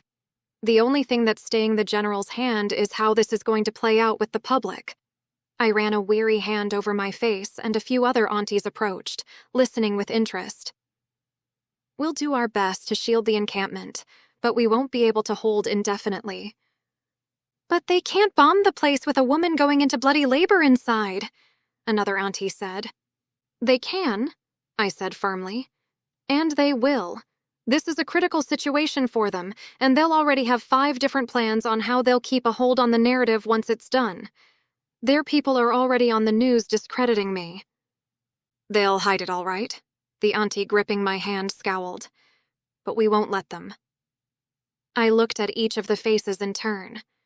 They were scared, yes, but also angry. I knew I didn't mean anything to these women, but they cared deeply for Jurga, and I could tell urging them to leave would be fruitless. So I pressed my lips together and shrugged. If you want to help, the best thing that I can suggest is that you convince the public that Jurga isn't an enemy. Tell Amy what you know about her. Give the people a reason to demand that she and the baby aren't harmed. The comms device crackled to life in my other hand. Jurga, you're playing a very dangerous game here. I held up the device to the aunties to signal that I would need to take this, and they nodded and turned to head back to the building with Jurga. Leylandir had moved away to speak with the priestesses, but his eyes were scanning the surroundings as they spoke, already sizing up our position, no doubt.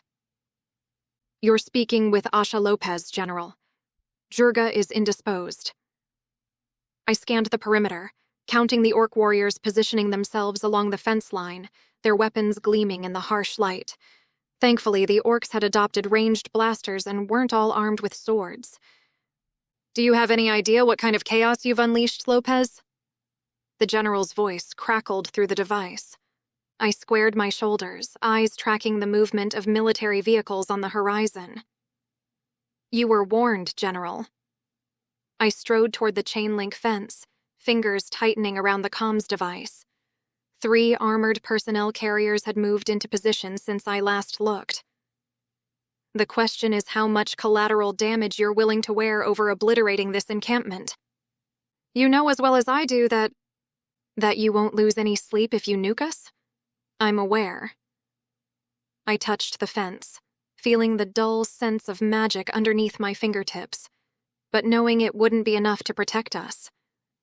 The public isn't, though, and I'm sure you'd like them to keep their rose-colored glasses on when it comes to their military leadership. You're willing to die for this, Asha Lopez? I turned slowly, catching Leylandir's eye across the compound. He gave me a subtle nod. He'd finished assessing our tactical position. I let out a humorless laugh, holding a hand in front of my face as dirt flew up at a passing gust of wind. I'm a condemned woman anyway, General. My concern is for the civilians in the camp and the unborn child. Then you better convince the orcs to fall back to the gate. The general's ultimatum hung in the air between us. I watched an orc warrior signal to his companions, and I followed his gaze to the units beyond the fence who were getting restless. No, General. You need to convince your counterparts to strike a deal with the Orduk people to work in good faith to close the gates. Radio silence filled the next few seconds. In the distance, military drones lifted into the sky, tiny dots against the cloudless expanse. I counted 4, no, 5 of them. I see. Well, it's a shame, Lopez. I was looking forward to having you back on U.S. soil, so I could oversee your court-martial myself. The general's voice had shifted to that dangerous calm I'd heard before operations that ended in bloodshed. I wiped sweat from my brow, assessing the limited cover we had available. A tactical nightmare. The odds were impossible, but then again, they had been since the start. I smiled, feeling the cracked dryness of my lips. Betcha were. I clipped the device back on my belt and jogged toward the nearest group of orc defenders. We can't hold this line. We'll need to fall back and form a tighter circle around the central buildings. The leader of the orc troops stationed at the encampment, Ontane, grunted. If we let them get inside the fence, we will lose this battle. We have one airship cloaked in the air above us, if Jurga gives the signal. We can't be the ones who fire first. I held up a hand. We'll lose everything that Jurga has fought to achieve. She is right, Ontane, Leylandir said from behind me, and I turned, grateful for his support. I have spoken to the priestesses and believe we can shield the innermost buildings effectively. I shook my head at Ontane, who had opened his mouth as if to argue.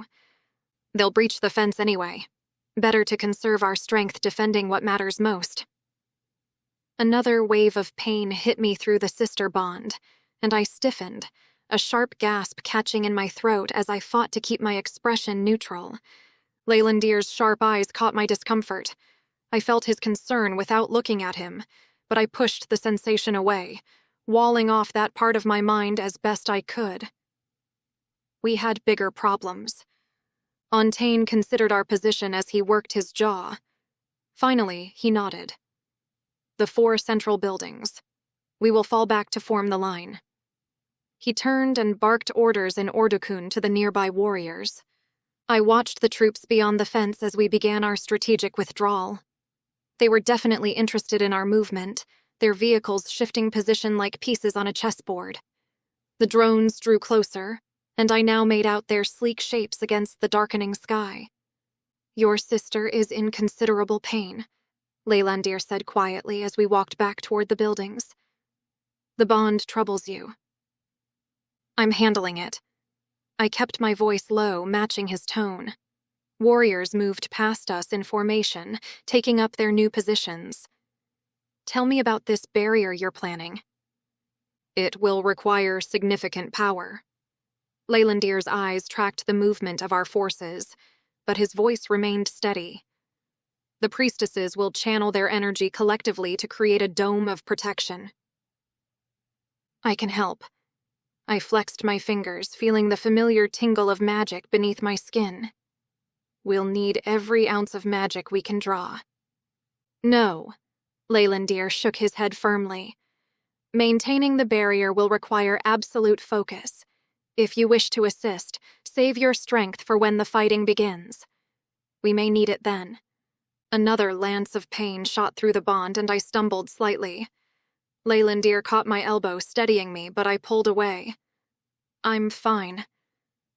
"You are not, but your stubbornness is admirable." A ghost of a smile crossed his face. "Check on Jurga. I will begin preparations with the priestesses."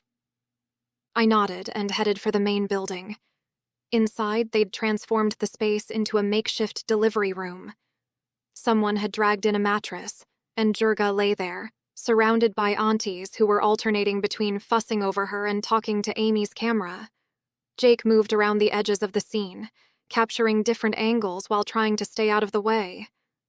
"It's like I always say," one auntie was telling the camera. "She's got a heart of gold, that girl." She broke off as Jurga let out another growl of pain. "Less talking," Jurga snapped, but there was no real heat in her words. Her eyes found mine as I entered. "Tell me what is occurring." "We're setting up a defensive position," I said once I reached her side, keeping my voice low. "Leylandir and the priestesses are working on a barrier to keep us shielded, but we've had to fall back. We can't cover the entire perimeter, which means the gate will be outside the barrier." "Good," she grimaced. "It will make it clear we do not intend to retreat." Amy swung her attention to me. "Any comment on the military presence outside?" I shot her a look. "Really? Now?" "The people need to know what's happening here," she insisted.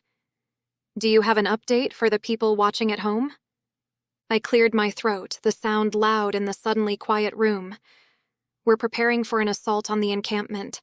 General Rind has made it clear that Earth's leadership will not admit to the existence of the artifact on Earth responsible for the war."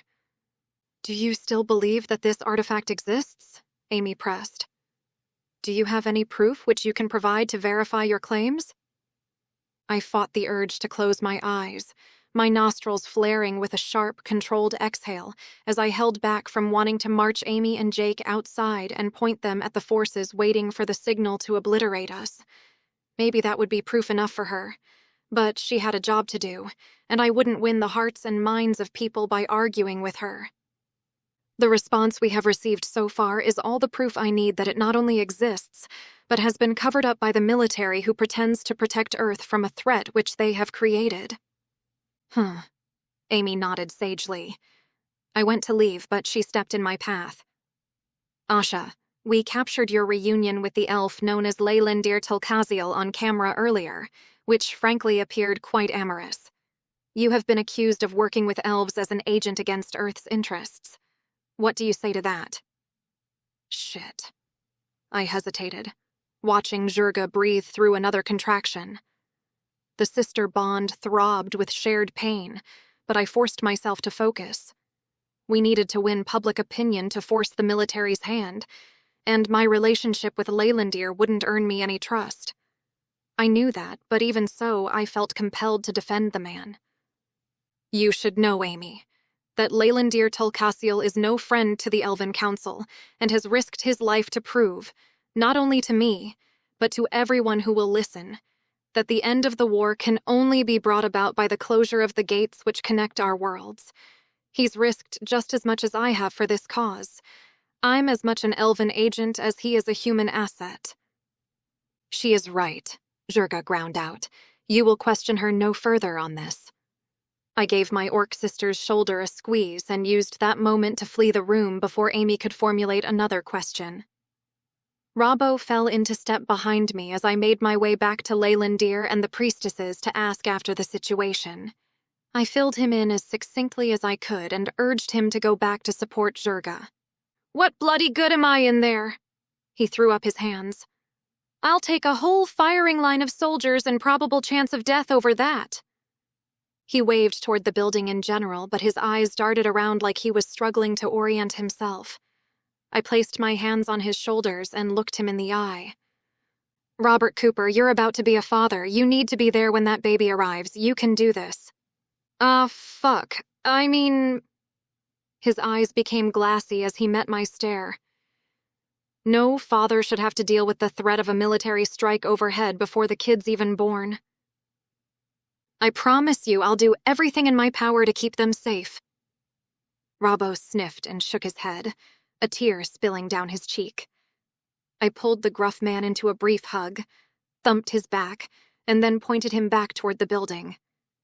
He is right to fear for his child's life, Leylandir observed, and I turned to see him with his arms folded as he watched Robbo depart.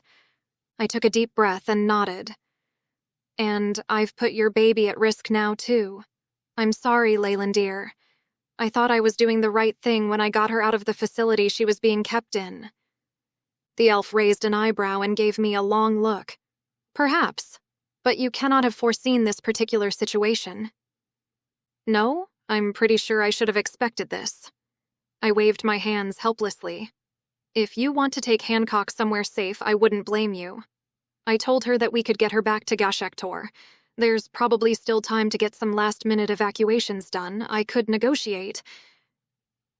Leylandir pressed a finger against my lips and gave me a wry smirk. You talk too much.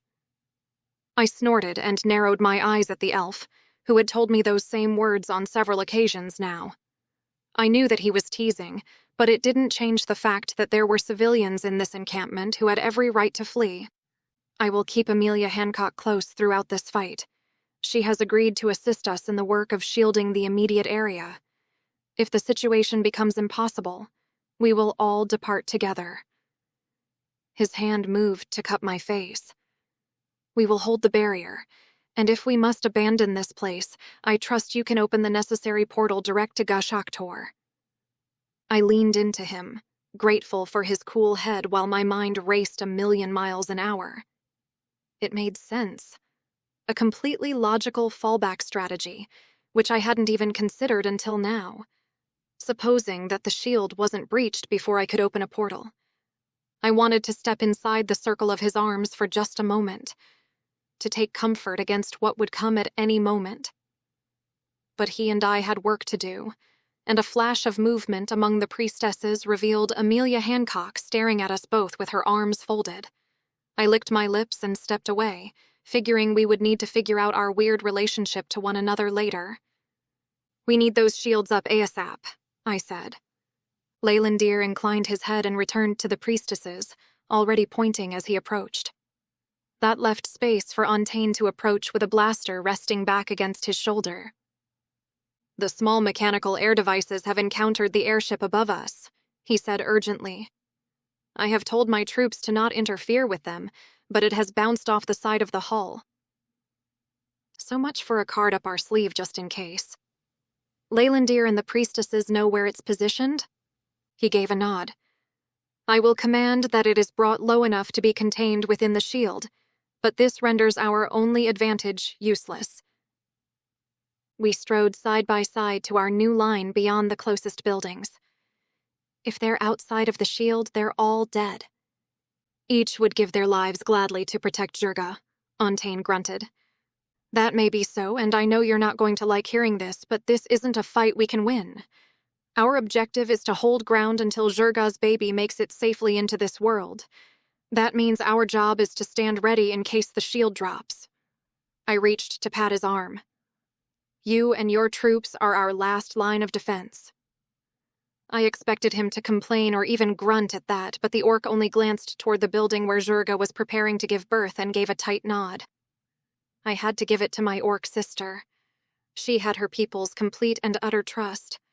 It made the job of keeping everything from boiling over that much heavier on my shoulders. But it wasn't like I had much of a choice. Chapter 25. We are ready at your word.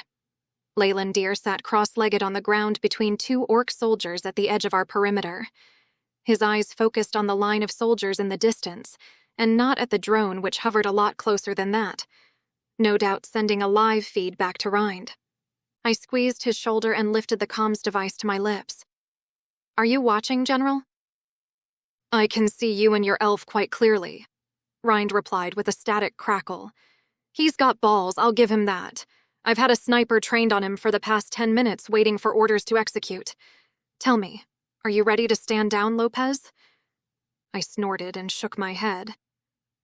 I'm letting you know as a courtesy that a defensive shield will be erected in our immediate location. I'd suggest you recall that drone before it gets sliced in half. I would hate for our defensive measures to be interpreted as an offensive action. Negative. If you deploy a shield, I'll have no choice but to strike and call this a rapidly deteriorating hostage situation. Tell you what, you send the civilians, that reporter, and Hancock out, and I'll let you burrow in long enough for the orc to give birth and offer you a clear path through the gate back to Gashaktor. You and I both know that as soon as that happens, you'll drop a bomb on this place big enough to level this site. I ran my tongue over my teeth. All civilians in this location have been offered the opportunity to leave. They chose to stay and will say as much on camera to everybody watching. Coercion? Rind scoffed, with blasters pointed at them from behind that camera. You know this is the best deal you're going to get, Lopez. Take it or leave it. My men are ready at my word. I turned from the line to nod to Jake, who peered from behind the nearest building. He was starting to look a little green around the gills, but he carried the camera forward anyway and set it down a few yards short of the line of soldiers. I gestured for them to clear some space so the camera could bear witness to what was about to happen, and held my hand up as Amy approached, wanting to keep the reporter out of range of a blaster shot. Instead, I retrieved her microphone and stared down the barrel of the camera as I clipped the comms device to my belt. I'm about to order that a magical defensive barrier be erected around this site so we can protect all individuals inside. My voice sounded steadier than I felt. This is not an offensive action. I'm telling you this so any retaliatory action can be recorded. So far, the U.S. military has been unwilling to negotiate with us and has warned us against defending our position. Now, I projected to Leylandir. The world seemed to slow, every sound dropping away except for the frantic thrum of blood in my ears as I felt the elf draw magic. I swung around to watch, certain that Rind's sniper would take the shot. For a heavy moment, nothing happened, and I gripped the microphone in my hand like a lifeline. Then a collective surge of magic erupted from the ground in a hazy shimmer, lifting up over our heads and sealing at the top. It caused my ears to pop, and I winced and worked my jaw. Jake pressed forward with the camera then, and I gave him some space, but I already knew that Rind's moment had passed. It played to his advantage not to strike the shield right away, making us appear paranoid for broadcasting the moment. No, he was waiting for something. For us to stew long enough so we agreed to back down, for approval among the countries that mattered to the U.S. on an all-out assault. It didn't escape me that we were facing off against the best and brightest tactical minds all across the globe. Now what? Amy appeared at my side, but the tone of her voice shifted from the professional reporter to just a regular person caught in an impossible situation. We wait for the baby to come. 3 of the longest hours of my life went by as I made routine rounds of the barrier and kept a wary eye on the priestesses, Leylandir, and even Hancock, who held it in place. I was concerned about Hancock's pregnancy affecting her focus, but she sat calmly in a building opposite from where Jurga labored, leaning against the wall with her legs stretched out in front, with a little pillow for the small of her back. I hadn't bothered her, and closed the door quietly after satisfying myself that everyone appeared to be holding up inside. Leylandir had explained before they started that he would act as a scout of sorts, and watch for any attack so he could direct any magical reinforcement to the precise place it was required on the shield. That meant the others could stay in the center of the barrier and spread their magic out equally to all sides. There'd been a hot minute where Jake was unclear if his camera was transmitting from behind the barrier, but if that were the case, we would have been attacked by then, so we had to assume that the magically enhanced equipment was still functioning. Jake had explained that the feed went to a bunch of different places all at once, meaning that folks on the outside couldn't cut the connection. Both he and Amy had taken a small break to eat and sit for a bit, and it was like a weird kind of lull had taken over everybody as we waited. "It will be dark soon," Ontane grumbled. "We cannot illuminate the space beyond the barrier. We will be at their mercy." "They haven't attacked yet," I reasoned. "Any updates from what we can see online?" Ontane shook his head and rubbed his chin. "The human channels of communication have stopped sharing the current events from inside the camp. But the human inside with the camera showed us other places where this feed is shown." I nodded, expecting as much.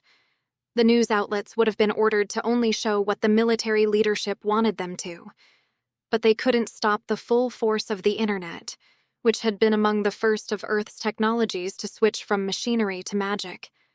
I had faith that the information was getting out there, even if it wasn't directly playing on people's televisions.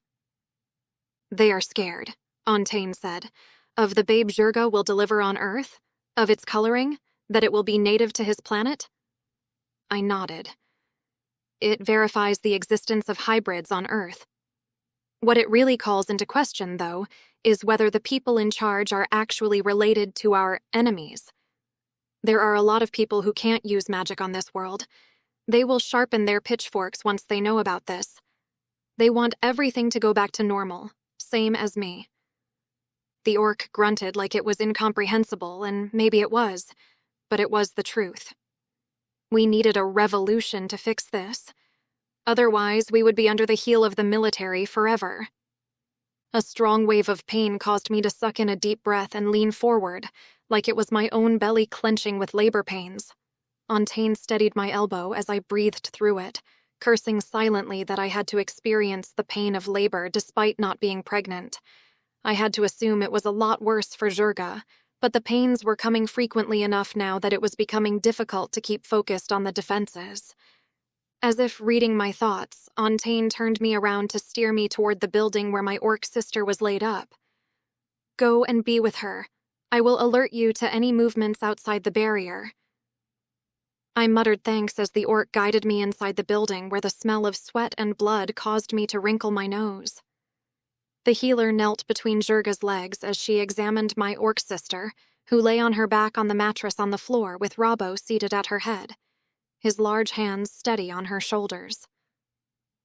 The Aussie's face was pale beneath his tan, his eyes wide and fixed on Jurga, completely ignoring the healer's work, and I supposed even the messiest of battles couldn't prepare him for this moment. The aunties huddled in the corner had dark circles of exhaustion under their eyes, but the corners of their mouths lifted in weary smiles as I came in. One of them approached me, her gray-streaked hair falling loose around her shoulders. "The Bubba will come soon now," she murmured, gesturing toward Jurga. I nodded, fighting another wave of sympathetic pain. "Ontane," I called over my shoulder. "Could you get Amy and Jake? They need to be here for this." As the orc commander ducked out, I made my way to Jurga's side and sank down beside her, doubling over as another contraction ripped through our shared connection. Jurga's blue eyes met mine, completely weary and more than a little glassy. "I cannot shield my mind from you, sister." Her thoughts pressed against mine. "The pain?" I grabbed her hand and squeezed it. "It's okay. I'm here." We waited as Amy and Jake entered, the reporter's professional mask slipping slightly at the scene before her. Jake positioned himself in the corner, camera steady, while Amy found a spot where she could narrate without interfering. The healer continued her examination, pressing and prodding at Jurga's swollen belly with careful movements. The contractions grew stronger, more intense. Jurga suddenly lurched halfway up from the mattress, her eyes wide and wild. "I must push," she growled, her voice rough with effort. "Now." "Yes, yes," the healer encouraged, but when she glanced at Robbo, something flickered in her expression. I couldn't tell if she was worried about the baby or just being cautious, but I was terrified of all the things that could go wrong during childbirth. The pain crashed through me then, white-hot and blinding. I collapsed onto my side next to Jurga, still clutching her hand, our fingers interlocked in a grip that might have broken bones. Through the haze of shared agony, I was dimly aware of Amy's voice, steady and clear as she spoke to the camera. "We're witnessing a historic moment as the first known human-orc child is about to be born on Earth soil.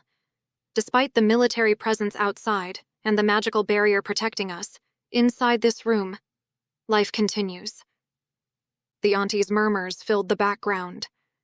The air felt thick with magic and anticipation, and I could only hold on as another contraction built, knowing that very soon, everything would change. The healer's voice cut through the fog of pain. "Again. Push now." Jurga's grip tightened impossibly further as she bore down. The magic in the room swelled. The whispers of the aunties grew louder, more urgent, and Robbo's encouragements became a steady stream of, "That's it, love, and you've got this. Breathe, woman." I forced my eyes open, needing to witness this despite the pain. Jurga's lips pulled back from her teeth in a silent snarl of effort, sweat beading on her gray-olive skin. The healer's hands moved with purpose now, and Amy had fallen silent, her microphone forgotten at her side. Even Jake, who'd been the steady presence behind his camera during all of this, appeared to be gawking beyond the lens at the scene in front of him. Another push, another wave of pain, and I felt something building. Not just the physical pressure of birth, but something deeper, more profound. The magic that had been gathering seemed to pulse in time with Jurga's efforts, and I realized with sudden clarity that this birth was more than just a political statement or a so-called miracle. This was power in its purest form, magic in its most fundamental state, the creation of new life. But the magic was so thick in the room it felt like wading through syrup, clouding everything beyond these walls. When Antain burst in, barking that the shield had been hit, a bolt of pure adrenaline shot through me, making me gasp. Sweat dripped down my face and I wiped it away with the back of my hand, forcing myself to ignore the labor pains throbbing in the back of my mind. "I'll make sure it holds," I told Jurga, squeezing her hand one last time. I did my best to wall off the connection between us as I staggered to my feet, but I still felt echoes of her pain as I followed Antain outside. Leylandir sat exactly where we'd left him, cross-legged on the ground, but now his entire body thrummed with power. I sensed him drawing an enormous volume of magic, pulling it up from the earth beneath us and channeling it into the barrier. Following his lead, I reached with my own magical senses, trying to locate where the shield was weakest, where it had taken damage. Antain talked rapidly beside me, pointing frantically at the glowing trails arcing through the darkness. "Shield breakers," he was saying, his voice tight with alarm. "They're using shield breakers to breach the barrier." I pushed his words aside, unable to focus on anything but the immediate need to reinforce our defenses. He was right. I was familiar with shield breakers, though there weren't many occasions where I'd seen them deployed. They could emit enough static magical energy to shatter our entire defense. Moving behind Leylandir, I placed my hands on his shoulders and nudged gently against his consciousness with my own. "What do you need me to do?" I projected the thought as clearly as I could. "The baby will be here any minute. Tell me how I can help." But Leylandir was deep in concentration, so focused on maintaining the shield that he seemed barely present in his own body. His mind was a fortress, closed off and impenetrable as he directed the flow of power. I braced my feet, planting myself firmly behind him, and let magic fill me up instead, offering myself as a conduit, a power source he could draw from. It felt like being hollowed out from the inside as the magic poured through me. I wasn't trying to direct it. I knew I was just a battery, a reserve of energy for Leylandir to use as needed. The sheer volume of magic threatened to buckle my knees, but I locked them in place, determined to keep this up as long as necessary. Through our tenuous connection, I sensed him working to patch weak spots in the barrier, reinforcing areas that had taken hits. The precision required was incredible, like trying to repair a spider's web during a storm without breaking a single strand. One wrong move and the whole thing could collapse. Another shield breaker impacted, and a high-pitched whine tore through the air. The impact shuddered not just through the shield, but through our own bones. I gasped as Leylandir drew heavily on my reserves to modulate the shield's energy, absorbing and redirecting it against the targeted strike. Behind us, I heard Jurga cry in pain, the sound cutting through my concentration like a knife. Hold on, I thought, though I wasn't sure if I was talking to Jurga, Leylandir, or myself. Just hold on. The night air had grown cold, but I was burning up, sweat running down my back as I poured everything I had into maintaining the connection. My arms trembled where they gripped Leylandir's shoulders. Each breath felt like inhaling broken glass. But I still felt Jurga's labor through our bond, sensed how close she was to delivering, and I knew we had to keep this up just a little longer. Ontaine's voice came from somewhere far away. "They're pulling back. The strikes have stopped." I wanted to feel relieved, but I knew better. They weren't giving up. They were regrouping, probably preparing for a larger assault. But for now, we had a moment to breathe and gather our strength. Leylandir's consciousness brushed against mine, acknowledging my presence for the first time since I'd joined him. "Thank you," his thoughts whispered through my mind. "Your strength helps." I managed a weak nod, though he couldn't see it. Inside the building behind us, Jurga let out another cry, this one different from the others, more urgent, more final. The baby was coming, and soon we would find out if all of this had been worth it. I let the magic fall away in this small window of reprieve, and it left icy shivers in its wake. "They've been waiting for this," I projected. "The camera can't be in two places at once. They'll say we struck first, and they were defending their position." Yes. I clenched my eyes shut. This will only get worse from here. Undoubtedly. If I stop bolstering you to create a portal... "This is my problem," he projected stiffly. "You must only concern yourself with getting everybody out safely." I took a shaky breath, expecting as much. But could I really leave him to hold the line on the chance that the barrier would crumple before he could fall back? My own eyes leaked with hot tears from the strain and the impossible choice. But then another clench of pain caused me to gasp, and edges of my vision blurred as I felt the new arrival to the encampment slither out of my sister's body. Chapter 26. While I felt the birth, it was clear that the people on the other side of the bubble had seen it happen. I gripped Leylandir's shoulders tighter as I prepared to channel my magic through him, knowing that what was coming had the power to wipe us off the face of the earth. "Easy, Asha," Leylandir projected softly into my mind, like he was communicating from a world away. The first kinetic arc shell hit the shield with devastating force. I recoiled, my fingers digging deeper into Leylandir's shoulders as we fought to deflect the impact. Through my clenched eyelids, blinding light seared my retinas, and panic rose from the camp behind us like a living thing, screams and shouts mixing with the thunderous assault. I pushed my magic toward Leylandir, feeling it flow through our connection and into the barrier. The raw power made me dizzy as it left my body in waves, but the shield held. For now. The intensity surging through me was dangerously familiar. The same sick sense of near euphoria that had once destroyed everything I loved threatened to bubble over, despite the wretched chaos of the moment. For a heartbeat, panic flared hot and bright in my chest, threatening to break my concentration. But Leylandir's steady presence anchored me, directing my focus to safe territory before I could spiral into fear. A brief respite, voices shouting orders behind us. The acrid smell of smoke and ozone filled the air. Then another impact, this one harder. The ground shook beneath my knees.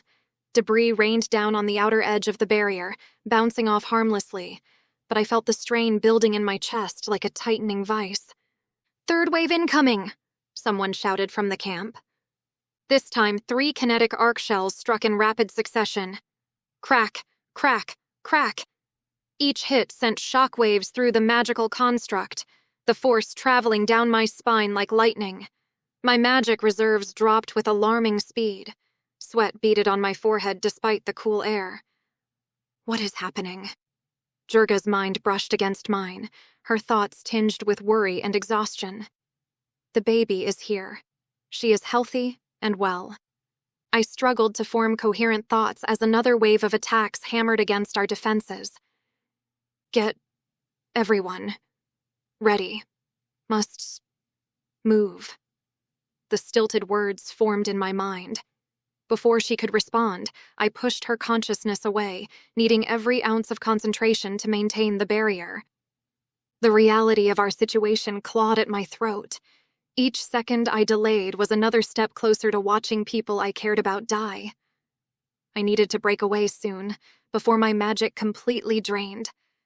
The entire encampment was counting on me to open the portal. I was the only one who could... No. Wait. I forced myself to think through our options, even as detonations continued to rock the shield above us. Antaine? No magical ability as far as I was aware. The other soldiers? If there were some among them who could wield magic, Leylandir would have pressed them into service already. Jurga? Too weak from childbirth, her magic barely functional. Who else? Who else could possibly... Go, Leylandir urged in my mind. You must go now. I started to withdraw my magic, pulling it back from him slowly, but the barrier trembled violently the moment I began. The surface rippled like water in a storm, and I saw cracks of light form at the edges. No, no, no, I whispered, pushing the magic back through our connection. The barrier solidified again, but my reserves were running dangerously low. Another barrage. This time 5 arc shells in quick succession, each one stronger than the last. The sound was deafening, like standing inside a thunderclap that never ended. My ears rang and blood trickled from my nose as the pressure waves hit. Antaine's voice cut through the chaos. Fall back! Everyone fall back! The next wave hit like the fist of God. A heavy breacher-class shell buckled the barrier inward, warping under the assault, and suddenly Leylandir's body went completely limp in my arms. His weight sagged forward, and I felt our connection go terrifyingly, utterly silent. The barrier flickered. Once, twice. Through the wavering shield, I caught glimpses of more ordnance streaking toward us. No, I screamed. But before I could do anything, Antaine's massive hands grabbed us both, hauling us backward from the front line. Leylandir's unconscious form dragged between us as we stumbled away from the failing shield. A raw, animal terror sank its claws deep into me. Without the barrier, we had seconds before the next strike turned us all to ash. I saw the magical construct wavering, translucent and fragile as spun glass, ready to shatter entirely. Our new position sliced directly through one of the camp's temporary structures. The barrier's edge now ran straight through the middle of the supply tent, cutting it cleanly in half. Crates and equipment tumbled to the ground on the exposed side. Then, like a lightning strike, Leylandir's consciousness slammed back into mine. Not gently, not gradually. He yanked at my magic with desperate, violent force, sharp pulls that left me gasping and nearly knocked me to my knees. "He's back," I gasped to Antaine, who was still trying to drag us further from the line. I need to."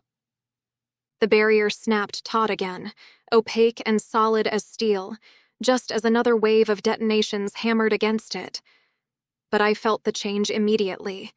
Instead of me pushing magic toward him, Leylandir was drawing it from me in harsh, irregular bursts, taking what he needed to survive. The strain was enormous. Each pull was a physical violation, as if he were carving pieces of my soul directly from my bones. But we were alive.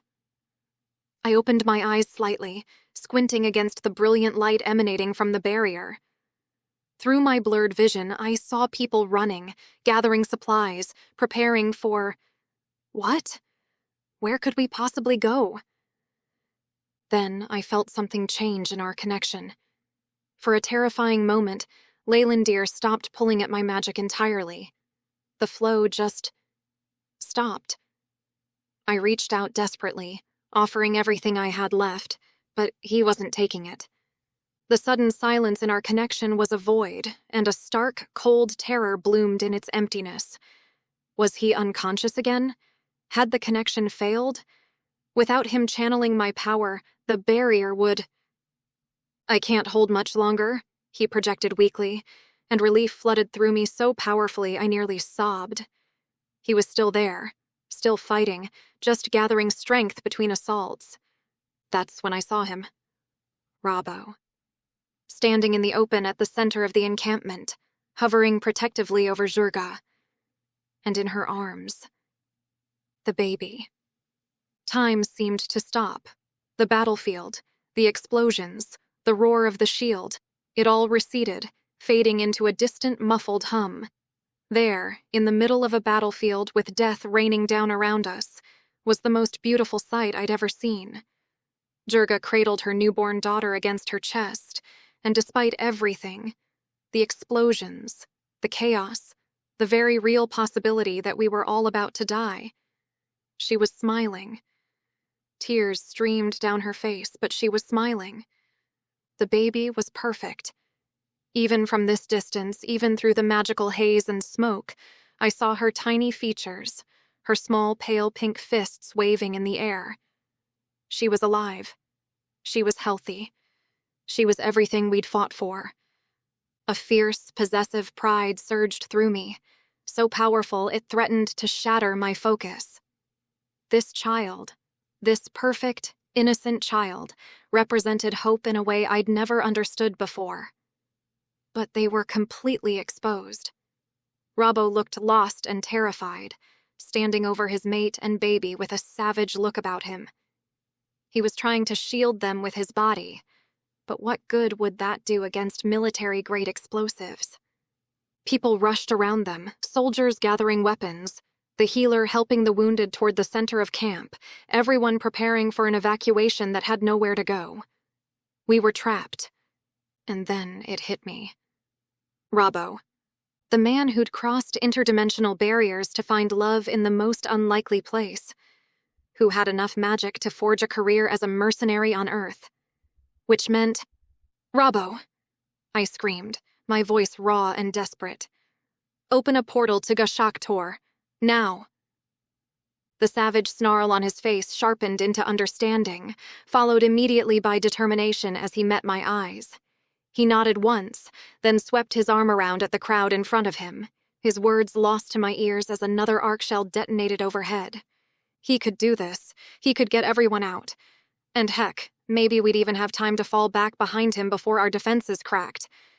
I just had to stay connected to Leylandir, which meant pouring every ounce of magical energy I had left into supporting him for as long as it took. The choice was no choice at all. I plunged my focus back into the connection with Leylandir, opening myself completely to his desperate pulls on my magic. The sensation was like being turned inside out, but I held nothing back. Everything I had, everything I was, I poured into keeping that barrier intact. into him. Leylandir's consciousness flickered more strongly now, strengthened by the sudden influx of power.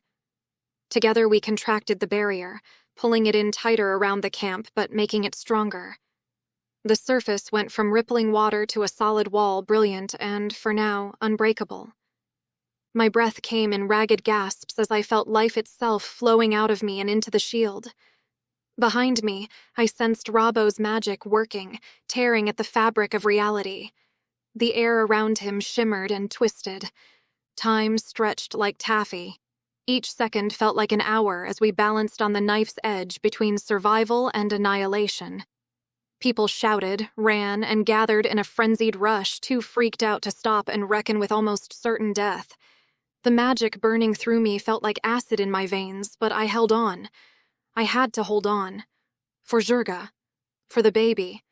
For everyone counting on us to give them just a few more seconds. Through our connection, I felt Leylandir gathering his remaining strength. His thoughts brushed against mine, weak but determined. "The next one will break us," he projected. I knew he was right. I felt it building, something massive, something final. Rind would throw everything in his arsenal at us now that he'd tested our limits. The air crackled with deadly potential, and the light beyond our barrier grew brighter, more intense.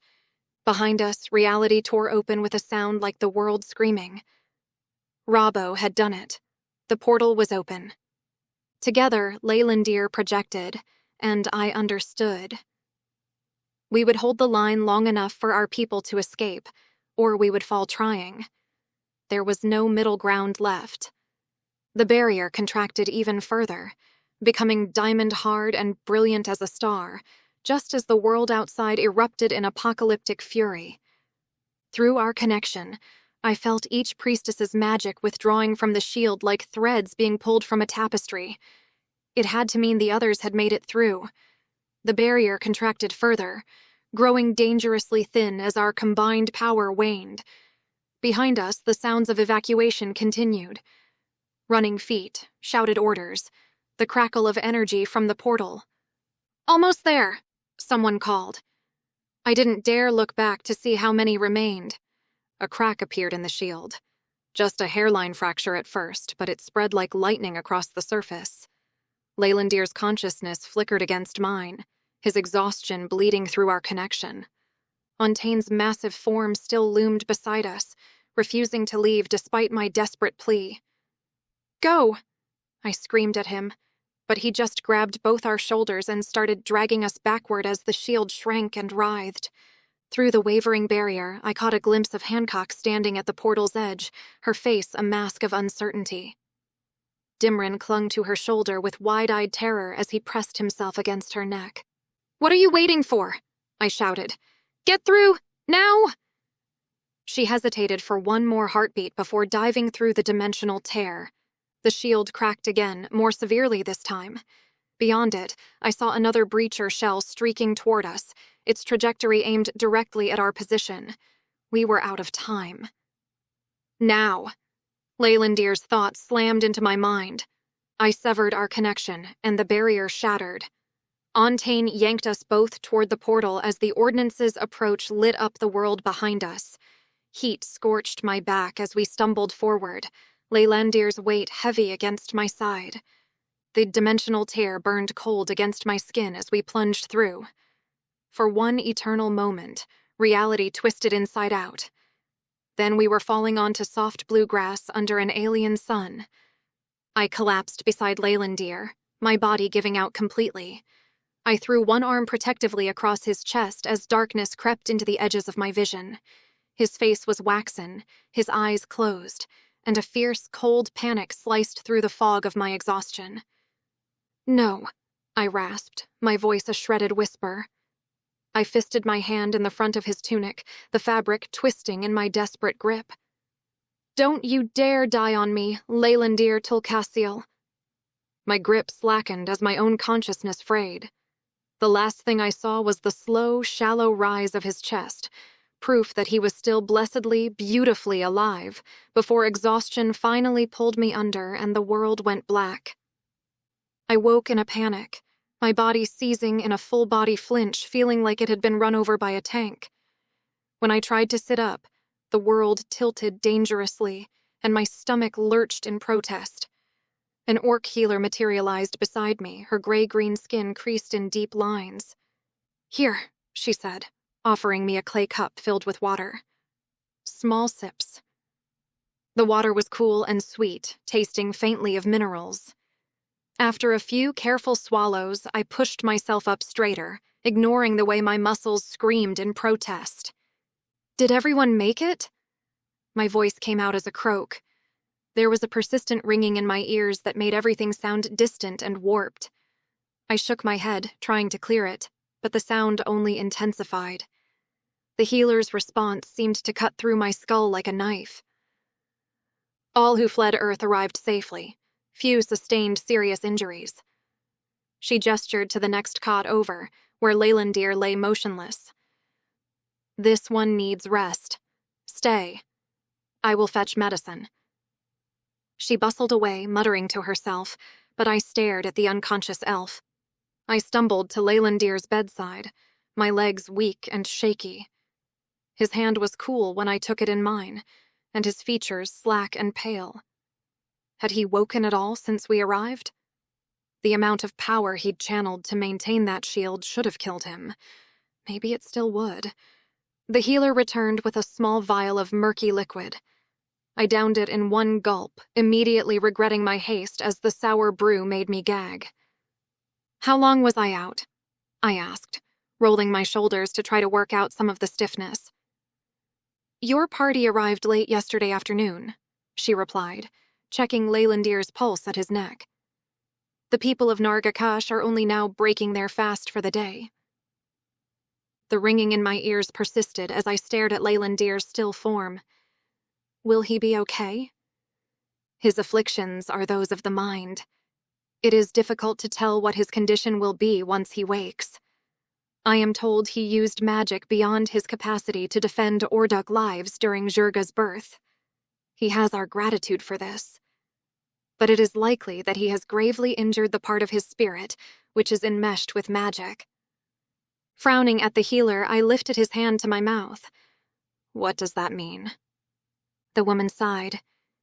"It is likely it will be some time before he can safely use magic again. There is a risk." She folded her arms and shifted on her feet. "He may never regain the full command of his magical abilities." I took a shaky breath and pressed my lips against his hand. Then I nodded tightly as the healer offered a sad smile before withdrawing. If he'd been burned out, that was almost certainly on account of the magic he was drawing from me, and while I would be glad to give up all of my magic, I knew it was so deeply a part of him. My chest tightened as I imagined him reckoning with the prognosis. I noticed a red mark at his collar line and tugged at his shirt to reveal a burn on his chest, sticky with salve. I frowned at it, then realized that's where the Velimir I'd gifted him usually hung around his neck. I swallowed hard, wondering if the magical device had shattered, and kissed his hand again, sniffing as tears welled up. I stayed with him for a while, watching the slow rise and fall of his chest, but gradually my head cleared as the healer's medicine took effect.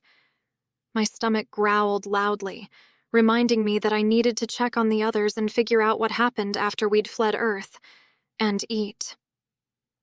"I'll be back," I whispered to Leylandir's unconscious form, smoothing my hand over his forehead. His skin felt cool beneath my palm. Standing was an exercise in pain management.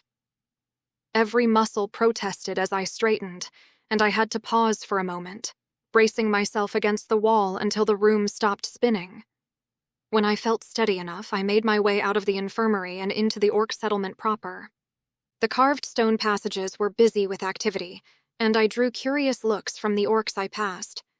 Some nodded respectfully, while others whispered behind their hands. I tried to ignore them, focusing instead on putting one foot in front of the other without stumbling. I reached out telepathically to Jurga, my thoughts still feeling somewhat fuzzy. "Where are you?" Her response came immediately, warm and welcoming. "It is good to hear your voice, my sister. Come and meet your niece. We are in the Elder's chamber. The walk to the chamber took longer than it should have. Each step was a monumental effort, my legs refusing to obey properly, and twice I had to stop to catch my breath. But finally, I reached the vast room carved into the red stone hillside. The circle of elders mingled with the aboriginal aunties, and while leathers and furs of the orcs clashed with floral prints and bright colors of the humans, it felt like the women were old friends. But my attention was immediately drawn to Jurga, who sat on the lowermost row of stone benches. She looked tired but radiant, cradling a small bundle in her arms. Despite my exhaustion, I couldn't help smiling as I made my way to her. She beamed up at me as I approached. "Here she is," Jurga said softly, adjusting the swaddling to give me a better view. I leaned in close, a wave of tenderness so profound it made the tension in my shoulders finally dissolve at the sight of the tiny face. The baby had a surprising thatch of bright red hair and skin that was a delicate pink rather than the gray-green of her mother. Her tiny fists were curled near her face, and her eyes were closed in peaceful sleep. "She's beautiful," I whispered, gently touching one of her impossibly soft cheeks. "What's her name?" Jurga's eyes sparkled with a fierce, wet shine of pride. "Cora," she said, and the love in her voice was palpable. "Her name is Cora." The baby stirred slightly at the sound of her mother's voice, her little nose scrunching up before she settled again. Looking at her peaceful face, I felt a surge of fierce protectiveness. This child, born in the midst of chaos and violence, was living proof that love could bridge any gap, cross any boundary. "Hello, Cora," I murmured, watching as one tiny hand flexed in her sleep. "Welcome to the world, little one." Chapter 27. I shoveled another spoonful of the hearty stew into my mouth, not caring that it burned my tongue. The rich, gamey flavor reminded me of venison, though I knew it was likely some exotic animal I couldn't yet name. Jurga had taken one look at me after I dropped beside her and barked orders at the attendants by the door. Within minutes, they'd brought enough food to feed a platoon. "Slow down," Jurga said, amusement coloring her voice. "The food isn't going anywhere." I paused long enough to swallow and fix her with a pointed look. "How many made it through?" "All of them." She adjusted Cora in her arms as she shifted in her seat. "The humans are safe. We have them housed in various chambers throughout Nargakash." I smiled with relief, though it was quickly followed by concern. "The gates?" "Are being watched," she said. "But there's been no assault. We have warriors stationed at every entry point, but so far there is no threat of incursion into Orduk. However, I suspect if we were to utilize a gate, we would face your soldiers again." I tore off a piece of dense, spongy bread. "So what's the plan to get the humans home?" "We will send them back through a portal." Jurga leaned forward, resting her elbows on her knees. "Amy and Robbo are already conferring on the safest location. He has offered the services of his contacts who can help keep her underground for a while. The aunties will, of course, wish to depart for their homes when they are ready." The mention of Amy made me pause mid-chew. The reporter had risked everything to help us, and now she possessed what was possibly the biggest story in modern history, and she was on the wrong planet to share the news. I should talk to Amy before she goes. Jurga clapped me on the shoulder, nearly making me drop my spoon. "There is time. Eat first. Rest. Everyone is safe for now." I nodded, but my mind was already whirring. "What about Hancock?" Jurga shrugged, her attention fixed on baby Cora's face. "Probably with the priestesses. She appears to have formed a connection with them. Or they to her." I rubbed my chin, considering the pregnant woman's situation. Part of me worried I'd only made things worse for her by bringing her here. She hadn't signed up for being dragged to an alien world with a so-called interdimensional terrorist.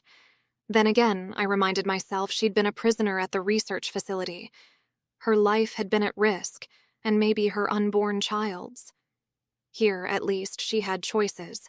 She could decide for herself what she wanted to do next. "You're thinking too hard," Jurga observed, rising to her feet. "I can hear the wheels of your mind turning from here." "Sorry," I muttered, scraping the bottom of my bowl. Despite the amount I'd eaten, my stomach still felt hollow. "I just need to know everyone's okay. After everything we risked. And for what? We didn't get the location of the Earth artifact." "Perhaps not," she conceded. "But we survived to fight another day. And perhaps what we have achieved will force humans to confront what they have spent too many years ignoring. This is far from over." A tight, humorless smile was the best I could offer Jurga. "And now your people are under threat from Earth." Jurga snorted and waved her hand, then offered baby Cora to me. I accepted the little bundle with a smile and cradled her in my arms. Jurga stood and pressed her hands to her lower back with a wince. When the circle of elders committed themselves to this cause, they knew the risks. It would be cowardly to balk now. "But the trade you have with Australia?" I rocked Cora gently in my arms. "Your supply of lodestones will dry up." "The supply of lodestones has already dwindled," came a gravelly voice from behind me. I turned to see Nazgra approach, her weathered face creased with familiar stern lines. I hadn't realized the elder could speak English, but judged by the chatter with the aunties that they probably all could. "But we orcs do not rely on magic alone. Our way of life has not been so fundamentally changed by its absence on Gashak Tor as it has for the elves." She made her way toward us with a shuffling gait, her leather slippers scuffing against the stone floor. "Once we have achieved our goal and magic is restored, I admit it will make things easier. But this is merely one obstacle in our shared journey." Nazgra reached for Cora, and I carefully transferred the infant to her waiting arms. The elder's expression softened as she gazed down at her great-great-niece. "Thank you for your actions on Earth to protect this little one as she arrived." Her eyes met mine. "How does the elf fare?" I had to clear my throat before I could speak, my words coming out rough as I tucked my hands under my armpits. "He's still unconscious, and his ability to use magic when he wakes—" I couldn't finish the sentence. Nazgra nodded slowly, shifting Cora to one arm so she could pat my shoulder with her free hand. The gesture was surprisingly gentle, coming from someone I'd once thought of as the grouchiest of the circle of elders when we'd arrived. "You should go to him," she said. "Offer your strength as he recovers." I met her gaze, marveling at how much had changed since my first arrival in Gashak Tor. The suspicious, borderline hostile elder who'd threatened to hand us to the Elven Council now offered comfort like the sweetest of grandmothers. "I'll catch up with you later," I projected to Jurga before leaving the chamber. As I made my way toward the infirmary through the bustling streets, I spotted a familiar, stocky figure, the dwarf who'd attended Rushka's funeral. His scowl was thunderous as he paced near one of the chamber entrances. I recalled the messenger's words at the encampment about his request for an urgent audience with Jurga. From his expression, he clearly hadn't gotten it yet. When I reached the infirmary, I paused in the doorway. Hancock sat at Leylandir's bedside, her blonde ponytail slightly disheveled. Dimrin was curled up on his chest, the Sirion's scales a muted blue. It wasn't the first time I'd seen the little guy curled on top of Leylandir as he lay prone, and it was actually a little surprising that he hadn't been there when I'd woken. Hancock looked up at my footsteps, and I found myself caught in an awkward moment. We hadn't spoken much since our escape from the facility. I made my way over to the bed, trying to ignore the tension in my shoulders. "How are you holding up?" I asked, wincing internally at how inadequate the question felt given everything she'd been through. "I mean, I've been better." I noticed that her hand was resting on Leylandir's, and when she followed my gaze, she withdrew it. I bit my lip and strolled to the other side of the cot and took a seat. "I wanted to say that I'm sorry for dragging you into all this. I know you didn't get the full picture when I busted you out of that facility, and you deserved to know the full extent of what you were signing up for." Hancock swallowed and avoided my eye, instead letting her gaze settle on the slumbering elf. Deep down, I knew I would never be allowed to walk out of that facility knowing what I knew. At best, I figured they might just keep me there. You know, with the baby. But she shook her head as she trailed off, and I steepled my hands in front of my mouth. The admission should have made it easier, but she was no less in danger with us than she was in Texas. I was trying to arrange words carefully when she continued. I thought I'd never see him again. It's not that... Her eyes flickered up to me as her cheeks bloomed. I mean, it's not like that. I can see you two are close, but... He's the father of your child, I cut in firmly. I'm sure he was glad to see you too. She sighed. There were times when I daydreamed about him carting me off somewhere, to be a family. Somewhere I could raise this kid and live a normal life. It took some doing to push aside the sizzle of jealousy that bloomed in my stomach at her words. Or maybe the look in her eye as she stared at him. I cleared my throat and shifted in my seat, biting back a sharp remark about the true nature of their transactional sexual relationship while he'd been a prisoner and she a guard. What was done, and the baby deserved to be born into a loving family. That didn't mean that Leylandir had to shack up with her. Does that mean you'll consider staying here? It took a moment for Hancock to respond, and I figured it was unfair to ask a question like that before the dust had time to settle over what had happened on Earth. Right now, I don't think it's possible for me to go back. They'll find me eventually. I think... She frowned. I think the only way I can go back is if everything is out in the open and there's a commitment from the EA to fix it. I don't know about your artifact thingy, but clearly we were responsible for opening the gates. My baby won't be safe at home until they admit it. That could take a long time, I ventured. Hancock lifted her chin then and met my eye for a moment. I'm willing to play my part in it. Amy asked if I'd do an interview with her. You don't have to do that. I held up my hand. I've put you in enough danger already. I want to, she said firmly. Not like on Earth. Amy said they can record it here and release it once they get back. My brow furrowed as I tried to picture the first off-world television interview being released around the globe. A proper one-on-one exclusive this time, with alien bluegrass and exotic animals in the background. I shook my head at the thought, figuring that Amy would demand the same from me, and maybe even Leylandir too. It's a risk. I leaned back in my seat with a wince. You might find that it doesn't play well back home. The media people will dissect every word you say. Amelia's lip trembled and there was a flicker of doubt in her eye, but she turned her nose up higher. I guess. But the priestesses said it was possible that Jurga would agree to have me here permanently, for helping with the shield. I gave the woman a lopsided smile. I'm sure that's true. Does that mean... She leaned forward, her voice dropping to a whisper.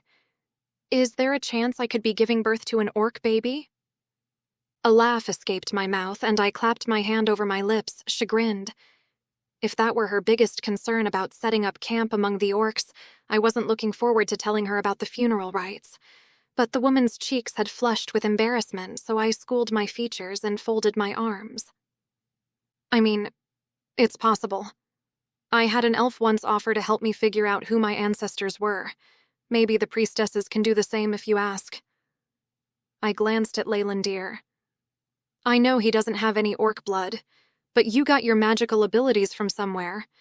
And if I'm part dwarf instead or something? Her brows knitted together. I couldn't possibly be this short if I had an elf or an orc in my family tree. I clicked my teeth shut and made a face. I honestly have no idea, but you've still got a few months to figure it all out, yeah? Hancock's lips twisted in a considering expression as she rubbed her belly. I really wished I had the answers for her, but we were all in new territory here.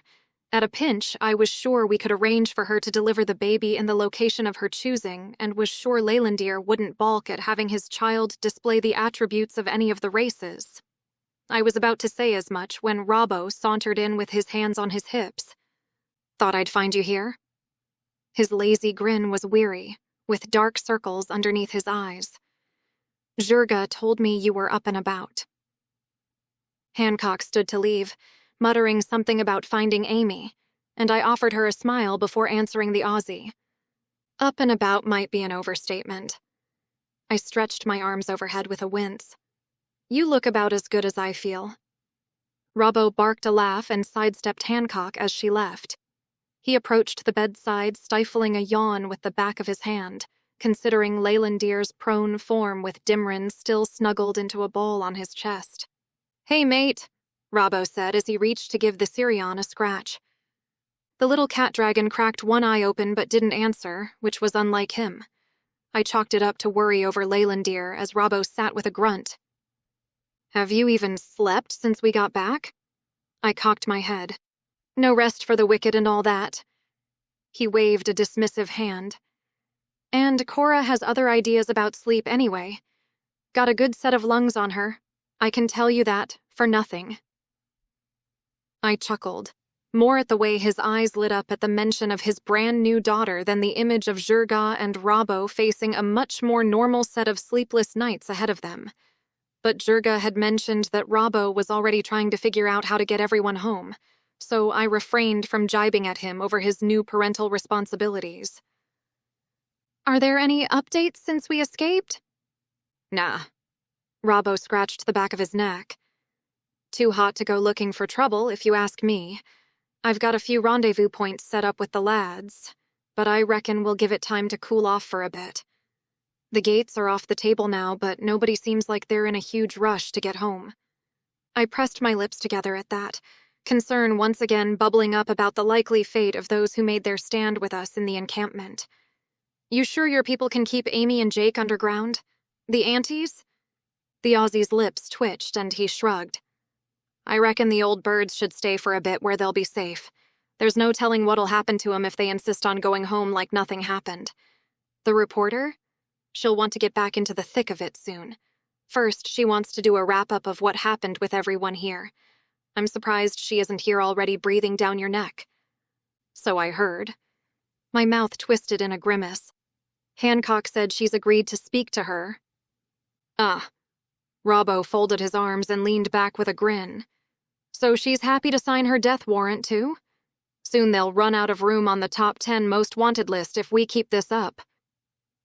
I gave him a flat look, but Leylandir stirred before I could reply. I leaned forward and took up his hand, and a soft groan escaped his lips.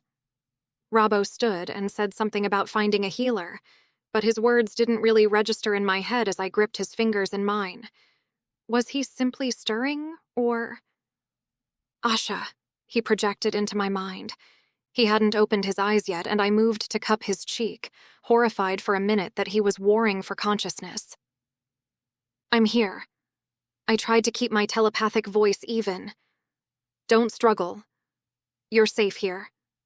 His head turned, leaning into where my hand caressed his cheek, and another grunt accompanied his whole body tensing as he went to shift on the bed, upsetting Dimrin's balance on his chest. The Sirion stood and flicked his tongue at the elf's face with an excited chirp. "Is wake?" Dimrin reached a paw to touch the elf's nose. Leylandir grimaced and his hand tightened around mine as one eye cracked open. He edged his way onto his side to face me, with Dimrin scrambling to regain his footing on the cot. "I believe so," he croaked. I went to pull away to get him a cup of water, but he held my hand tight and reached to where my other hand still touched his face. His eyes came into focus as he blinked and then settled on me. "How in the light are we still alive?" I pulled his hand to my lips to kiss it and brushed my nose against his fingers as I snickered. Just lucky, I guess. By then, the orc healer had arrived with 2 cups in hand, standing over us with an eyebrow arched at me. I leaned in to kiss the elf on the cheek and drew back, jerking my chin toward the healer. Leylandir frowned, releasing my hands reluctantly as he peered over his shoulder at the woman. It gave me a second to sit back and scoop Dimrin into my lap and allow the elf some space to be seen to. The orc healer moved to help Leylandir sit up, reaching for a pillow to support his back, but he waved her away with a grimace. He shifted himself slowly until he could rest his head against the red stone wall, pain etching lines around his eyes. "You must drink this," the healer insisted, holding out one of the cups. "And then rest. Your mind requires sleep for healing." Leylandir shook his head, pushing the offered cup away with a weak hand. "I must speak with Asha first. There will be time for sleep after." The healer's scowl deepened, but she placed both cups on a nearby table. She turned to me with stern eyes. "You will ensure he drinks both." After she left, I deposited Dimrin beside me and dragged my cot closer to Leylandir's bedside. The scraping sound echoed off the stone walls.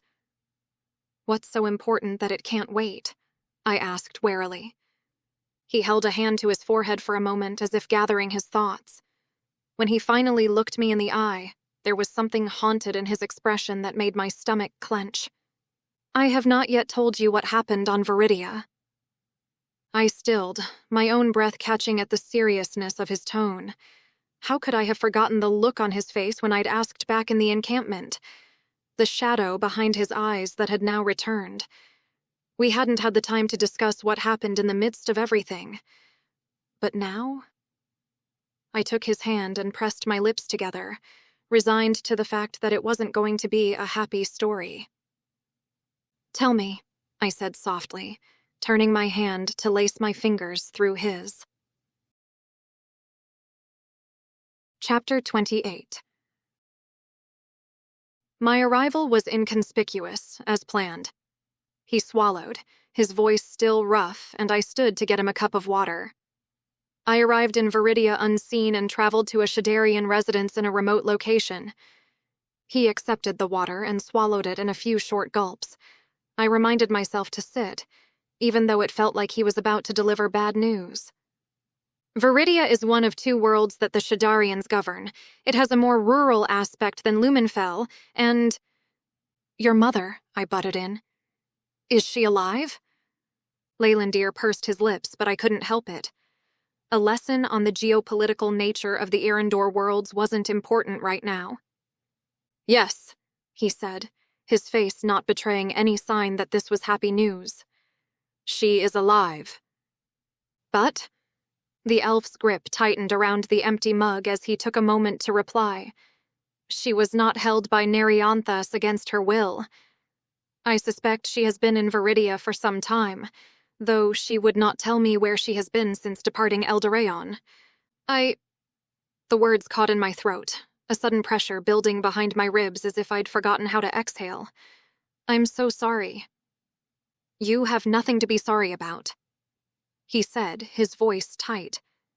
"Iolanthe made her choices. To abandon her son and family, leaving them to think she was dead for years. I couldn't even imagine how painful that realization would have been. I placed my hand over his gently to sate the urge to crawl into the narrow cot beside him and take him in my arms. What did she want? Leylandir snickered mirthlessly and shook his head, his eyes fixed ahead of him.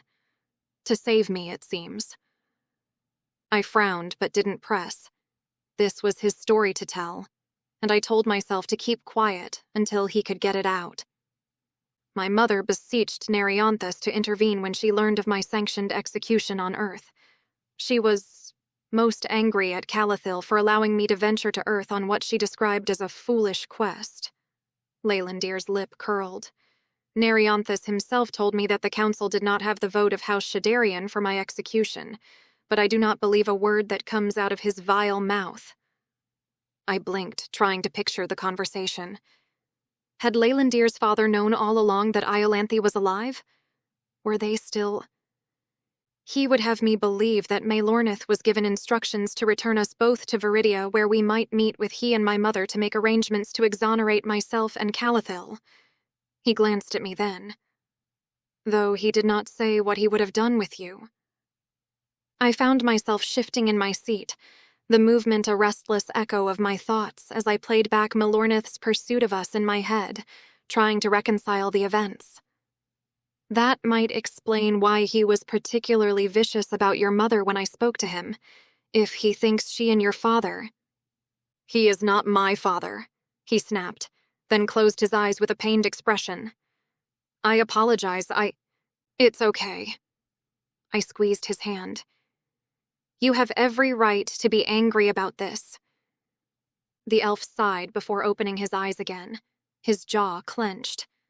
I waited for him to gather his thoughts again, feeling more ominous about whatever else he would divulge with every passing moment. It is still my mother's desire to ensure the safety of the Tolkasiel house by whatever means necessary, of both myself and her brother. She and Nerianthus have been scheming to this effect, though whether he acts out of pity or to gain advantage— His voice became small as it trailed off. What do they want? I asked, my voice shakier than what I'd hoped for. Leylandir glanced at me, then lowered his eyes. Maelornith's courtship of Leora was not a ruse as we suspected. Nerianthus has offered protection of the Tolkasiels through bonds of marriage. No, I gasped, shaking my head. Leora can't marry that asshole. Leylandir winced at my outburst and moved slowly to swing his legs over the side of the cot to sit directly in front of me. Anguish painted his features, and his hair hung in limp sheets around his face as he squeezed both my hands between his. Calathil faces charges of treason against the Elven Council. Leora's marriage to House Shadarian may convince them that should Calathil abdicate his position to Leora and her husband, he no longer represents a threat to their interests. His eyes took on a glassy shine. It would keep him alive, to continue the work. At the expense of Leora's happiness, I scoffed. A bitter, humorless smile touched his lips. It is a perfectly constructed cage, Asha. Every bar forged from love and duty. Nerianthus doesn't need chains when he can use my loyalty to Calathil as a leash. To fight him is to condemn my family. To submit is to lose myself. You can't let them, I seethed. That is not all, Asha. Leylandir met my gaze then, and I searched his eyes for whatever he had yet to tell me. You must understand, I never sought out Nerianthus to beg that he acknowledge me as an illegitimate son. In Elven culture, children born outside of marriages in powerful houses are often afforded some status. But I never desired this. I don't blame you, I said. Nerianthus believes he can extend his protection to me as an illegitimate son of House Shadarian. However, it requires that amends be made with House Oldwyn, where Maelornith was intended to marry a daughter of that house to strengthen the bonds between them. Why do I not like the sound of where this is going? My shoulders tightened as I quelled a churning in my gut. Leylandir closed his eyes as he continued. I would not, of course, be fit to marry the daughter of the ruler of that house. Even the third daughter, who would not stand to inherit anything of worth, and would seek a match with a firstborn son of a lower house. But a cousin of little consequence politically. It wasn't an ache, but a sudden, shocking void. A cold hollowness opened inside me, as if my very center had been scooped out, leaving nothing behind. The air grew heavy, pressing in on my lungs, and my next breath stalled before it could even begin. He couldn't come right out and say it. The words hung between us, a guillotine waiting to fall. He wants you to marry some elf noble? I choked out, the words tasting like ash. For your protection? When he opened his eyes and I saw the truth in them, my own features crumpled, a desperate fight between the tremble in my jaw and the angry set of my mouth. Not because of the facts, but the look of resignation I found there. Like it was a foregone conclusion. Like his dropkick of a father could click his fingers and arrange for his entire family to be matched into pairings of his choosing like racehorses or something. I shook my head shakily, waiting for him to rush onward to tell me that he had refused, to laugh it off as ridiculous. But he just sat there staring at me, his features utterly slack, his gaze distant with a defeated sorrow that seemed to have extinguished all the light within him. A soft, mournful chirp cut through the silence. Dimrin had crept closer and nudged Leylandir's limp hand with his snout. It was a gesture of comfort, a plea. When Leylandir didn't respond, Dimrin looked at me, his large golden eyes swimming with a confusion and pain that mirrored my own. "You're going to do it," I said flatly. "It would be a transaction," he said. His voice was scraped raw. He wouldn't look at me. House Oldwyn would retain their connection to a house with a vote on the Elven Council, and I would become a living symbol of Nerianthus's mercy. He finally met my gaze, and the self-loathing I saw there was so profound it knocked the air from my lungs. All I can hope is that Lady Cylindra may yet refuse the insult of being lowered to an elf of my status. Even if she agrees, I am sure she will not welcome me into her life. I drew a sharp breath through my nose. Lady Cylindra. I could almost picture the snotty elf with her nose in the air and dainty lip curled. "Nobody would ever have to lower themselves for you," I snarled. "You're perfect, just the way you are. You deserve better than this. You can say no." "I have not agreed," he said hoarsely. I told them both that I require time to consider the proposal, though Nerianthus warned me that I could not delay for long. Calathil remains at Eldoraon for now, but the council will soon grow weary of his excuses to delay facing them.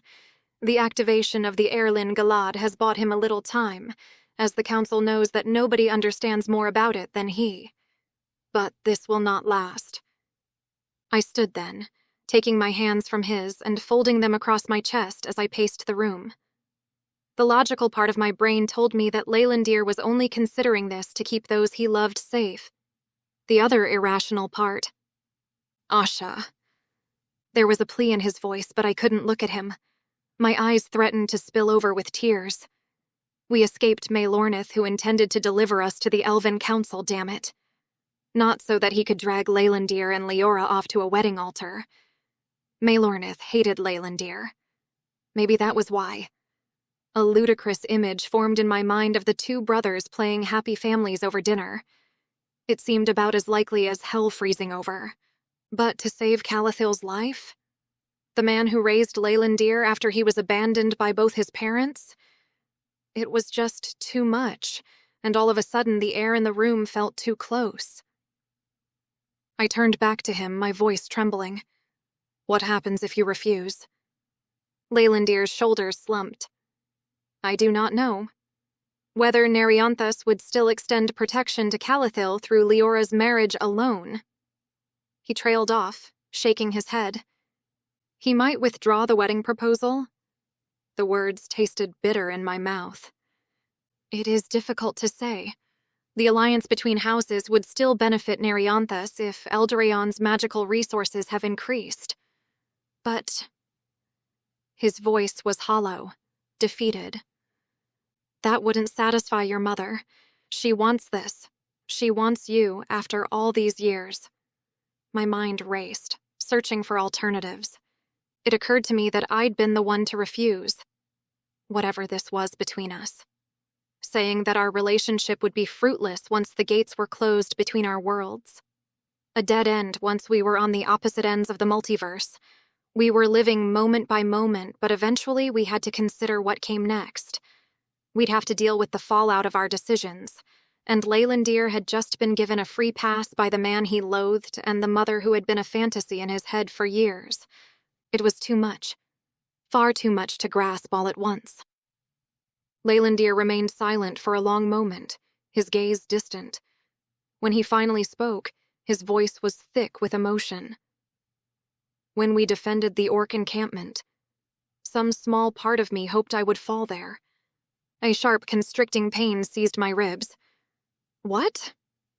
If I were dead, Nerianthus would have no hold over my conscience. The choice would be taken from me." Tears welled up in my eyes and spilled over.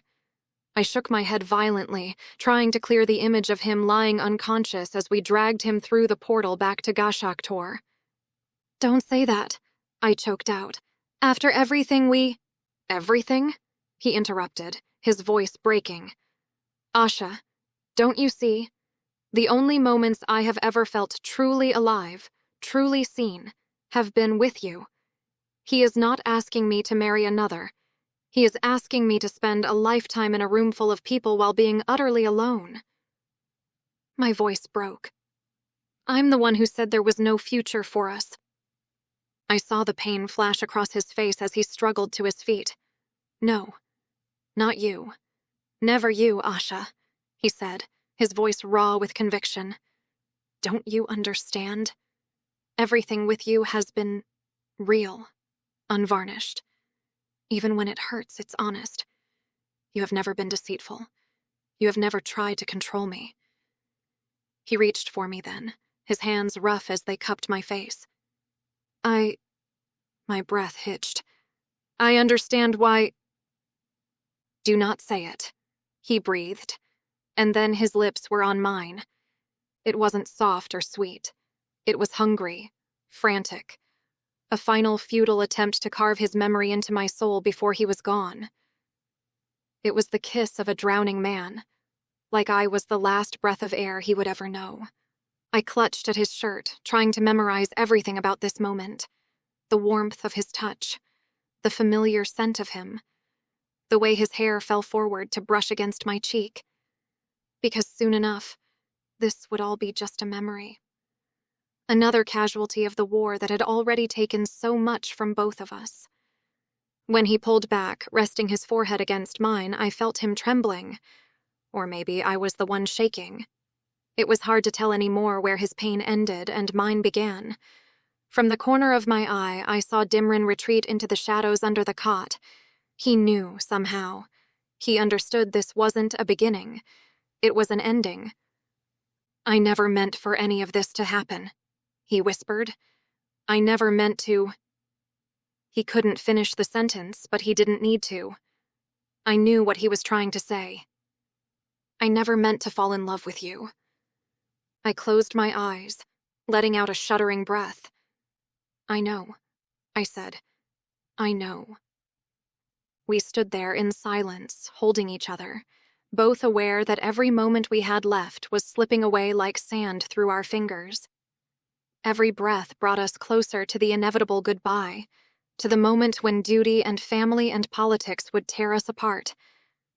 But for now, just for now, we could pretend that the outside world didn't exist, that we were just Asha and Leylandir, two people who found each other against all odds. We clung to the dream, because we both knew the truth. This wasn't the nightmare. This was the moment right before it began. Eventually, I rubbed my nose against his shirt, knowing I'd left a dark wet spot there from my tears. The elf needed to rest, and he had yet to hear about the prognosis that the healer had delivered to me. I squeezed his shoulders and stepped back to look up at him. You need that medicine, I whispered. After using so much magic, the healer is concerned that you've burned yourself out. It is likely, he agreed with a wince. She said. I dashed at my wet cheeks with my sleeve and sniffed. That maybe you won't recover your full magical strength? His usually bright green eyes were dull as he sighed.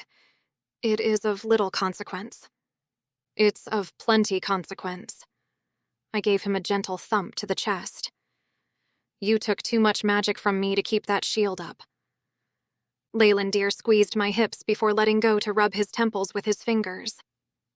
I stepped back to fetch the medicine on the table. How long he could reasonably rest and recover here was a question that I didn't have the courage to ask, but I offered both cups to him with an arched eyebrow. He gave them a disdainful look but accepted them, lifting one to sniff. If it was anything like the sour dose I'd received, I was sure he would decline the offer, but we were interrupted before he could refuse. Ah, you're on your feet. Robbo ducked his head through the doorway. Good.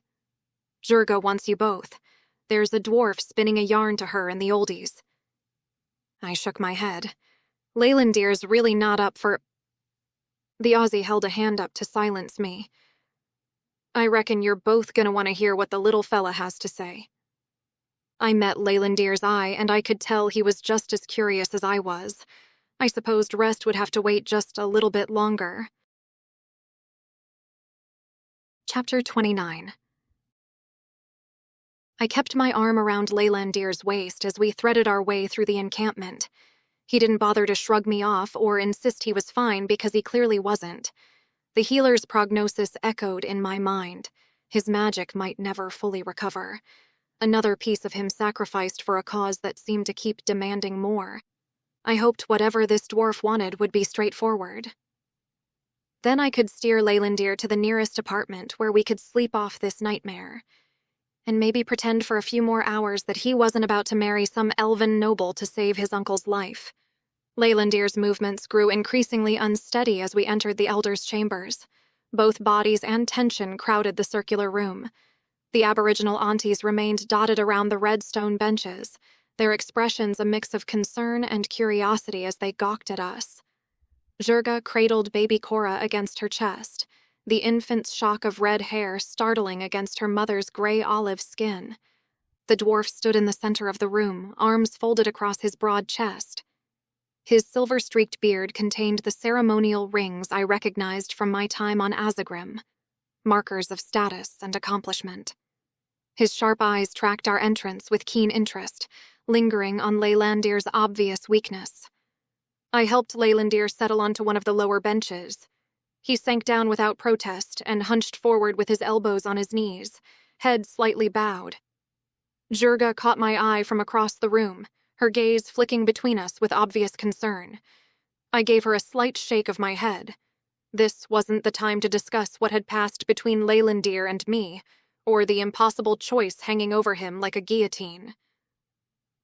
Asha Lopez and Leylandir Tulcasiel. The dwarf's voice filled the chamber, surprisingly warm and resonant for his stature. I am Torald Burggraf, envoy to the Orduk realm. News of your deeds has reached as far as Dwaringal. I have been anticipating this audience since learning of the events on Eldoraon. Hrocker Sten, I responded in Dwaran, the formal greeting falling easily from my lips despite my fatigue. Torald's laugh was rich and genuine. So it is true. The same human who faced the Berghald among our ranks is responsible for such calamity. His eyes twinkled with something that might have been approval or amusement, possibly both. My hand instinctively reached for Erding at my hip, but of course the dwarven sword wasn't there. I'd earned that weapon with blood and pain, surviving the trials few outsiders ever attempted, and somehow I was always a little concerned that someone might insist that the blade didn't belong to me. I faced the 3 trials on Azagrim, I said simply in Dwaran, inclining my head slightly. And lived to tell of it, he replied in English, his accent thick. A rare accomplishment for one not born of our peoples. Elder Nazgûl shifted impatiently. We did not gather to discuss old battle tales. You have refused to speak with us without the presence of my grandniece and our 2 guests here. What so-called urgent news have you been sitting on, dwarf? Torald nodded, turning to address the entire chamber. I come bearing a message from King Modsvarter Yarnkrona himself. The room fell silent. Even the aunties, who likely had no idea of the significance of the name, seemed to sense the gravity of the moment. The Dwaringal realm wishes to work in collaboration with all peoples in these troubled times. Torald's voice took on a formal cadence that suggested carefully chosen words. As dwarves, we are the keepers of deep knowledge. We have maintained records of all the ancient places beneath the ground known to us for millennia. I felt Leylandir tense beside me, his attention sharpening despite his exhaustion. There exists a device, Torald continued, on one of our Dwaringal worlds. Our scholars believe it to be part of a greater whole, a puzzle that spans the realms. My breath caught in my throat. A device, like the Erlin Galad or the Kragjorak, like whatever Earth was hiding. One of our brightest minds is quite familiar with Calathil Tulcasiel's writings, Torald said, his gaze settling on Leylandir. Though, until now, he has not been willing to share his own research. A murmur rippled through the chamber. You know about the gates, I blurted out. About the artifacts that control them. Torald's eyes met mine. We do. Our trade agreements with Earth have proven fortuitous, not only for the supply of lodestones, but also for the network of ears we now have throughout their northern hemisphere. He stroked his silver-streaked beard. We've been listening for some time, especially since Earth reported drastic shifts in their atmospheric conditions. Do you know where Earth's artifact is located? The words tumbled from my mouth, hope surging through me like a wildfire. If the dwarves knew where it was, we could bypass the Earth governments entirely. We could end this. Something flared in my chest, a wild, desperate hope. If we could close the gates now, would it change anything? Calathil would still likely be branded a traitor. Leylandir and I would still be on opposite ends of the multiverse. Would Nerianthus's marriage proposals still be on the table? My head spun with the sick irony of it all. Torald's expression softened, and I could tell what his answer would be before he even spoke. I regret that we do not, he said, shaking his head slowly. Earth has guarded its secret well, even from our informants. The hope that had flared so brightly extinguished, leaving a cold emptiness in its wake. Or was it relief? I slumped back against the bench, acutely aware of Leylandir's warmth beside me, wondering what was passing through his mind at that moment. However, Torald continued, stroking his beard thoughtfully, we have observed certain patterns. The humans seem most protective of their northern territories, particularly in areas with strong magnetic fields. That's where most of the human population is located. Robbo, who was watching from the doorway, butted in. That doesn't mean shit. Torald seemed to consider this. Perhaps. On Gashaktor, there has been no instability reported, unlike the seismic disturbances on Eldarion and the climate shifts on Earth. We believe this may be significant.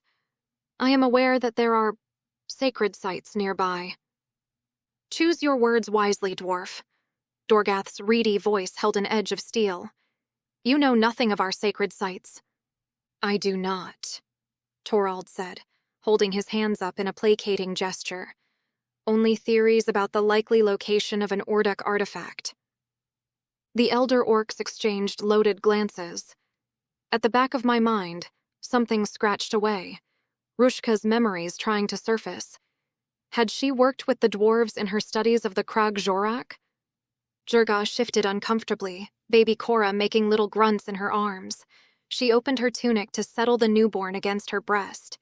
If Torald was waiting for the elders to confirm his suspicion, their silence quickly quashed the idea as we gathered our thoughts. The dwarf cleared his throat eventually, shifting his wide leather belt. The time has come for all realms to divulge their closely kept secrets, Torald declared. Even our own. It appears we each have a lock, but only certain realms hold the keys. Our people are concerned that this imbalance will cause peril for all.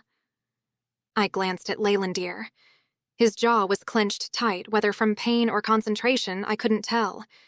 His normally vibrant green eyes looked dull and distant, but I saw his mind working behind them. Elder Dorgath rose from her bench, her weathered face creased with suspicion. And what exactly do your people want from us, dwarf? While you've been gathering your intelligence, our people face mounting threats from Earth. Their armies gather at our gates. Torald spread his hands in a soothing motion. Indeed, humans have proven dangerous and unpredictable.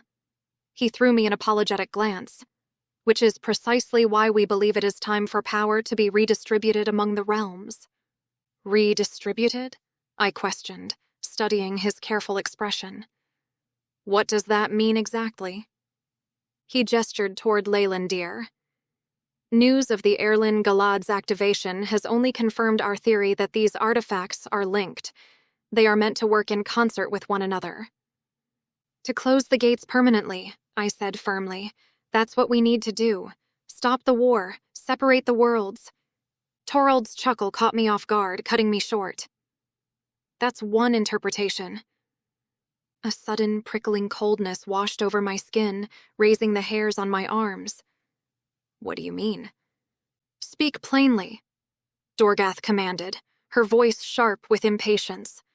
Torald pressed his hands together, his gaze sweeping across the faces in the chamber. While I'm no scholar myself and can't speak to the technical details, our people believe the Yarnhlider, what you call gates, should be opened, not closed. The words just didn't make sense for a moment. I closed my eyes, trying to reconcile what the dwarf was saying with all of our assumptions, all of our own theories. Beside me, Leylandir went completely still. "What?" I whispered. Torald held up a hand as murmurs of protest began to rise around the room. "We have deciphered the story engraved on the walls within our artifacts chamber. Once, all the gates stood open, allowing all peoples to move freely among worlds. This created balance in the flow of magic." Beside me, Leylandir stirred. "That is impossible," he said, his voice tight with either pain or disbelief. "The activation of the Aerlin Galad has created seismic instability on Eldarion. Opening more gates would be catastrophic." "Has it created instability?" Torald asked, cocking his head. "Or is that simply the result of 2 artifacts standing open instead of 4? A system built for balance, now thrown into chaos?" Torald reached into a pouch at his belt and produced a smooth, dark contraption about the size of his palm, etched with glowing silver runes. He placed it on the floor in the center of the chamber. With a low hum, a shimmering, 3-dimensional image of a massive, gate-like stone artifact materialized above it. It was roughly the shape of the Aerlin Galad and the Crag Jorak, but like both of them, appeared to be constructed of local materials. Not redstone like in Gashaktor or the bluish stone from Eldoraon, more like a bronze brown which glimmered almost metallically. "This is our Yarnleader," Torald said with reverence.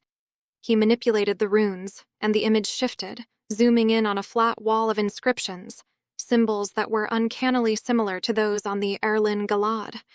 As my eyes scanned the glowing script, the room tilted. A jolt, electric and sharp, shot through the base of my skull. Not my memory. Ruzhka's. The air is dry and smells of dust. My hands, Ruzhka's, are younger, the skin smooth over strong knuckles as they trace inscriptions in a heavy leather-bound book. Across from me sits a Calathil I've never seen. The scholar, not the king. His hair is just as yellowish blonde, but his face is unlined by grief or politics, his green eyes bright with academic fervor. "The Tulkasiel archives were right then," Ruzhka's voice rumbles in my mind. "The 3 are one. The Aerlin Galad, the Yarnleader, the Crag Jorak. But what of the Fey worlds?" Calathil looks up from his notes, a flicker of frustration crossing his features. "I have little knowledge of the Gaian worlds. My attempts to establish scholarly contact have been fruitless. And the dwarves..." He lets out a sigh, the sound of a researcher hitting a wall. "Stubborn, they guard their secrets fiercely. I have written, but they do not reply." "Patience, Calathil," she rumbles, her voice a counterpoint to his agitated sigh. "A truth this old does not reveal itself all at once. The dwarves hoard their secrets out of fear. It does not change the truth itself." He leans forward then, the frustration replaced by a spark of pure, unadulterated passion. "Can you imagine, Ruzhka, if what we suspect about these writings is true? All artifacts, aligned, true harmony between the realms." I felt the ghost of a smile grace Ruzhka's lips. "My ancestors believed in bridges between worlds."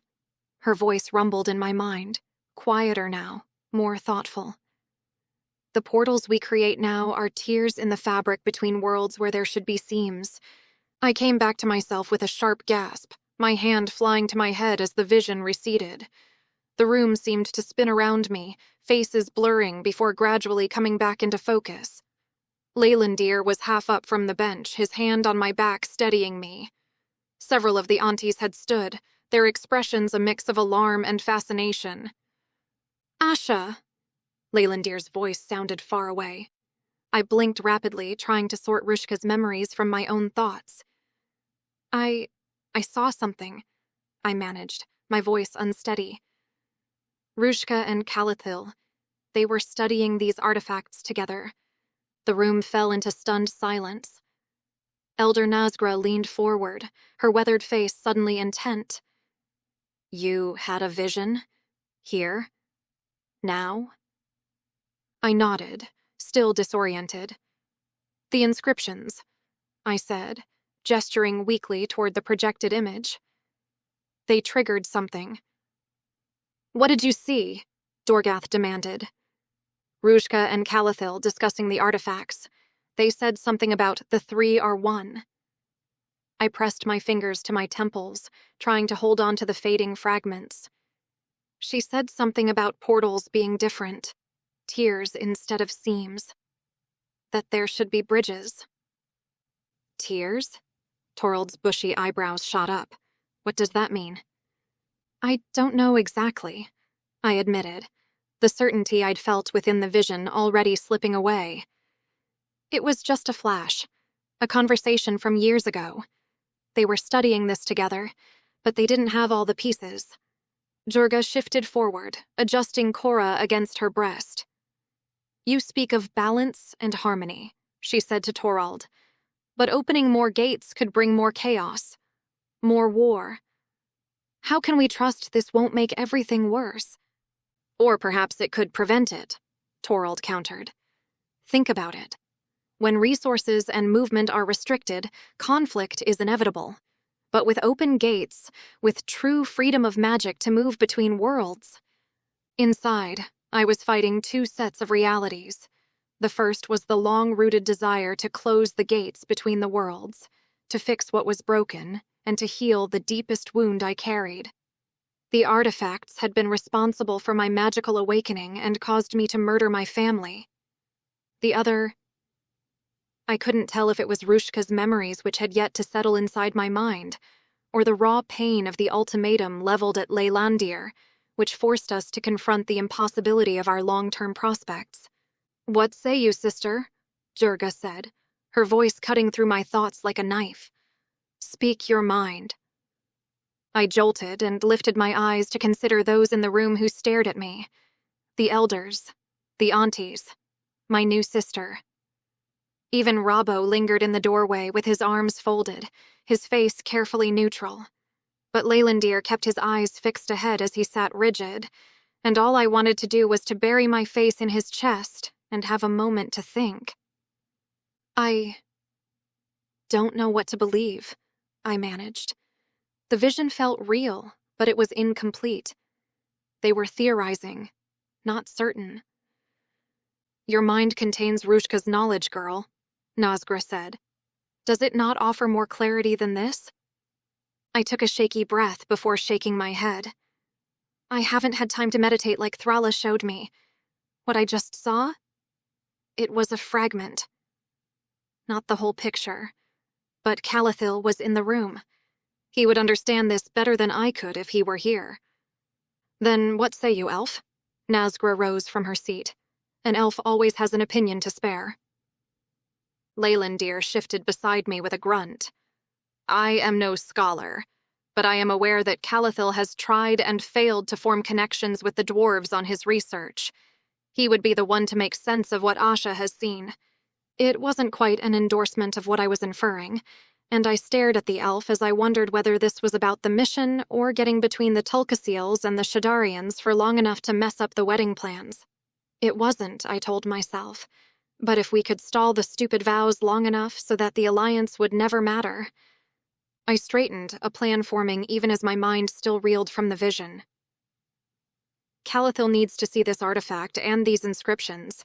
He's the only one who can verify if what I saw was accurate. Except he's effectively a prisoner on Eldoran, and involving him would be dangerous. A mirthless laugh escaped Leylandir's lips. He is already in danger. So we extract him, I said, my resolve hardening despite my misgivings. And Leora, too, if she wants. A covert op to get them out from under the noses of the Elven Council until we can fix this. Leylandir turned to me, surprise flickering across his features before he masked it. I held his eye for a moment. wishing we were alone and that I wasn't volunteering his family without discussing it with him first. "It would not be as simple as our last journey to Eldorayan," Leylandir said, his voice low with concern.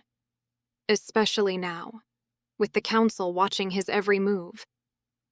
"Calathil Tulcasiel faces threats from the Elven Council, no?"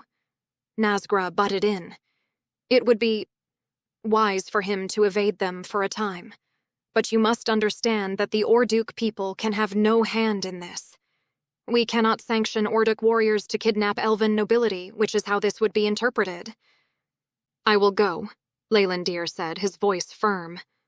"No." I stood, glaring at Leylandir and then swinging my gaze to the orc elder. "You're not going to allow him to go off on his own.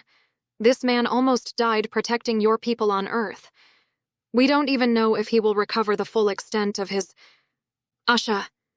Leylandir held up a hand to silence me. No, Asha." I put on a mocking voice. "Do we need Calathil here to confirm this plan is sound? Absolutely. Does that mean you go on a suicide mission when I doubt you can use enough magic to scratch your own ass? It's not happening." My tirade caused a few chuckles in the room, and I glared murder at the amused audience staring at me. Even Jurga couldn't completely shield her mirth from the back of my mind, and I threw up my hands with gritted teeth. "If we need Calathil and the Circle won't help to get him, then I will. Only after the healer clears him to go." I stabbed my finger toward Leylandir. "And don't start with Rushka's memories being too precious to risk. I extracted a high-value target right from under the nose of the U.S. military on my own. I'm not some delicate flower." The muscles in my face tightened with the effort to keep my voice from shaking with rage at the still bemused twist to Nazgûl's lips as she considered me. But I was saved from what I expected would be a condescending response by Robbo, who came to stand by my side. "You can't send your people, but you can send me." He looped his thumbs through his belt. "Robert," Jurga growled. "Come on, she'll be Apple's love." He gave her a grin. "An in-and-out job. Grab the old boy and be back in time for tea, yeah?" Nazgûl's smirk slid off her lips as she considered Robbo with an irritated scowl. "This is a decision for the Circle. The rest of you will leave. I suggest you deliver the elf back to Gurda before she arrives here to demand the return of her patient." I turned to Leylandir, who had arched an eyebrow at Nazgûl's dismissal. His mulish expression meant he was about to do something stupid, like try to stand on his own. Robbo clapped me on the shoulder, his calloused hand warm and steady. "Righto. Let's get his royal elfiness back to the healer before she comes hunting us down with a dilly bag." I slipped my arm around Leylandir's waist while wondering what the heck a dilly bag was while Robbo took his other side. Together, we helped him to his feet. He swayed slightly but managed to keep his dignity intact as we guided him toward the door. "You were quick to volunteer," I muttered under my breath to Robbo. "Course I was," Robbo agreed cheerfully. "But first things first. Get your boyfriend patched up proper. Then we can sort out how to nick his uncle from right under the elves' pointy noses." "I am not deaf," Leylandir grunted, "and I am capable of walking." "Sure you are, mate," Robbo said, not loosening his grip as we steered Leylandir out of the chamber. "Next, you'll be telling me the Pope shits in the woods and bears wear funny hats." Leylandir's hand found mine where it rested at his waist, his fingers intertwining with my own for just a moment. The gesture was hidden from view, but I felt the gentle pressure of his thumb against my palm, a silent communication. Hope. Dangerous, fragile hope. Chapter 30. We managed to wrangle Leylandir out, but he flatly refused to go back to the healer, instead insisting on a private room where he could sleep in peace. Robbo obliged in steering us toward the corridors where I recalled Kesthrieel's guest room was located, and after managing a few sets of stairs, arrived at a room which Robbo ducked his head into before deciding it was vacant. I murmured to the Aussie about finding the healer anyway and asking if she would visit him here, but Leylandir's narrowed eyes told me he'd overheard from where he'd dropped onto an ottoman. The Aussie gave me the thumbs up before leaving. "You're not well, and if you want to get better, Gerda is your best shot here. I poured a cup of water from a side table and crossed the room to push it into his hands. We'll need every advantage we can get. The elf took a small sip and set the water aside as he ran his hands over his scalp, pushing his long hair back over his shoulders. It was unlike him not to have a dry remark at the ready, but he appeared pensive more than anything else. Calathil's escape is a risk, he said finally. I pulled an ottoman over and sat. Of course it's a risk.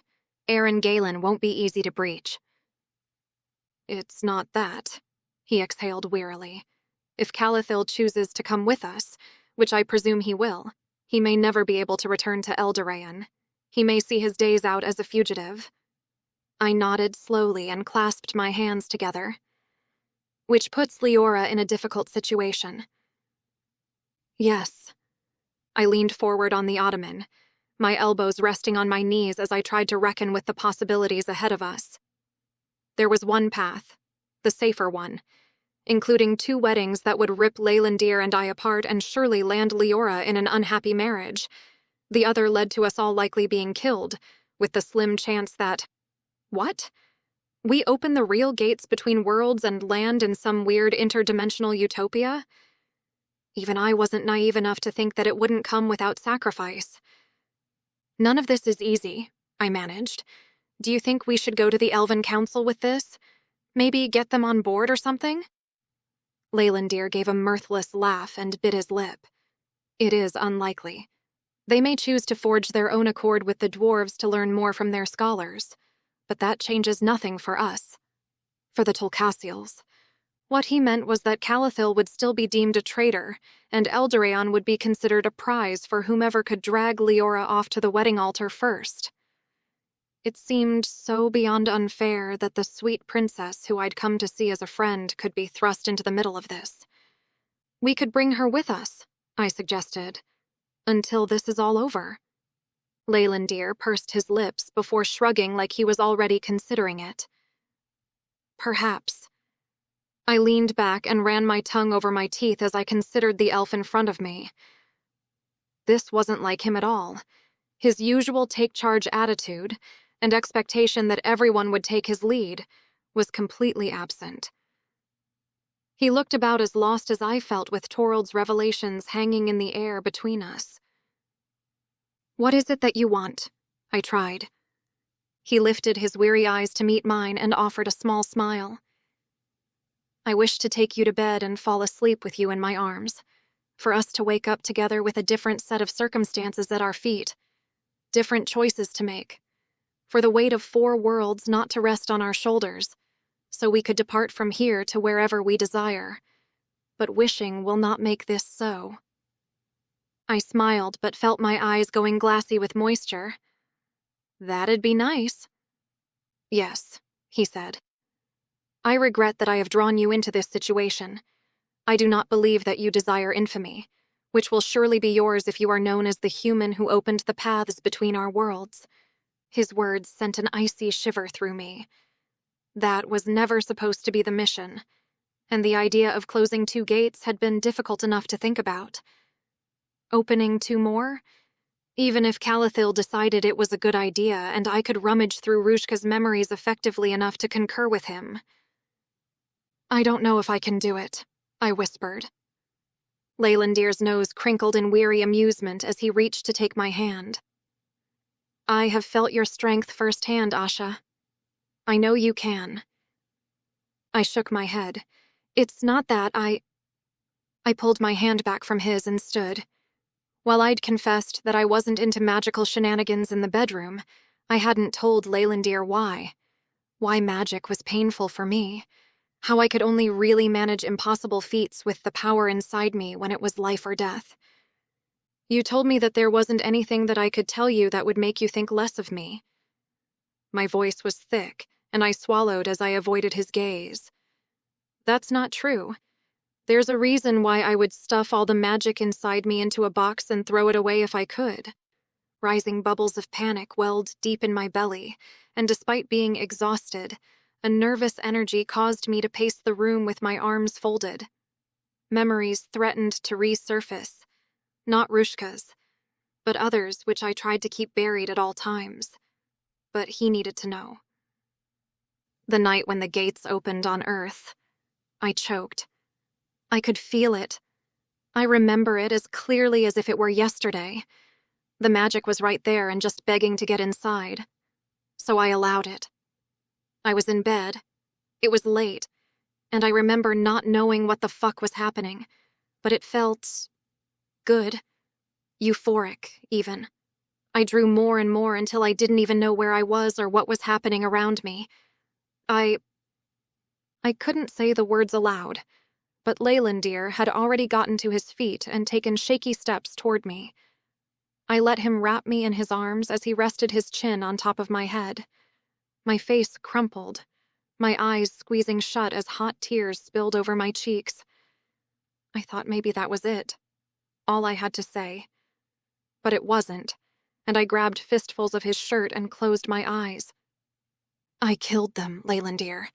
I killed my entire family that night while I was having what amounted to an orgasmic, magical awakening. And not only them. By the time the soldiers found me, half the town had turned to ash. My fingers loosened on his shirt and I felt myself sag, expecting him to recoil, to step away from me and see me for the monster that I really am. A killing machine who lacked self-control. The last person who should be trusted with the fate of 4 worlds. A liability.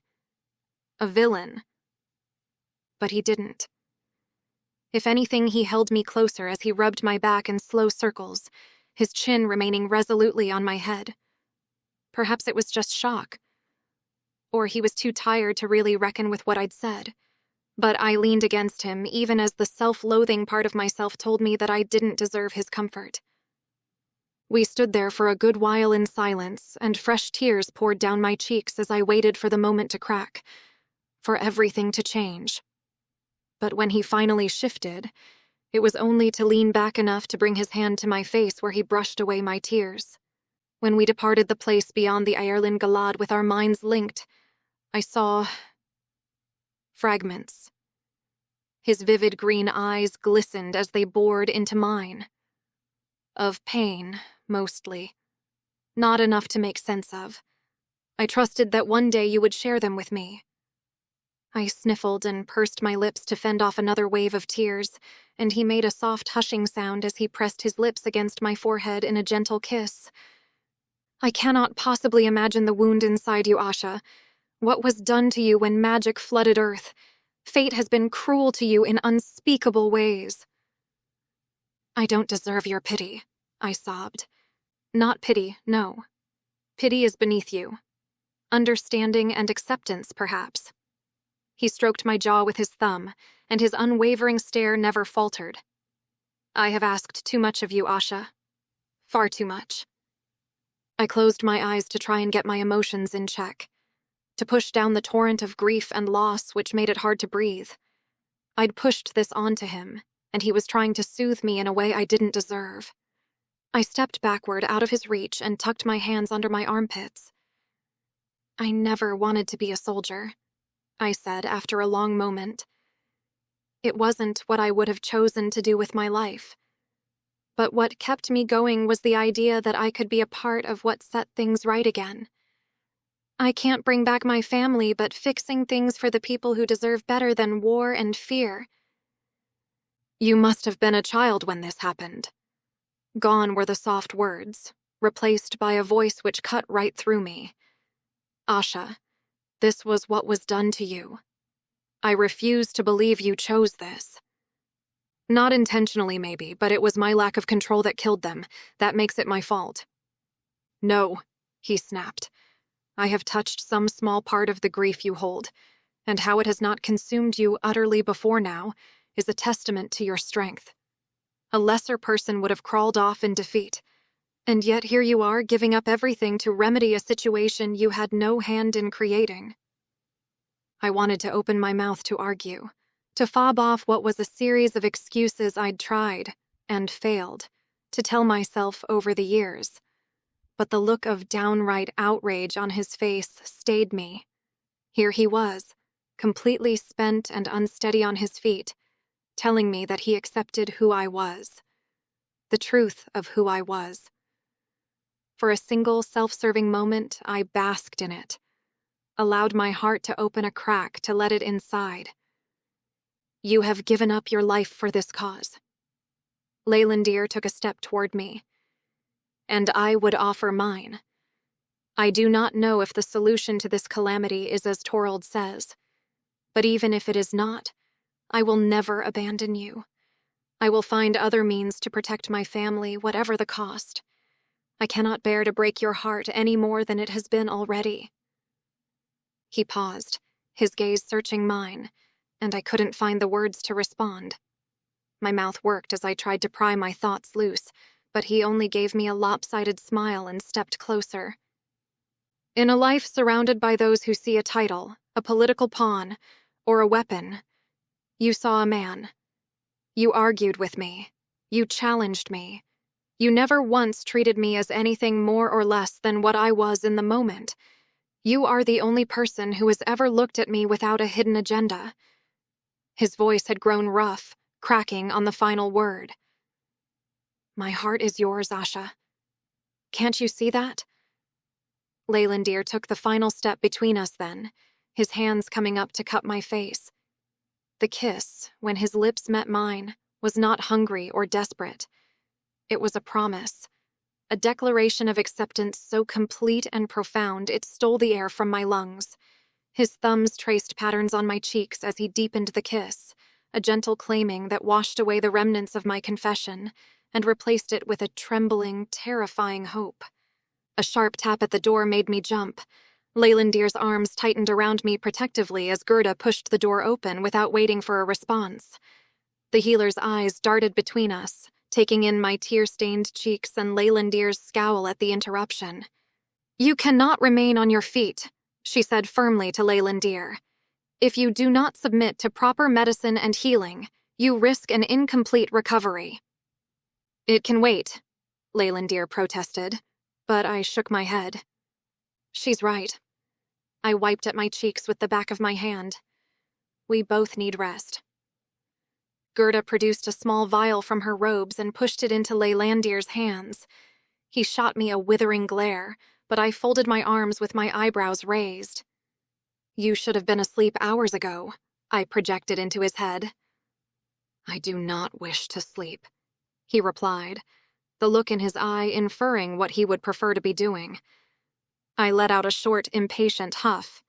You can barely stand upright. We need not be upright for this, and I refused to answer that and instead gave the elf a flat look despite the suggestion, lighting something deep inside me. He huffed and shook his head before tipping the contents into his mouth. His eyes suddenly went wide and he blinked rapidly as if trying to clear his vision.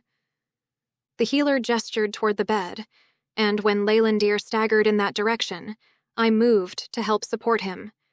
Together, Gerda and I got him settled properly against the pillows. She lifted her fingers to his temples, and I watched, fascinated, as a soft glow of healing magic surrounded his head. His features gradually relaxed, tension melting away until his expression went slack. Gerda stepped back, satisfied with her work, then turned her attention to me. I can put you to sleep as well if you'd like. No thanks, I said quickly. I don't think I'll have any trouble managing on my own. She nodded and left without another word, closing the door softly behind her.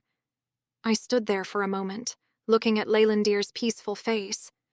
It was rare to see him so unguarded, without the weight of responsibility that hung over him like a cloud. I moved to the end of the bed and carefully removed his boots, setting them aside. Then I stripped down to my underwear, too exhausted to bother looking for something else to sleep in. The bed was more than large enough for both of us, and I slipped under the covers beside him. Gently, I lifted his arm so I could rest my head on his shoulder. He didn't stir as I wrapped my arm around his chest, settling in against his warmth. His steady breathing was comforting, and I found myself matching its rhythm. The events of the day faded into the background as a vaguely ominous thing we'd have to deal with later.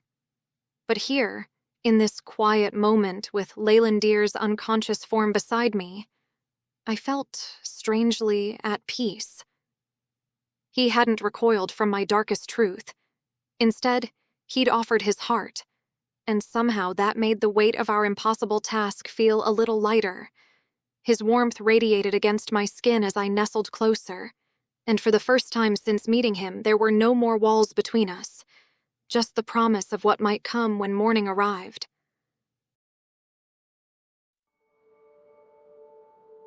Thank you for listening to Buried Secrets, Book 3 in the War for Magic series. I hope you enjoyed the story and are looking forward to what comes next for Asha and Leylandir. Until next time, happy reading.